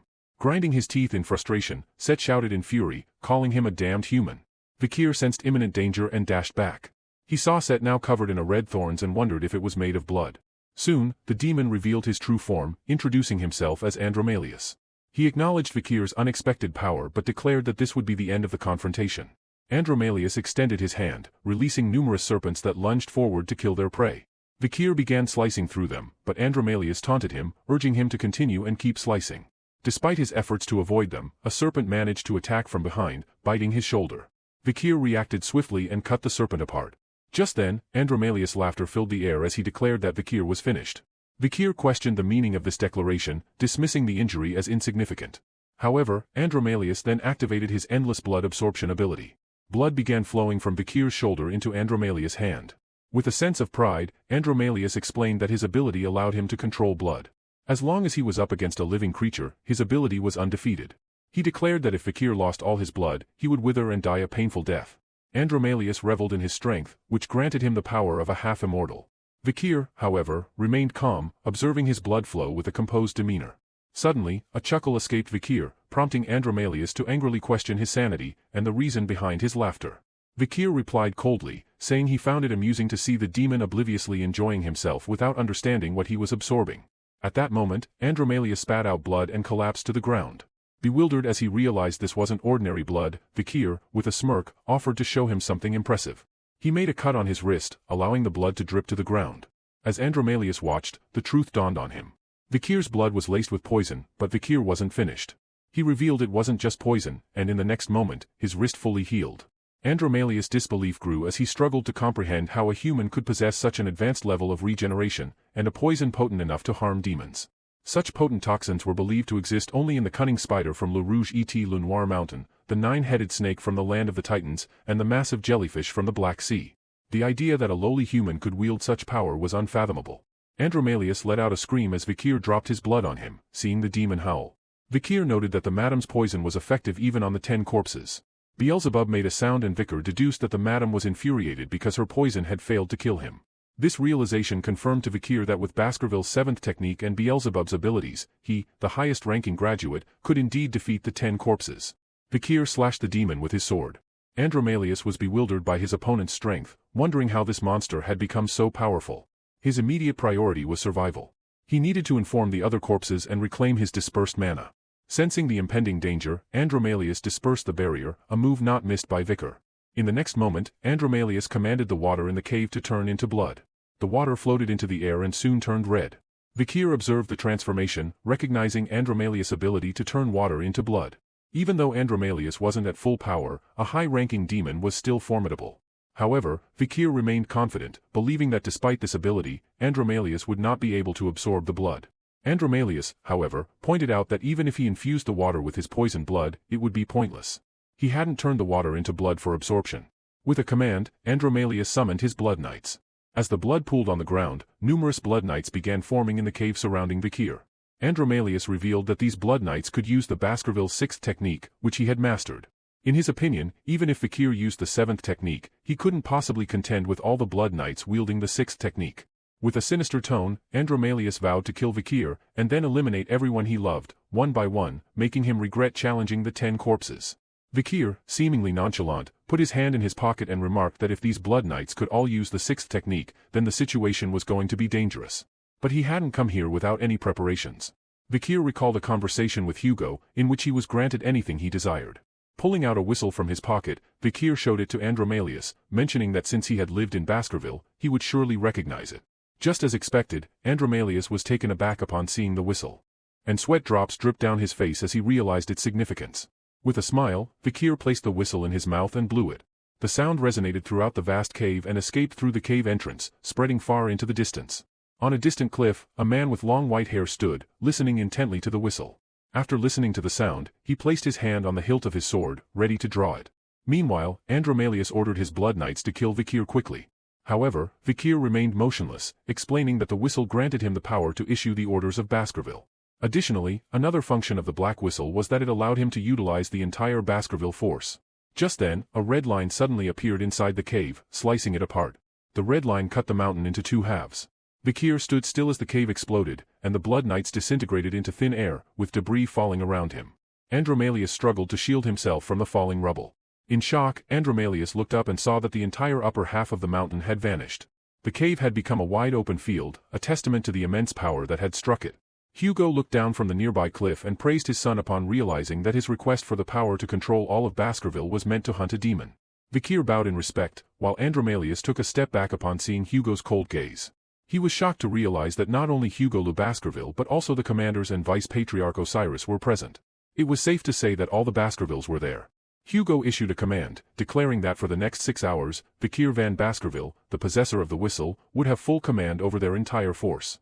With a cold gaze, Vikir looked ahead and commanded the bloodhound to rip the demon to shreds.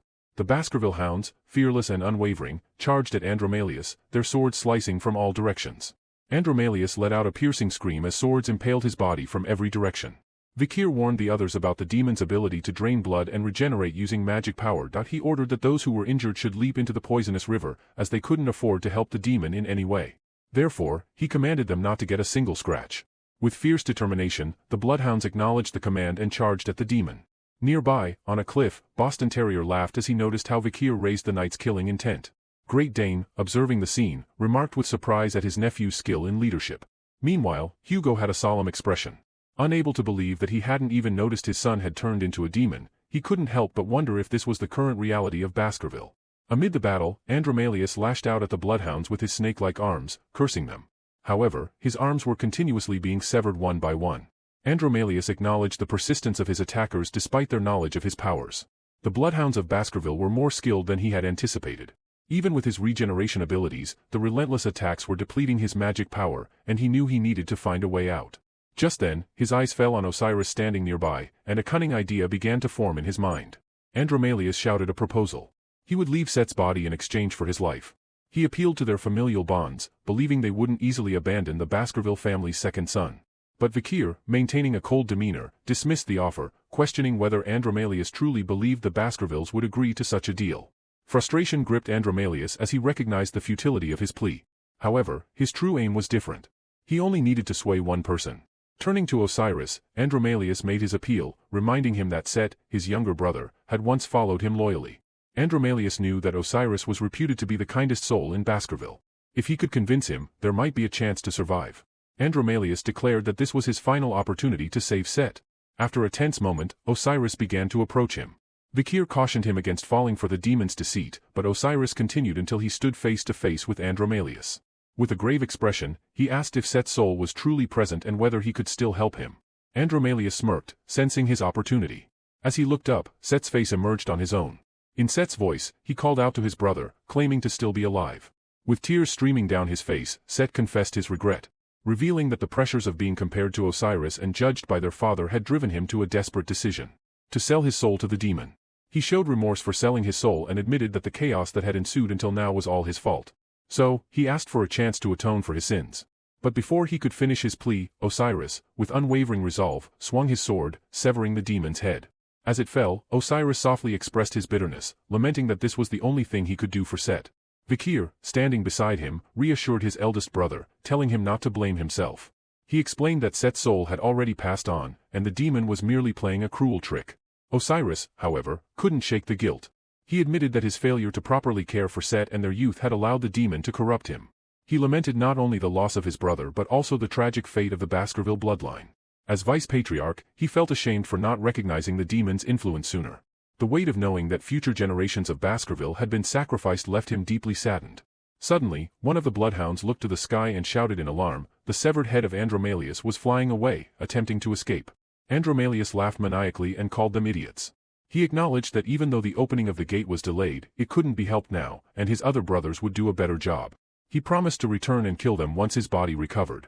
Vikir watched in panic as the demon's head escaped into the sky, realizing there was no way to strike from such a distance. Just then, Hugo spoke in a cold tone, reminding his son of a crucial lesson. A swordsman should never show his back. Andromalius felt an unexpected shiver run down his spine, gripped by a profound sense of dread. He couldn't understand it. Set was dead, yet the fear Set had felt toward Hugo seemed to linger within him. Then it struck him. This was genuine fear of a truly powerful individual. As Hugo unsheathed his sword, all eyes turned toward him. Andromalius, still trying to escape, felt a surge of shock as Hugo swung his blade. For a moment, nothing happened, and Andromalius began to laugh, mocking the idea that even if Hugo was a swordmaster, there was no way he could reach him in the sky. But his laughter was cut short as Hugo's sword unleashed a series of slashes that streaked through the air with incredible speed and precision. Andromalius's head was suddenly marked with bloody lines, and before he could fully comprehend what had happened, his form began to disintegrate into pieces. In his final moments, he uttered in disbelief, finding it impossible that he had lost to a mere human. Vikir watched the scene unfold, stunned by the display of power. He gazed at the aftermath of the slashes and wondered if this was the true power of a swordmaster's blade. After a few days, a notice was posted in the squares of all territories under the Baskerville family's control. It announced an investigation into the case of the missing children and related serial incidents, along with a process for compensation according to the special Vikir law. The news caused a shockwave throughout the community, while the arrival of a demon king-ranked demon on Earth wasn't disclosed. It was openly stated that the horrific incidents were attributed to the Baskerville family's second oldest son. Shortly after, the trial for Nut, Set's mother, commenced. She faced charges including poisoning the children's rooms, poisoning the first wife, kidnapping the patriarch's eldest daughter, and aiding Set in the abduction of children. Nut was sentenced to immediate execution on a total of 1,642 charges. The most unexpected revelation was that Nut had not been brainwashed by the demons. Even up until the end, she cried out for a final chance to see Set. Following the trial, Set's henchmen were also executed. The person in charge of this case, who managed and controlled everything, was the vice-patriarch, Osiris. However, there was another person to whom he temporarily handed over his authority, Vikir van Baskerville. Rumors circulated about Vikir's pivotal role in the war against the barbarians and his significant contribution to resolving the incident. Public sentiment was initially filled with discontent, however, it began to shift as people started to revere Vikir. It didn't even take a week for Osiris and Vikir to finish things. The execution of a high-ranking person within the Baskerville family left many citizens in shock. The situation reinforced the idea that even members of the Baskerville family were not exempt from the law, reaffirming the authority and reach of the Baskerville legal system. Meanwhile, at the Baskerville villa, Hugo turned to Pomerian and asked what had changed about him. Pomerian thoughtfully replied that Grandpa's beard was gone. Hugo then asked her opinion on his own lack of a beard, and Pomerian remarked that it looked so empty. Vikir saw the scene and felt as though the previous chaos had never happened. But then he realized that since everyone and everything related to Set had almost been purged, the traces of the demon had vanished from the Baskerville territory. Vikir had tasked Cindy Wendy with gathering information on other demons, so now he just needed to wait for the results. However, his thoughts were interrupted when Osiris praised him for his efforts. Vikir responded by complimenting him in return. Osiris then reminded him that since his entry into the academy had been delayed due to recent incidents, he should start preparing for it. Vikir expressed concern about the ongoing chaos within the family. Osiris reassured him, noting that their father had also made this decision. Vikir was taken aback by the decision to send him to the academy given the current situation. In his opinion, Hugo should be utilizing him to finish the task, as it would be more effective. He couldn't help but wonder what Hugo was planning. Osiris, with a reassuring smile, explained that their father was likely concerned about Vikir getting caught up in the power struggles. He shared his understanding of their father, asserting that, despite his difficulty in expressing himself, he genuinely cared for Vikir. Osiris emphasized that, as someone who closely resembled their father, his insights were trustworthy. Vikir's attention shifted back to Hugo, who was struggling to braid Pomerian's hair under the head butler's guidance. After some effort, Hugo completed the task and Pomerian chuckled at the result. When Hugo asked if she liked it, Pomerian happily affirmed.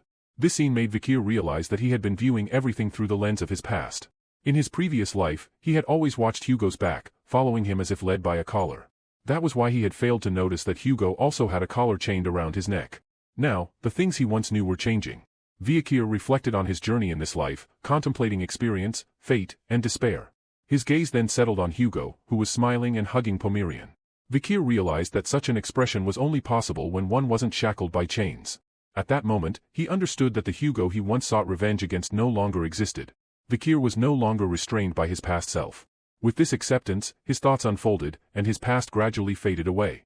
With newfound clarity, he informed Osiris of his decision to attend the academy.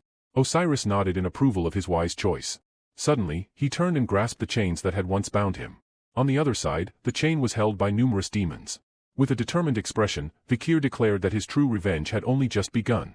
In the dead of night, moonlight bathed the clock tower and silence filled the air. Suddenly, a monster burst forth from the clock tower. It landed on the ground and demanded to know who its opponent was and how they had discovered information about its contract with demons. Frustrated, the monster launched an attack, shouting curses at Vikir. But Vikir remained unfazed. He summoned Beelzebub and asked rhetorically, "Who am I?" Vikir's sword swung swiftly, leaving numerous cuts on the monster's body. He then leaped high into the sky and delivered a powerful kick to the demon's chest, sending it crashing to the ground.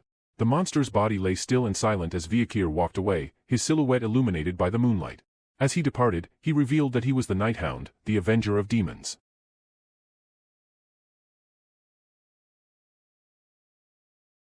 The blade is drawn once more. Welcome to Season 2 of Revenge of the Iron-Blooded Sword Hound. On the day when countless people flocked to the city of water, Venetia. It is the capital of the great empire of rock. It marked the entrance ceremony of Colosseo Academy, the most prestigious university in the world. The first day buzzed with activity as clubs vied for the attention of new students. Seniors stood at the forefront, shouting to gather recruits. One called out about a meditation group, offering something enticing, while another waved surveys, asking freshmen to fill them out. Others instructed students to stamp their fingerprint and registered seal on recruitment forms. Amidst the lively recruitment atmosphere, two seniors engaged in conversation. One acknowledged that the freshman recruitment was more competitive than the previous year. The other agreed and mentioned that it was because the freshmen entering both the Fire Corps and Ice Corps were no joke. At Colosseo Academy, there were two distinct classes. The Ice Corps focused on the mastery of physical weapons, swords, bows, spears, and more. Meanwhile, the Fire Corps specialized in the use of magic. Over the course of 4 years, students would not only hone their expertise in their respective fields, but also gain a wide breadth of general knowledge. The seniors began discussing the freshmen who had quickly gained the spotlight at Colosseo Academy. At the top of the list were Tudor from the Don Quixote family, renowned for his exceptional skill in spearmanship, and Bianca from the Usher family, known for her mastery of archery. Both had tied for first place in the Ice Corps practical exam and were considered the most sought-after students.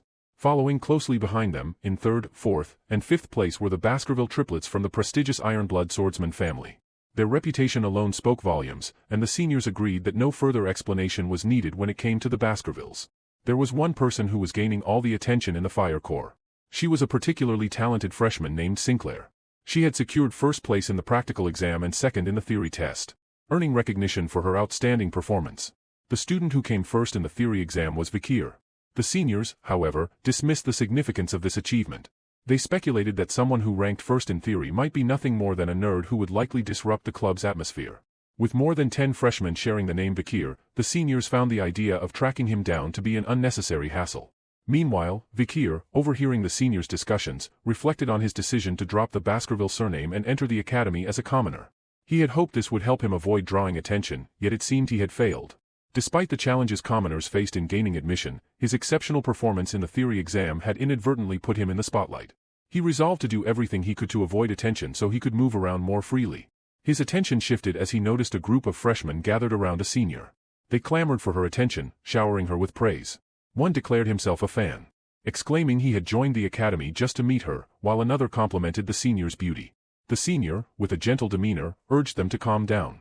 This senior was none other than Lewin Quo Vadis, the school president and vice president of the newspaper club. She seized the moment, asking the freshmen if they were interested in joining the club. However, they enthusiastically revealed their true intentions. They were just interested in her. Vikir recognized Dollars and decided it would be wise to avoid her as much as possible. Just then, Dollars sensed something and turned slightly, but by that time, Vikir had already slipped away, blending into the crowd and leaving the scene behind. After some time, Vikir arrived at his dormitory and stood outside a room, wondering if it was the correct one. Just then, a cheerful voice called out to him, expressing surprise that they were roommates. The boy, radiating enthusiasm, introduced himself as PG. As they exchanged introductions, Vikir recognized PG from his past. Before his regression, PG had been a kind person who frequently helped him while he was aiding the triplets at the academy. Back then, PG had been bullied by a cruel roommate, which marked the start of his misfortunes. Vikir silently hoped that history wouldn't repeat itself. Once inside the room, PG pointed out the bunk bed arrangement and invited Vikir to choose a bed. He then asked Vikir if he planned to attend the freshman welcome party after dinner. It wasn't mandatory, but all the freshmen would be there. It was well known that if you didn't get close to your peers or seniors, life over the next 4 years could become difficult. Vikir, however, declined the invitation without hesitation. PG was surprised by his decision and seemed concerned. He insisted that not attending the orientation would lead to being singled out by the seniors, and Vikir would also become a loner among their peers. PG excitedly shared that many distinguished seniors would be present, including the president, Saintus Dollars. He emphasized the caliber of their classmates, mentioning Tudor, the eldest son of the Don Quixote family, and Bianca, the eldest daughter of the Usher family. Then the Baskerville triplets were attending, along with Sancho from the North Mercenary Guild, who had turned down a top position at Varangian to join Colosio Academy. Vikir also noticed Sinclair, who had achieved the highest score at the Magic Tower and excelled in the Fire Corps. PG couldn't believe that such remarkable individuals were his peers. Vikir recalled that PG had an impressive ability to gather and analyze information even in his previous life. After sharing all of this, PG enthusiastically asked if he would attend the party. However, Vikir firmly reiterated his decision not to go, leaving PG dumbfounded. Calmly, Vikir walked out of the room, stating that he simply didn't want to go and wished him a good time. As Vikir walked out, PG admired his cool indifference and wished he could learn to do that, too. At night, Vikir perched atop a building, cloaked in his nighthound disguise. Below, in a dimly lit alley, 3 men gathered around a fire, engaged in conversation. The group leader expressed relief that he wouldn't have to hear the children's whining anymore, as they had recently filled all the storerooms with them. His companion inquired whether all the children were headed to their location, to which the third man replied that a carriage had arrived at dawn to transport them, presumably to an orphanage in Quo Vadis. The leader cautioned his friend, warning that curiosity could be dangerous. Suddenly, a fierce man arrived at the scene and berated the trio, demanding they stop their idle chatter and assume their posts if they wanted to get paid. This man was fleshgrinder Ron Battison. He called them trash and scorned their lack of fighting spirit, boasting that with his status as a graduator, low-ranked mercenaries like them, who had no mana, were no match for him. He expressed a desire to engage in battle, craving the thrill of combat. Just then, he heard a voice behind him asking if he was Ron Battison. Ron instinctively readied his weapon, turning to confront the source of the voice, his anger flaring at the audacity of a low-ranked mercenary uttering his name. Ron was left in shock when he noticed that all 3 of his underlings lay motionless on the ground. The realization sent a chill down his spine. Suddenly, he heard a voice calling out to him again, causing him to tense up and draw his weapons defensively. The voice calmly recounted his past deeds, detailing how 4 years ago, he had killed a neighboring family, using them as sacrifices in a dark pact with a demon.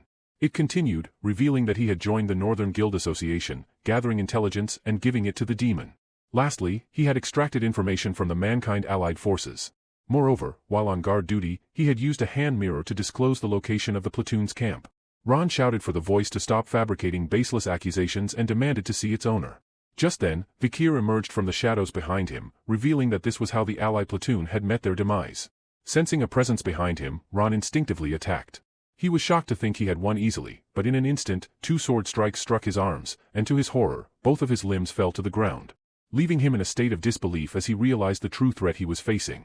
Ron fell to his knees, his voice filled with pain as he shouted about his severed arms. In agony, he insisted that he had no knowledge of the mankind allied forces, questioning why Vikir was inflicting this torture upon him. Vikir, unfazed, replied that the reason Ron had no knowledge of it was because these things hadn't happened yet. He then lifted Ron's head by his hair, demanding information about the contracted demon he had allied with. Ron stammered that he didn't know anything, but before he could finish his sentence, his head began to deform and then exploded. Vikir, however, remained calm and said that another one had died with their head exploding. Pulling out a small diary, he crossed off a name from a list and remarked that this was the third one. The diary, known as the Blacklist, had been created from his memories of his past life and the information gathered by Cindy Wendy's investigations. It catalogued the names of demon worshippers who had sided with demons and betrayed humanity before the fall. Vikir contemplated the fact that the 3 demon worshippers had their heads explode before he could kill them. He deduced that if this was the demon's skill, it meant they were hiding within the capital. One of the 10 elite corpses who had contracted with them. At night, Vikir stood atop the clock tower, Beelzebub dripping with blood, and lifeless bodies lay behind him. His voice was cold and detached as he acknowledged the count, 29. Reflecting on the situation, he realized that those he had interrogated either died or had their heads explode upon mentioning the demon. Likely due to some binding condition in their contracts.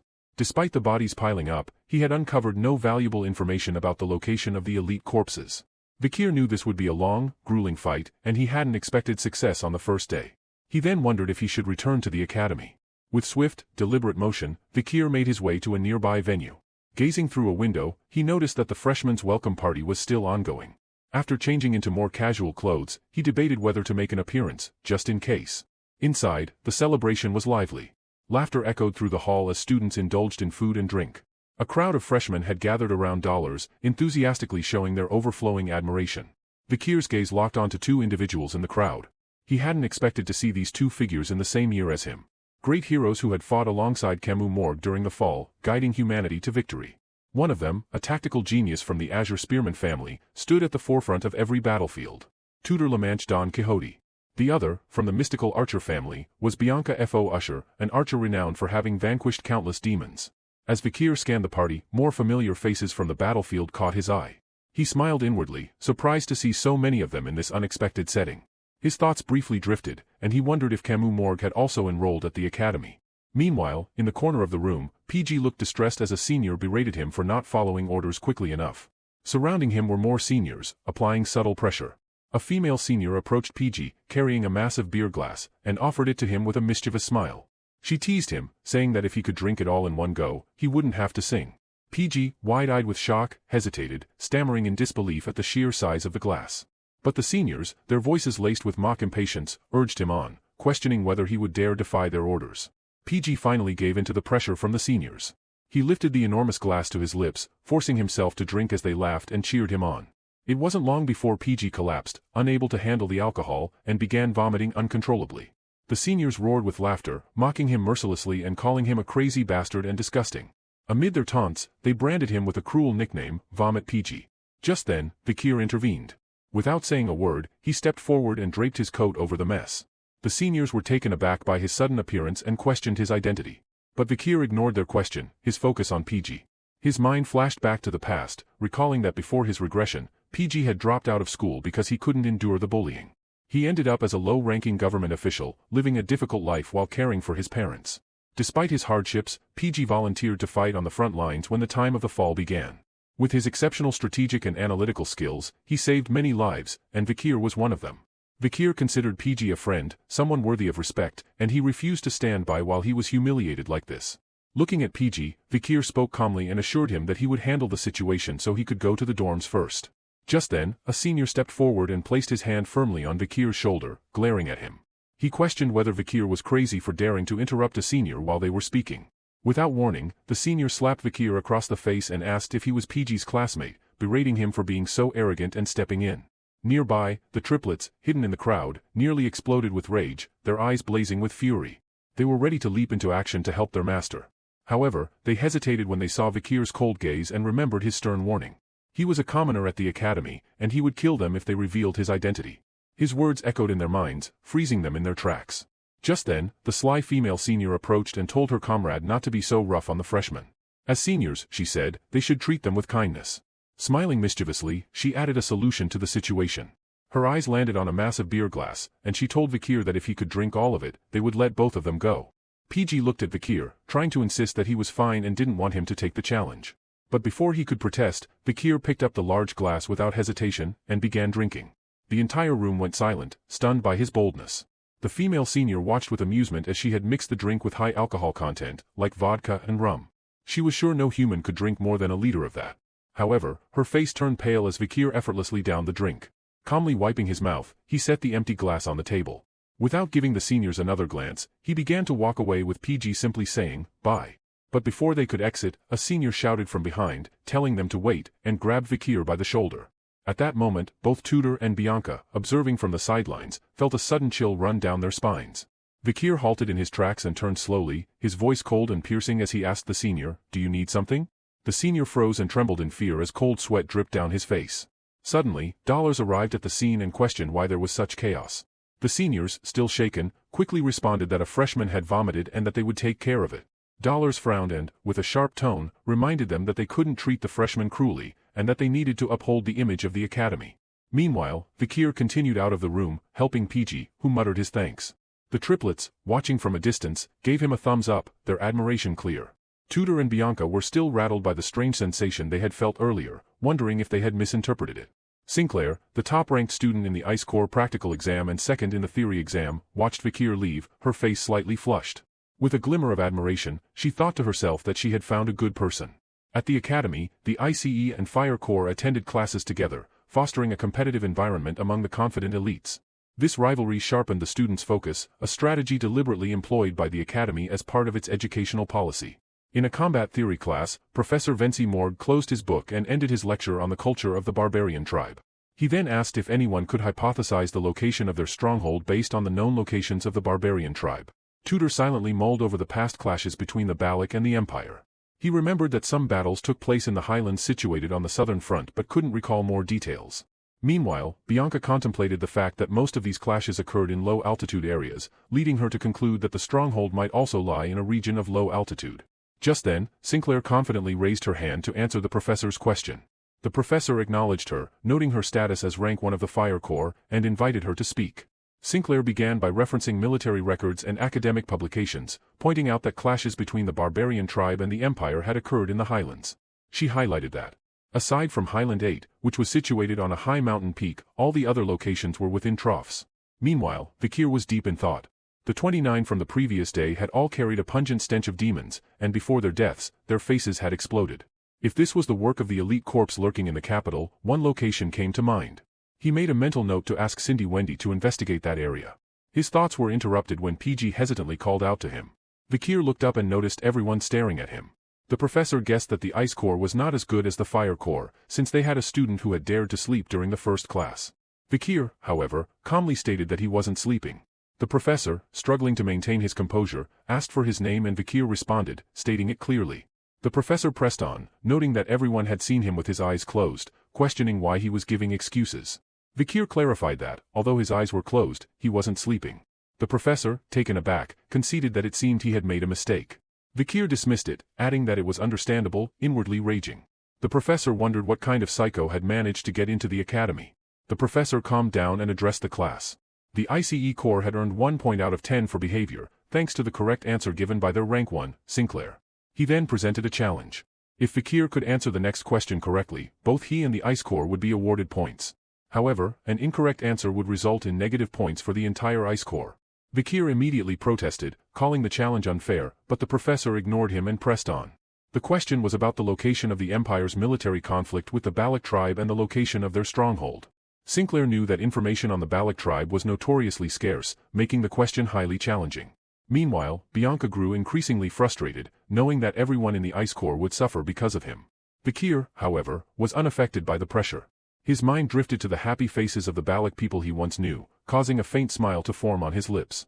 He then confidently answered, stating that the clash between the Balaks and the Empire took place in the southern region's Highland One. He continued with more details, recounting specific information about the Balaks that left everyone stunned. Vikir knew that after the Ahuman incident, the Balaks had relocated their stronghold, making it safe to reveal what he knew. Meanwhile, the professor was taken aback, recognizing that the information was spot on. He couldn't help but wonder how Vikir knew about the thesis that hadn't even been verified by the academic world. Just then, he realized that this was the Vikir who had placed first in the theory exam. The professor announced that Vikir would receive 10 points for his answer, while the rest of the ICE Corps would receive 1 point.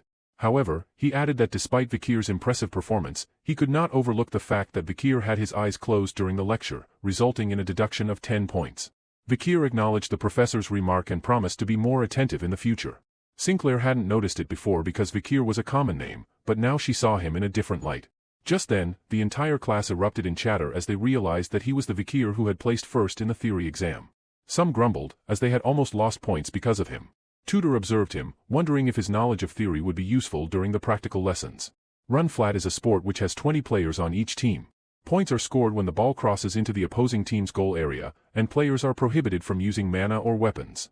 Despite these restrictions, any method can be employed to score, making the game chaotic and thrilling. As the match unfolded, Tutor charged forward. Skillfully maneuvering through a group of players, he declared himself the best at run flat and insisted it was his time to shine. His enthusiasm drew cheers from the girls on the sidelines, fueling his confidence. The triplets blocked his path, calling him an arrogant bastard for thinking he could break through them. Tutor recognized them and smirked, saying he wasn't interested in fighting head-on against monsters like them. With agility, he sidestepped 2 of them effortlessly. However, the third triplet positioned himself to block Tutor's advance, demanding, "Give up the ball." In response, Tutor unleashed a charged fist, sending the triplet flying across the field. With a confident grin, he stated that he didn't plan on losing. Spectators started praising Tutor for being so amazing and for being so strong even without mana or weapons. Someone mentioned that they had heard he was Don Quixote's run-flat prodigy. As Tutor sprinted forward, he thought to himself that there was no point in memorizing theory. If you're a true fighter, you need to win with strength. Just then, he spotted Vikir standing ahead and decided to tease him a little. Vikir felt frustrated as he had told the triplets to stop him from coming his way, and now he might have to step aside. Tutor charged at him, ready to slam his shoulder into him. Confident that with this strike, Vikir would realize that studying wasn't enough, one must focus on training too. But Vikir remained motionless, and when Tutor collided with him, he was unexpectedly sent flying through the air, losing consciousness mid-flight. The spectators watched in shock, stunned by the sudden turn of events. Tutor landed flat on the ground, and the crowd gasped. Vikir had planned to dodge, but for some reason, Tutor had suddenly run into him. Deciding to play along, Vikir fell to the ground as well, making a sound that suggested he was hurt. Tutor abruptly regained consciousness, his eyes snapping open in shock. He questioned his state, wondering if he had fainted or even fallen asleep during the match. Fragmented memories rushed back. He had intended to lightly shove Vikir, the top theory student, during their confrontation. However, his recollection was hazy, and the next thing he knew, he had been knocked out. Tutor Don Quixote defeated in a physical confrontation. With renewed resolve, Tutor fixated on Vikir and decided to test himself again. As the next game began, Tutor ignored the goal and sprinted directly toward Vikir. The spectators were baffled by his actions, wondering what he was doing. Tutor shouted, calling out to Vikir and the triplets. The triplets responded, declaring that he couldn't get past them. But Tutor, driven by sheer determination, powered through with all his might. Vikir observed the scene unfold, despite having instructed the triplets to keep Tutor away. Yet, here Tutor was again, charging directly at him. Tutor, convinced this was no mere accident, unleashed the Azure Spearman family's secret technique, the Saint's Spear Tackle, hurling himself toward Vikir, who remained still in the face of the oncoming force.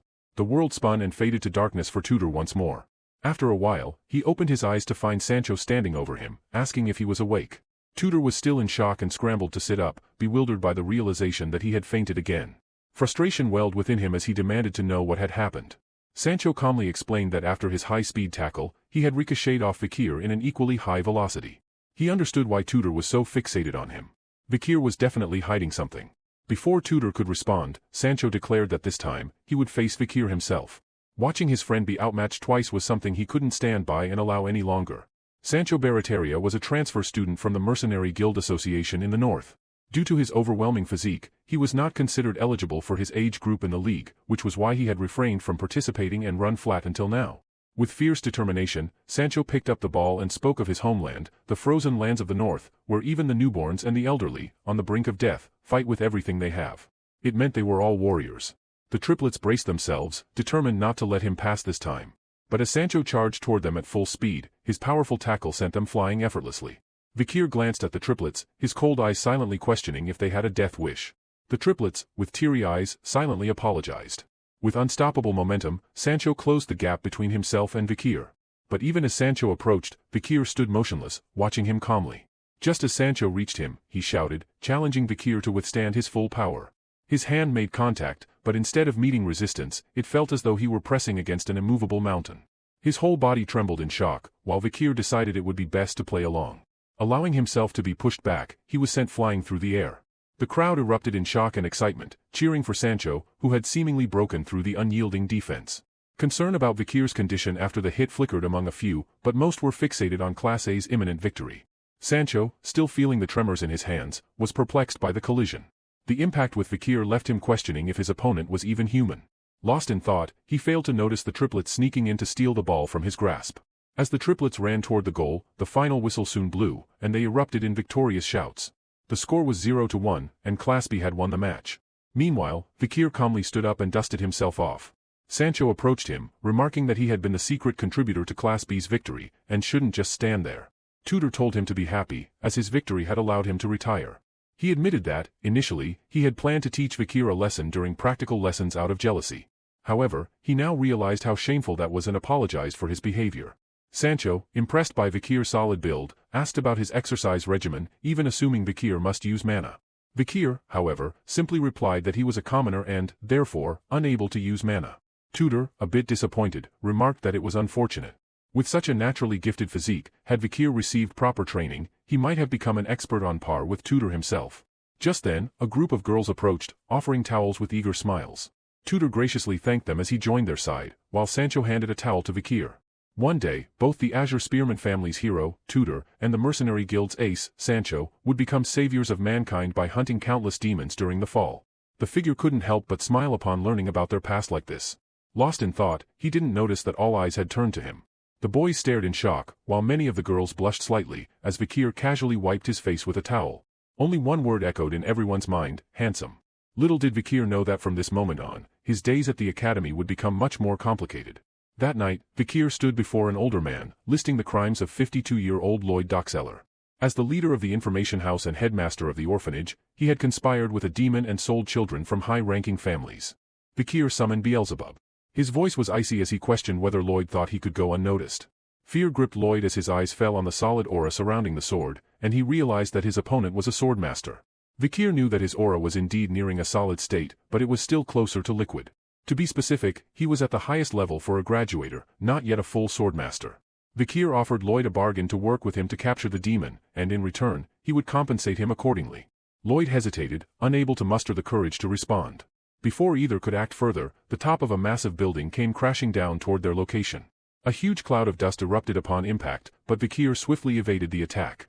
As the smoke began to clear, Vikir looked up to see a figure standing atop the remains of the collapsed structure. His senses immediately sharpened, recognizing the overwhelming energy emanating from the figure. Even from a distance, with his gaze locked on the figure, Vikir asked with steely resolve if he was an elite corpse. The elite corpse lunged toward Vikir, his hammer poised to strike. The ground shattered upon impact, but Vikir nimbly evaded the blow. Without hesitation, the corpse swung again, yet Vikir dodged once more and retreated to a safe distance. He quickly recognized the aura of a high-ranked graduator, and the Quo Vadis holy bludgeoning technique. This was enough to confirm that his foe wasn't an elite corpse. A thought crossed his mind.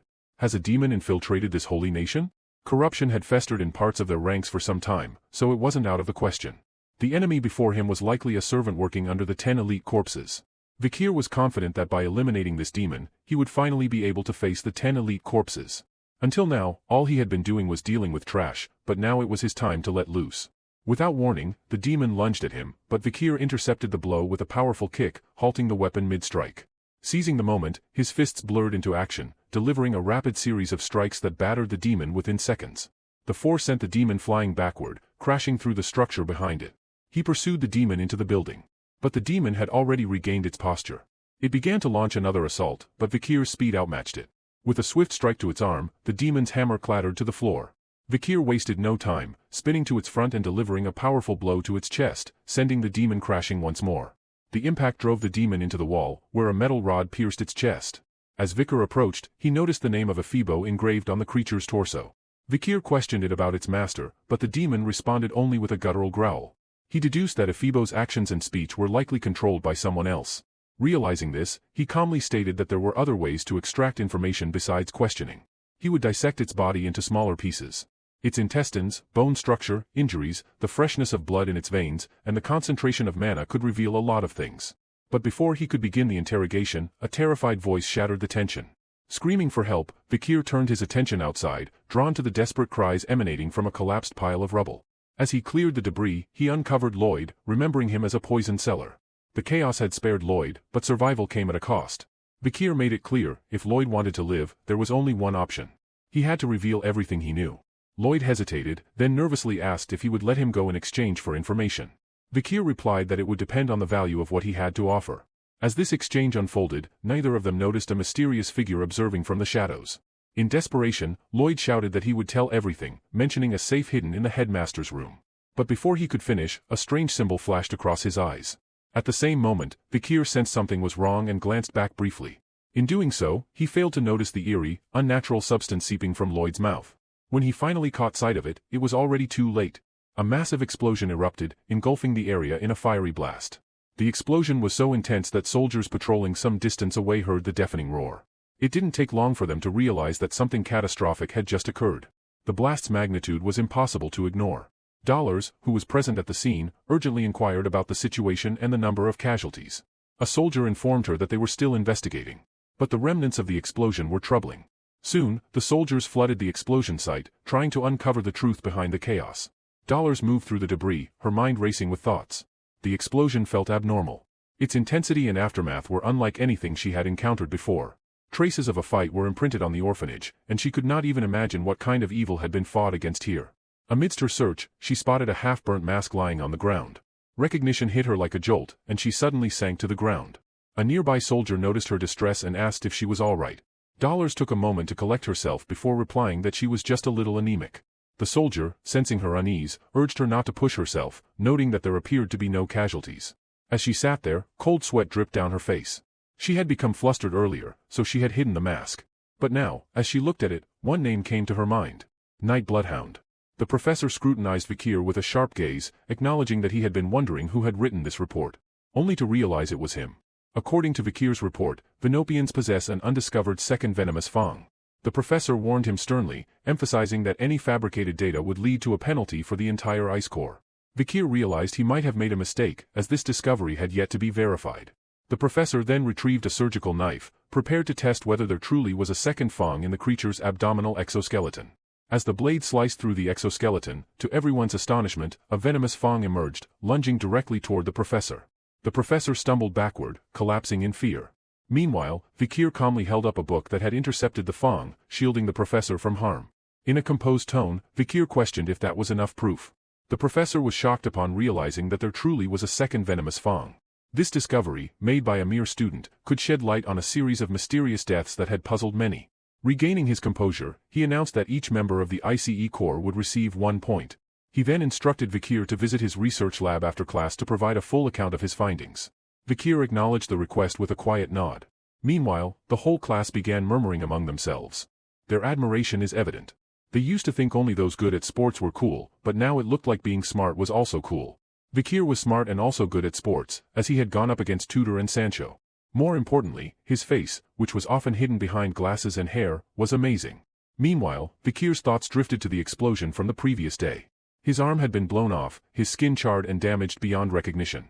But his body soon started to regenerate, and in a moment, it was fully healed. Vikir recalled that right after the explosion, Ephibo had disappeared without a trace. The only thing he had from that encounter was the ledger in the headmaster's safe. The ledger contained the locations of children who were being used as food for the demons. Noticing no clear pattern among the sites, Vikir speculated that multiple elite corpses might be hiding within the capital. But what concerned him more was the man he had seen in passing yesterday. Vikir looked at his class with a suspicious gaze, realizing that one of the 10 elites might be hiding in the academy. At the academy, a renowned publication circulated throughout the capital, an influential newspaper that sold out as soon as it hit the stands. This widely respected news source was produced by the academy's own newspaper club, known as Lukion. The president of this club was third-year student Luan Quo Vadis, recognized for her charisma and unyielding leadership. With a cheerful expression, she addressed the new members of Lukion, expressing her excitement to have them on board. The fact that they had applied to Lukion, which was difficult to enter, meant that they were persistent. With a smile, she suggested they begin by introducing themselves. Tutor spoke confidently about his ambition to excel both in his classes and in the club, while Sancho admitted he wanted to dispel the assumption of being just a dumb brute by proving his intellect. Sinclair recognized the powerful connection between wealth and information, but valued the latter above all else. Bianca simply stated that she joined for the club's clear sense of purpose. PG, modestly, expressed his enthusiasm for gathering and analyzing data, making the newspaper club an ideal fit for him. Vikir plainly stated that club participation was mandatory. So he simply followed PG. Internally, he knew that by joining this club, he could easily obtain various information. However, he still felt uncomfortable due to the presence of the Saintess Dollars, unimpressed by his detached attitude, who challenged him, questioning whether someone with so little interest could truly contribute as a Lukion reporter. Just then, a girl from the group stepped forward, holding up a recent issue of the Academy's newspaper. She excitedly pointed to an article featuring Vikir, surprised to see a student of his reputation joining their club. Dollars asked in confusion when this particular report had been published. Anna, the vice president of Lukion and a third-year student, explained that, having heard about a striking new freshman, she felt compelled to publish the story. Anything less would make her unworthy of being a reporter. She then changed the topic and mentioned that, since the senior members had gone out to collect news, they should start their activities with everyone currently present. The group's topic was a mysterious assailant who had appeared at the dawn of night and burned down an orphanage. PG questioned if this was related to yesterday's explosion, to which Anna confirmed that it was indeed connected to that incident. Anna went on to reveal her hypothesis. The person responsible for the arson could be the same individual behind a recent murder in the capital. The most shocking thing was that the majority of the children's bodies at the orphanage had already been identified. PG turned to Vikir, asking if he believed a mysterious person was responsible for all this. While skimming through the documents, Vikir quietly considered that the fate of the dead children was the work of a demon, not a human. Anna then encouraged the group to brainstorm a headline for the article that would capture the shock and tragedy of the incident. The members began brainstorming, each trying to convey the gravity and horror of the orphanage event. Suggestions poured in, ranging from the birth of a terrible villain, to a monster emerging, causing chaos outside the academy. Bianca felt that none of them were impactful enough, to which Tudor guessed that it was because the villain's name was unknown. For cruel criminals, nicknames like Jack the Ripper or Bluebeard were often given. Bianca agreed with his reasoning, and Tudor proudly suggested the name Deathscythe Shadowmaster, only to be met with blunt rejection. The brainstorming continued, with ideas ranging from the explosion demon that brings misfortune to orphanage killer, and even Mr. Terrorist. Just then, Dollars, lost in her own thoughts, suddenly muttered a name aloud, the Night Bloodhound.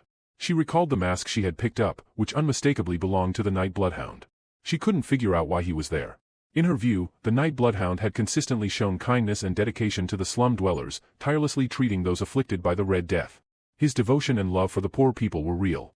That's why even she believed that. Despite stealing the Saintess Terre, it was for a great cause. She questioned whether he could truly be responsible for the death of the headmaster and the children at the orphanage. What she saw was accurate, and he wasn't evil. If the Night Bloodhound was a criminal, then she was sure he had his reasons. Just then, someone remarked that Night Bloodhound was a good suggestion. Dollars looked up to see everyone discussing the name with interest.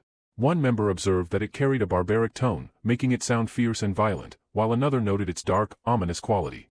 Sinclair seized the momentum and suggested they settle on it. Dollars instinctively covered her mouth, realizing she might have let her thoughts slip.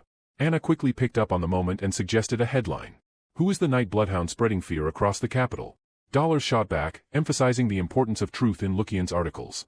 She reminded Anna that they hadn't yet confirmed the Night Bloodhound's criminal status. Tudor turned to Vikir and asked for his opinion on the Night Bloodhound. Curious to know whether he believed the figure to be evil or not, Vikir was uninterested and replied that he didn't care. But internally, he couldn't believe that Saintess had mentioned the Night Bloodhound. Tudor pressed further, asking what he would say if he had to choose. Vikir replied that he could say with certainty that they were not virtuous, so they were evil. Tudor nodded in agreement. However, just then, Dollars slammed her hand on the table, demanding their attention. In an authoritative tone, she challenged Vikir's assertion, questioning how he could be so sure the Night Bloodhound wasn't virtuous. She asked again how he could be so sure, but Vikir remained silent, meeting her gaze with a questioning look. Dollars, her tone serious, questioned if his name was Vikir. When he remained silent, she pointed out that his inability to answer suggested he believed something without substantial proof. Sternly, she reminded him of the responsibility he bore as a reporter. Careless assumptions could ruin an innocent life.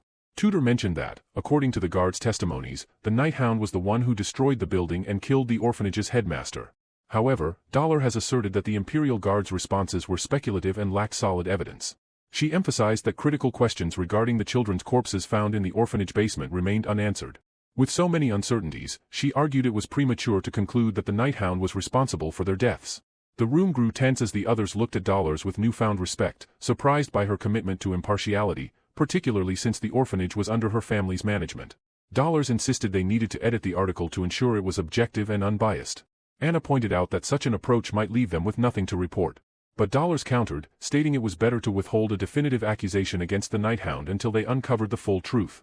Dollars firmly declared that if this individual were truly proven to be evil, she would not hesitate to criticize him harshly. At that moment, a club member hurried into the room, announcing that Professor Vinci, their club advisor, was requesting her presence. The professor had apparently instructed them to revise the report and explicitly label the Night Hound as a villain. Sighing, Dollars acknowledged the professor's tendency for sensational headlines, assuring the others that she would address the matter. She left the room with a determined air, accompanied by the club member. Tudor remarked with admiration on Dollars' leadership, describing her as a girl boss. Vikir, lost in thought, said, quietly noted that she had always been that way. His mind drifted back to a different time, recalling Dollars as the formidable commander of the Holy Knights. She had fearlessly led from the front lines, her voice ringing with conviction as she rallied her soldiers and urged them forward. The memory was vivid, Dollars, unwavering in her resolve, admonishing those who faltered in their faith and dedication to the mission of saving others. Vikir had anticipated Dollars might view his actions unfavorably, yet her unwavering dedication to uncovering the truth, even amidst adversity, left a profound impression on him. With a quiet nod, he silently expressed his gratitude to the saintess who continued to champion justice. As the morning alarm echoed through the dorms, PG stirred, blinking his eyes open. Vikir, already dressed and ready to leave, offered a calm greeting. PG acknowledged him with a sleepy nod. The day for every student began at 6 a.m. sharp. As the alarm echoed, students gathered in the training area just outside the dorms. The students then participated in exercises, following the instructor who stood at the front to guide them. Once the morning exercise concluded, the students dispersed in various directions. Some headed back to catch up on a bit more sleep. Others made their way to the baths, while a few went straight to the cafeteria. PG muttered, wishing aloud that if he could skip the exercises, his brain would be more active. Vikir reminded him that physical movement was actually beneficial for mental alertness. PG sighed, less than enthusiastic about the advice. Tudor joined in, stating that he wouldn't be popular among girls if he wasn't empathetic, and suggested he could start by showing empathy to PG. Vikir declined the idea of extra attention. Tudor suggested an outing for the weekend, hoping everyone was free to join him for a fun day in the city. PG quickly agreed, mentioning a book he'd been wanting to buy. Sancho chimed in, expressing interest in trying out a new restaurant. Turning to Vikir, they waited for his response. Vikir, however, mentioned that he'd be volunteering over the weekend. PG explained that Vikir had accumulated several deductions, which meant he was required to complete additional duties. Tudor sighed, noting that Professor Vinci often seemed to single him out unfairly. Vikir shrugged it off and told them to go to the city without him. But his friends had other plans. Tudor suggested that volunteering could actually be enjoyable. PG agreed, declaring that they couldn't let Vikir handle it alone, while Sancho added that more company would only make it better. As they walked, Tudor fell into a thoughtful pose, remarking on how unusual it felt. When asked what he meant, he explained that Vikir's presence drew him in naturally, as if he were his older brother. Sancho agreed, adding that even though he was quiet, Vikir exudes charisma. Even back when he worked as a mercenary, such people were natural leaders. PG admired Vikir in silence, feeling inspired by his presence. Vikir seemed remarkable in every way. Charismatic enough to draw people like Tudor, from the renowned Don Quixote family, and Sancho, the transfer student from the Northern Mercenary Guild. PG recalled how Vikir had shown him kindness during the entrance party when he felt lost and how he excelled in both studies and training. Being around Vikir gave him a newfound confidence, as if he too could achieve anything. Suddenly, Vikir paused and looked back, his eyes cold and filled with sharp, menacing intensity. When PG saw his expression, he froze in shock. But Vikir's gaze wasn't directed at him, it was aimed at a man moving in the opposite direction. Breaking the silence, Vikir asked PG if he knew anything about the individual. Caught off guard, PG stammered before confirming that the young man, surrounded by female students, was Bane Kaudzak, widely regarded as the most handsome sophomore at the academy. Vikir's thoughts churned as he had never expected that the 10 corpses were this active within the academy's social circles. He weighed his options carefully, resisting any immediate action to avoid risking the safety of innocent students. The academy was home to many who would one day be heroes, and he couldn't endanger their future. Everyone noticed Vikir's sudden change in demeanor, their concern evident. Tutor was the first to ask if he was all right, but Vikir simply mentioned that he wasn't feeling well and intended to rest. Using the silent heal Mashasu skill, Vikir quietly trailed Bane. His mind focused on gathering more information before making a move. In his concentration, he failed to notice Dollars descending the stairs. They collided, and Dollars tumbled to the floor with a startled, pained sound. Tutor rushed to her side, checking if she was all right, and urged Vikir to apologize. Taken off guard, Vikir quickly offered an apology. Dollars reassured them both, admitting that she, too, had been distracted. Yet, internally, she couldn't shake the impression Vikir had left on her. His build had felt like colliding with a wall, and she realized she hadn't sensed him approaching at all. As Vikir surveyed the gathering crowd, he decided it would be wise to delay his plans to follow Bane for the time being. Meanwhile, Bane had led the two girls to a secluded, dimly lit corner of the academy grounds. One of the girls glanced around, uneasy about the dark surroundings, while the other teased him, remarking that he was more cunning than he appeared. Bane's expression turned somber as he told them he had some sad news to share. The girls, concerned, pressed him for details. With a sigh, he explained that a troublesome guy had recently appeared, disrupting his peace to the point that he couldn't even eat properly. One of the girls, defensive, vowed not to forgive anyone who dared to bully him. Bane recounted how he'd attempted to confront the individual but had hesitated upon realizing he was still wearing his academy uniform, which could have given him away as a student. The girls assured Bane that they would stand by him if the intruder ever came to the academy. Bane expressed his gratitude, complimenting their loyalty and beauty, and promised they would always be together. Suddenly, he placed his hands on their faces and started talking about the pandemic mask-wearing bastard. He recognized that his opponent wielded skills comparable to a high-ranked graduate. Bane doubted he could have been killed by any mere explosion. The Night Bloodhound's pattern of attacks, all linked to locations where Bane had once fed, suggested that he was someone who could sense the presence of a demon. Meanwhile, the two girls remained helpless, frozen, as their faces began to dissolve under Bane's touch. Their expressions contorted in silent horror as their energy was drained. One of the girls managed to utter a weak, terrified plea for someone to save her. As he continued, Bane connected the dots aloud, speculating that the intruder might be tied to the mysterious death of Andromalius. His facade finally crumbled, revealing his true identity as Dantalion, the ninth corpse of the demon's 10 elite corpses. Anna addressed everyone with composed urgency. Recent incidents had accumulated, prompting her and Dollars to compile a detailed summary of the strange and troubling cases occurring on the grounds. The resources within Lucayon were stretched throughout, leaving them no choice but to enlist the help of the first years and task them with selecting a case, gathering information, crafting an article, and reporting back. PG was excited as this would be his first article after joining Lucayon. Meanwhile, Bianca felt overwhelmed by the sheer number of cases and voiced her frustration. The list was daunting, filled with ominous titles that hinted at the turmoil gripping the capital. The terrorists for warning, the missing handsome theater actor, and the murder that shall not be named. Vikir scanned the options and selected a missing persons case that caught his attention. The file detailed the disappearance of 3 academy students who had vanished without a trace. The trio was always seen together, so there were plenty of witnesses. Some speculated they had run away due to a romantic entanglement. However, as Vikir studied a photo of the missing students, his expression turned cold. He recognized the unmistakable handiwork of an elite corpse. Late at night, as the city lay under a blanket of quiet, its inhabitants deep in slumber, a husband and wife rested peacefully in their bed. Suddenly, the man stirred awake. Without a word, he rose and left the room. He sat near a window, and as his eyes adjusted, they revealed a distinct and eerie pattern. A mark identical to the one found on the eyes of victims whose heads had inexplicably exploded. He then looked ahead and questioned 4 people standing before him if they had uncovered any information about the pandemic mask wearer, who was disrupting his plans. The figures before him were subordinates of the demon's 9th Corps, Ephibo, Geronto, Heve, and Fido. Dantalion, the 9 Corps, was frustrated as he hadn't seen the mask wearer since that fateful encounter, leading him to believe they were being cautious. With no other options, he ordered his subordinates to expand their search radius. Suddenly, he threw something at his subordinates' faces, announcing that he was going to share his face with them. After their appearances changed, he ordered them to move into brighter areas and locate the pandemic mask. Just then, his wife emerged from the bedroom, her voice groggy with sleep and confusion. Seeing her husband and the 4 unfamiliar figures, she hesitantly asked why he was awake so early and who the strangers were. Dantalion closed his eyes and remarked that he had wanted to admire her living face for just a little while longer. But now he had no choice. With a swift gesture, he commanded Ephibo, who had already moved silently behind the woman, to ensure her face remained untouched. The wife was stunned, unaware of the moment her life came to an end. Dantalion began to alter his face, expressing his annoyance at the delay in their plan to open the gate caused by Andromalius' death and the pandemic mask. He ordered Ephibo to accompany him to meet someone. With a twisted smile on his face, he decided it was time to go and release his pent-up stress. Moments later, Dantalion appeared in an entirely different location, now dressed as a priest. Dollars questioned him about why he was smiling, and he responded that he couldn't help but smile when the beautiful saintess was standing in front of him. With a serious tone, Dollars addressed him as Sir Quilty and reminded him that she had not come to joke around. Quilty expressed his worry because of her scarce visits lately. Dollars explained that the increase in murders and disappearances had occupied her attention as she was covering them.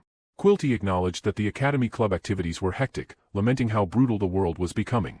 But only he knew that he was the mastermind behind those very cases. Dollars knew that Quilty was the head of the Indulgentia family, a collateral bloodline to the Quo Vadis family. They were currently volunteering and managing Quo Vadis resources at orphanages, monasteries, and hospitals. But they were also supporting the exemption system that erased the sins of the sinful rich. She was certain that this two-faced man was definitely hiding something. Quilty stepped closer and asked the reason for her visit. Doliors declared her purpose boldly, to demand the abolition of the exemption system. She argued that it was wrong to exempt someone from all sins just because they were wealthy. Quilty defended the policy as a long-standing tradition of the church. He suggested that donating vast sums of money was already a large enough punishment. Dollars insisted that sins must be confessed openly before God, and forgiveness could only be granted after one had received appropriate punishment. She declared with confidence that those affected by the exemption could not be saved. Quilty turned away and claimed that he was simply following the church's doctrine.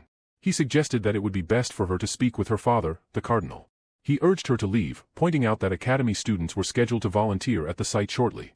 There was no need to have a dispute within the Quo Vadis family in front of her juniors. Dollars started walking away, assuring him that she would return to continue their discussion. Meanwhile, Quilty struggled to maintain his composure, and his face began to distort as he watched her leave. He bit his tongue to suppress his dark urges, narrowly resisting the impulse to collect her face at that very moment. But he needed to hold back.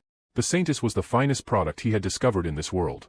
He wanted to collect her face when it was filled with despair after chaos descended into this world.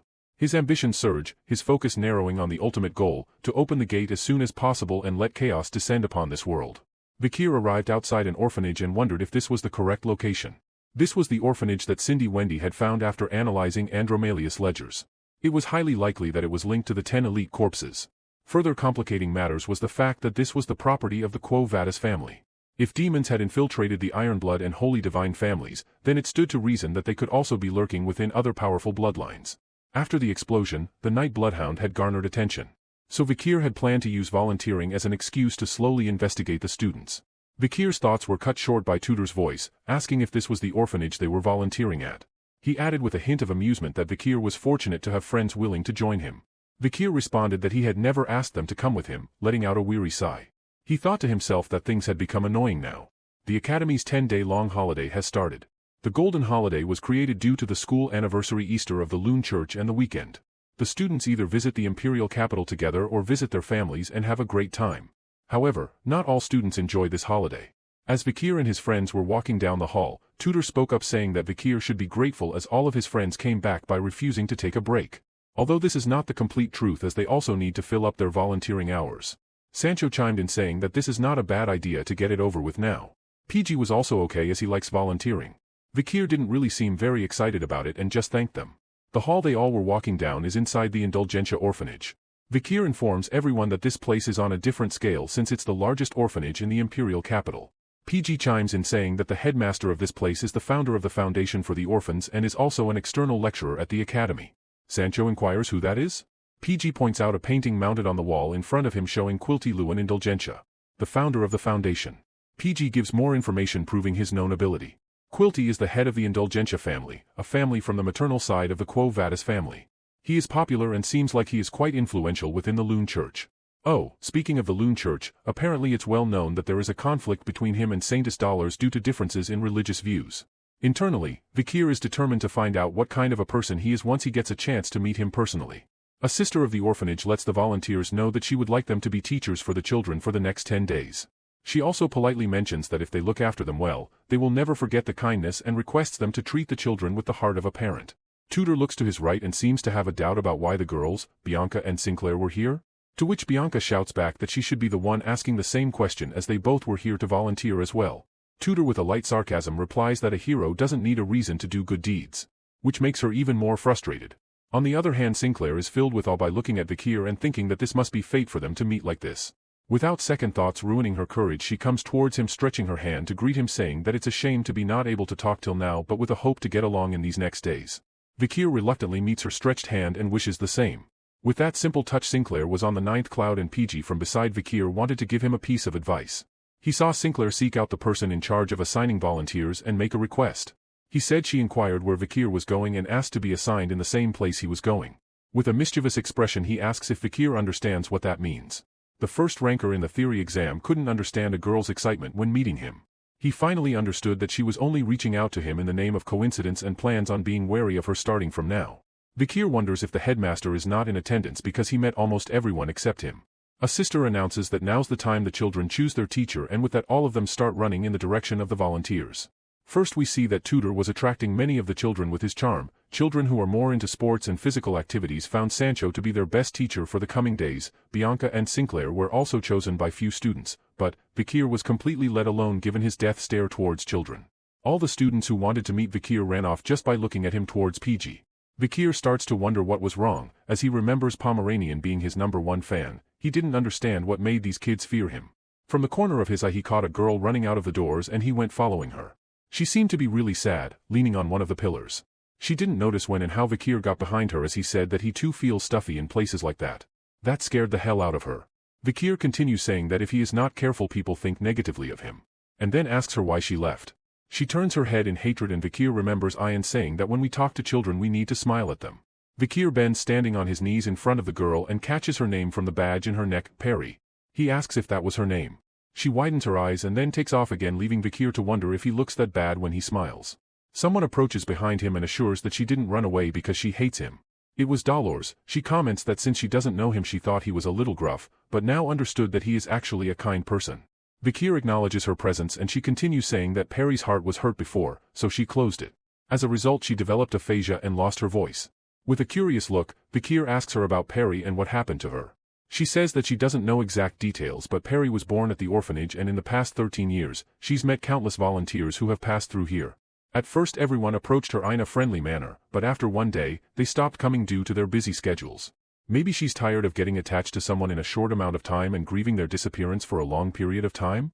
As she continued to appreciate that Perry reacted to Vikir and asking him to look after her, he noticed someone approaching and immediately reacted by shutting Dollar's mouth with his hand and dragging her behind the pillar to hide. It was Quilty and his companions. One of them was accusing in a friendly manner that Quilty has become so busy that they rarely get to see him. He responded by saying that there has been a sudden increase in the people who have requested face-to-face talks to confess their sins recently. The other person confesses immediately, saying that he also want to buy the exemption. Quilty asks how long was he going to need it for addressing him by brother. He replies that he wants to buy 1 billion gold's worth. To which Quilty inquires if he killed someone recently. The other guy explains that a barbarian slave he bought not too long ago ran away, and on the way back from capture, it died while I was disciplining it. Quilt casually asks if he was buying 1 billion gold's worth of exempt just because he killed a slave. He confesses further that on the way back he was still angry, so I burned a whole village of slash and burn farmers. On the other hand, Vikir requests Dollars to be very quiet and she wonders why he was doing this all of a sudden. Vikir caught a smell which was the same as the one he came across in the academy. Quilt explains to his friend that 500 million is enough for something like that. His friend explains that the other half is a tip that he wanted to give to the god who's pardoning his sins. It was the smell of an elite corpse. Vikir realized it in no time when Quilty was appreciating his friend's tip and telling him that it is sacrilegious to tip a god. He also mentions that when you give a generous offering to God, he will forgive anything. Dollars heard this and was not able to contain herself from the rage of training the god's faith like this. Vikir tells her to wait and not make a move now. But it was too late. The third person in the group noticed them already and was over them, looking down on them with death in his eyes. As soon as he saw the man who caught Vikir identified his smell. Quilty was soon on the other side of Vikir and Dollars. With a chirpy tone, he asked what were they doing hiding there. He continues accusing Dollars of having a bad habit of hiding and eavesdropping on people like that, or he came up with another possibility that they both, Vikir and Dollars, were having a secret affair. She is a little shaken by being caught and doesn't say anything. Quilty approaches Vikir and observes him while commenting that he is much more handsome than when he saw him with his glasses on. Internally pledging to himself that he will surely take his face for his collection. His friend clears his throat, reminding him of their business. He immediately turns back and apologizes for making him wait. As soon as they left, Dollars lashed out on Vikir, demanding to know why he did that. He just apologizes for his actions and excuses himself to get back in as he was away for so long. As he was going back in, Dollars realized that he was angry for some reason. Vikir confirmed some information about Quilty. He stays at the orphanage every day for 2 hours. His work usually consists of selling exemptions to nobles and merchants. Sometimes he sends reports on investments and ledgers on sold exemptions to the Quo Vadis family by letter. After confirming the letters, it will be received by the head of the Quo Vadis family, Cardinal Humbert Lewin Quo Vadis. Additionally, Quilty is always with an escort guard during foreign affairs. It is confirmed by Vikir that the escort guards consist of 3 men and 1 woman who are on a rotation. And one of the guards is the masked man he met during the explosion at the orphanage. He's the same person as Ephibo. Vikir confirmed it through his smell. So, it can be assumed that the other 3 guards as the same as Ephibo and are at least high-rank graduators. It is very dangerous for Vikir to go against an elite corps and 4 high-ranking graduators. As a result, in order to get rid of Quilty, Vikir needs to take care of the 4 guards first. 3 boys call for Vikir at the same time as he was washing clothes of the children in the orphanage.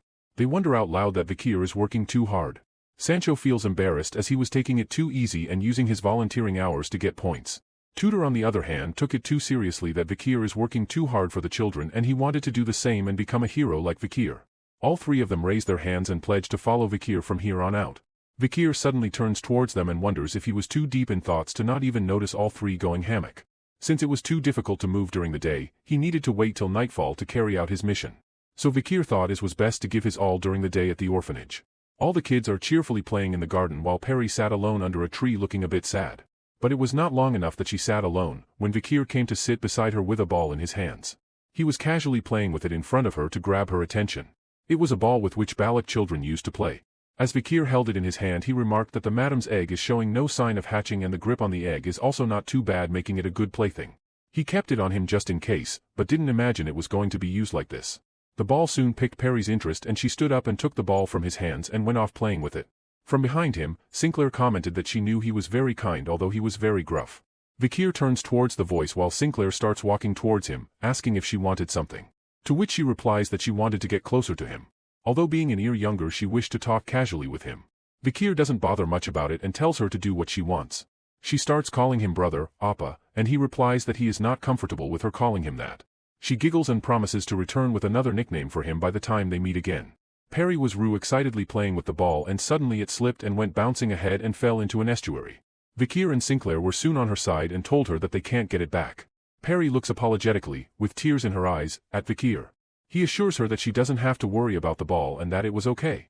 But she couldn't help but feel sorry for losing his ball. Vikir, with a sigh, started unbuttoning his shirt thinking that he had no choice. Dollars is still bothered by it. She didn't have a good first impression on Vikir as he was judging someone with prejudice. Moreover his behavior is so bad that he received minus points to the point where he needed to do volunteer work. But, she remembered how everyone was talking good things about him. For instance, when she wanted to find him, she got to know from Tudor that as the kitchen needed more hands he went there first to volunteer there. When she reached the kitchen, Sancho told her that he was indeed distributing food until just now and as hot water was not coming out, he went to take a look at the pipes and he could even eat as he was busy distributing it. She went to the basement near the pipes and found out from PG that he already fixed the pipes and he might have gone to do the laundry. When she reached the area where laundry was done, she was informed by Bianca that he was hanging the clothes with her until now and just as the children asked him to play, he went to prepare the gym. After listening to all this, she started feeling bad about his judgment about him being so wrong and she was the one who looked at him with prejudice. She then thinks of the incident with Quilty. Many are aware about the bad terms between Quilty and her, so, if he was being considerate by hiding with her because he noticed Quilty, she wanted to apologize to him immediately. As she reached the playground, she found Vikir, Sinclair and Perry standing near the estuary and stopped in her steps. Vikir had neatly placed his uniform and shoes beside the fence, leaving them perfectly arranged with a single leap. He vaulted over the gate and plunged into the dark, murky waters below. All 3 girls stood frozen. Their expression stunned as they watched him disappear into the estuary. Moments later, the Vikir resurfaced, the ball clutch in his hand covered head to toe in black water. He looked like its golden rays were shining down on him, and the light bathed him, amplifying his aura and making him seem almost otherworldly, a true main character moment. Turning toward the trio, Vikir held out the ball and spoke gently to Perry. Now you don't need to feel sorry for losing it. His kind gesture left all 3 girls staring at him in disbelief. The sheer effort Vikir showed in retrieving the ball had clearly struck a chord with each of them. But for Perry, the moment was especially significant. She gazed at Vikir, her eyes wide and locked onto him. Something inside her stirred. The sound of her heartbeat, silent for so long, began to echo once more. The boys were playing in the field with the kids and they suddenly realized that their 10 days almost came to an end. Their exhaustion vanished with one thought and they were up and going for more games until they were completely exhausted. On one side of the playground, Perry sat at her usual place under a tree with Vikir accompanying her. She was looking at Vikir and was contemplating on something, and finally she gathered some courage and gently threw a flower chrome onto Vikir's head. Before he misunderstands that, she hurries and grabs his hand to gesture something on his palm and explains that it is a sign of gratitude. In this heartfelt moment, she also thanks him for always being with her and for finding the ball for her, and also assures him that she was okay sitting there alone under the tree. She writes something else again on his hand. This time with a heart full of hope she asks Vikir if he will meet her again. Vikir remembers what Dollars told him about Perry being heartbroken by the people who visit and forget her. Vikir, same as Perry, wishes to see her again, but with his plans on his mission he doesn't even know if he'll be alive, so he cannot really promise her based on uncertain events. Regardless of all that, he wanted to and he did promise her to meet again only if there is a tomorrow for him. Perry immediately becomes happy and replies, "I'll wait for you, older brother." Vikir corrects her by saying that it's uncle and not older brother. Everyone is gathered in the great hall of the Indulgentia orphanage. Quilty expresses his gratitude, which is only a pretense for an ulterior motive, by saying that the children who have been separated from their parents and are now living here, the time you've spent with them was nothing short of priceless. Through this experience they were able to feel what it was like having a parent, and were able to fill the void in their hearts. He also says that if these children grow up to be great people, he's all thanks to the volunteers. Finally he shows his true intentions by asking the volunteers to donate money for the children and for the love that they showed during their time here. Vikir noted the point that Quilty finally showed up today. It only shows how money-driven he is to show up only during the occasions when he can accumulate money from people. On the other hand, PG started crying as he would miss all the kids once he got back to the academy. Vikir's anger was simmering, NT able to digest the fact that he was talking about kindness with such a demonic mouth. He's skillfully triggering the feelings of respect and debt that they feel towards their parents, and asking for cash donations from these young students. He also notes that he brought all 4 of his guards, so ambushing him now would be a bit of an annoying task. However, there is no way Vikir would let him do as he pleases. He's ready with all the preparations and he is going to hunt the elite corps today.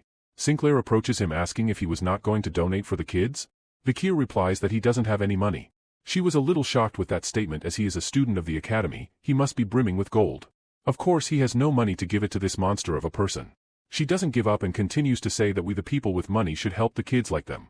Vikir says that parents are ultimately unnecessary. Children may need help from their parents during childhood, but it is up to one's personal strength in how they'll tackle the world. After listening to this, Sinclair holds Vikir's hands and shows sympathy and wonders how hard of a childhood he might have had, and promises to invite him to her home for holidays or vacations to have meals together as a family. She runs away saying that she is getting back to the children and asks him to free his time after volunteering. Vikir looks down on his hands and wonders what a weird person she is, and then thinks back to the details he got about Sinclair. The identity she submitted to the academy was a disguise. Before Vikir's regression, she was the most extraordinary out of the Ice Corps and always placed first in both theory and practicals for 4 years straight.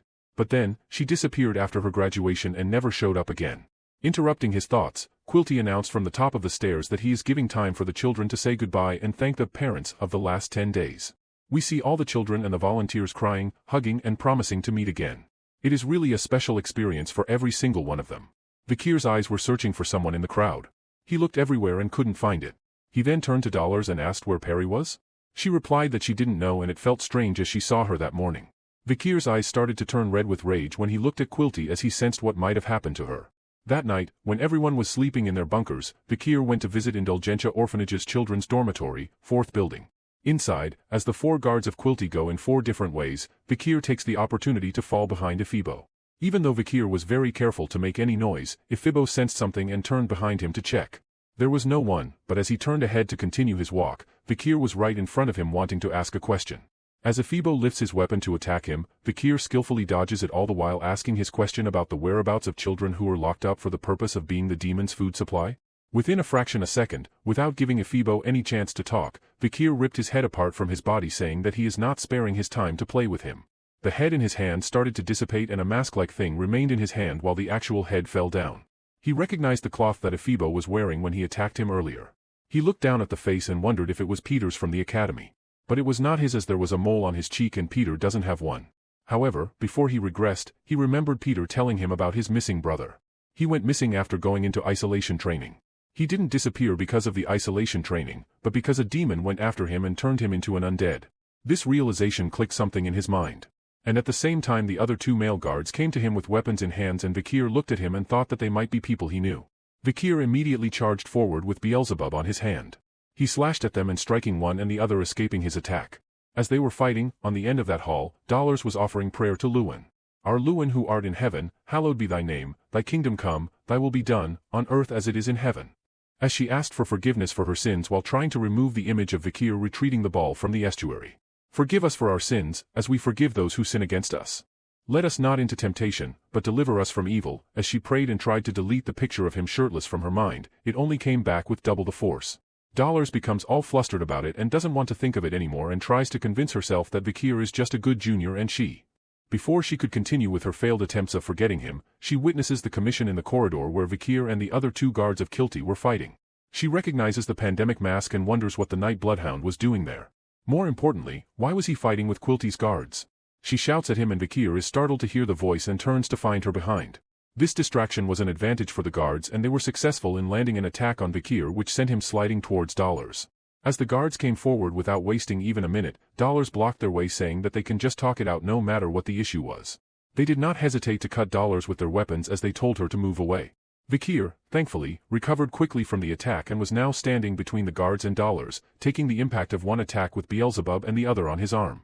She screams his name when she sees his arm with a sword sticking in it, but Vikir assures her that it was fine. He attacks the guards one after the other, cutting their heads in an instant. Dollars worries about the bloodhound's arm, when Vikir was wondering what she was doing there at this late hour. She then asks why the guards attacked her? They should have known who she was and still attacked. Vikir points his finger at the dissipating faces on the ground. She could not believe her eyes when she saw it. Vikir explains that they are undead and use other people's faces. She was in complete shock when she asked why something like this was happening to the people who are affiliated to the Quo Vadis family. Vikir replies that the saintess of the Quo Vadis family should know this better than him. She immediately guessed the name of the person, Quilty. He looks at the original face of the undead and recognizes him as Staffordshire Baskerville from the Pitbull Order. When Vikir disappeared in the forest, he was able to avoid the exemption because of Adolphe Morgue's defense. But Vikir heard that he voluntarily went into isolation training. Looking at the tattoo on the other guy's neck, he seems to be from the Don Quixote family. Vikir then realizes that Set was also in isolation training. People from prestigious families who cut contact with outsiders.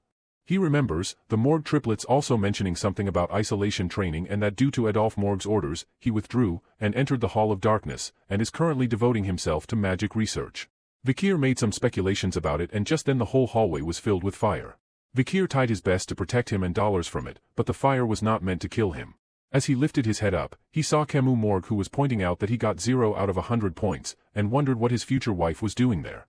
Camus Morgue was relentlessly attacking Vikir and he was saving Dollars from her attacks. Dollars looked at him with eyes full of gratitude as he saved her once again. Dollars sees it as a malicious attack and that it is not purely aimed at Vikir and asks him if she is undead to the core. Vikir replies that it could possibly be true, but we know that he was not ready to accept the truth. After a few seconds, Vikir asks Dollars about the joining of the person in front of them as Quilty's guard. Dollars informs that she was employed recently. Dollars is fully determined to support Vikir in this fight despite her role in serving the god as she cannot stand still against an opponent who is an undead. But, Vikir warns her to stand down as he has something that he wanted to check by himself. Dollars doesn't give up and offers to at least cast healing magic while he fight, but Vikir rejects it. Before Dollars could respond to his rejection, Vikir gets attacked by some sharp objects coated with fire. Although Vikir warded the attack without any effort, he couldn't believe what he was looking at. A girl with long and straight red hair, magic that looks at least 6th class and uses steel and fire. People who can control that magic at such a young age are rare even in the Morgue family, a prestigious magic family. Vikir is now driven by pure rage against the person who did this to her and he strides forward, taking in all the attacks of steel arrows coated with fire to get to the red-haired girl in front of him. Dollars witnesses this and wonders if he knew that girl and if he does, what is their relationship? As Vikir was striding forward he recollects moments from the time before his regression. It was known that she had a good relationship with her uncle, Adolphe Morgue. Then that means she wouldn't have left the registry and gone into isolation training in the Darkness Hall. With an emotion between pain and guilt, Vikir starts to think, if he didn't approach her, if he didn't start a relationship with her, if he didn't use her for his own plans, Camus Morgue. If the decisions I made after regressing made the bright future of the hero, Camus Morgue, disappear. Then what the hell have I done? The red-haired girl in front of him kept attacking without clearly aiming for anything, so when Vikir approached her, he was easily able to hold her hand and rip her mask off. As he did that, she started to cast another fire spell, but before she could release it, Vikir separated her head from the body. As she fell to the ground, Vikir too, was on his knees in front of her, both from his injuries, and exhaustion from the shock of the events. Dollars came to him immediately and started to heal him with her magic and asks if he knew her. Vikir says, I don't, thank goodness. He also asks her to stop her healing. As she protests that his injuries are too bad to ignore it, he stands up and tries to walk away. She calls him back and asks why he had to fight to the point that he is haggard and requests to tell her his reason. Vikir doesn't turn back, but replies, "Demon hunting, it is my personal vendetta." He picks up a mask from the ground while wondering what was exuding strong demon energy. It turns out it was the masks that Quilty's guards were wearing. He plans on taking those with him and taking care of them later. As he was about to leave that place, there was a voice calling for him to return the relics Ephebo, Hebe, Pato, Geronto, referring to the masks in Vikir's hands. The voice says that it borrowed those from a woman and that she'll be so mad. Dollars recognizes the source of the voice as she points out to a mouth on one of the bodies in the floor. The demon continues speaking, "Plague Doctor Mask, you're the one who's been attacking the branches in my jurisdiction recently, right?" Vikir asks why he was asking when he already knows the answer and addresses the mouth as an elite core. He corrects himself a second later and asks if he should call it Quilty. Dollars is shocked to hear this and wonders if that was Quilty's voice. Quilty immediately turns his attention to her and feels surprised to be caught by the saintess but feels that it was for the better. For the great cause he had to give up his identity as Quilty. Since it would make others wary of Quilty, he avoided laying his hands on Dollars. But now he has a reason to do so as she found out his identity. Dollars is covered in shivers with fear of the fact that Quilty is a demon. He talks again through that mouth and finds it delightful that Saintess' expressions must be filled with despair and fear and hopes it would be the same when he takes her face. Saintess couldn't take this anymore and starts a prayer, "The light of my life, the fire of my existence, my sin and my soul, I will make those who are wicked feel the weight of their karma twofold." With this she unleashes the holy light upon the dead body with the demonic mouth. In an instant, the whole body turns into ash and the demon disappears. As Dollars shouts towards the remaining ashes to reflect in the afterlife, the voice comes back from behind her, remarking the expression on Saintess' face while cursing the demon.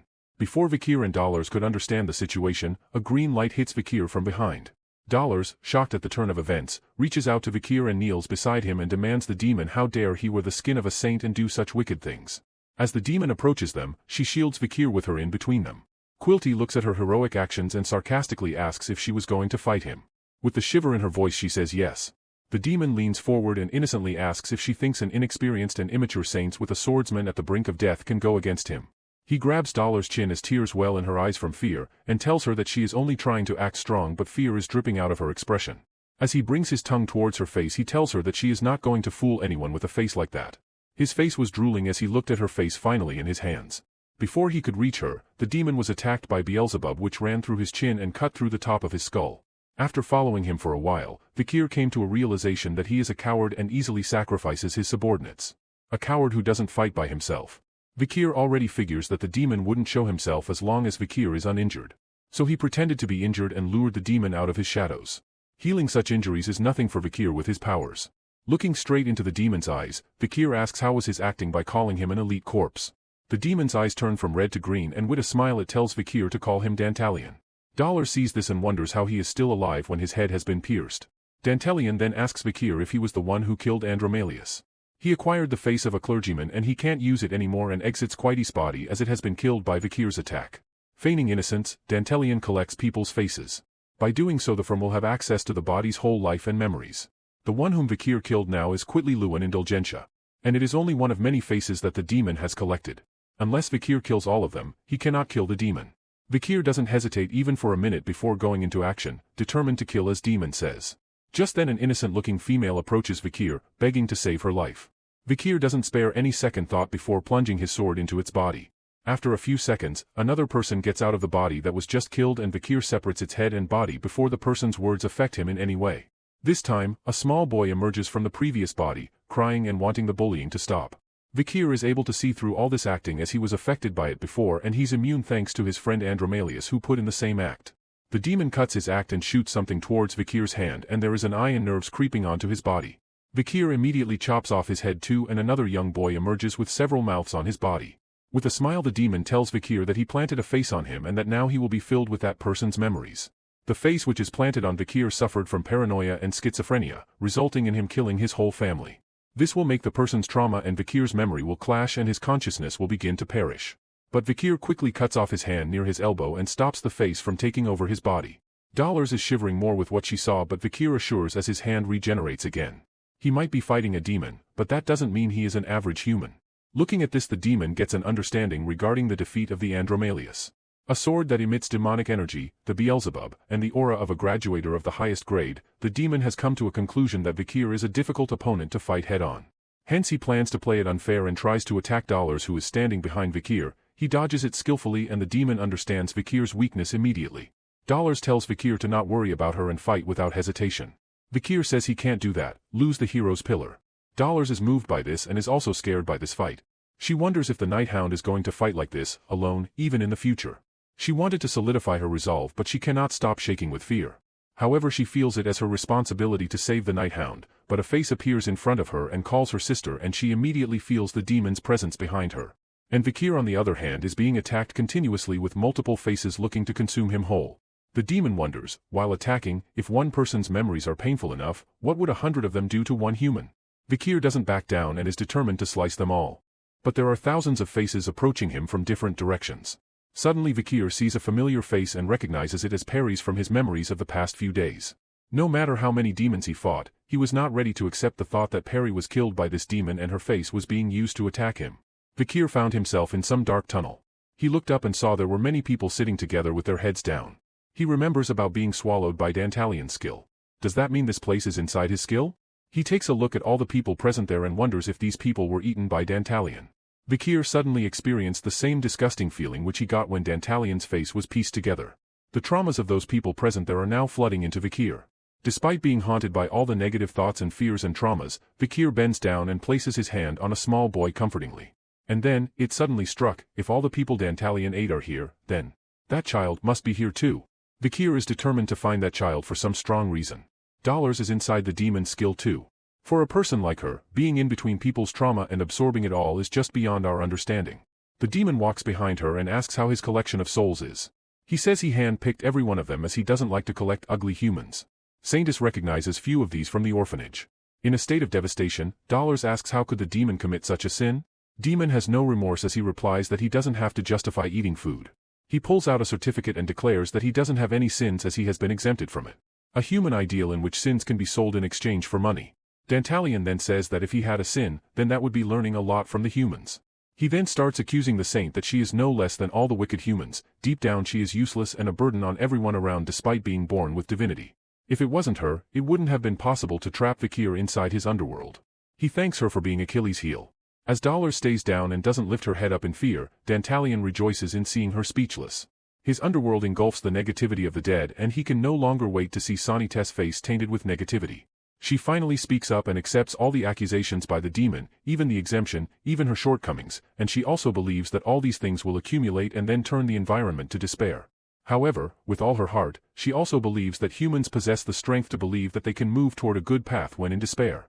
She starts to illuminate in her divine power, which scares the hell out of the demon, and he doesn't understand why she was not getting affected by his underworld. Dollars lifts her head up and thanks the demon as he made her realize how indecisive she has been up to this point. She couldn't abolish the exemption because she was afraid of her father. And she couldn't help the Night Hound because she was too terrified of the demon. She accepts her uselessness, but she remembers something she heard from someone. She recollects the time when she put forth her deepest thoughts and confessed it to Vikir, and without any second guesses Vikir lifted her spirits with his answer. He told her, God chose her because she's troubled and sorrowful. This world needs a person who shines through even when they reach the lowest and fiercest places. She emits more and more divine power as she is determined to not let the Night Hound fight alone anymore.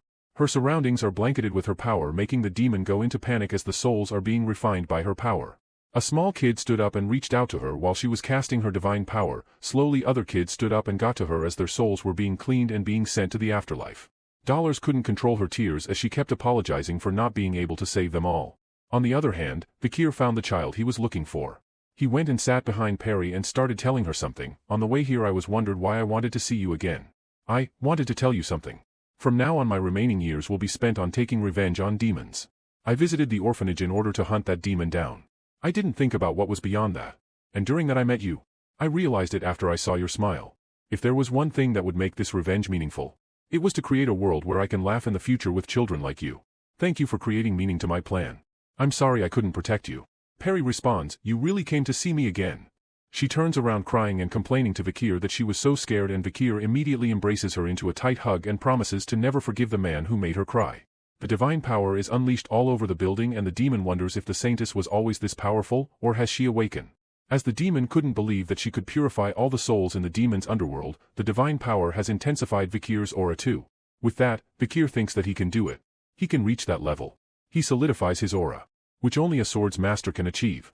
Vikir calls out Dantalion and warns him not to expect an easy death. As Vikir coats himself in a solid aura, Dollars stands behind him. She can sense it. The sadness of countless children being sacrificed. The anger towards the demon who sacrificed them. The emotions felt by the Nighthound are being shared. The Pope said this a long time ago to Dollars. The Saintess can be awakened by meeting her true soul companion. She is giving all the divine power she has to the Nighthound. Soul resonance. A blessing where the Saintess can give their divine power to the soul companion they acknowledge, and temporarily raise their stats. Nighthound or rather Vikir van Baskerville. Supreme Domain is the moment when the first Swords Mod are awakened. Amongst humans there are only a select few who can reach that level. Even Vikir is someone the demon needs to be careful of, only the patriarchs of the noble families should be swordsmaters. So the demon wonders if Vikir meets the qualifications of a swordmaster. By the time he comes out of his own thoughts, he doesn't understand why he was seeing everything upside down for a few moments until he realizes that he's already been cut into pieces. Vikir finally speaks up and informs the demon that the souls he collected have disappeared after being purified. Which means that the tricks he can use have disappeared now as he is faceless. Dantalion couldn't even notice what happened to him. He wonders if this is the end of his journey in conquering the human world. To think that there would be a Humatu in the way of demons was unimaginable until now. But Dantalion doesn't give up. He would sacrifice his own body to take down Vikir just out of spite. Dollars starts to panic as she senses a strong and dangerous aura which even pricks her skin. But Vikir assures her to calm down as he would take Dantalion down no matter what. He is certain that he can reach that stage. The one he yearned to reach before he regressed. There was a sword once Hugo showed it to Vikir. Dantalion on the other had entrusted the task of conquering humans in the hands of his brothers and got ready to sacrifice himself. But little did he know what was coming for him. With one swell sweep, Vikir sent the whole building cracking in the middle and parting the sky itself into two. Everyone in the dorm room woke up to the jolt wondering if they were struck by the earthquake. When Dollars opened her eyes she could see that along with the building they were in the clouds in the sky also split up in two. All the residents of the orphanage came out to look at it and were mesmerized at the sight. That night, the incident at the Indulgentia orphanage engulfed the imperial capital in fear. Another terror attack had struck the Quo Vadis family's orphanage. Just like the previous incident, the Nighthound was identified as the culprit, and crowds started to gather at the scene. The incident scares his friends as it occurred on the last day of their stay. Tudor was regretting that he lost a chance in capturing the Nighthound and becoming a hero. Sancho found it unusual as there were no casualties. PG warns him to be careful with what he says and informs him that Quilty has gone missing along with his guards from yesterday. As they look at Dollars walk with her guard Pietro, they wonder if Quilty and his guards might have fallen victims to the Nighthound's terror attack. They wonder how distressed Dollars must be after this incident. Dollars gives all the details about Quilty to Sir Pietro. He came to a conclusion that ambushing a branch of their family is unforgivable, but personally, he feels refreshed to see the rotten section of the family being cut off. Even if that's true, he is not sure if the public will have the same opinion. Dollars apologies to Pietro ahead for what is going to happen now. She walks towards few people who can be considered as journalists and starts to say that she has something to share and would like to have everyone's attention. She introduces herself and pulls out a small diary from her coat, which was earlier given to her by Vikir with all the rights on how she would move forward from the incident. She opens the diary in front of the press and starts reading the things mentioned in it. Day 0 of month 0. The sales log of the exemptions and indulgences. Addresser, Quilty Lewin Indulgentia. Consignee, Cardinal Humber Lewin Quo Vadis. Viscount Vicoin. Murdered his parents due to them wanting to donate all their assets instead of passing them down, and to their assets after disguising their deaths as accidents. All sins were forgiven after paying 1.5 billion gold in cash. Baron Legiso. Murdered his maid after doing wicked things to her, then buried her in the sewer. All sins were forgiven after giving 200 million gold in cash. Sir Finagi. Murdered his partner in order to monopolize their investments. All sins were forgiven after paying 800 gold in cash. The crowd starts to wonder how could the Quo Vadis family sell exemptions to demons like them and so on, but Dollars doesn't stop. Count Azel. He evaded approximately 100 billion gold on tax. Yet all his sins were forgiven after paying 300 gold in cash.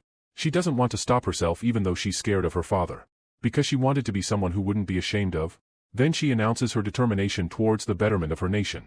I Dollars Lewin Quo Vadis believe that buying and selling sins with money is blasphemy against God. I hereby swear that such brutalities will no longer occur in Quo Vadis family. Vikir sits under the tree where Perry used to sit all alone. He acknowledges that even after his regression Saintess' righteous heart hasn't changed.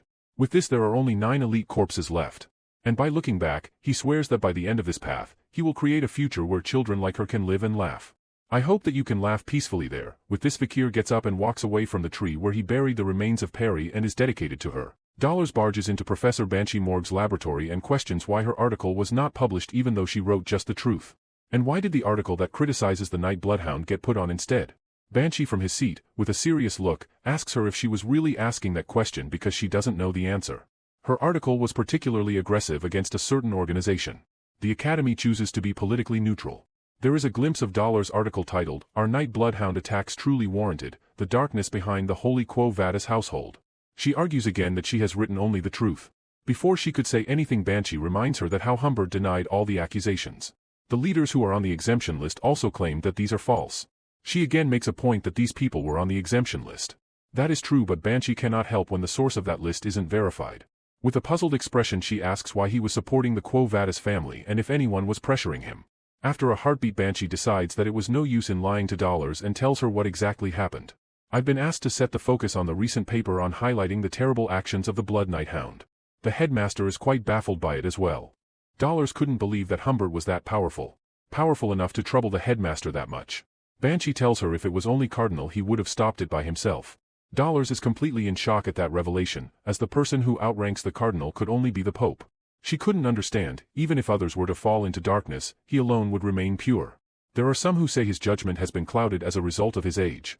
Is Cardinal Humbert capitalizing on it to control him? That's a huge speculation. Banshee further informs her that her article was not fit to put in the newspaper. The article suggests that it is in support of the Night Bloodhound's actions, and tells her not to forget that he is a criminal who commits crimes. She knows in her heart that the Night Bloodhound is not a bad person. The ones who are truly evil are Quo Vadis and the demons that reside within. He said that demons still exist in this world and the Night Bloodhound fought against them alone, and will carry on going forward. Talking to Professor Banshee made her realize why he didn't come out with the truth of the public. He's risking his life to fight the demons all by himself. As she leaves the room with her thoughts, Banshee calls her from behind and warns her politely to not look into the matter anymore. Without turning back, she replies that she understands. All the four boys walk in the corridor together and Tutor speaks up saying that this outdoor studying is very tiring for him and volunteering is also not cut out for him. PG chimes in saying that they should go again together. Tutor walks up to Vikir and puts his hand on his shoulder saying that they are going to practice run flat and invites him to join along. But Vikir rejects the invite saying that he doesn't feel well and wants some time alone. PG takes this opportunity to escape from the practice and says that he will go back to him room. But Tupper and Sancho shuts his mouth and promises to take care of their friend and give some space to Vikir. After going back to his room, Vikir opens his bag and reflects on the time when he experienced the Swordmaster transformation in himself with Dollar's divine power. However, his skills turned back to a high-rank graduator after that. It was pleasant to at least see what it feels like to achieve it. And the best thing among all this is that he could retrieve the leather sack from Dantalian's servants. 4 sacks together to make one large mask. Looking down at it, he couldn't believe that he got hold of a relic which can be rivaled with the demon sword Beelzebub. He remembers reading something before his regression. This is a mask that gets stronger as the wearer commits fratricide. It is said that the more humans you kill with this mask on, the more powerful you become. On top of that, you gain insane resilience and mana regeneration. As he tries it on, he remembers that he also read something about a side effect, but he doesn't pay attention to that part and just puts it on. The immediate reaction was his restored health and aura depleted from the fight against the demon. It's quite different from the swamp marsh salamander, which only helps with lost limbs. It helps you recover from fatigue as well. But something is off. Everything around him seemed to have enlarged by a lot and he was only able to see things in black and white only. Then there was a dog bark, with which he realized that he turned into a dog. He wondered if this was the side effect he read. This is going to be so bad, and funny, if he doesn't return to his normal state. As he jumps off the chair and runs amok the room, he thinks about taking off the mask, and suddenly turns into his original self. So, it gets removed when you just think of removing it. If this lets him turn into a dog when he wants, then that is actually great to sneak in anywhere. And there are no rules in the academy that prevents one from bringing pets, so it's actually an advantage. Vikir's eyes fell on something else from his bag. That's the Madame 8-Legs egg. It was about to hatch. How it moved back then was a sign that it was about to hatch. Madame 8-Legs. They say even the ancient demons that command hell don't want to fight her, so they gave her a place to live in the depths instead. The descendant of that monster is about to hatch. And right then, the egg explodes and cute little fluffy thing lands on Vikir's hand, barking. Vikir looks down on it and wonders if this little cotton ball is Madame's descendant and wonders if it just barked at him? It makes dog noises again despite being a spider. Maybe it learned to do that when it was held by a wolf. T suddenly made a sad face. That cuteness would melt mountains. Vikir wondered if ITT was hungry and fed it a little meat. But it refused to eat it. So to try out something else, he took her with him and started walking towards the kitchen area. On his way, he heard some people bullying PG. They were not allowing him to not go near the water as he is a commoner. One of the bullies is Granui de Leviathan of the Fire Corps. Coming from the poison-wielding Leviathans, one of the 7 pillars that make the Empire. He's the top student of the Fire Corps freshman, and he's exceedingly proud, according to PG. PG simply apologizes and tries to walk away, saying that his friends are waiting near the bathroom and he has to go, but they wouldn't let him. They put a hand in front of him and call him a commoner again and again and say that he is worthless and he's barely a low-rank expert. Granui goes to the lengths to say it on PG's face that his presence itself annoys him. He continues accusing Oigi of being around, which make his existence an insult. He cannot walk the same halls as the great families of the empire. He warns him to leave the academy and that his level says a lot about those who he is with. PG, a very down-to-earth person, who would never even think about even talking in a higher tone of voice, grabs Granui's collar and threatens him to never talk about his friends like that ever again.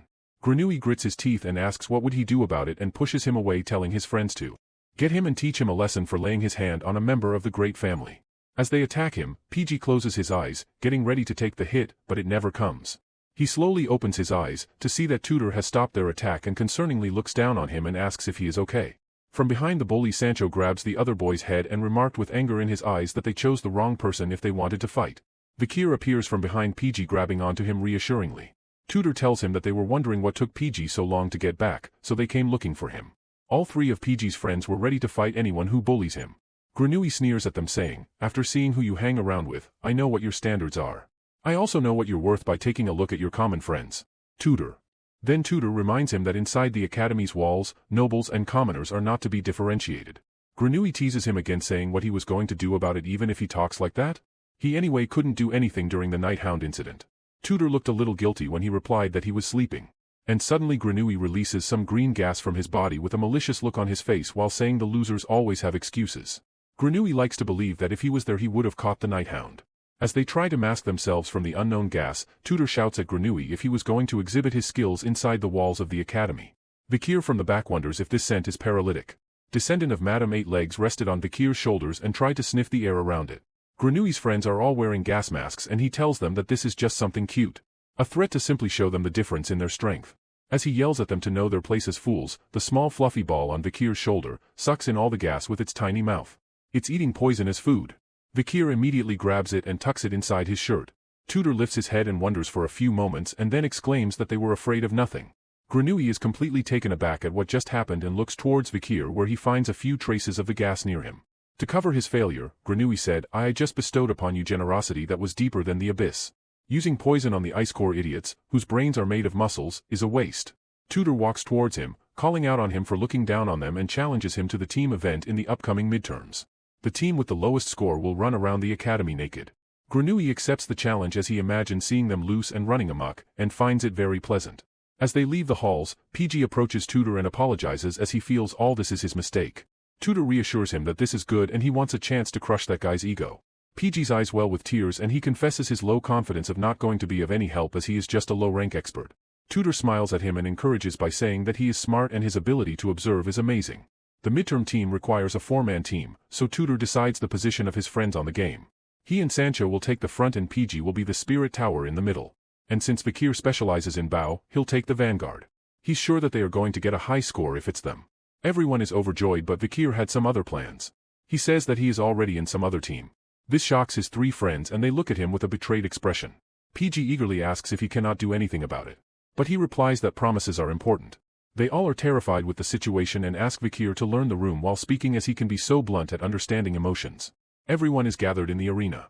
As Dollar's team enters the grounds, everyone starts cheering them and wishing them luck and even calling them the capital's pride. Colosio Academy's midterms will be shown to the outsiders. There are a total of 3 subjects in the midterms. A team test to evaluate defense, an individual test to evaluate offense, and a theory exam. In today's difference test, hologram magic is used to manifest a dungeon inside the arena. Team will battle against dummy monsters that are veiled with dense earth golem hologram magic. The shield magic that veils the students' bodies will receive a fixed amount of shocks and will appear a score on the board far away. The students will form parties of 4 and defend against a monster wave. Grades will be evaluated based on contribution and how long they endure. The hit points, HP, given to the students will decrease every time they are hit by a monster, and when their HP reaches 0, the test will automatically end. There are 3 rounds, each round being 20 minutes, and if they can hold out for 1 hour, they'll receive full marks. The best grade for this term came from the 3rd year. The party of the school president Dollars held out for 58 minutes, unfortunately, but they obtained the best records among the 3rd years.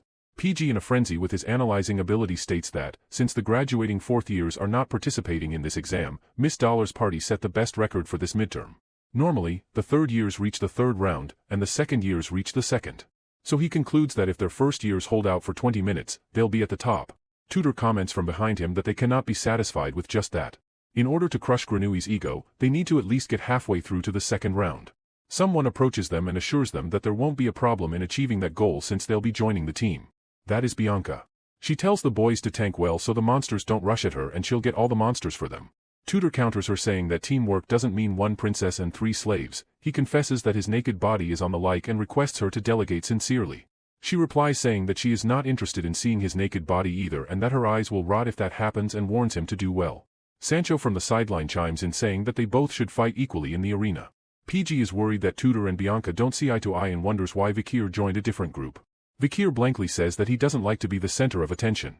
Though a lot happened and he got some attention, it'll be bad if he receives more than this. And tells someone to go crazy so that he doesn't have to do anything.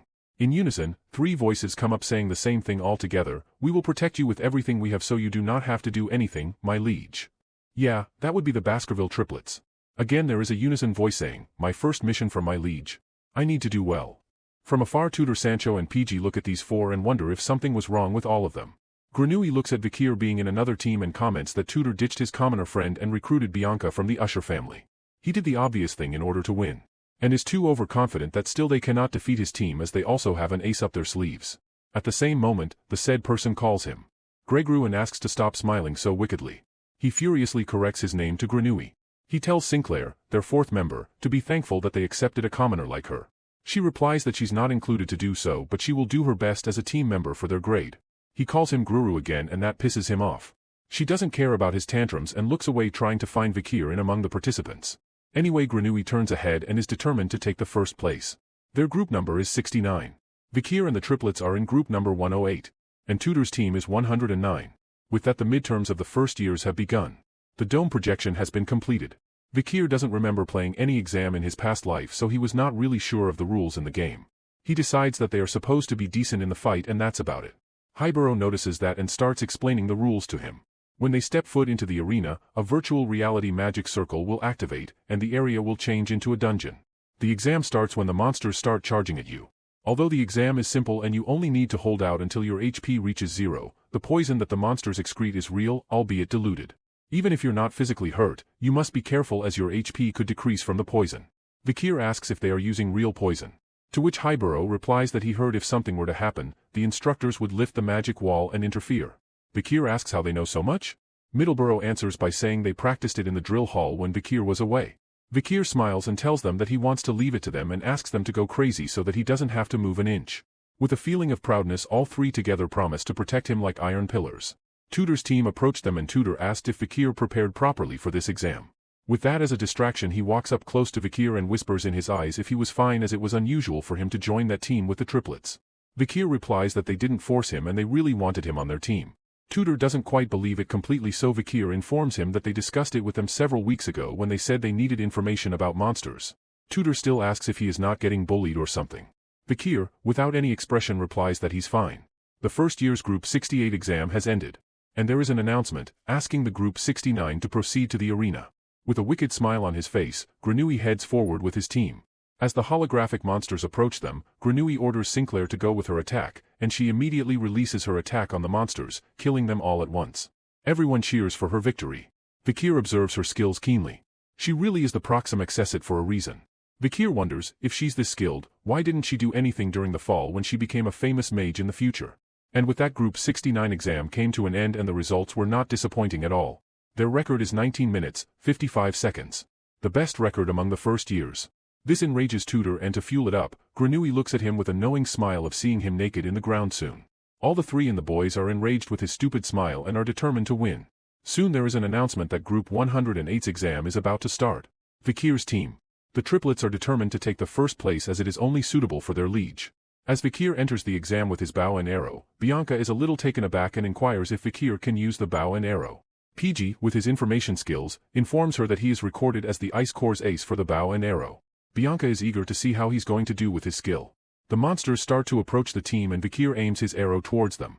Aiming straight, he releases multiple arrows in one go, which are very fast. But when they hit the target it was not accurate and even if it was, it didn't do much damage to the enemy. That was Vikir trying his best to subdue his power as much as he could. If he released at least a little of his power, all the ant monsters would blow up without any trace. Hiburo on the front line is itching to show off his skills, and Vikir feels sorry for not keeping his promise to Ayan about not losing to anyone with the bow. Taking advantage of the moment, Vikir releases baby Madam onto the ground. This is like an eat-as-much-you-can buffet for the newborn, as the ant monsters excrete poison when they fall. He leaves it near the monster to have fun till the exam ends and takes off to participate further. The exam came to an end. Their record is 19 minutes and 50 seconds, standing in second position. Granui laughs wickedly at their being in second place, and Sinclair, with a playful look, tells him that he looks like a third-rate villain by calling him Gururu. On the other hand, the triplets are so dramatic, they point their knife towards their neck and want to kill themselves for not letting their liege win. Vikir turns his face with embarrassment and tells him to stop the nonsense. Now it's Tudor's turn. With the aim to beat Granui for the first position, they start their exam. Tudor and Sancho fight the monsters at the forefront. Bianca supports them from the rear, and PG gives out orders while observing the whole situation. Vikir assesses them and comes to a conclusion by judging their teamwork. They prepared so well that they might actually come first. He disregards his assessment within seconds as he feels some kind of emptiness on his right side. He puts his hand on his shoulder and finds nothing. Baby Madam. It is still in the grounds, feeding on the poison with utmost delighted look on its face. As it relishes its food, Vikir is in a pickle. He remembers putting her back in his jacket, but maybe it jumped out wanting to eat more poison. In that short amount of time, it shed once and regrew. You can say for sure that it's Madam's baby by looking at the rate she's growing. Vikir cannot do anything as they are taking the test now, and only hope that they finish it without any trouble. As Tudor vigorously hunts the monsters, Bianca calls him out on wasting his energy by needlessly tearing the monsters into pieces. He retorts saying he wants to see how well her control is going to work, and Bianca with a pleasure releases her arrow towards the enemy and it hits perfectly. Tudor appreciates but still believes that she cannot defeat him. They both make it into a competition within the team. Sancho sighs and PG informs them that they all strayed from their positions. Wanting to change the situation, PG moves towards his friends, explaining the plan again. He tells Bianca that it is not needed to kill, so it's better to go after the joints in their front legs. He advises Tudor that it is best to land a smashing attack when the ants disperse. To Sancho, he orders him to bring the monsters closer instead of stopping them in the middle. Tudor and Sancho are too happy with their teammate and his judgment. PG is shy as he doesn't want to be a burden and happy that his plan works for the best. With this team, setting a new record is possible. The exam came to an end and the team was completely exhausted when their record came in as 19 minutes and 55 seconds, tying with the team's 69. Granui is pissed that commoners like them are on the same level as him. Everyone is so exhausted, and PG regrets it that if they're endured it only 1 second more, they would have been in the first place. Tudor on the other hand is relieved that he doesn't have to run naked anymore. Bianca with a concern inquires about the shield that blocks shock. She asks if that means that they would have died if it was in real battle and their HP reached 0. Sancho, who's behind her, answers that one day he wants to last an hour like their president Dollars. Dollars watches this from the audience and acknowledges that they are her club members and that they are really great. She also wonders how strong they are going to get when they grow up. Phase 1 had ended. That concludes the end of the first year's exclusive monsters. Phase 2 will now begin. The second year's exclusive monsters will now appear. Suddenly the ants start to come out again. The test is already finished, and why are the monsters attacking again? Tudor and his teammates are still on the ground, and he shouts to his friends to be careful as the damage will be real now and they have to hold the ground till the school comes in to rescue. Inside the magic control room, people are in a frenzy as they don't understand what was happening too. One person cried out loud that the children's HP is 0, but the test hasn't stopped. He stands to know who allowed the second phase. Someone else replies that the students in the exam arena aside, there is still a strong reaction to life, so he thinks there's been an error. They wonder as the signs of lives have gone the moment the normal suit's HP reached 0, though. But their device was showing a presence overflowing with life who's able to fight on the dashboard. Dollars barges into the room demanding their attention on the current situation in the exam to save the students who are still inside the arena. Even if she says so, they are people who just manage the waves, and they say that it's not their responsibility to check the program's reaction to life. They turn away from her and discuss that it would be faster to stop the golems instead of extracting and fixing the magic circle's code.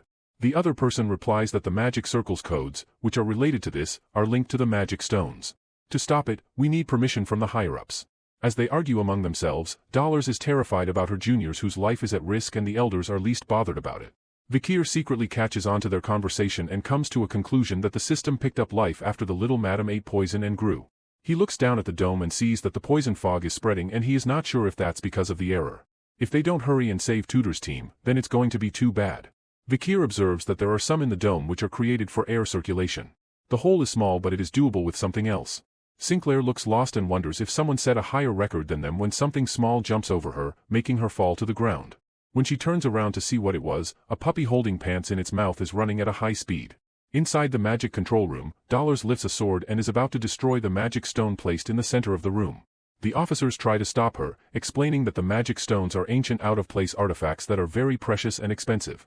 She's too determined to listen to anyone and just wants to save her juniors whose life was on the line. Tutor's team is trying their best to hold on the ground. While PG tried to save their friend, he got hit by the poison and fainted. Tutor looks at his friend and then at the monsters, wondering if he will die in vain here today, without becoming a hero in this life. Even Bianca's eyes tear up looking at the situation they are in, not wanting to die like this today. As she closes her eyes with a heavy heart trying to accept her death, there is someone who springs forward from behind her, killing the monster with one blow. As she faints with exhaustion, she looks at the person who came to save her and wonders why he was there. Vikir promises that he won't let anything happen to his friends. The officers have to hold Dollars back from destroying the magic stone. Some other office who noticed that there is another entity that appeared inside the dome has killed the killer ant monster and shouts at everyone as to what was happening inside that dome. All the 4 members of Tutor's team are unconscious on the ground. Vikir killed all the monsters and baby Madam is hiding behind the monster as she was afraid of her stupidity. Vikir informs that his family's motto is to destroy the monsters which cannot be tamed and warns her to eat all the poison to save everyone and that he will punish her later. Baby Madam obeys his orders. And during their conversation an ant monster looms over Vikir and he kicks it off without any effort. Vikir suddenly realizes that this place can actually direct life. Now that Vikir started to think about his actions, an 18-year-old should be around a mid-level sword expert. There'll be an uproar if they find out he's a graduator. These dummy golems were created to be the same as real-life monsters. The monsters are of following ranks: Killer Ant, Soldier Ant, Risk Rating B+, and Killer Ant, Worker Ant, Risk Rating C. If he uses the raid technique for killer ants that he knows from his past life, then he can go against a high-level sword expert. Vikir analyzes his enemy and its weak points. The petiole, the joint that connects the head and the thorax, is the ant's weakness. As soon as he realizes this he hits his arrow without missing an inch directly into the monster's petiole. And that was the killer ant's biological compass. If it breaks, their spatial awareness disappears, and they start walking backwards. But they have another weakness. Their skulls are divided into 2 parts, and their joints are the size of a pinky finger. The exoskeleton there is not as tough as compared to the other parts. Vikir releases an arrow again and hits it spot on. Next, Vikir attacks the monsters with a spear and hits them in all the weak points one after the other within no time.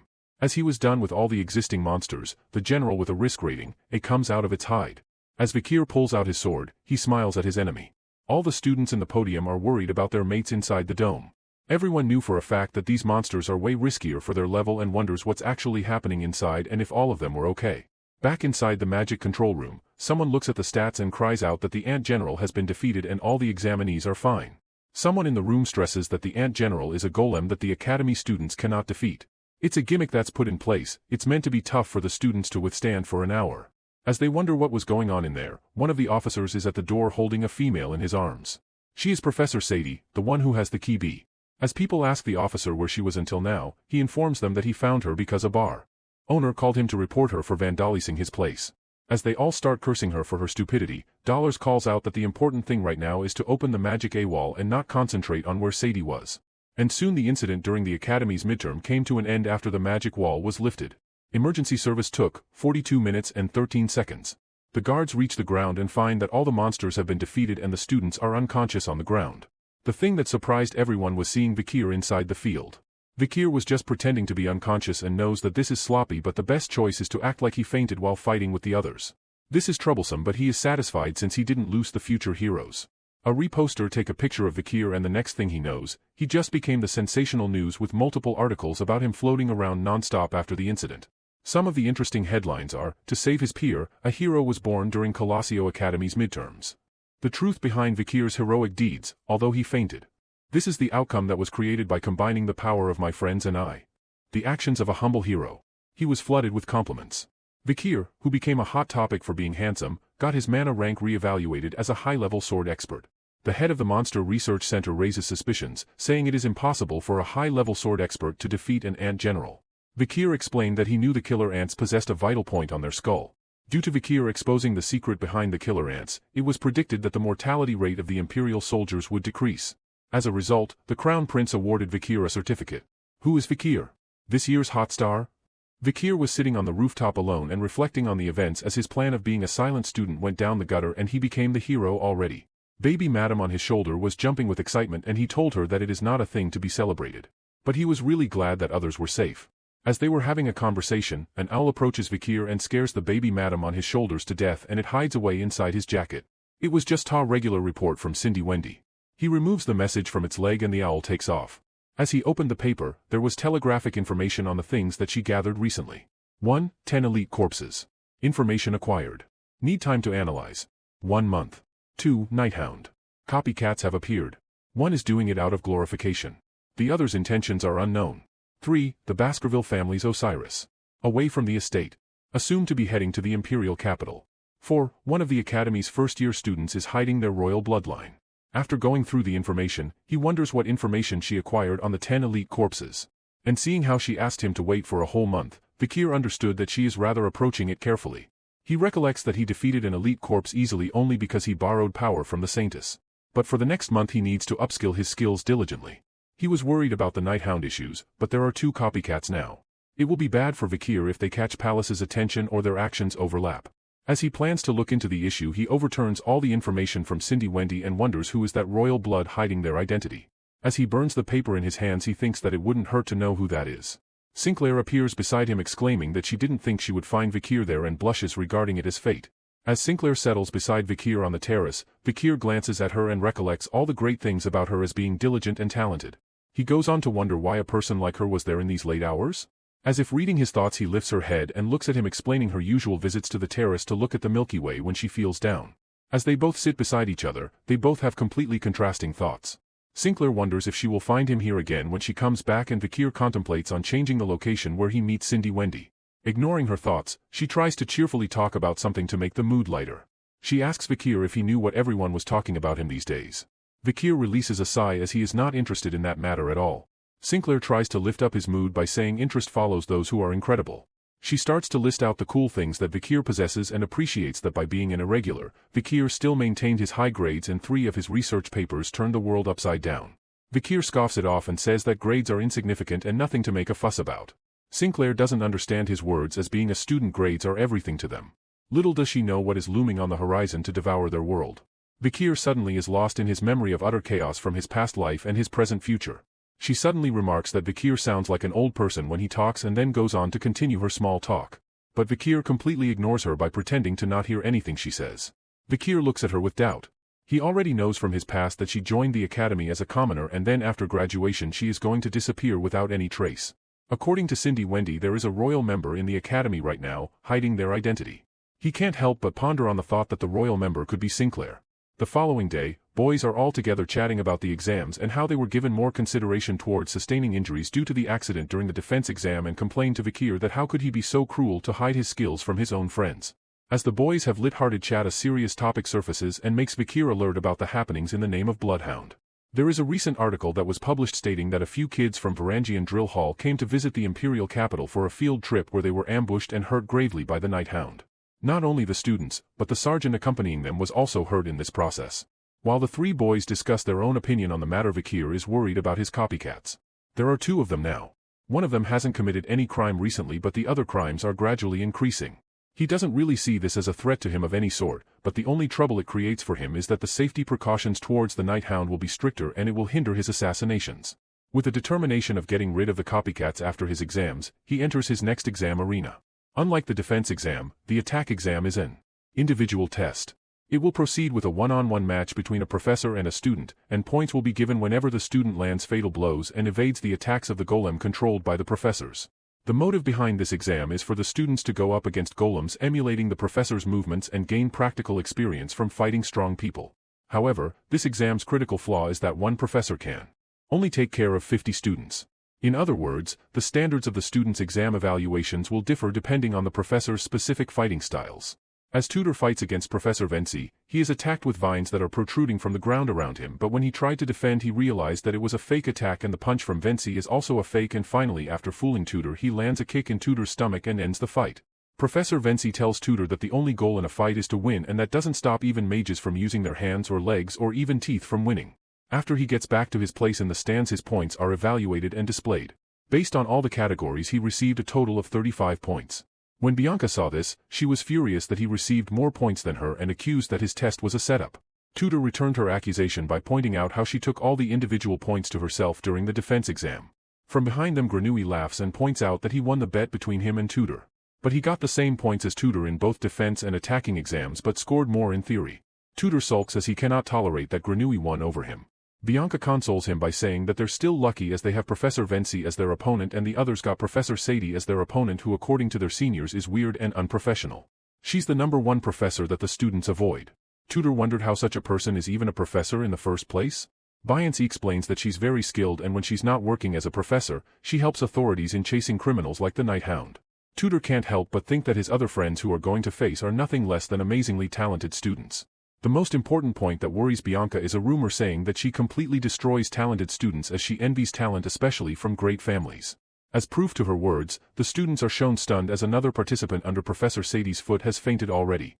On the other end of the arena, students who are yet to go against her are demanding the door to be opened in request of another professor to finish their exam and to save them from her.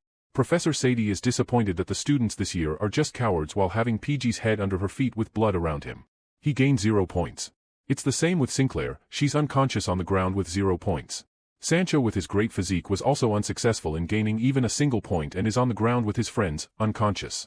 She sees no point in continuing this but Vikir is already in front of her to go next. 30 minutes ago. Sancho is so excited that he was finally starting his attack exam believing that a one-on-one fight is a warrior's virtue, so he can't help but look forward to this. PG recollects Tutor's words that Sancho is the strongest in the Ice Corps when it comes to one-on-one fights with no aura. As the group is discussing their exam, someone beside them was shouting at Professor Sadie as she was consuming a drink during an exam by putting the students' lives at risk. She scoffs it by saying that what she's carrying is not alcohol but the student was not having it as he can smell it even from a few feet away. As she consumes the last drop from her bottle she pulls out the list of students whom she was going to test and points at Sancho's name to go first. PG tries his best at warning him of her crazy behavior towards students. But Sancho is full of confidence as this is his ground to play on. 1 second Sancho was in the air prepared to attack the professor with all his might and the next second he was seen on the ground, unconscious. She holds Sancho with his neck in her hands and mocks his warrior's will. Sinclair, PG and Vikir come to his rescue and Sinclair demands how a professor can hit a student until he is unconscious. She explains casually that the point of this exam is for students to gain real combat experience and they cannot complain like this in a real fight. She immediately points out Sinclair and declares that she is next. Vikir tells her to decline her call as her actions are not justifiable. He also suggests that they report this and they might be able to retake this exam. Sinclair thanks him for worrying about her, but she decides to take the test right away. She declares that she doesn't want to run away from someone who hurt her friend. As she conjures magic and forms 3 circles, Sadie is a little surprised of her talent considering her age, but that didn't last more than a second as she asks if she ever experiences mana counterflow because the magic was forcible cancelled and blows a punch to Sinclair's stomach making her vomit blood and mana combined. Sadie has a wicked smile when she points out if Sinclair is unlucky she'll never be able to use magic again. PG goes next and as he makes his mind clear to show his hidden talent, it doesn't even take a minute for Sadie to break his sword into pieces and then kick him with the same leg making him unconscious and calling him trash. Witnessing this made the students panic for their lives and start trashing at the doors to get out of here and request another professor. Vikir stands in front of her declaring that he is going against her next. When the students look at Vikir in front of the professor they are quick to recognize him as the Academy's famous hero and talks about the rumor of him being the high-ranking sword expert. But that is not enough to defeat her as she is a graduator. Little do they know the expertise Vikir was hiding under his sleeves. Professor Sadie attacks Vikir with her golem and is thrilled to crush another student under her and that too the current high-ranking student of the Academy would be such a pleasurable experience to her. As her golem almost reaches Vikir, he releases his arrow which pierces the golem's shoulder and the golem stops near his face. Students who witness this are in utter shock that he was able to stop her attack. And there is a loud cry in the air, coming from Professor Sadie, whose eye is pierced by Vikir's arrow. Vikir looks in the direction of the loud cry and acts panicked and explains that he was only aiming for the golem and didn't know he made such a blunder by shooting his professor. In reality that was exactly what he was aimed for. With a voice of grave satisfaction, which is only audible to Professor Sadie, he asks if she was okay. The loud scream from Sadie has reached Professor Venci and he has come over with panic that she might be beating up the students and runs in the direction to see what was actually happening. As he reaches the arena he shouts and demands an answer from her as to why she locked the doors. Once he's done with his accusations, he finally looks at her and words become foreign to him. Tutor follows Venci and a look at his friends makes him dash towards them with urgency.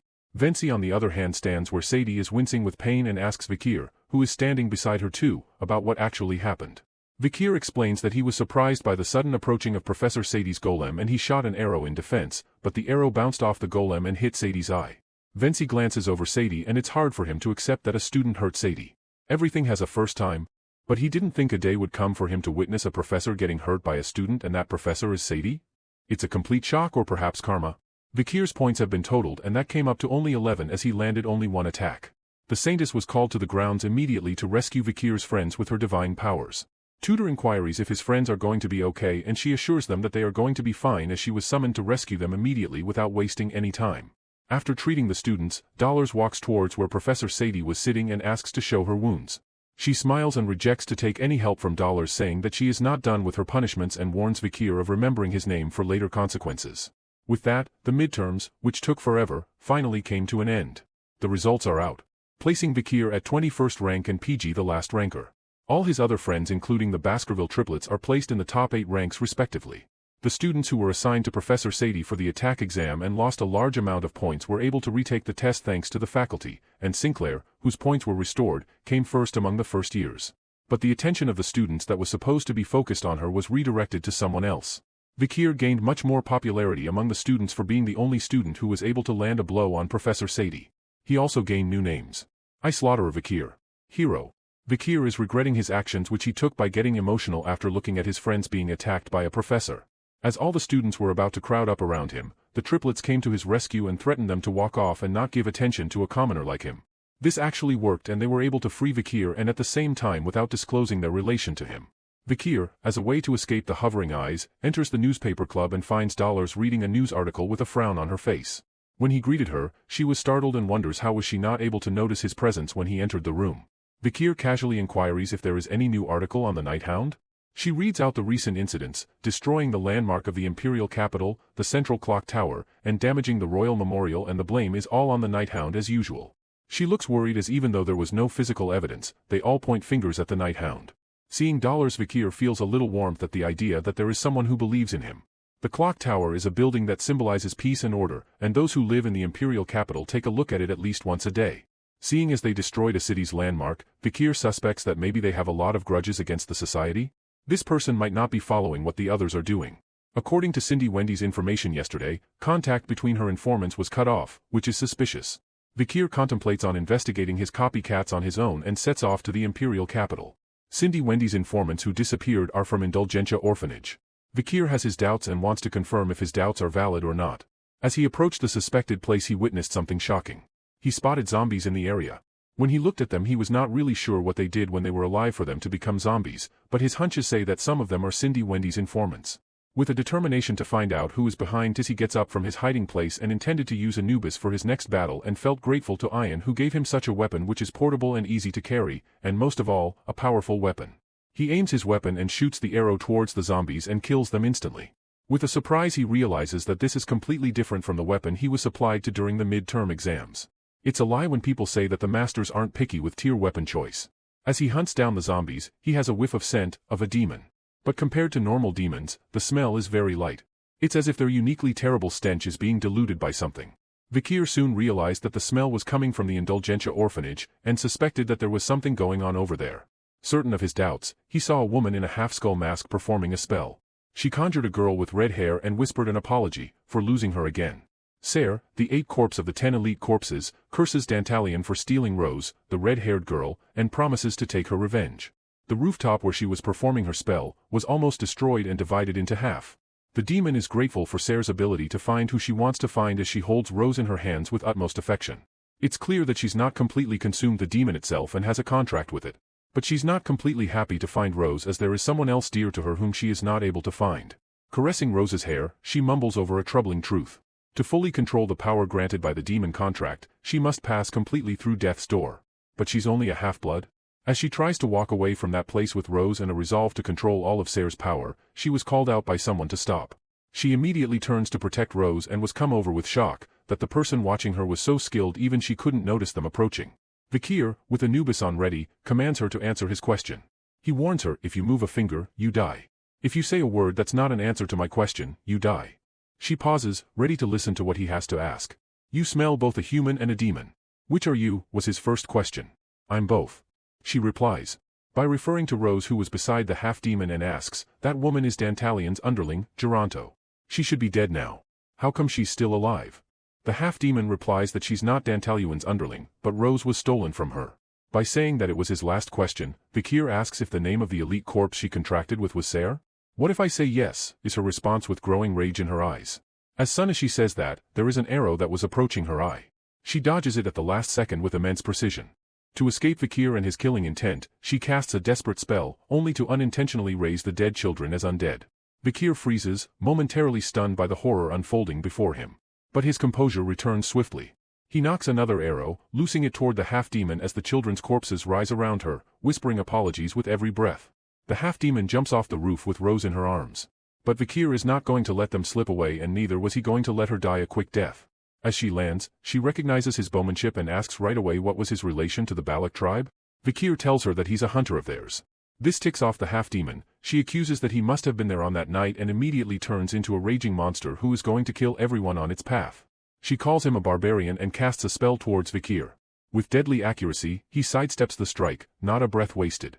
As he gets more close, he becomes more sure of smelling a human in that demon. He doesn't let himself be distracted with his doubts as the half-demon is hell-bent on killing Vikir right then and there. He barely evades the spell, only for jagged spikes to burst from the earth below, launching at him in a vicious ambush. The half-demon was certain the blow had finished him. But to her shock, he stood untouched, as if her attack had never landed at all. Is he even human? The thought grips her as she watches Vikir, calm, calculating, as if a spike hadn't just torn through his torso. After exchanging only a handful of blows, he sees it clearly: she lacks the strength of the elite undead. She's only a half-demon, after all. He decided that there is no point in conversing with her anymore and commands her to die as red aura envelopes him. She casts a spell and conjures a golem, Frankenstein golem. As soon as the monster with a red button on its belly is conjured, it leaps into an attack towards Vikir. But the golem was only a distraction and she has other plans to kill Vikir with. As she starts to cast fire magic towards him, she recognizes the red aura that has enveloped Vikir as one of the Baskervilles. Her concentration wavers. Then Vikir releases the seventh technique of Baskerville, his body a blur as he lunges at her. Their collision erupts with a shockwave that shudders through the area, echoing like thunder. The half-demon lay sprawled on the ground, while Vikir stood before her, clothes singed, smoke rising like the aftermath of a storm. Vikir observes, "I think it's because you're a half-human, but it seems like you were hit with the mana counterflow really badly as an aftereffect for failing to cast your spell." Then with a shock he realizes that she must have lost focus there for a moment, which led to her not releasing the spell on time. As she lifts her head up, with a desperate tone, she whispers not to leave her. But Vikir was not really paying attention to the change in her and demanded if she had a reason to make a deal with the demon. He raises his hand with Beelzebub at its end and believes that all deaths have a story behind them. As Vikir was about to struck the blade, Rose stops it from reaching the half-demon with her body. Normally, the undead possess a strong jealousy for what they didn't have, giving them a temperament that makes them blindly bite and extort from the living. Though this doesn't apply if their master has strong will and absolute control over them. If their master loses consciousness, the dead soldiers cannot be controlled. But Vikir realizes that Rose is different. He also wonders by glancing towards the half-demon, why does she not have a will to fight like the Corpse Queen? There is a loud voice from behind him and Vikir recognizes that voice as Professor Sadie's. Rose is immediately on the half-demon's side and lifts her up with one arm and with the other tries to cast some spell to escape the grounds and save her companion. This is bad, but Vikir decides that killing the demon is much more important than escaping Professor Sadie. With the thought that he wouldn't find the demon in such frail state again, he leans forward to kill it with his sword. But Rose is in between the half-demon and the blade like an indestructible wall and takes the blow to herself and disappears into thin air. As Sadie approaches the steep ground, created by the clash of Vikir's and the half-demon's attack, she finds no one there. This frustrates her beyond control and she curses everyone for slowing her down and thrashes at the rubble. Vikir's mask is left behind as he turned himself into a dog and ran away from the site. The next day, back at the school, everyone is excited about the big event that follows the exams. It's time for the festive season. The festival theme for this year's Lukion is going to be Haunted House. Everyone including Sinclair and Dollars are very excited about the event when Bianca reminds everyone of a certain tradition of the Academy Festival. PG chimes in with another interesting fact that the tradition which Bianca mentioned is an old one which even the professors can't escape. A student brings up 2 boxes red and blue and announces that everyone should draw lots to see who will dress up as what type of ghost. Vikir, who is standing behind everyone, can't take his mind from the 8th corpse. He is sure that it is the Corpse Queen Ser. He cannot help but criticize himself that not killing the 8th corpse when she couldn't even use her powers was a very big mistake. When he was fighting Andromalius, he had to receive the aid of the Baskerville family's knights, and he was with the Saintus when he fought Dantalion. He's not really sure if a top-ranking graduator can fight the 8th corpse by himself when she's at full power. In the end, in order to hunt the demons one-on-one, he need to completely learn the Baskerville's incomplete 7th technique and reach the level of Swordmaster. The 10th technique, lurking ambush, calls the 6th fang and the 7th fang ambush horizontal twin wisdom teeth. One must understand the odd principle between the 6th and 7th techniques and be able to use the ultimate killing technique. The theory behind the 6th and 7th technique is written in the swordsmanship book. In order to overcome the wall of the 6th technique, one must abandon all human emotions, and in order to learn the 7th technique, one must gain one's human emotions back. But, Vikir still doesn't understand why one need to recover the emotions they just abandoned. This needs a completely different approach compared to the entry-level graduate or core training methods, where one learned how to kill their emotions and turn into bloodhounds. He wonders, how did Hugo become a swordmaster? He was dragged back from his thoughts by Dolores' surprise when she read the name on the paper from her draw. She was going to dress up as the Night Hound.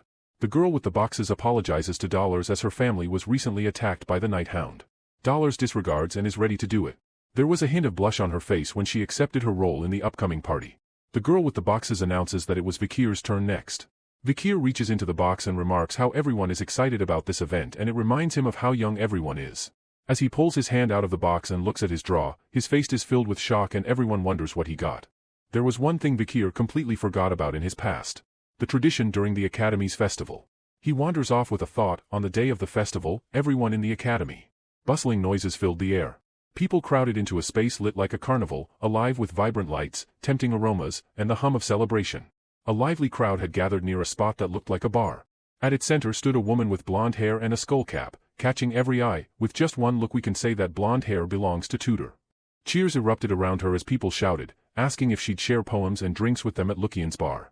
Inside, Sancho, dressed like a waiter and grinning from ear to ear, balanced a plate in one hand while ushering guests through the door. "Step right in," he called. "One free bowl of hot blood stew for every brave soul, guaranteed to make a warrior's blood boil."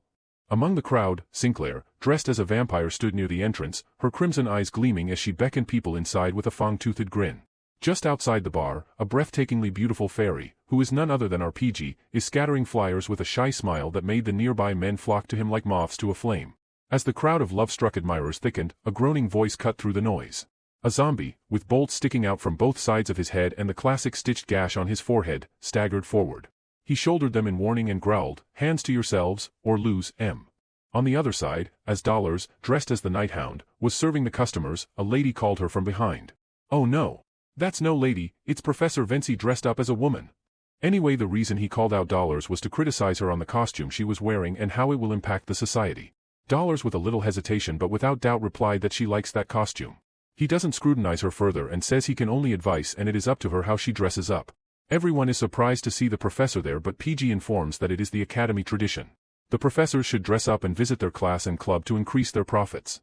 Professor sulks as he walks inside, claiming if it wasn't for the custom, he would never be there.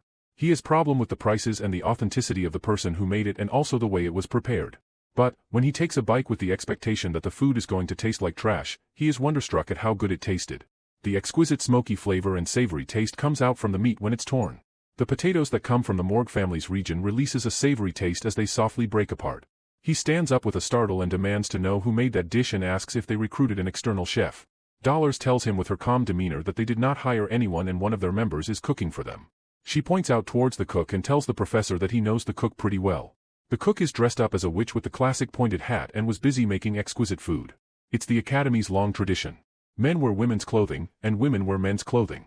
In other words, the identity of the male student dressed in an alluring witch costume in the kitchen is none other than our main character Vikir. PG was flustered by the sudden surge of customers, his hands full as orders for Vikir's special dishes piled up faster than she could flutter away. Inside the bar, Vikir stirred pot after pot with effortless precision, his movements sharp and controlled. But the crowd didn't stop. The line kept growing, the shouts for Vikir's special sausage and rice balls refusing to give him a moment's pause. Even with all this rush, Vikir did not waver. He kept his calm and was trying his best to keep up with the orders. Outside the restaurant, the crowd is becoming uncontrollable ever since the word got out about their kitchen. Male customers have been pouring in. Not only male customers, but there is also a huge influx of female guests too. Vikir, standing in the kitchen preparing the dishes, cannot help but recollect memories from his past life. He never thought he'd get a chance to cook these dishes which he used to eat a lot on the field. When the time of the fall dragged on, it was hard to find proper food. So in order for the warriors on the front lines to survive, there was a need to make anything taste good. Processing inedible ingredients to make them edible, knowing which parts of a poisonous vegetable need to be cut off, how to make spoiled meat fresh again, things like that. Vikir's comrades experimented a lot. The potatoes the Morgue family developed tasted awful and have a strong earthy smell to them. Their texture is also akin to chewing on sand. But if you cut them into thin pieces, season them with salt and vinegar, and stir-fry them in a wok on high heat with mandrake leaves and sabak tree seeds, their earthy smell will completely disappear, bringing out their crispy texture and sweetness. Dollars and Professor Venci are mesmerized by looking at Vikir. Bianca rushes into the kitchen and demands to know what Vikir was doing here instead of touting near the entrance. Tudor stops this commission by saying that he is most needed here as so many people are bewitched already with his cooking. If he left the kitchen everything would be a disaster. Bianca argues that this is no time to joke and Vikir's presence outside will double their profits. Double. A man with a mask and hat in a tuxedo looks at Vikir from a corner and confirms his suspicion on Vikir's identity through the words exchanged so loudly by Tudor and Bianca. As he releases his Baskerville swordsman aura, Vikir senses it immediately and turns around to find Osiris Baskerville. Vikir takes his brother to the back of the tent to inquire his sudden visit. Osiris was feeling nostalgic as he has not been to the academy in a long time and he came to the festivities without forgetting the tradition. He wore the same costume that he used when he was in the academy. Although he didn't think that he was as pretty as Vikir. Vikir asks what brings his brother to the academy and he replies it is the older brother's duty to save his younger brother in times of crisis. That was not all. There is a rustling sound coming from inside Osiris' robes and voice shouts that they missed Vikir dearly. A pink bunny jumps from his robes to Vikir's arms and starts wailing in happiness. It is Pomerian. She goes to call him uncle but by looking at the dress changes the way of addressing him as auntie. As he held her in his arms she thrashed at her complaining why he was not home from so long and that she missed him a lot. Osiris informs Vikir that she really missed him. Hugo gave him some time off specifically to bring Pomeranian here to the academy. Vikir remarks with a hint of sarcasm that Hugo used the vice-patriarch as her escort. He gives further details that recently, Pomeran's been holding all the authority within the house. Last month, Pomeranian said she liked the blood bean chocolate, so their father destroyed the monster region in the western frontline and made a cacao farm there. She started protesting that she missed you, and at the end of her hunger strike, which lasted a long time of 2 meals, their father permitted her to visit Vikir. Osiris also adds that she became depressed when Vikir left and that it's been a long time since he saw a smile on their princess face. Vikir was a little shocked to see Osiris smile like that, and remembers that one stage of becoming a swordmaster is regaining one's emotions. And he feels good for his brother that he may not know this fact himself but this is really good for him. Pomeranian fell asleep on Vikir after a while of thrashing. She's tired since Osiris and Pomerian came to find Vikir as soon as they arrived at the academy. As they get ready to go back, Osiris insists Vikir spend time with her while they're here. With a smile he also informs Vikir that the trade Vikir set up with the Mesomedunaros merchants is progressing well. Vikir already heard of it. He never misses any update on anything. The Commissions of the Past Affairs Investigation was created before Vikir entered the academy. Osiris Le Baskerville is exclusively taking charge of it and has revealed the wrongdoings between the Baskerville and Mesamedunaro families. Because of that, the Baskerville family officially apologized to the Mesamedunaro family. He also heard that in the process, the old Baskerville members who participated in the wicked scheme were beheaded. Due to this event, Cindy Wendy also vented some of her anger and joined forces with the Baskerville family. Although only she herself will know if she has truly forgiven the Baskerville family or not. Osiris reaches into his pockets and informs that his visit today was not only because of Pomeranian and takes out a sealed envelope with a ring on it and hands it over to him.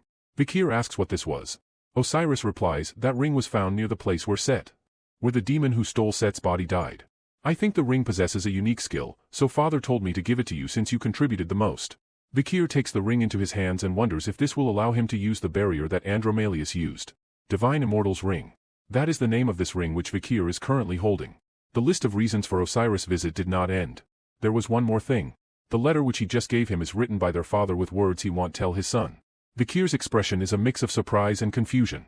Osiris understands his surprise and tells him not to worry as he got one too. With that Osiris with Pomerian on his back takes a leave giving Vikir his time to read the letter from his father. Vikir immediately opens the seal and pulls out the letter from within. The contents in the letter are, to Hugo Le Baskerville's son. Son, by the time you're reading this letter, you must be thinking about becoming a swordmaster like Osiris, my first. Vikir is stunned to think that Hugo might have already realized that he is a top-ranking graduator. The letter continues, you must be stuck at the 7th Fang right now since you are still a top-ranking graduator. In order to execute the 7th technique perfectly, you need to reach the level of swordmaster, so I have written down the process I went through in my journey to reach that level. As soon as Vikir realized that Hugo is telling him how he became a swordmaster, his face is filled with confusion as he goes on to read the process itself and crushes the paper in dread. On the front side of the restaurant, Bianca sits on a small stool and sulks on touting by herself again. Suddenly there are 2 girls who pass from in front of her and even though their face was covered by a mask, she immediately knew that they were very beautiful. The half-demon and her friend Rose seem to enjoy their time in the festival. The half-demon wonders if a certain incident did not happen how different her life would have been. Maybe she would have entered this academy with all the others. There is another thought bothering her since the incident near the orphanage. The identity of the Night Hound. She knows that he appeared recently as the Imperial evil villain, bringing terror to the knights in the Imperial capital. He knows about the 10 elite corpses. But she doesn't understand why he became obsessed with Ser, the demon inside her. And that reason made it certain that he will show himself in a place with so many humans like this. Also his swordsmanship reminds her of a past incident on a certain night. The night when Camus was kidnapped by the Balak tribe. But how did Camus turn into a half-demon? Stay tuned to know the details in our next video. Because of this, she is sure about whose face she will find behind that mask if it falls off. Suddenly with the realization, she clutches her heart and questions herself what would she do if she really sees him? And what would he say if he saw her right now and about the decisions that she made? She cannot stop her thoughts of wanting to see him badly and a voice hisses inside her head, stop thinking things that will give you a headache. I will do it in your stead. A form with wings and a hood over its head which only the half-demon can see hovers over her back and it is called Ser. Their surroundings turn gray and lifeless as the demon appears. The half-demon is not really afraid of her and talks back, isn't this a violation of our contract?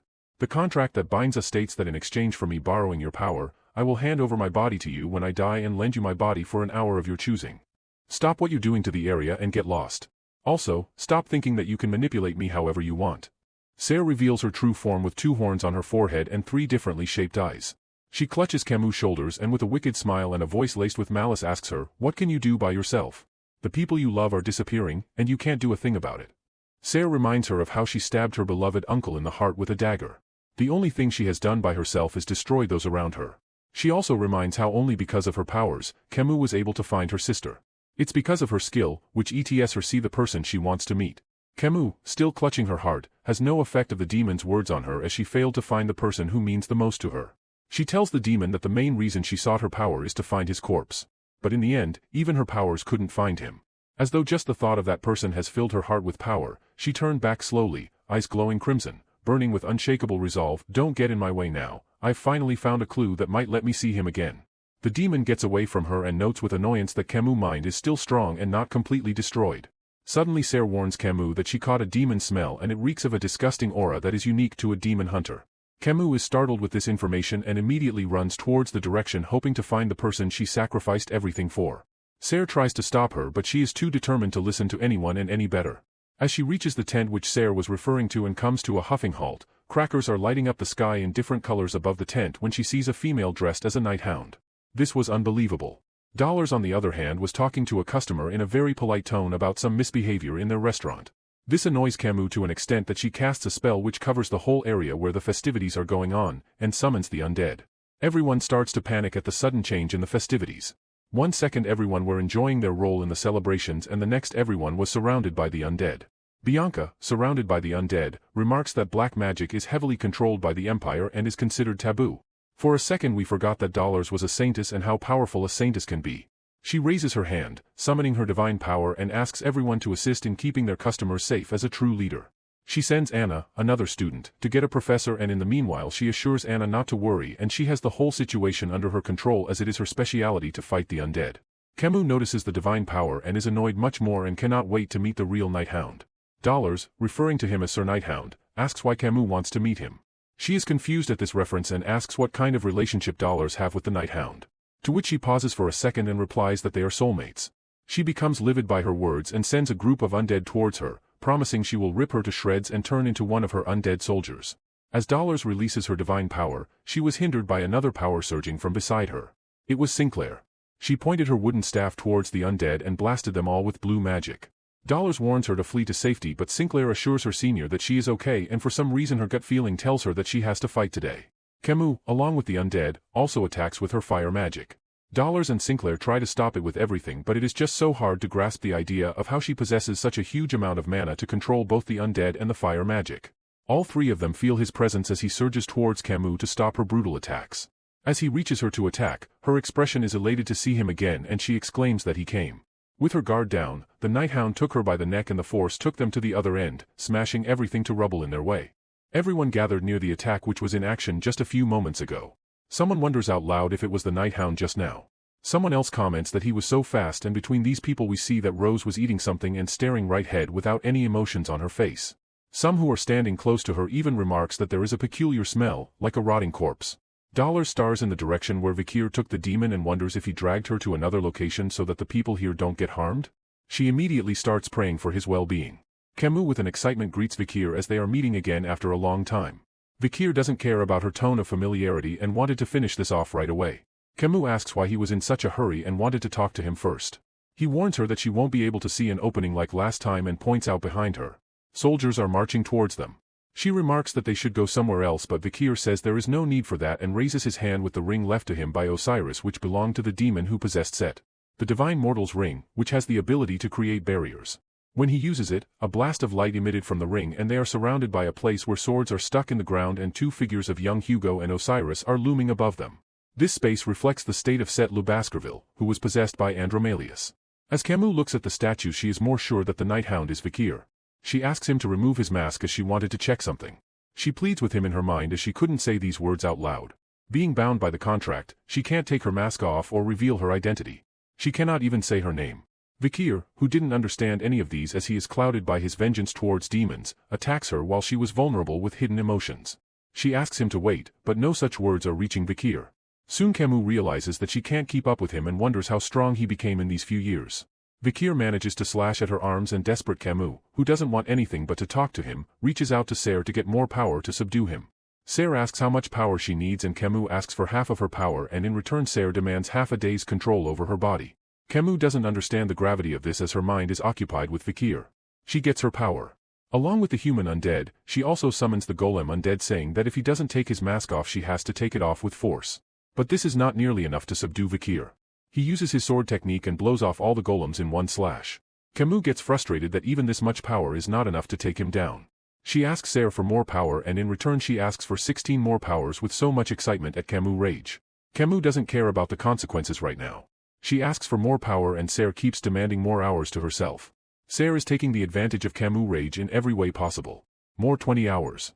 Vikir realizes that Camus is trying her best to restrain him instead of attacking him but doesn't have a clue as to why. More 21 hours.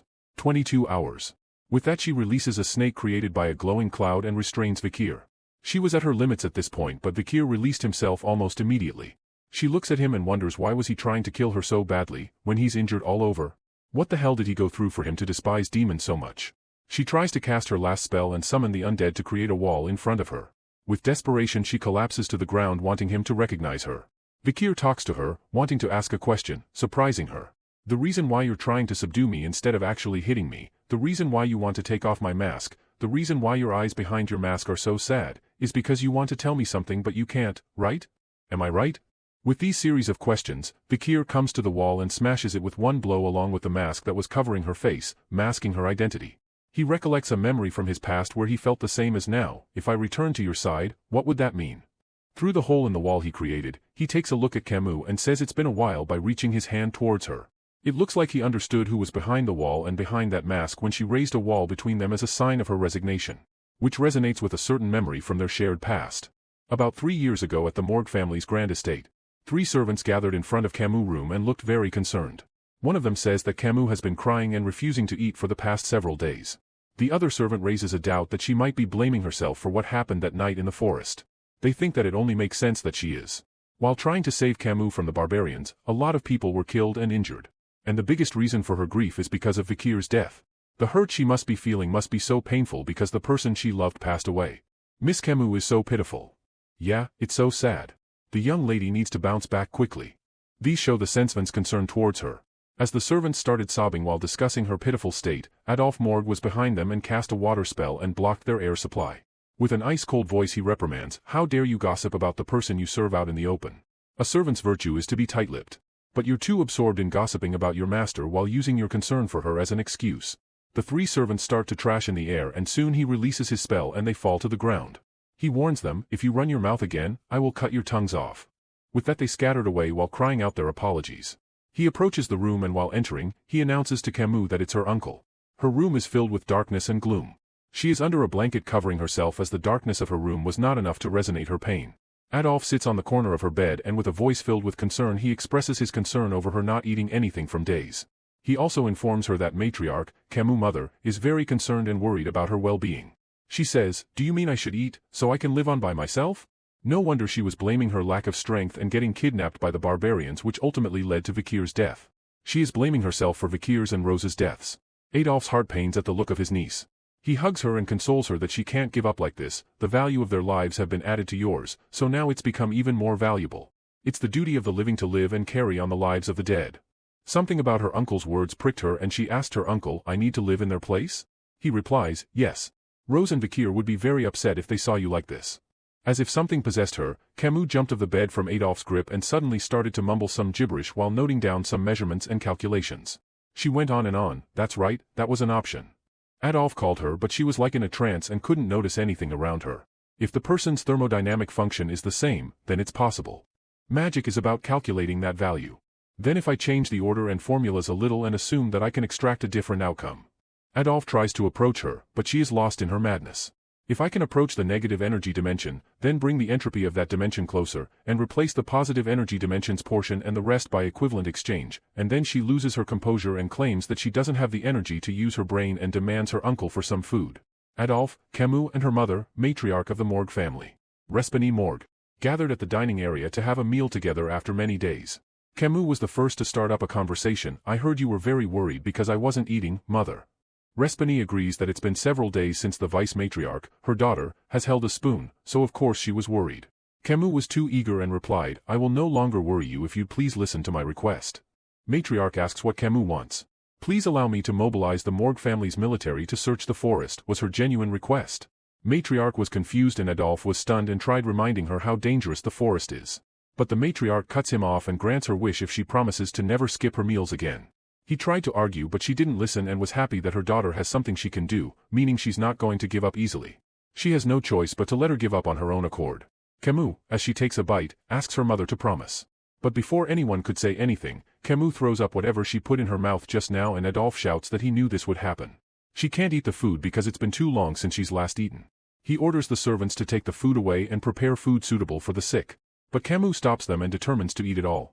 True to her word, she starts to eat her food with one person in her thoughts. "Vikir, I wouldn't have lost you if I wasn't kidnapped by the barbarians back then.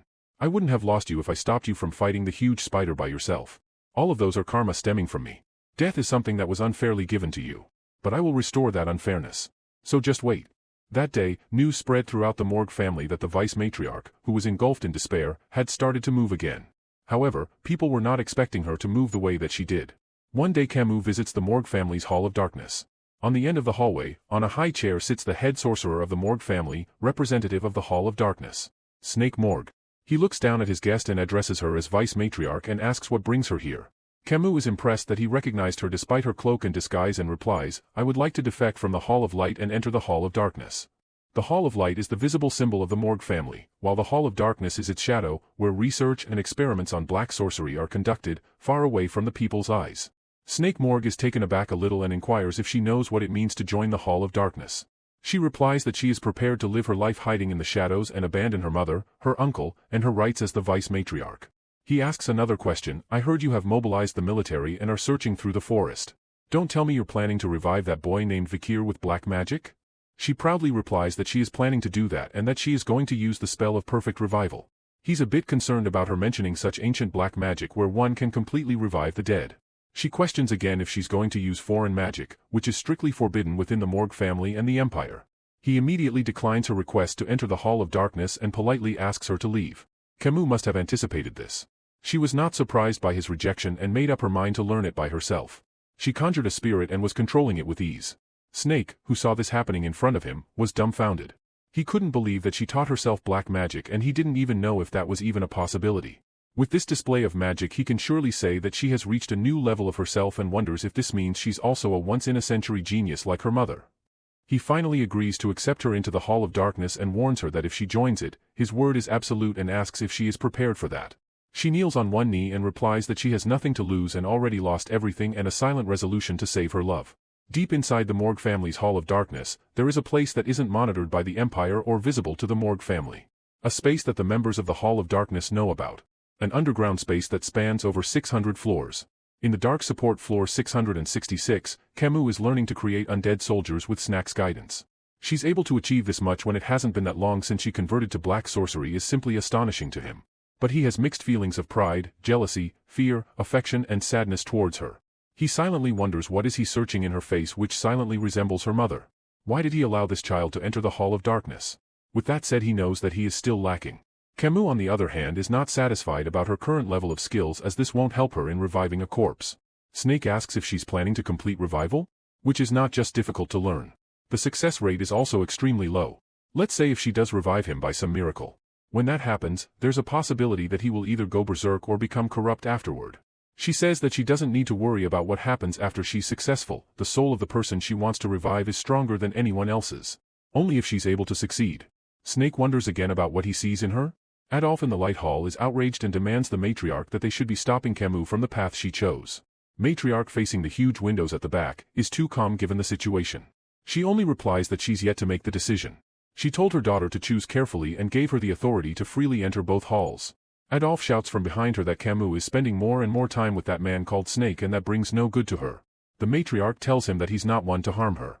On the contrary, he's only helping her, and warns him to not talk of this matter anymore. Inside the Hall of Darkness, Snake takes Camus to some dark place inside and asks if she's familiar with the origins of morgue. She had never heard of it before. They halt in the middle of darkness and Snake raises the lamp in his hands and points out to a ruined building and tells her that the very beginning of the Morgue family started at a morgue. The title Morgue comes from a very old bloodline that existed before human clans and empires were established. The Morgue mostly took in unidentified corpses and found their relatives. It may be because they spent a lot of time with the dead, but after a certain point in time, members of the Morgue family were able to converse with the dead. To this day, there are still members who can. Like Camus. She takes a look at the ruins and asks him if their family has used black sorcery from the very beginning. He replies that black sorcerers who sort out knowledge know that the truth lies beyond death's door. Camus feels that there is more reason to her getting familiar with death. But Snake pops the bubble by saying that she'd be doing nothing more than imitating a black mage by doing that. She doesn't understand what he meant. Snake explains that first, one must be wary of death. He warns her to pay attention to something very important. That is, black mages are entities who kill death at an arm's length. They may seem familiar with death at first glance, but in actuality, they put a distance between themselves and death. Before she understands and familiarizes with death, she must first understand and familiarize with life. A true black mage loves living beings more than anyone else and pities those who are dying. They are the ones who have a deep understanding of death. She slowly grasps what he's saying. Unlike how the world views black mages, they can actually be deemed as sages or elders. She then becomes a little curious and asks the Snake why did he join the Hall of Darkness? He replies, because there is light and there is shadow. If one of them disappears, the balance is ruined. She doesn't understand his words again and blames him for speaking in riddles. Several days later, on the same floor of Dark Support Floor 666, Camus excitedly shows the Snake some spell she drew on a piece of paper. He is stunned by the sight of it and snatches it from her. Camus tells him that it is a magic circle for a complete revival. This is the outcome of her research. He grimaces as the thing in his hand is several steps more developed than the information he has. Even if he nitpicks several parts of it, it looks perfect. Black sorcery requires one to research the depths of the abyss. Just how deep did Camus dig into the abyss for her to arrive at this conclusion? She shyly asks him to help her in conducting the spell. His first question to her request was, "Do you really like this boy Vikir?" and realizes that she's different from him. She's completely different from him, who is fascinated by black sorcery and whose heart is as dark as the abyss. She hasn't been eroded by the abyss at all, and wears her heart on her sleeve. With a bright smile she replies, yes. He knows that she is a lot better than him, and assures her that he will help her and they both can do it together. With a few samples of Vikir's blood and hair that she gathered from the Baskerville clan with some help, and the dead spirits she gathered from the forest, they begin to put their plan into action. Snake tells her that if there is a piece of his physical body, then fragments of his soul will react. If that happens, you can just sort through them. As they start drawing the spell on the floor, Snake asks her if she knows the ship of Theseus paradox, and that he's concerned if it'll really be him just because his body, memories, and personality are back. She replies, it's not too late to think about those things after we succeed, Master. Once they're done drawing it, Camus wants to begin the process immediately. Snake comments that she's too hasty, but she disagrees as she waited long enough and requests her master to start it. As the spell is in action, Snake analyses that the magic itself is flawless. And if the world of black magic finally has its first breakthrough? A shadow emerges as they both continue with the spell. Camus, who saw this, was sure that it was Vikir, leaps into the center of the spell and gets hit with the mana counterflow. It seems like her whole body is electrocuted and blood is spewing from her mouth. She falls down to the ground with force. With the last of her consciousness, she looks towards the spell and wonders if she failed. Camus wakes up in a different, dark space with only one door through which the light is spilling inside, the path to the afterlife. If she crosses it, she truly will leave this world thinking that Vikir is also on the other side. As she walks towards that door, she wonders why my magic failed. I thought it was perfect. Is it because the piece of Vikir's body was too old? Or was his soul not in the forest? Maybe he's already attained enlightenment and turned his back on this spiteful world. Then what meaning do my struggles hold? Yeah. I think it'd be best if I just die. That would be better. As she gives into her thoughts and moves ahead to forget her life and pass on to the afterworld, she suddenly sees Snake approaching her. He slowly reaches out to her with tenderness and tells her something. The truth is that he did not enter the Hall of Darkness because he wanted to. It's because he can't be with his sister. Because he can't be in the light and can only live in the shadows. However, this came to my mind when I saw you wear your heart on your sleeve. If only I was honest. If only I had the courage to challenge the impossible, maybe things would be different now. And then he pushes her backwards with his final words to her about not losing hope and his own hope of her reuniting with her loved ones. She falls into a pool of water and Snake walks ahead towards the end of his life here and to the afterlife instead of Camus. She wakes up again on the floor in the Hall of Darkness and realizes that Snake saved her with his own life. Flies are all over the place getting attracted to the decay of the bodies. Camus is still alive, lying in the pool of blood without any strength to move her body and dying slowly with each passing minute. Is this the price one has to pay for using a forbidden spell to bring back the dead? She thinks with her slowly faltering consciousness that no one is going to come to this hidden space deep within the Hall of Darkness and she's better off dying. Her master who dies in her stead will probably find this ridiculous, but she has already tried everything. And she doesn't want to live anymore. But if there is something that she finds unfortunate, it's that she couldn't meet him. As she closes her eyes with the hope of meeting him after death, she hears a voice saying that she looks like she wants to live. Camus opens her eyes mumbling with her frail state that how she's hearing a voice in that depths. Is she hallucinating? The voice replies, I'm no hallucination. I came here after feeling your longing. Camus has only read about them in books but asks the voice if it was a demon? The voice replies that it is, with a little startle, notices that Camus knows about demons already. The voice doesn't want to waste any time and puts forth its bargain. In exchange for me saving you with my power, why don't we strike a deal? Camus denies, saying that she doesn't want to live anymore. The voice asks her if not her life, what else does she want? As Camus tries to understand her words, the demon points out at the circle drawn on the floor and recognizes that Camus was trying to resurrect a dead person and asks if she wants to see someone who is dead. Making herself visible with a set of monstrous teeth wrapped in blue aura, introduces herself as Serre, specializing in just the thing that Camus wants, the demon of the dead and decay. Serre promises to help Camus meet the person she wanted to resurrect and asking to make a deal with her. Camus remembers her master's last words and agrees to the deal. She thought she already did everything she could, but if there's still a method she hasn't tried, she can't give up. Camus is back to the Hall of Light and Adolphe welcomes her with his angry love. Do you know how worried I was? What happened to your hair? What have you been doing these past 10 days? Don't tell me. Before he could finish his sentence, Camus walks past him apologizing and saying that she's tired. Serre tries to talk to her about how bad it is to ignore her uncle like that when it's been a while since she's seen him. Camus asks her to shut up and warns her that if she doesn't prove her competence, she's going to break off the contract. And that's how the contract between Serre and Camus began. The elite corpse Serre will lend a portion of her power to Camus Morgue and assist her so she can meet Vikir van Baskerville. As payment, Camus Morgue will hand over all control of her physical body for one day to Serre and fall into a complete slumber. Additionally, Camus Morgue is prohibited from divulging anything concerning Serre or demons to others. Camus obtained 2 powers from Serre: the ability to find anything she wants, and the ability to bring back the dead. Even though she was able to find her younger cousin, who was killed by the barbarians, she couldn't give up. Even Serre tried to find Vikir's soul with her powers and came up with nothing, which is not very common. During the day, Camus used isolation training as an excuse to avoid the Mord family and looked after Rose, and when night came, she looked for Vikir. The more time had passed, the more she drifted apart from her mother, her uncle, and her family. But she doesn't want to waste her time on such a futile feeling and wants to try harder and harder to find Vikir. As Camus was trying to research some spell, there was a visitor in her room. With a startle, she turns around and asks him how he managed to get in and he scoffs her off saying he was not here to see her and reveals his true form and demands to bring Serre out. After that day, Rose disappeared. Serre said that her comrade, a demon called Dantalion, too rose and disappeared. When Camus heard this she was furious and yelled at Serre as to how she could allow him to do that. Serre, with a chill demeanor, tells her to calm down and Rose is already a dead person and she can just fix her up later. Camus couldn't take this. Later she herself went to find Rose again and with a miracle, met Vikir. Back in the barrier that Vikir created using Andromalius' ring, he greets Camus with a smile and teased her that she has changed a lot since he last saw her. She just stares at him with so many things on her mind and on the verge of bursting it all out and ask him a million things. Why are you saying things with such composure when it's been so long since we last saw each other? Why didn't you come find me if you were alive? Do you know how hard it was for me? Do you know how much I struggled just so I could see you again? All these questions, and she couldn't say even a single word as Vikir was approaching her. Vikir understands that she made a contract with the demon and asks her what happened. She doesn't answer and is still lost in her thoughts. She couldn't ask any of her questions because she wanted him to see her as a cool woman in her final moments. Even without asking, she can feel that the depth of his eyes has never looked this deep before. With a breaking heart, she notices that he grew up to become so handsome, unlike her, who ruined everything. He calls out for her but she doesn't respond. Her time will end soon, and when that happens he has to fight Ser. With a determination she decides on her last wish and doesn't want him to fight alone again. She speaks at last, and thanks him for recognizing and finding her. She gives him 100 points which she was holding back from the beginning. With a forced smile as spikes are rushing towards her to kill her, she tells him, "You must be happy for the both of us." The next moment, she realizes that Vikir was holding on to her and took the blow of that spike, saving her once again. She is in utter shock. This can't be happening. He can't be risking his own life to save her once again. Only his voice brings her back as he tells her that he understands that she can't tell him anything because of her contract with the demon. He also assures her that she didn't land any critical hits when they fought, and that ending her life was her way of telling him that she can't talk about it.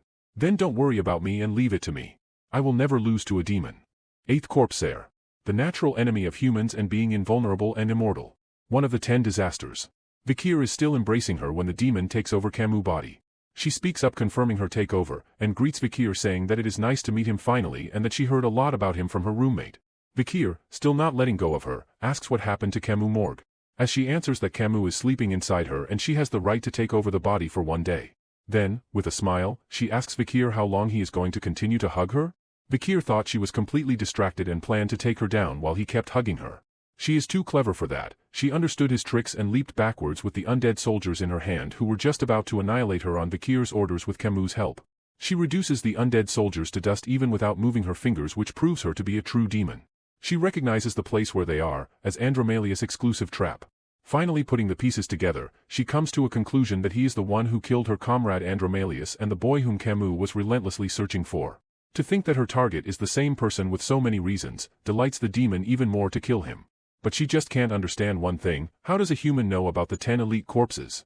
She goes on to say that she can't find his soul even with her demonic eye, and wonders out loud if he is really from this world. Vikir doesn't reply to any of her doubts. So, the demon tries another way to make him speak up by telling him Camus' stories of how she came to the situation she is in.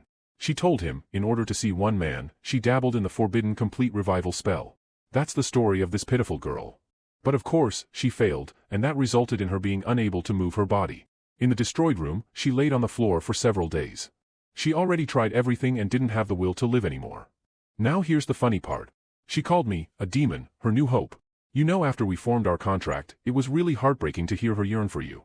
As she recollects the state in which Camus was and finds delight in it, she finally forms the words, "I miss you," and says it to Vikir with a mocking tone. Vikir was not just listening to her blabber but was silently planning his next attack, and he is already in the face of the demon to take it down in the next few seconds. Instead of flinching at his speed and attack, the demon smiles and reminds him of the contract between her and Camus. If she dies, Camus dies too. She adds to intensify the impact of this fact and says, "You can't kill the girl who has been waiting for you for so long." Vikir slows down a little as he realizes this, but the demon was not just standing there waiting for his attack. I already cast a spell and conjured an undead monster, right from beneath them. It aimed at Vikir as soon as it was released and hit him head on, sending him flying to the other end. Vikir was too stunned by the multiple things happening around him and couldn't react on time. The demon is delighted about the unfolding of the events and announces that Vikir should forget saving Camus Morgue as he is going to die soon in her hands. If Camus Morgue formed a contract with a demon in order to save me, does that mean the reason Camus Morgue's future changed from becoming a hero to signing a contract with a demon was because I hid my body in the forest? Was his first thought as he lay in the mud, unable to move from the attack. To kill a demon, one needs to kill the human they have signed a contract with. That's something Vikir has known for a while. He starts to get mad at himself recollecting how he lied to Camus in her last moments. Because I will not lose to a demon? Did he really say something he couldn't keep just to comfort her? Vikir did not have answers to his own questions. The demon comments that he is thinking too much while fighting and grabs hold of his left leg with her tail and swings him towards the statues. He crashes with such force that it creates a cloud of dust from the broken part of the statue. There is no sign of Vikir fighting back. He is still lost in his thoughts. He knows it. If he doesn't kill the 10 elite corpses, mankind will face the time of the fall. It's either Camus Morgue or all of mankind. It's clear to him which of the two options he should choose. But, if there's even a sliver of hope, he wants to hold on to it. The demon raises herself to Vikir's level where he is stuck in the statue. To think the 9th and the 10th Elite Corps were defeated by a human who's not even that strong, she couldn't believe it herself, and it angered her that because of him opening the gate to the demon realm has been delayed. She drew out claws at her fingertips, conjuring all her anger into her right hand and shoved it into Vicky's torso. She asks, he claws still inside his body, if he was still thinking about saving Camus? How can he even afford to think that when he is a mere graduator and who cannot defeat the demon with that level of skills? In the end he's just a pathetic human who's hoping for a miracle to happen. Something awakens in Vikir as he heard the word miracle, and he catches hold of the horns of the demon with his 2 hands and lands a hard blow with his own head to her third eye and shouts for Camus Morgue, asking if she can hear him. He continues by lifting himself up with the string grip on the horns. It's difficult for me to slice this demon down and save you by myself. He asks her to resist the contract. Your contract with the demon, which is binding your soul, isn't absolute. You can do it because you're skilled at magic. Your soul will burn as payment for going against the contract, but I'll kill this demon at that precise moment. Vikir is no less than a beast at this moment. We're going to create a miracle together. The demon who is pissed with this impudence of his and kicks him to the other end of the barrier. She then suggests him to become her undead soldier, and she will make him work to cover for the 9th and the 10th corpses. She also promises that he is going to destroy mankind. I'm going to kill you, demon. Just like that, Vikir is back. He suddenly has a realization. It is strange to think the contents of that letter, which he thought were unreliable, would be his only hope right now. He looks at his father's statue in the ground and couldn't believe that he is the one who is going to help save Vikir at this crucial moment. The demon on the other hand has taken her full original form and commands him to die. But, even Vikir never expected that he'd become a sword master. Hugo's letter, being a top-rank graduator, the thing that you're capable of doing is a sloppy 7th technique. In order to perfect the 7th technique, you need to become a sword master. Because of that, I'm writing down the process that I went through to become a sword master. I reached sword master not too long after you were born. I've told you about this story before, but after I lost Roxana and Penelope, I fell into despair. And I spent my days being lazy about the sword. At that time, my rank was top-ranking graduator. In order to become a sword master, I swung my sword every day. But, no matter how many times I did that, I couldn't become a sword master. With the feeling that I was grasping at straws, I went through the books in the 10,000 Epistle library, and I found it. The words of a previous sword master who left them for his descendants. In order to become a graduator, one must throw away all emotions. However, in order to become a sword master, one must recline their emotions. I followed the words and worked hard in order to learn happiness, anger, sadness, and pleasure. I tried various ways to be happy, angry, sad, and excited. However, forcibly trying to create emotions had severe side effects. From a certain point onwards, I laughed when I needed to be angry and frowned when I needed to be happy. It destroyed the way I expressed my emotions. And so, my path to become a sword master gradually became a maze. In order to satisfy my thirst that couldn't be quenched with my sword, I used my power to revive the family, and I had many sons in order to increase my power. As per the family's rules, I sent my young children into the cradle of swords. However, I had a realization in a place I did not expect. For what reason would a young baby who didn't know anything struggle so desperately? Why was the baby enduring the pain of water seeping into its body? After seeing that, something in my chest fluttered. The happiness of finding talent. Anger because I sent such a young life into a cruel place. Sadness from the injuries on the child and myself. Pleasure from looking forward to this child's future. In that complicated sea of emotions, I had my realization. And the next day, I found out that I became a sword master. Including Pomerian and becoming a sword master, it seems like you gave me everything, my son. The path to become a sword master lies in how you're able to feel complex emotions. If it's you, I believe that you can become a sword master. To my beloved son. Beloved son? To think that he became a completely different person from my previous life. As Vikir recollected all the required things from his father's letter to become a sword master, he couldn't believe how his father addressed him as his son. Given the situation, anger and possibly sadness exist inside him, but happiness and excitement are hard to feel. Despite that, Vikir lifts his head, with injuries all over his body. It is not the expression the demon expected on him. With anger she slices off his leg, which regenerated within the next few minutes, and Vikir did not bother himself with the pain. He pulled his Baskerville 7th technique and returned the attack almost immediately. But before the attack reached the demon, it clasped its hand over Vikir's mouth and smashed him to the ground while telling him that he cannot break through her armor with an attack like that. She continues, I don't know what you're after, but do you really think that Camus will wake up and go against the contract she has with me? She pinned him to the ground and casted a spell around him, and monster-like red hands started raising from the ground across the spell and took a hold of Vikir's body. Every inch of his body started to burn where the hands touched him. She casted another spell into the air and a huge hand came down onto Vikir which could even crush hills. His body is completely distorted with blood all around him, his left arm is missing. Vikir coughs, making everyone believe that he was done with, but the next second he was on his knee, but his left arm is not regenerating as it should have been. The demon is in shock, looking at this. It couldn't believe that he is still alive even after that attack. It wonders if he is even human? Although Vikir got up, it was very hard for him to stand. He can't regenerate his body with the swamp marsh salamander's skill. But still, he feels the need to get up and move, no matter how many times he has to do it. There is a voice suddenly, saying, "Idiot, that's not the expression I wanted to see." Vikir raises his head with a jolt, surprise written all over his face. Camus is overpowering the demon by resisting her contract. With a smile she says that she did what she said and urges him to stab her as Camus cannot hold her for long. "If you fail, my neck will become a sheath for his sword." Her words bring a smile to his face, as she was trying to joke at a time like this. He replies to her sarcasm as expected of a hero. "You're a 100 out of 100 Camus Morgue. You just realized that? So show me the person who I fell in love with." The demon tries to thrash and is furious at this sudden surprise. It gains back its form and releases an attack on Vikir. He defeats it without any effort, just with a slash of his sword. After that, there is a change in him. Suddenly he started to feel many things he doesn't usually feel. He's happy because she didn't forget him. He's angry because the future hero's injured. He's sad because she's struggling. But he's also excited to have their perfect reunion.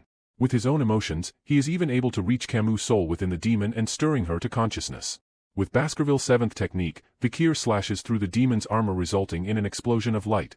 All humans wear colored glasses that aren't compatible with them while they live their lives. However, those who take those glasses off can see things that cannot be seen by the average human and easily cut them down. Those people who have reached supremacy are known as swordmasters. In the last moments, the demon couldn't even understand how and died without fulfilling its mission to open the gates. Vikir turns towards the sky and thinks to himself, "I feel like I was wearing outdated clothes. I can feel that my strength, sight, and decision-making skills far extend to transcendence. Which were traits I couldn't feel with the mana that the Saintess brought out of me before." He turns around and wonders if Camus is okay. With a desperate feeling, which is so out of character for Vikir, he turns and walks towards her, wishing to have the long-awaited reunion. But before he could reach her, he himself couldn't uphold his body and fell right across her. He still couldn't regenerate his body parts. The ring that fell to the ground when he lost his arm, started to emit a purple light towards the sky and the barrier was lifted. And out of nowhere, baby Madam is on unconscious Vikir with a very worried countenance. It lies there for a while and when it sensed someone approaching, it started to jump here and there in an attempt to protect Vikir from whomever it was. Rose slowly approaches them. Baby Madam, who is ready to fight anyone, growls at her. But she only wanted to take Camus with her. Rose carries her on her shoulder and starts to walk away. As she goes ahead just a few steps, Vikir suddenly musters the strength to stand up on his legs and asks her to wait.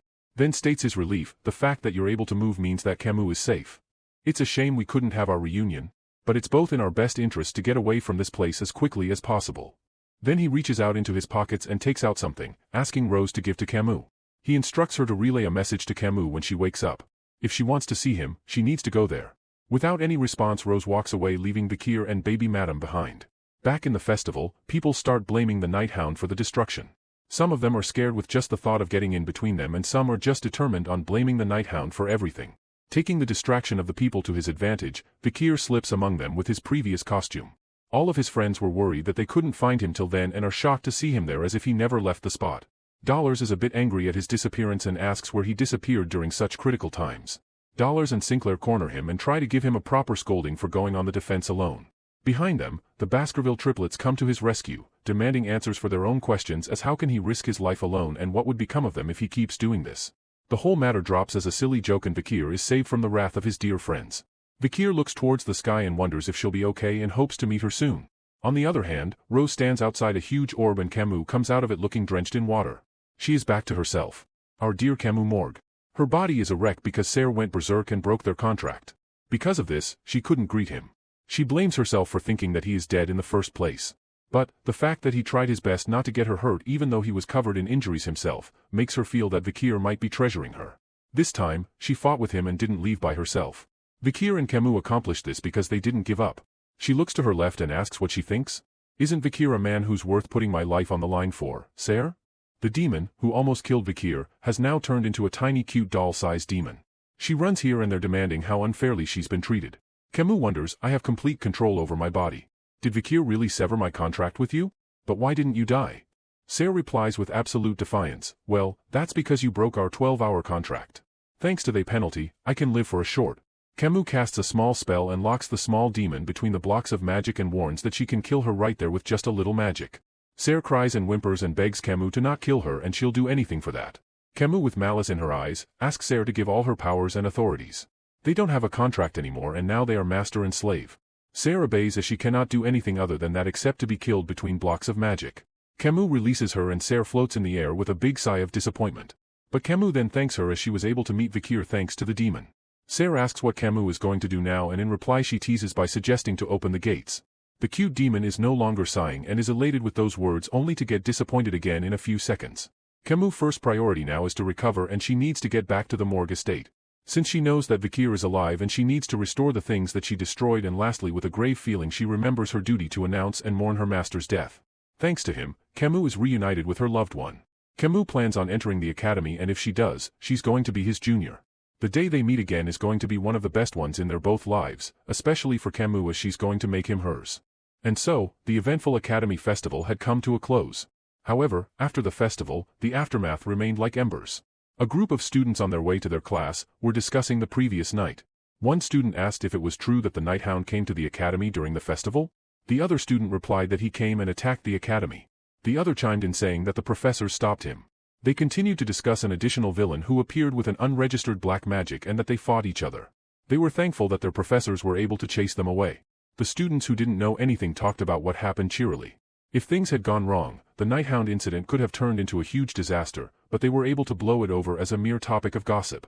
Inside the newspaper club, Dollars demanded to know who wrote the article. Which was like this, exclusive, regarding the heathen known as the Night Hound. The Night Hound's crimes have crossed the line. On day 0 of month 0, the Night Hound ambushed the Imperial Academy. His actions are against humanity and the nation, he is a villain who must be punished. During the festival, the facilities that were destroyed throughout the capital are the Imperial Bank, the capital's clock tower, Indulgentia Orphanage, and the Royal Memorial, to name a few. After reading this, Dollars cleared the accusations by saying it loud and clear that the Night Hound didn't cause any disturbances during the festival. The disturbance was caused by the unknown black mage. She also said this article implies that the Night Hound came to the festival and slaughtered students. Although he is a criminal of the Empire, it's a fact that he didn't do anything on that day of the festival, so this article needs to be less emotional and more factual. She asks again to know who wrote the article and PG nervously points his hand towards Vikir who was sitting with his head down. He justifies himself by saying that he only wrote that article as directed by Professor Venci who is the club's advisor. She yells again asking why did this happen when she wasn't there? Vikir calmly reminds her that she was busy during the festival season with her student council duties. She now started panicking and blow out a stressed breath while saying that they shouldn't have written an article without checking for facts. She takes out something from her pockets and places it on the table. It was the official statement that was released that morning by the capital's garrison. They said that the one who destroyed the capital's important landmarks wasn't the Night Hound. The Night Hound's trademark weapon is a sword. But it has come to light recently that no sword marks were found at the scene. The only traces left were marks that looked like they came from a huge snake. Her official name is Ms. Ouroboros. The mysterious person is presumed to be a female. Her motive for the attacks are unknown, and it is believed that she is a graduator, but her weapon of choice is unknown. Apparently, all the witnesses are dead. That's why you shouldn't carelessly point fingers at the Night Hound for all the crimes. There are 3 villains, so they have to differentiate crimes properly. But to Vikir all this doesn't matter. He only thought to create a suspicious image of the Night Hound because he will one day be criticized for a suspicious incident. Tudor on the other hand was concerned about the new Ms. Ouroboros than the Night Hound. Sancho beside him also seems to be concerned about the same thing. Sinclair raises her hand and asks how did they find out that the woman is a female? To which Dollars replies that in all the locations, there was a lipstick mark left behind. It seems like she wants to show off her crimes. As everyone keeps worrying about these incidents, Vikir was in his own thoughts. I don't know if her motive behind that is camaraderie or malice toward the Night Hound. No matter the reason, if she interferes with my demon hunt, then I just need to eliminate her. Anna, a student, barges into the club with a huge pile of papers in her hands, too heavy for her to carry. As she rushes in and places the pile on the table, Dollars asks why she has so many documents. She replied that they got so much information after the festival ended. As Anna notices Vikir, she was glad that he is here and gives him a letter informing that it was addressed to him. He thanks her and opens the letter and his face turns blue when he sees what was inside. It was a notice on how to pay for his tuition fee. Vikir returns to Osiris and Pomerian. His brother assures him that he can pay Vikir's tuition fee but notices that something else was bothering Vikir and asks what he was thinking. Vikir reminds his brother about his wish to hide his identity at the academy all the while placing his hand gently on Pomerian who is elated. Vikir is thinking of a way to pay his tuition fee within the 1-week deadline.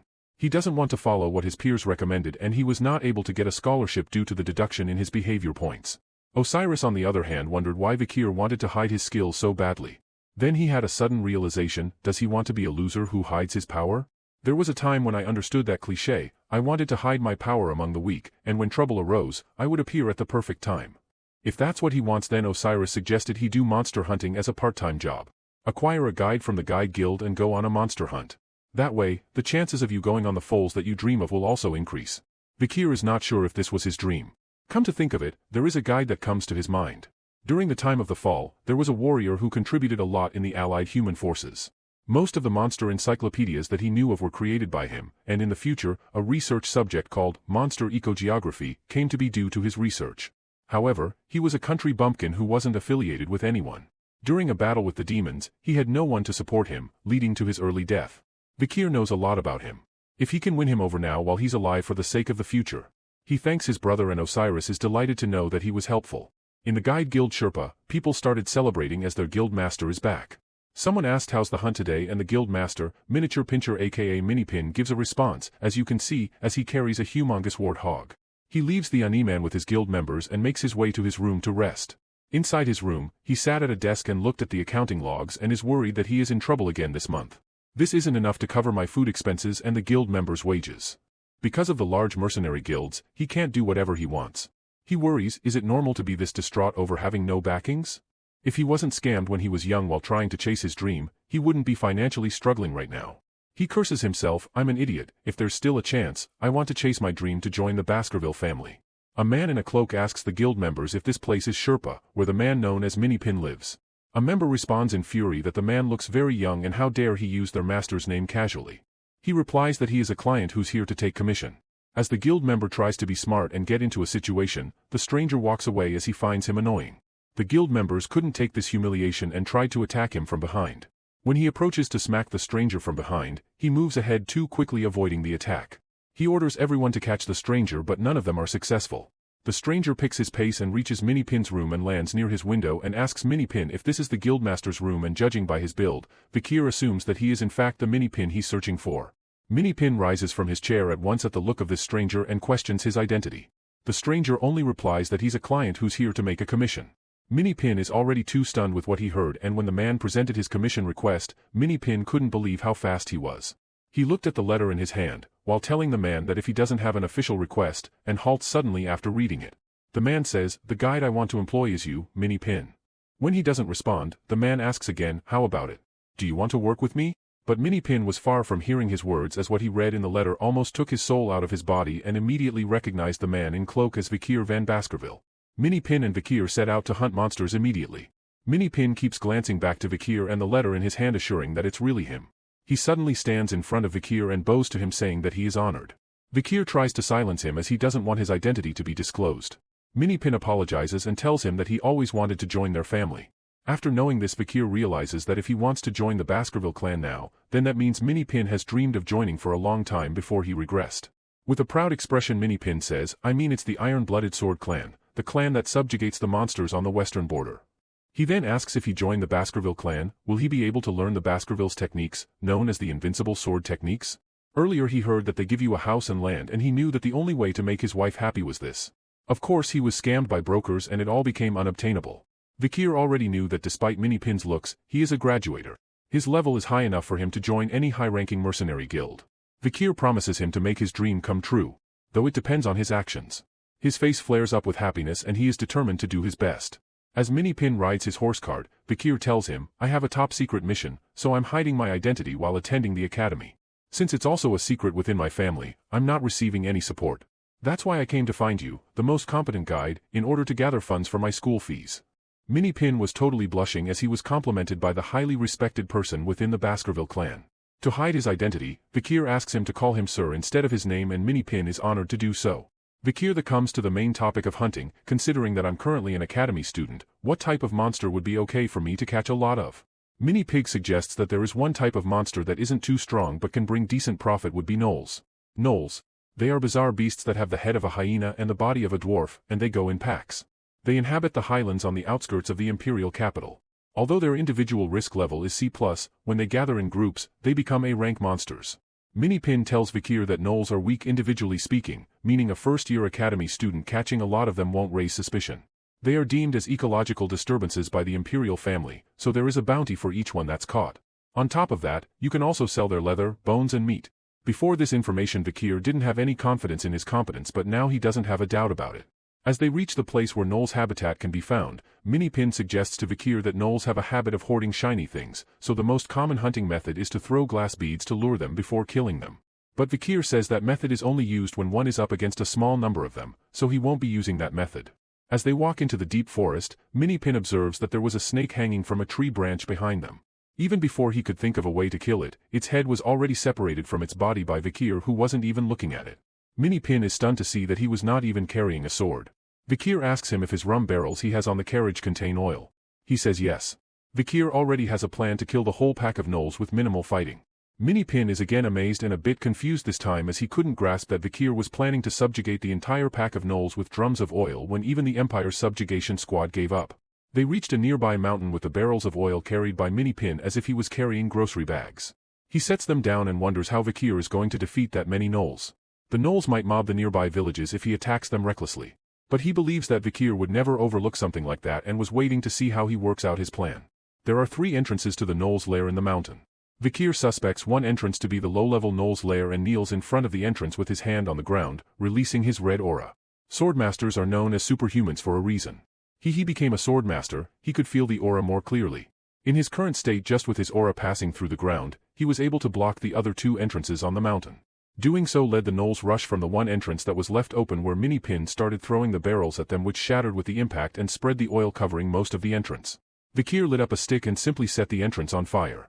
Who would have thought that he would use the same strategy he used while he was in the forest?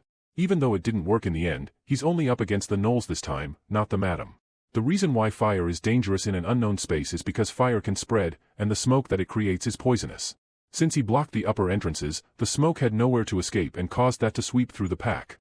From the back, Minipin observed the whole event unfold in front of him and admitted that even though they're monsters, Vikir hasn't batted an eye from taking numerous lives. He's much more cruel and meticulous than he imagined. As Vikir glances back, Minipin starts shooting stars from his eyes with admiration. Once the fire settles, they make their way inside the mountain. Minipin starts the conversation saying, "Sir, as expected, the Gnolls inside have died from smoke inhalation.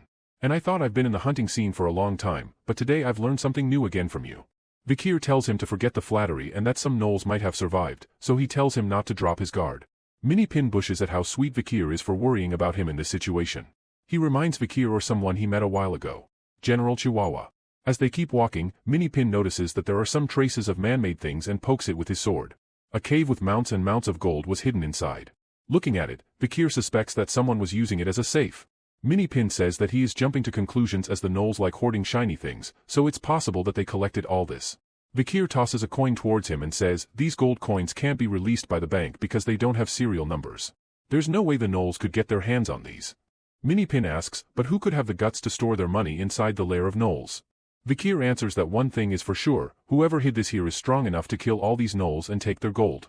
A woman in high heels was near the entrance and stepped on a dead Gnoll's head. Licking her finger shows how delighted she is to find out that some rats have crawled into her coin box. Inside, Minipin asks if all this gold is the result of a person looting a bank. Vikir says that's the only explanation, and he remembers that there was news recently that a bank was looted. He personally wrote that article, so he remembers it well. An unknown criminal who's framing the Nighthound and copying the Nighthound's criminal activities. That person is destroying the capital's surrounding facilities, and all the assets from those buildings have vanished. He knows that one of those facilities was a bank. All the witnesses were murdered, and all that was left at the scene were marks from high heels and something that looks like it was left behind by a giant snake. Before he could finish his sentence, someone threw a whip at them and they missed it by an inch. "It seems some rats have crawled into my safe," were the words of the woman in heels who was just near the entrance. Ms. Ouroboros. Her attack with the whip left a mark that resembles that of a snake, and that gave Vikir clarity. "She's using magic to alter her voice. To think people found my treasure room. I can't tell if you're lucky or unlucky." As she looks at her visitors clearly, her eyes flare up with slight panic and she wonders why he was here. Vikir notices that she has started to become wary of him and wonders if he knew her. She covers her face with her hand and smiles, saying that one thing she knows is that she's lucky. Lifting her head up, looking at Vikir with delighted eyes as he crawled into her safe himself. She releases her immense aura and Vikir notes that her aura is dense and she's at least a top-rank graduator. Minipin, who's barely a graduator, won't stand a chance. He wonders if he is the only one who can fight her. But if he loses her after he shows his true skills, the risk will be higher. As he contemplates on what action to take, Minpin notices glances at him, understanding that he is in deep thought. Although he knew that Vikir is a genius who's been deemed a hero, he thought that Vikir must be scared to fight Ms. Ouroboros when she's a top-rank graduator. He tells Vikir right now the Imperial garrison is patrolling the base of the mountain and declares that he will do everything he can in his power to get her away from the entrance, and tells him to use that chance to escape and join the garrison. With a last glance at him, Minipin says, although it was short, it was an honor to meet you. He pounces ahead towards the woman and slashes at her with all the strength he has. His attack was easily blocked by her, and with one swift move she hurled her whip towards him. He lost consciousness for a moment from one hit, and that one hit cut through his skin and broke a bone. To think the skill gap is this big when they're both graduators. This doesn't stop Minipin from go head-to-head again with her and taking all the lashes as he advances towards her just to create an opening for Vikir to escape. He believes that Vikir is destined to become a swordmaster one day, and it's too much of a waste for him to die here. He wanted to die here in this place protecting Vikir and believes it to be his calling. As he was about to land a fist blow on her face, Vikir quietly tells him not to throw his life away, and his baby madam shoots web into her eyes. While Ms. Ouroboros struggled with it, Vikir kicked her so hard that she slammed into the wall, the impact echoing through the mountain like thunder. Vikir appreciates Minipin saying that he's pretty strong. He doesn't understand why he said that, and neither does Ms. Ouroboros how Vikir is so strong. Vikir lifts Minipin onto his back and plans on escaping, as he bought them some time because he couldn't risk showing that he's actually a swordmaster. She calls out after them, but Vikir only stops as he reaches the entrance to warn her that it would be best for her to escape as well. He tells her that they will come back here with the Imperial garrison soon. With an ominous expression, he warns her to prepare herself if she plans on touching his treasure room and bids her goodbye. She curses after him, but he disappears with Minipin on his back. While walking in the forest, Vikir has a smile on his face. It was interesting how he thought he lives enough, but he's still learning a lot about himself. Minipin's actions today reminded him of the slave auction a while ago. Vikir admits, from the loyalty you all have shown me, maybe my past is being comforted. The Knoll subjugation ended with the arrival of the Imperial garrison. Upon arrival, Ms. Ouroboros hid herself and left behind a large amount of gold. Everything within the cave was confiscated by the Imperial garrison. However, Vikir lifts up a bag filled with gold and shows it to Minipin, who is on the bed covered in bandages, and tells him, "This is the money I got from selling the loot and the reward I received from the Knoll subjugation.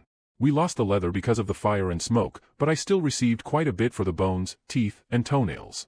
He then takes a seat near him and asks Minipin how he was feeling. He replies, "Honestly, my whole body hurts, but they said I'll make a full recovery." Vikir notes that he did not reach the level of a graduate for nothing and places the bag of gold beside him as a gift. As he opens the bag, Minipin's face lights up at the amount of gold in it.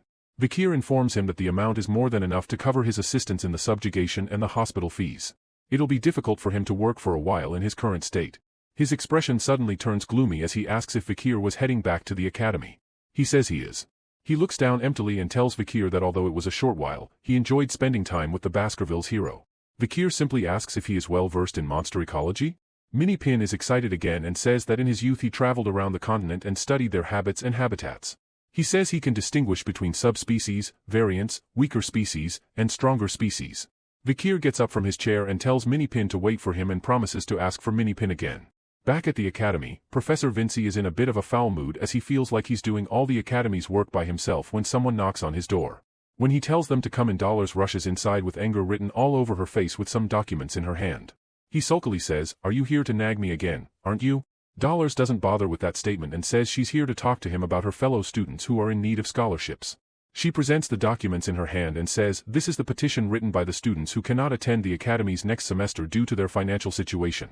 Appeals were written by students who couldn't maintain their grades because they had to work part-time jobs and students who couldn't work but maintain their grades to receive scholarships. On the other hand, there are scholarship students who are in need of re-evaluation. There is a significant number of students who are wealthy yet pretend to come from low-income families and are fraudulently receiving scholarships. We need to revoke their scholarships and give them to students who actually need them. Vinci tells her that the scholarships are given to the students according to the academy's rules. The very rules, he claims, that she, the student council president, must protect and uphold. But Dollars continues, "I'm saying that we should look into this matter to make sure we're not overlooking the students who are in need of them." He looks at her and asks, "Are you telling me to do more work right now?"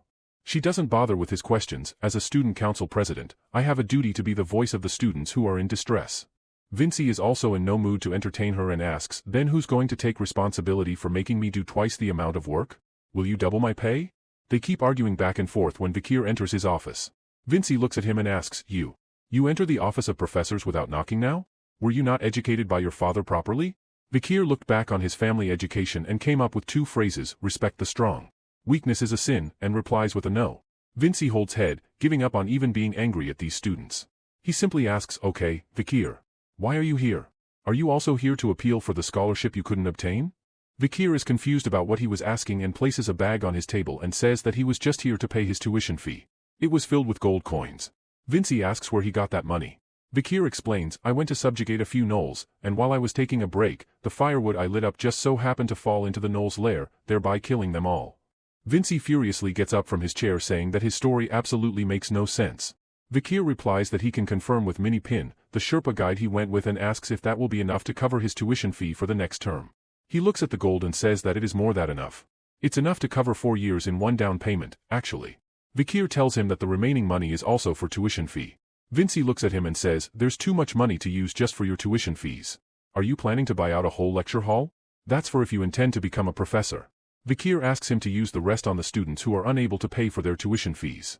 Vinci asks if he heard correctly and if he's willing to donate all of that money to a scholarship. Vikir says yes, under one condition. In order to receive this money, the students must reach a certain amount of volunteering hours at the orphanage. Vinci annoyingly asks if he's doing this because he wants to name his scholarship the Vicky Award.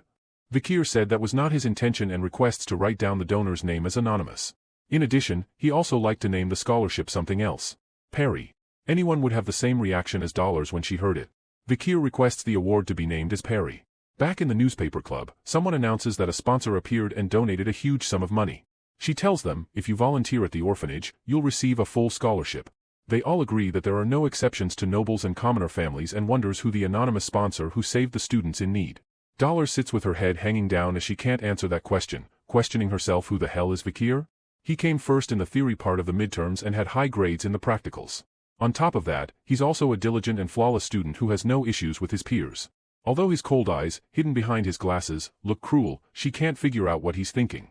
Perry was a poor child who was sacrificed in the battle against Dantalion. So Vikir still remembers Perry. If that's true, then he definitely has a warm heart underneath that cold exterior of his. He heads towards his dorm room wanting to talking to him about something. Perhaps this feeling is a sense of responsibility or indebtedness as someone who witnessed Perry's last moments during her and the Nighthound's fight against Dantalion. When she knocked on the door, it was answered by PG. She asks about Vikir, but he's not in his dorm room, and PG says he doesn't know where he could be and tells her that Vikir always wanders around during the night. After looking at her expression, PG is embarrassed that their room is so empty and explains that the bottom bunk is Vikir's, but he doesn't have a lot of stuff. It's as if he might leave at any moment. This shocks Dollars, but PG keeps going. It seems like Vikir also has a story, but as his roommate, I can't help but be worried that he'll just up and leave one day. When he turned back to Dollars, she was already walking away thanking him. He was so confused at her reaction and her coming all the way here to meet Vikir and wondered if she liked Vikir. Somewhere in the Empire was a train station full of people. It was Imperial Central Station, and on platform number 999 was Bianca, who wore a summer dress and a white hat. While on her shoulder, she had her purse in the other hand, and she was holding her carry-on luggage. She couldn't help but blush and smile since it had been a long time since she had gone on a trip. Behind her were Sancho, Tudor, Sinclair, and Piggy, who wore the academy uniform with a confused expression. Tudor mentioned that if someone saw them, they would think they were going on a vacation. He asked Bianca not to forget that they were going to fight. Then she began pointing to one side with her finger. Not far from them was a group of students chatting among themselves.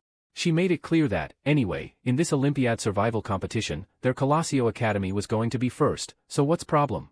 The Olympic survival competition is a tournament where the prestigious 4 academies of the Empire gather in one place to signal the start of the competition. The first was the Elite Academy, the Colosio Academy recognized for offering the best education in all areas. Then there was Bootcamp Varangian, the Northern Warrior Training School that specialized in fighting in the cold climate with the bald spear and axe and bow and arrow. Themyscira Women's University, a university with the same education system as Colosio Academy. Lastly, there's this year's hosting institution, the Eastern Mage Training School, the Magic Tower. Attention was fixed on Bianca. The hosting institution is Magic Tower, right? Bianca turned to him and nodded her head, and the continent's southern city, Dortsmile, is famous for being a tourist destination, which is where the tower resides. While they were walking through the station, the loudspeaker began to sound, revealing that the Continental train is entering the station. The next station is Imperial Capital, Imperial Central Station. They approached the train tracks and the train had blue magic circles in front of it. The eyes of Sancho and Piggy began to shine with excitement. This is Piggy's first time seeing a magic train. Sancho with a confident smile mentioned that he had already taken this train once on his way to the academy. While Piggy was observing the train with amazement, Bianca said to them not to make a silly face. Upon hearing this, everyone's attention turned to her with their eyes widened in confusion. with a confident gaze. Bianca said we can't look weak in front of our rivals. While they were talking, several students got off the train. Among them were students from Varangian Academy with serious expressions who began to get off the train, and then with a smile, the girls from the Themyscira Women's University also got off the train. Everyone went to the station store to buy some food. Piggy was surprised to see that suddenly everyone had gotten off the train. Tudor, who had his arms crossed, noticed that the atmosphere was quite tense. Tudor extended his hand to one side and, with a confident smile, mentioned that the students of Bootcamp Varangian will be pissed by seeing Sancho. With a confused gaze, Piggy asked why, while Sancho was smiling. Tudor explained that Sancho had placed first in the entrance exam of the Bootcamp Varangian, but he ended up in Colosio Academy. Sanchez's with confidence, said he is ready to fight whenever it is. While they were talking, Bianca approached them and said that Sinclair would have an even rougher time, as she had come first at the entrance exam for both the Magic Tower and Themyscira, and was in serious trouble. Upon hearing this, Sinclair couldn't help but smile and had a little blush on her face. They got on the train. Sinclair was nervous about this. It'd be great if I do well, but if I don't, then it will be my loss. Piggy, who was reading the train ticket, Tudor was behind him, and asked her not to worry too much, since the real aces were the third-year students. Also, according to the data, there were going to be 50 third-year students, 30 second-year students and 20 first-year students. Tudor also said that if we managed to rank among the top 10 in this competition, they could choose a treasure from the warehouse. It is equally managed by all 4 academies, at least one of us should place in the top 10. As they found their seating, Tudor said it was a shame that Vikir had not come with them. He was unable to believe that Vikir had abandoned them to team up with other boys. Sancho, who was sitting next to him, mentioned that it was said that Vikir had already promised them, so it could not be helped. Bianca started to gaze off to one side and remembered that Vikir's seat was in a separate car. And I hope he doesn't get into trouble with the students from other academies. Upon hearing this, Sinclair was shocked at first, but then she asked Bianca nothing bad will happen to him, right? Piggy couldn't help but get nervous and more worried, not about the other academies, but he was more concerned about his teammates. At the same time, in the other train card, there was Grenouille de Leviathan with a lost gaze. He is the third son of the deadly poison Leviathan family, one of the 7 great families of the Empire. He was praised as the greatest genius within his clan, and until now had never allowed anyone to be above him until he entered Colosio Academy. Under the tree was Sinclair, and Grenouille was watching her from afar. He had ranked second in the entrance exam, and the person who had outranked him was a commoner named Sinclair. Grenouille was awestruck by her beauty. However, as time went by, a strange feeling began to grow in Grenouille's heart. Sinclair was happily looking at the cherry petals, and that was the moment that feeling had been born from. Her eye-catching platinum hair, her smooth skin, her big doe eyes, and her delicate nose and mouth. While she was distracted, Grenouille was with his men beside him. It was love at first sight, although he denied it strongly, it was an inevitable fact. He approached her, and called her a commoner, and with a smile, asked if she had found a team with a surprise gaze. She turned around. He suggested that she can join his team. She did not even gaze at him, but she started waving at someone. With a gaze full of joy, she began to run and pass by Grenouille. Upon seeing this, his eyes widened in confusion and surprise. He could not help but clench his teeth tightly and feel furious. Behind them stood Vikir.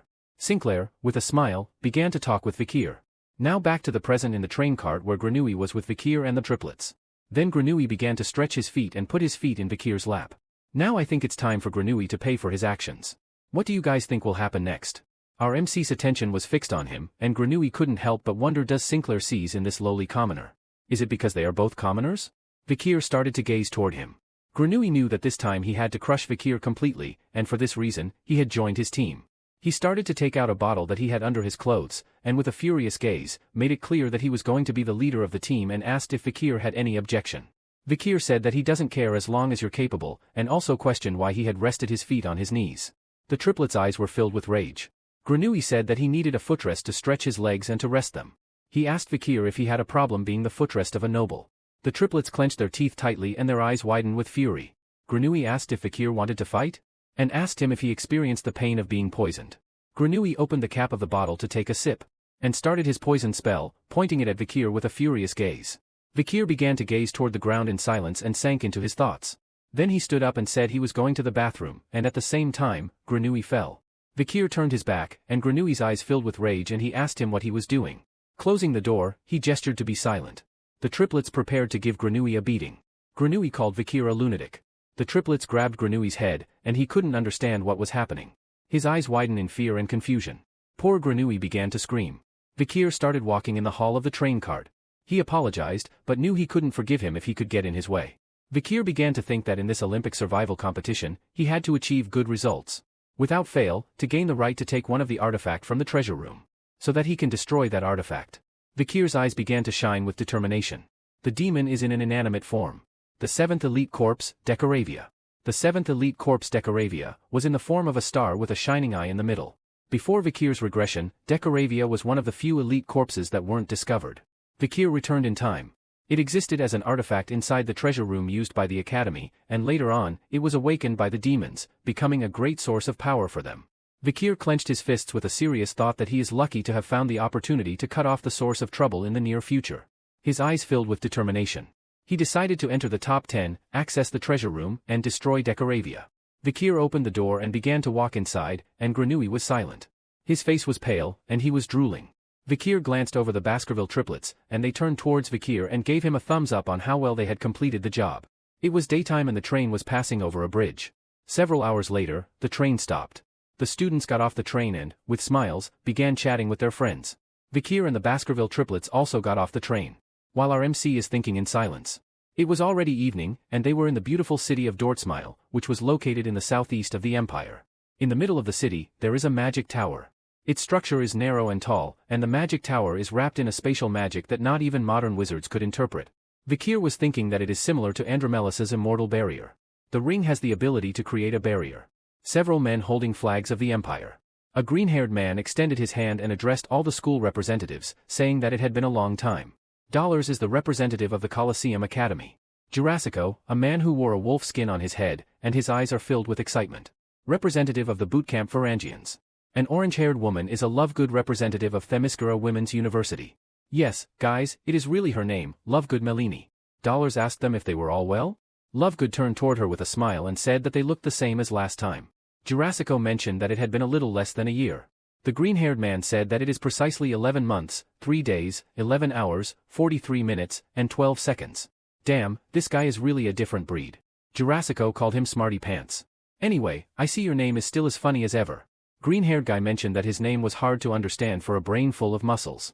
He was the representative of the Magic Tower, and guys, you won't believe this but, his name is Arrogant Smarty Pants. Bianca could not believe that his name was Arrogant Smarty Pants. Sinclair explained that in the Magic Tower, there existed a tradition where the seniors named their juniors. And the reason she gave up entering the Magic Tower was that they gave her a soft cotton nickname. Sinclair tells us that his real name is blah blah blah Hohenheim. Guys, you think Hohenheim is weird? Wait until I reveal his real name, that is, Philippus Aurelius Theophrastus Bobast von Hohenheim. I think it is better to stick with Arrogant Smarty Pants. Piggy approached them and commented that the representatives from each school are really unbelievably strong. Jurassico, representative of the Varangians bootcamp, when he was in his first year, had knocked out all the fourth-year students and dominated the academy. There was also a rumor that his grandparents were barbarians who lived in the Le Rouge et Le Noir mountains. Dollars wasn't able to win even once against Hohenheim during the entire university league. It was said that he had so much talent that after graduating, he would automatically be appointed as a professor at the Magic Tower, and his goal is to become the youngest tower master. Lovegood, representative of Themyscira Women's University, not only stood out for her skill, but also for her charisma to influence people. Therefore, she was called Themyscira's Zenith. In addition, she is a dancer for a famous theater dance group. Piggy began to read the contents of his book. Probably in this tournament, Smarty Pants and Jurassico would compete for first and second place, while President Dollars would be in third place. In fourth place would be Lovegood. Bianca asks Piggy, from where did you get this intel, Piggy? Just then, Smarty Pants interrupted their conversation as you all traveled a long way to the Magic Tower. Let me guide you to your rooms. After some time, Sinclair, Bianca, Piggy Sancho, and Tudor arrived near the accommodation. In front of them, there was a beautiful mushroom-shaped lodging. They couldn't believe that this was the place where they were going to stay. Not long after, the cooks of the Magic Tower prepared delicious dishes of meat, fish, and desserts. Tudor grabbed the fork and knife. He did not expect them to provide food in their room. It was much better than what he had imagined. Piggy asked that if anyone had seen Vikir since he was starting to get worried about him. Bianca pointed at the table where Vikir was. Tudor asked Piggy to stop worrying about Vikir and advised him to worry about us. Each academy has 20-1 ST first years, 30 second years, and 50 third years, which adds up to a total of 100 per school. Of the 400 participants in total, we need to place in the top 10 so that we can get an artifact. Bianca saw that one of the students went for some food, but nothing was left. The plates of the students from the Varangian bootcamp were full of food. Bianca's attention was fixed on them. She was frustrated because they had to share lodging with the Varangians, and she didn't like their lack of manners. They got ready to fill their plates again and pushed aside the other students since, according to them, in meals, what mattered was rotation, and that meat should keep coming without stopping.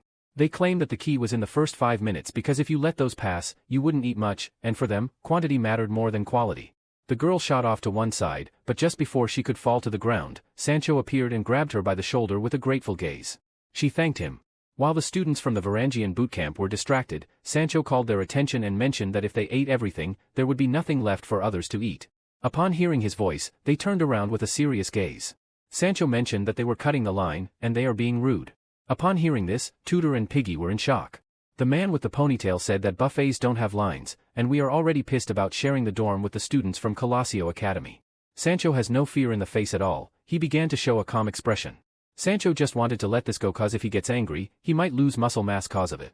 Ponytail got angry with Sancho. But he recognized Sancho Barataria. He was not able to recognize him before because he was wearing the nerdy Colosio's uniform. He mocked Sancho by calling him a coward for having fled. After finishing the entrance exam at Varangian, Sancho explained his reasoning as he did not join the Varangian even after placing first in the exam, cause he ranked 5th in Colosio, he had more to do here. Sancho asked him, "Who are you?" This made Ponytail even angrier, and he asked, "Have you forgotten me? I'm Balasan. The one you contested with during the test?" Tutor and Bianca enter the scene and make fun of Balasan. Sancho asked them to stop making fun of the weak with a smirk. Upon hearing this, Balasan crushed the kitchen tongs with an angry expression.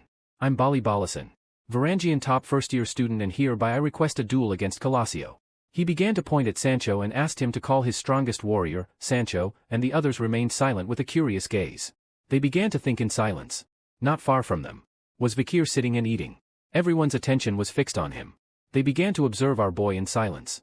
Balasan felt somewhat confused while Vikir was eating. Calmly Balasan approached him and slammed the table hard. Instead of panicking, our MC remained calm with eyes. Balasan asked if Vikir was the strongest. Balasan was furious, placing his hands on the table. Balasan began to stare intently at Vikir. Our MC, who was sitting in front, remained silent. Balasan asked if Vikir was the strongest first-year student at Colosio's academy. Balasan placed his elbow with force on the table. He sat across from Vikir and suggested an arm wrestling match without mana to see how strong Vikir really was. Vikir was just silent as he did not know where this was coming from. Balasan, with an arrogant smile, mocked our MC by asking if perhaps he was afraid. "You can tell me we can stop this, but to say that you are the strongest, I'm amazed by the standards of Colosseum Academy." Upon hearing this, the eyes of Bianca, Piggy, Sinclair, and Tutor filled with rage. Just then, Dolores interfered and said that creating disturbances between schools before the tournament is not permitted. "Let's stop the taunting here and suggest going to bed early for the tournament." At that moment, a muscular man placed his hand on Balasan's shoulder and said, "Isn't it fun to see that the energetic young people had a small conflict? He is Mr. Jurassico Bacaraga." Everyone's attention was fixed on him. He is the school president of Varangians. Jurassico started speaking as Balasan put his name and honor of being a Varangian freshman on the line and requested a duel. "So now what are you going to do, strongest first year of Colosio?" Dolores said, "Mr. Jurassico, I understand what you're trying to say, but no means no." Then Jurassico placed his hand on Balasan's shoulder and, with a smile, said that Balasan is hyped up to prove himself and also asked, "Look over there, I feel the same determination in Colosio students, isn't that right?" Not far away were Bianca, Sancho, Tutor Piggy, and Sinclair. Their eyes were filled with rage. They could endure being insulted, but they would not allow anyone to insult their friend. Dolores's attention was fixed on them, and her eyes filled with concern. With a nervous expression, she began to ponder in silence, knowing that if she used her authority to force them to stand down, it could affect the morale of the first-year students before the tournament. "Even though the safety of the students is my priority." Vikir began to observe Jurassico with a curious gaze. Jurassico put his arm around Balasan's neck and, with a smile, said to Vikir, "If he is afraid of getting hurt, then don't worry, this gut will take it easy." Vikir started to think about Jurassic's past. Remembering that Jurassico, before his regression, had been one of the great heroes of mankind's allied forces. During his time at bootcamp Varangian, he fought with the fourth years because they bullied him for his parents being born in the forest, which is how he conquered the school. Since that incident, he was never looked down on but acknowledged instead. Vikir gave a calm response, "Let's arm wrestle."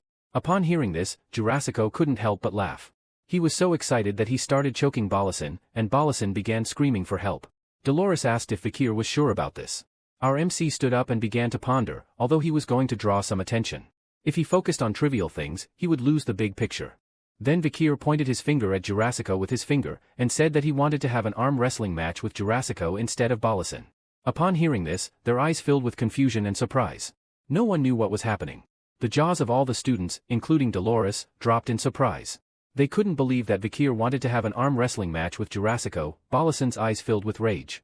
Balasan clenched his fist and made it clear that he was Vikir's opponent.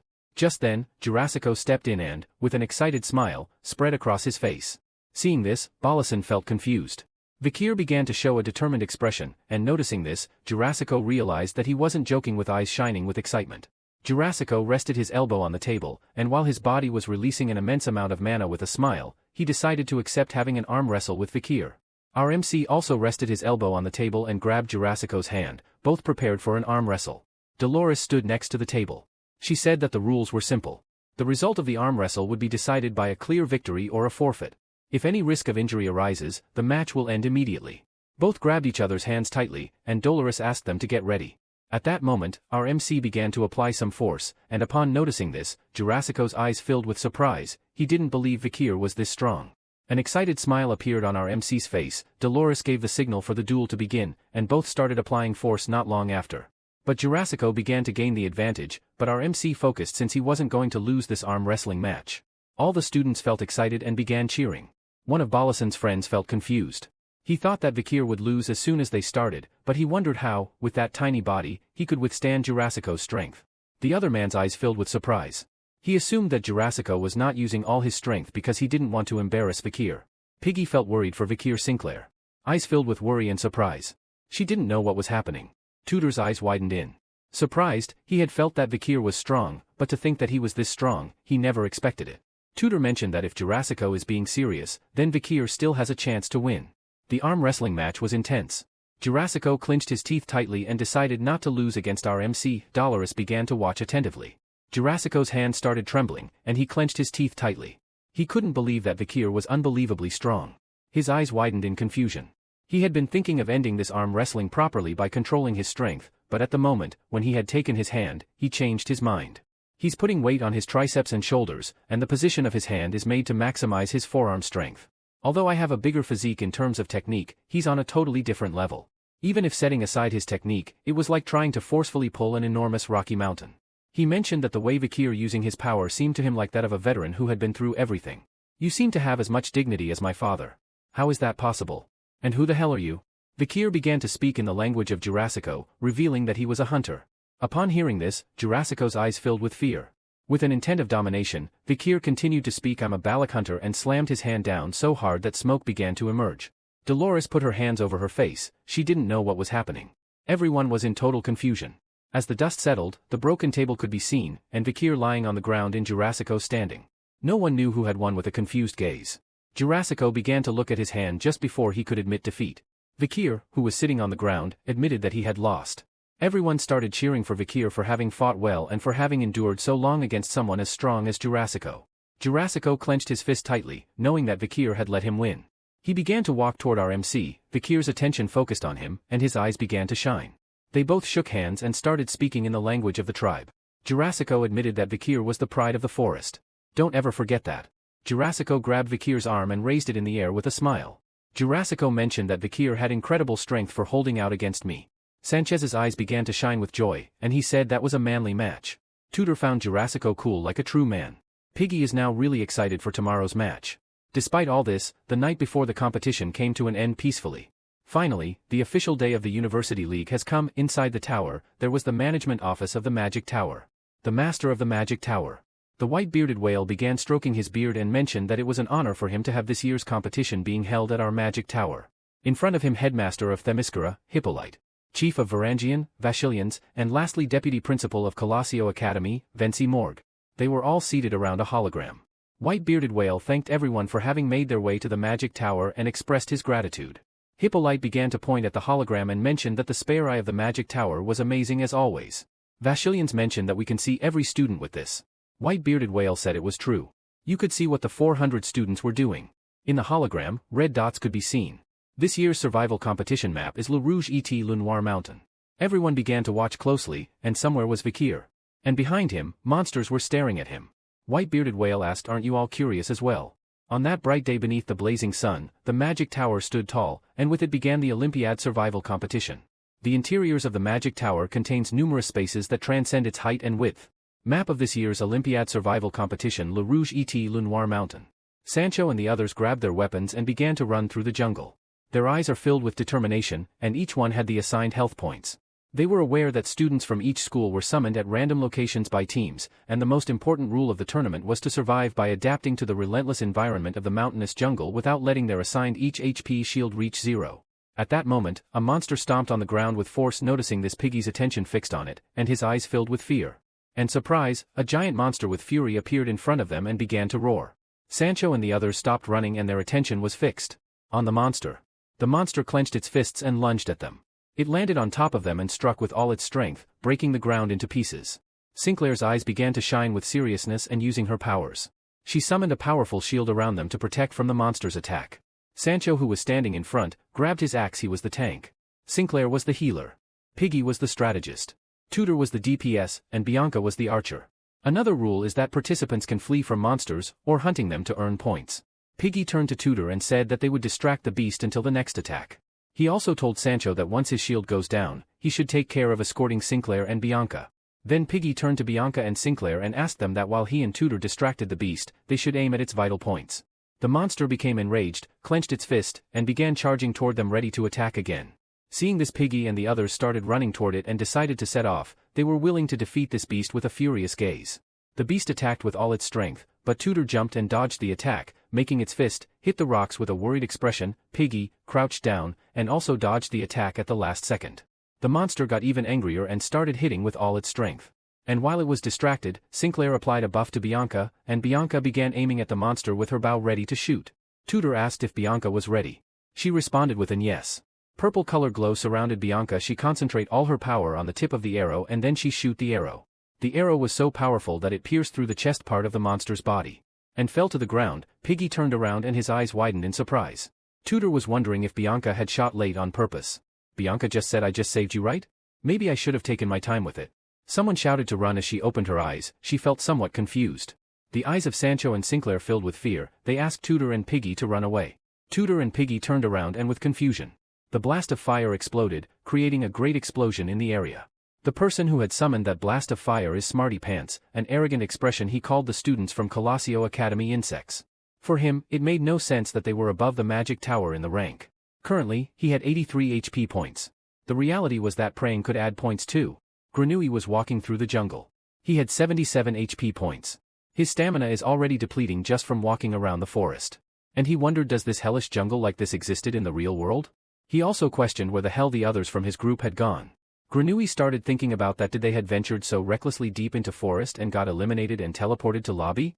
He began to remember what had happened in the train. Just then, a strange aroma began to spread through the air and this caught Grenouille's attention. He couldn't help but blush and put his hand over his stomach. His mouth watered as it was the smell of food. He wiped his mouth and with a smile, began to follow the trail of the smell. Giving off the aroma of food in the middle of the forest was like putting up a sign that said, "I'm here. Get me." Not long after, in the distance, he saw a campfire and thought he had found free food, but to his surprise, he triggered the trap that was on the ground. He looked down and his eyes widened in fear and surprise. The rope wrapped around his foot, lifting him upside down. Grenouille panicked and started screaming like a madman. He didn't know who had set the trap and demanded to be brought down immediately. A person came and questioned him, what is he doing here? Grenouille did not expect to meet them here. It was our MC and the triplets. Our MC had 100 HP points while the others had 95, 96, and 97. Grenouille felt embarrassment. They removed him from the trap and brought Grenouille down, and then they sat around the bonfire. While the triplets were silent, Grenouille sat next to Vikir and began to show a forced smile. They started to prepare some meat on the bonfire. Grenouille's attention was fixed on the tent. There was not only food, but also an improvised tent, which made him wonder who could have done all this. He asked the triplets about this. High Burrow said that the commoner had done all this. Middle and Low Burrow nodded their heads. Grenouille asked if a commoner had done all this, dismissing it as a lie. He wondered how a commoner could do something like this. The triplets began to stare at him, and their eyes filled with rage. Grenouille raised his hands and said that he just wanted to know how Vikir had done all this. The smell of food began to pass under Grenouille's nose. He couldn't help but wondered why those idiots from the Baskervilles were covering for him. Grenouille's stomach roars. Vikir and the others began to watch in silence. The triplets couldn't help but laugh at him. Noticing this, Grenouille felt even more furious. He was so humiliated that he wished to die. Vikir brought a piece of meat close to Grenouille's face and mentioned that they were roasting it to attract monsters, but if he wanted, he could eat, since they had already eaten. His attention focused on it, and asked why Vikir was being generous with him. Our MC said that because Grenouille was the leader of the team. Vikir knew that Grenouille's poison could also be useful in the forest and thought that he might be useful to them later. Grenouille's eyes were filled in tears and couldn't help but cry. He was thinking about that damn commoner. He who had looked down on him so much, but who would have thought he'd be so nice. He took the roasted meat and with tears in his eyes, began to eat. His HP points went from 77 to 90. Vikir and the others watching in silently. Later, someone shot an arrow at high speed, which lodged into the leg of a monster that was fleeing. The person who had shot the arrow was Vikir. Next to him was Grenouille, who began to use his poison power with their eyes shining with determination. The triplets began charging at the monster. The monster with the shape of a bear and horns got enraged. It turned around and started to roar, but the triplets attacked quickly and started to cause wounds to the monster. Not long after it lost its life and fell to the ground. Vikir revealed that they had already hunted 30 beasts. The triplets were happy since this was very easy. Vikir revealed that if we wanted to secure a place within the top 10, Wayne to hunt more. Grenouille's attention and his mind were filled with curiosity. He did not know why only Vikir hunted monsters instead of other students. Grenouille became even more curious, not knowing what he had in mind. Vikir's eyes began to shine. This felt familiar. The survival score, the score for hunting monsters, even the points obtained by making others fall behind, all of it was familiar. Even back then. He had avoided the gazes of others, caught the monster and obtained first place in the test. Testing site feels like him back home. However, after entering the Le Rouge et Le Noir mountain, inside the magic tower, I've been feeling anxious for some reason. It's like my swordmaster senses are warning me. Vikir felt something was approaching while they were distracted. Not long after, something began to move toward them at great. Without losing a second with a killer gaze. The triplets drew their swords and stood in front of Vikir. Our MC drew his bow ready to attack. Grenouille with a confused gaze, extended his hands, and also prepared to fight. His eyes widened in surprise and confusion. He could not believe what his eyes were seeing. It was Sinclair, who now only had 38 HP points. Her body was full of scratches and her clothes were torn. With a gaze full of fear, began to pant heavily at the same time. In the administration room of the magic tower, all the professors were monitoring the students. According to the data shown by the system, the current state of the participants revealed that out of 400 who started, only 149 remained. The distribution of these survivors was as follows: the magic tower had 46, Varangian followed closely with 45, Themyscira had 35, and Colossio Academy with only 23. Basilio said that even though Colossio already had the least amount of students, Hohenheim still eliminated a large number of Colossio freshmen. Hippolyte with a smile, said that Hohenheim looked very imposing. The master of the magic tower, white-bearded whale, could not help but feel joyful. Upon seeing that the smarty pants had finally shown his true nature. It seems like the Colosseum Academy had no luck in this year's tournament. White-bearded whales asked, "What are you thinking about so deeply?" With a lost gaze. Banshee Morg began to observe the hologram in silence, while his eyes were shining with concern. He questioned whether it is really safe for holding the competition in this map. With an arrogant expression, White-bearded whale questioned what he meant by that. Banshee Morg began to explain that the magic tower had not modeled the tournament location as an ordinary forest, but had based it on the deep and still unreleased zones of the forest. This meant that not only was the terrain more hostile, but also that the summoned magical beasts became progressively more dangerous, reaching levels that students could not handle. He recalled that according to reports sent by the Morg family years ago, in one of these unreleased zones, a level S magical beast had appeared according to estimates, an event which caused severe losses and damage. His eyes widened in fear as a terrible doubt struck him. He wondered if in case a beast of this caliber appeared in the tournament, the system of the magic tower would be able to take appropriate measure? Does it have countermeasures for the worst-case scenario? White-bearded whale made it clear that this had not been news, but a simple rumor, one that he too had heard. He put his hand over his face and explained that since that incident, there had been no other witness. He emphasized that those who spread these rumors were the Morg family, who were in open opposition to his magic tower, which is why from the beginning he did not trust what they said. On the other hand, he stated that the beasts appearing on the tournament field were summoned, adapting to the students' abilities. Currently, the level of participants ranged from low-ranking sword expert and fourth circle mage to low-ranking graduators. White-bearded whale explained that nevertheless, if there was someone had 7th circle or higher, or a student who is at sword master level, then the system will begin to summon monsters the students can't handle. However, he insisted this was only theoretically speaking. If any such things happen, the competition will be suspended. At the same time, Tutor Sancho, Piggy and Bianca appeared in the tournament waiting room. Tutor said, "You guys got eliminated too." Piggy put his hands on his head and said, "If only we did not let out guard down. If a student's HP shield reached 0, they would be automatically teleported to the tournament waiting room." Because of this, he didn't understand what problem there could be with an arrogant expression. He began staring at Banshee Morg and questioned whether he was protesting just because there were few students from Colossio. With a furious expression, Banshee Morg stood up and asked him to stop saying nonsense.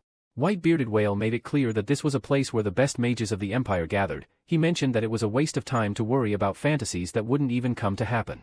Upon hearing this, Banshee Morg couldn't help but clench his teeth tightly, and his eyes widen with rage. He knew that it was impossible to reason with this old man. At the same time in the forest, Vikir sat in front of the bonfire, with a curious gaze, asked if Tutor Piggy, Bianca and Sancho had been eliminated. Sinclair, who was sitting in front, nodded her head. She held her magic staff tightly and her eyes filled with sadness. She said that Tutor and Piggy were attacked without defense by Hohenheim from the magic tower. He recognized Hohenheim as one of the great heroes who stood out during fall, but he also knew that even if they were heroes from the same era, there could still be differences in their skill. Sinclair felt lucky to have found Vikir. She was confused since she didn't know why his HP did not drop. Our MC had 100 HP points. Sinclair's admitted that she got tired quickly losing HP just by running a little through the forest. Granui was not able to digest seeing them together. He knew that they were simply hiding deep in the forest hunting beasts, and because of this, they maintained their good condition and their HP did not drop.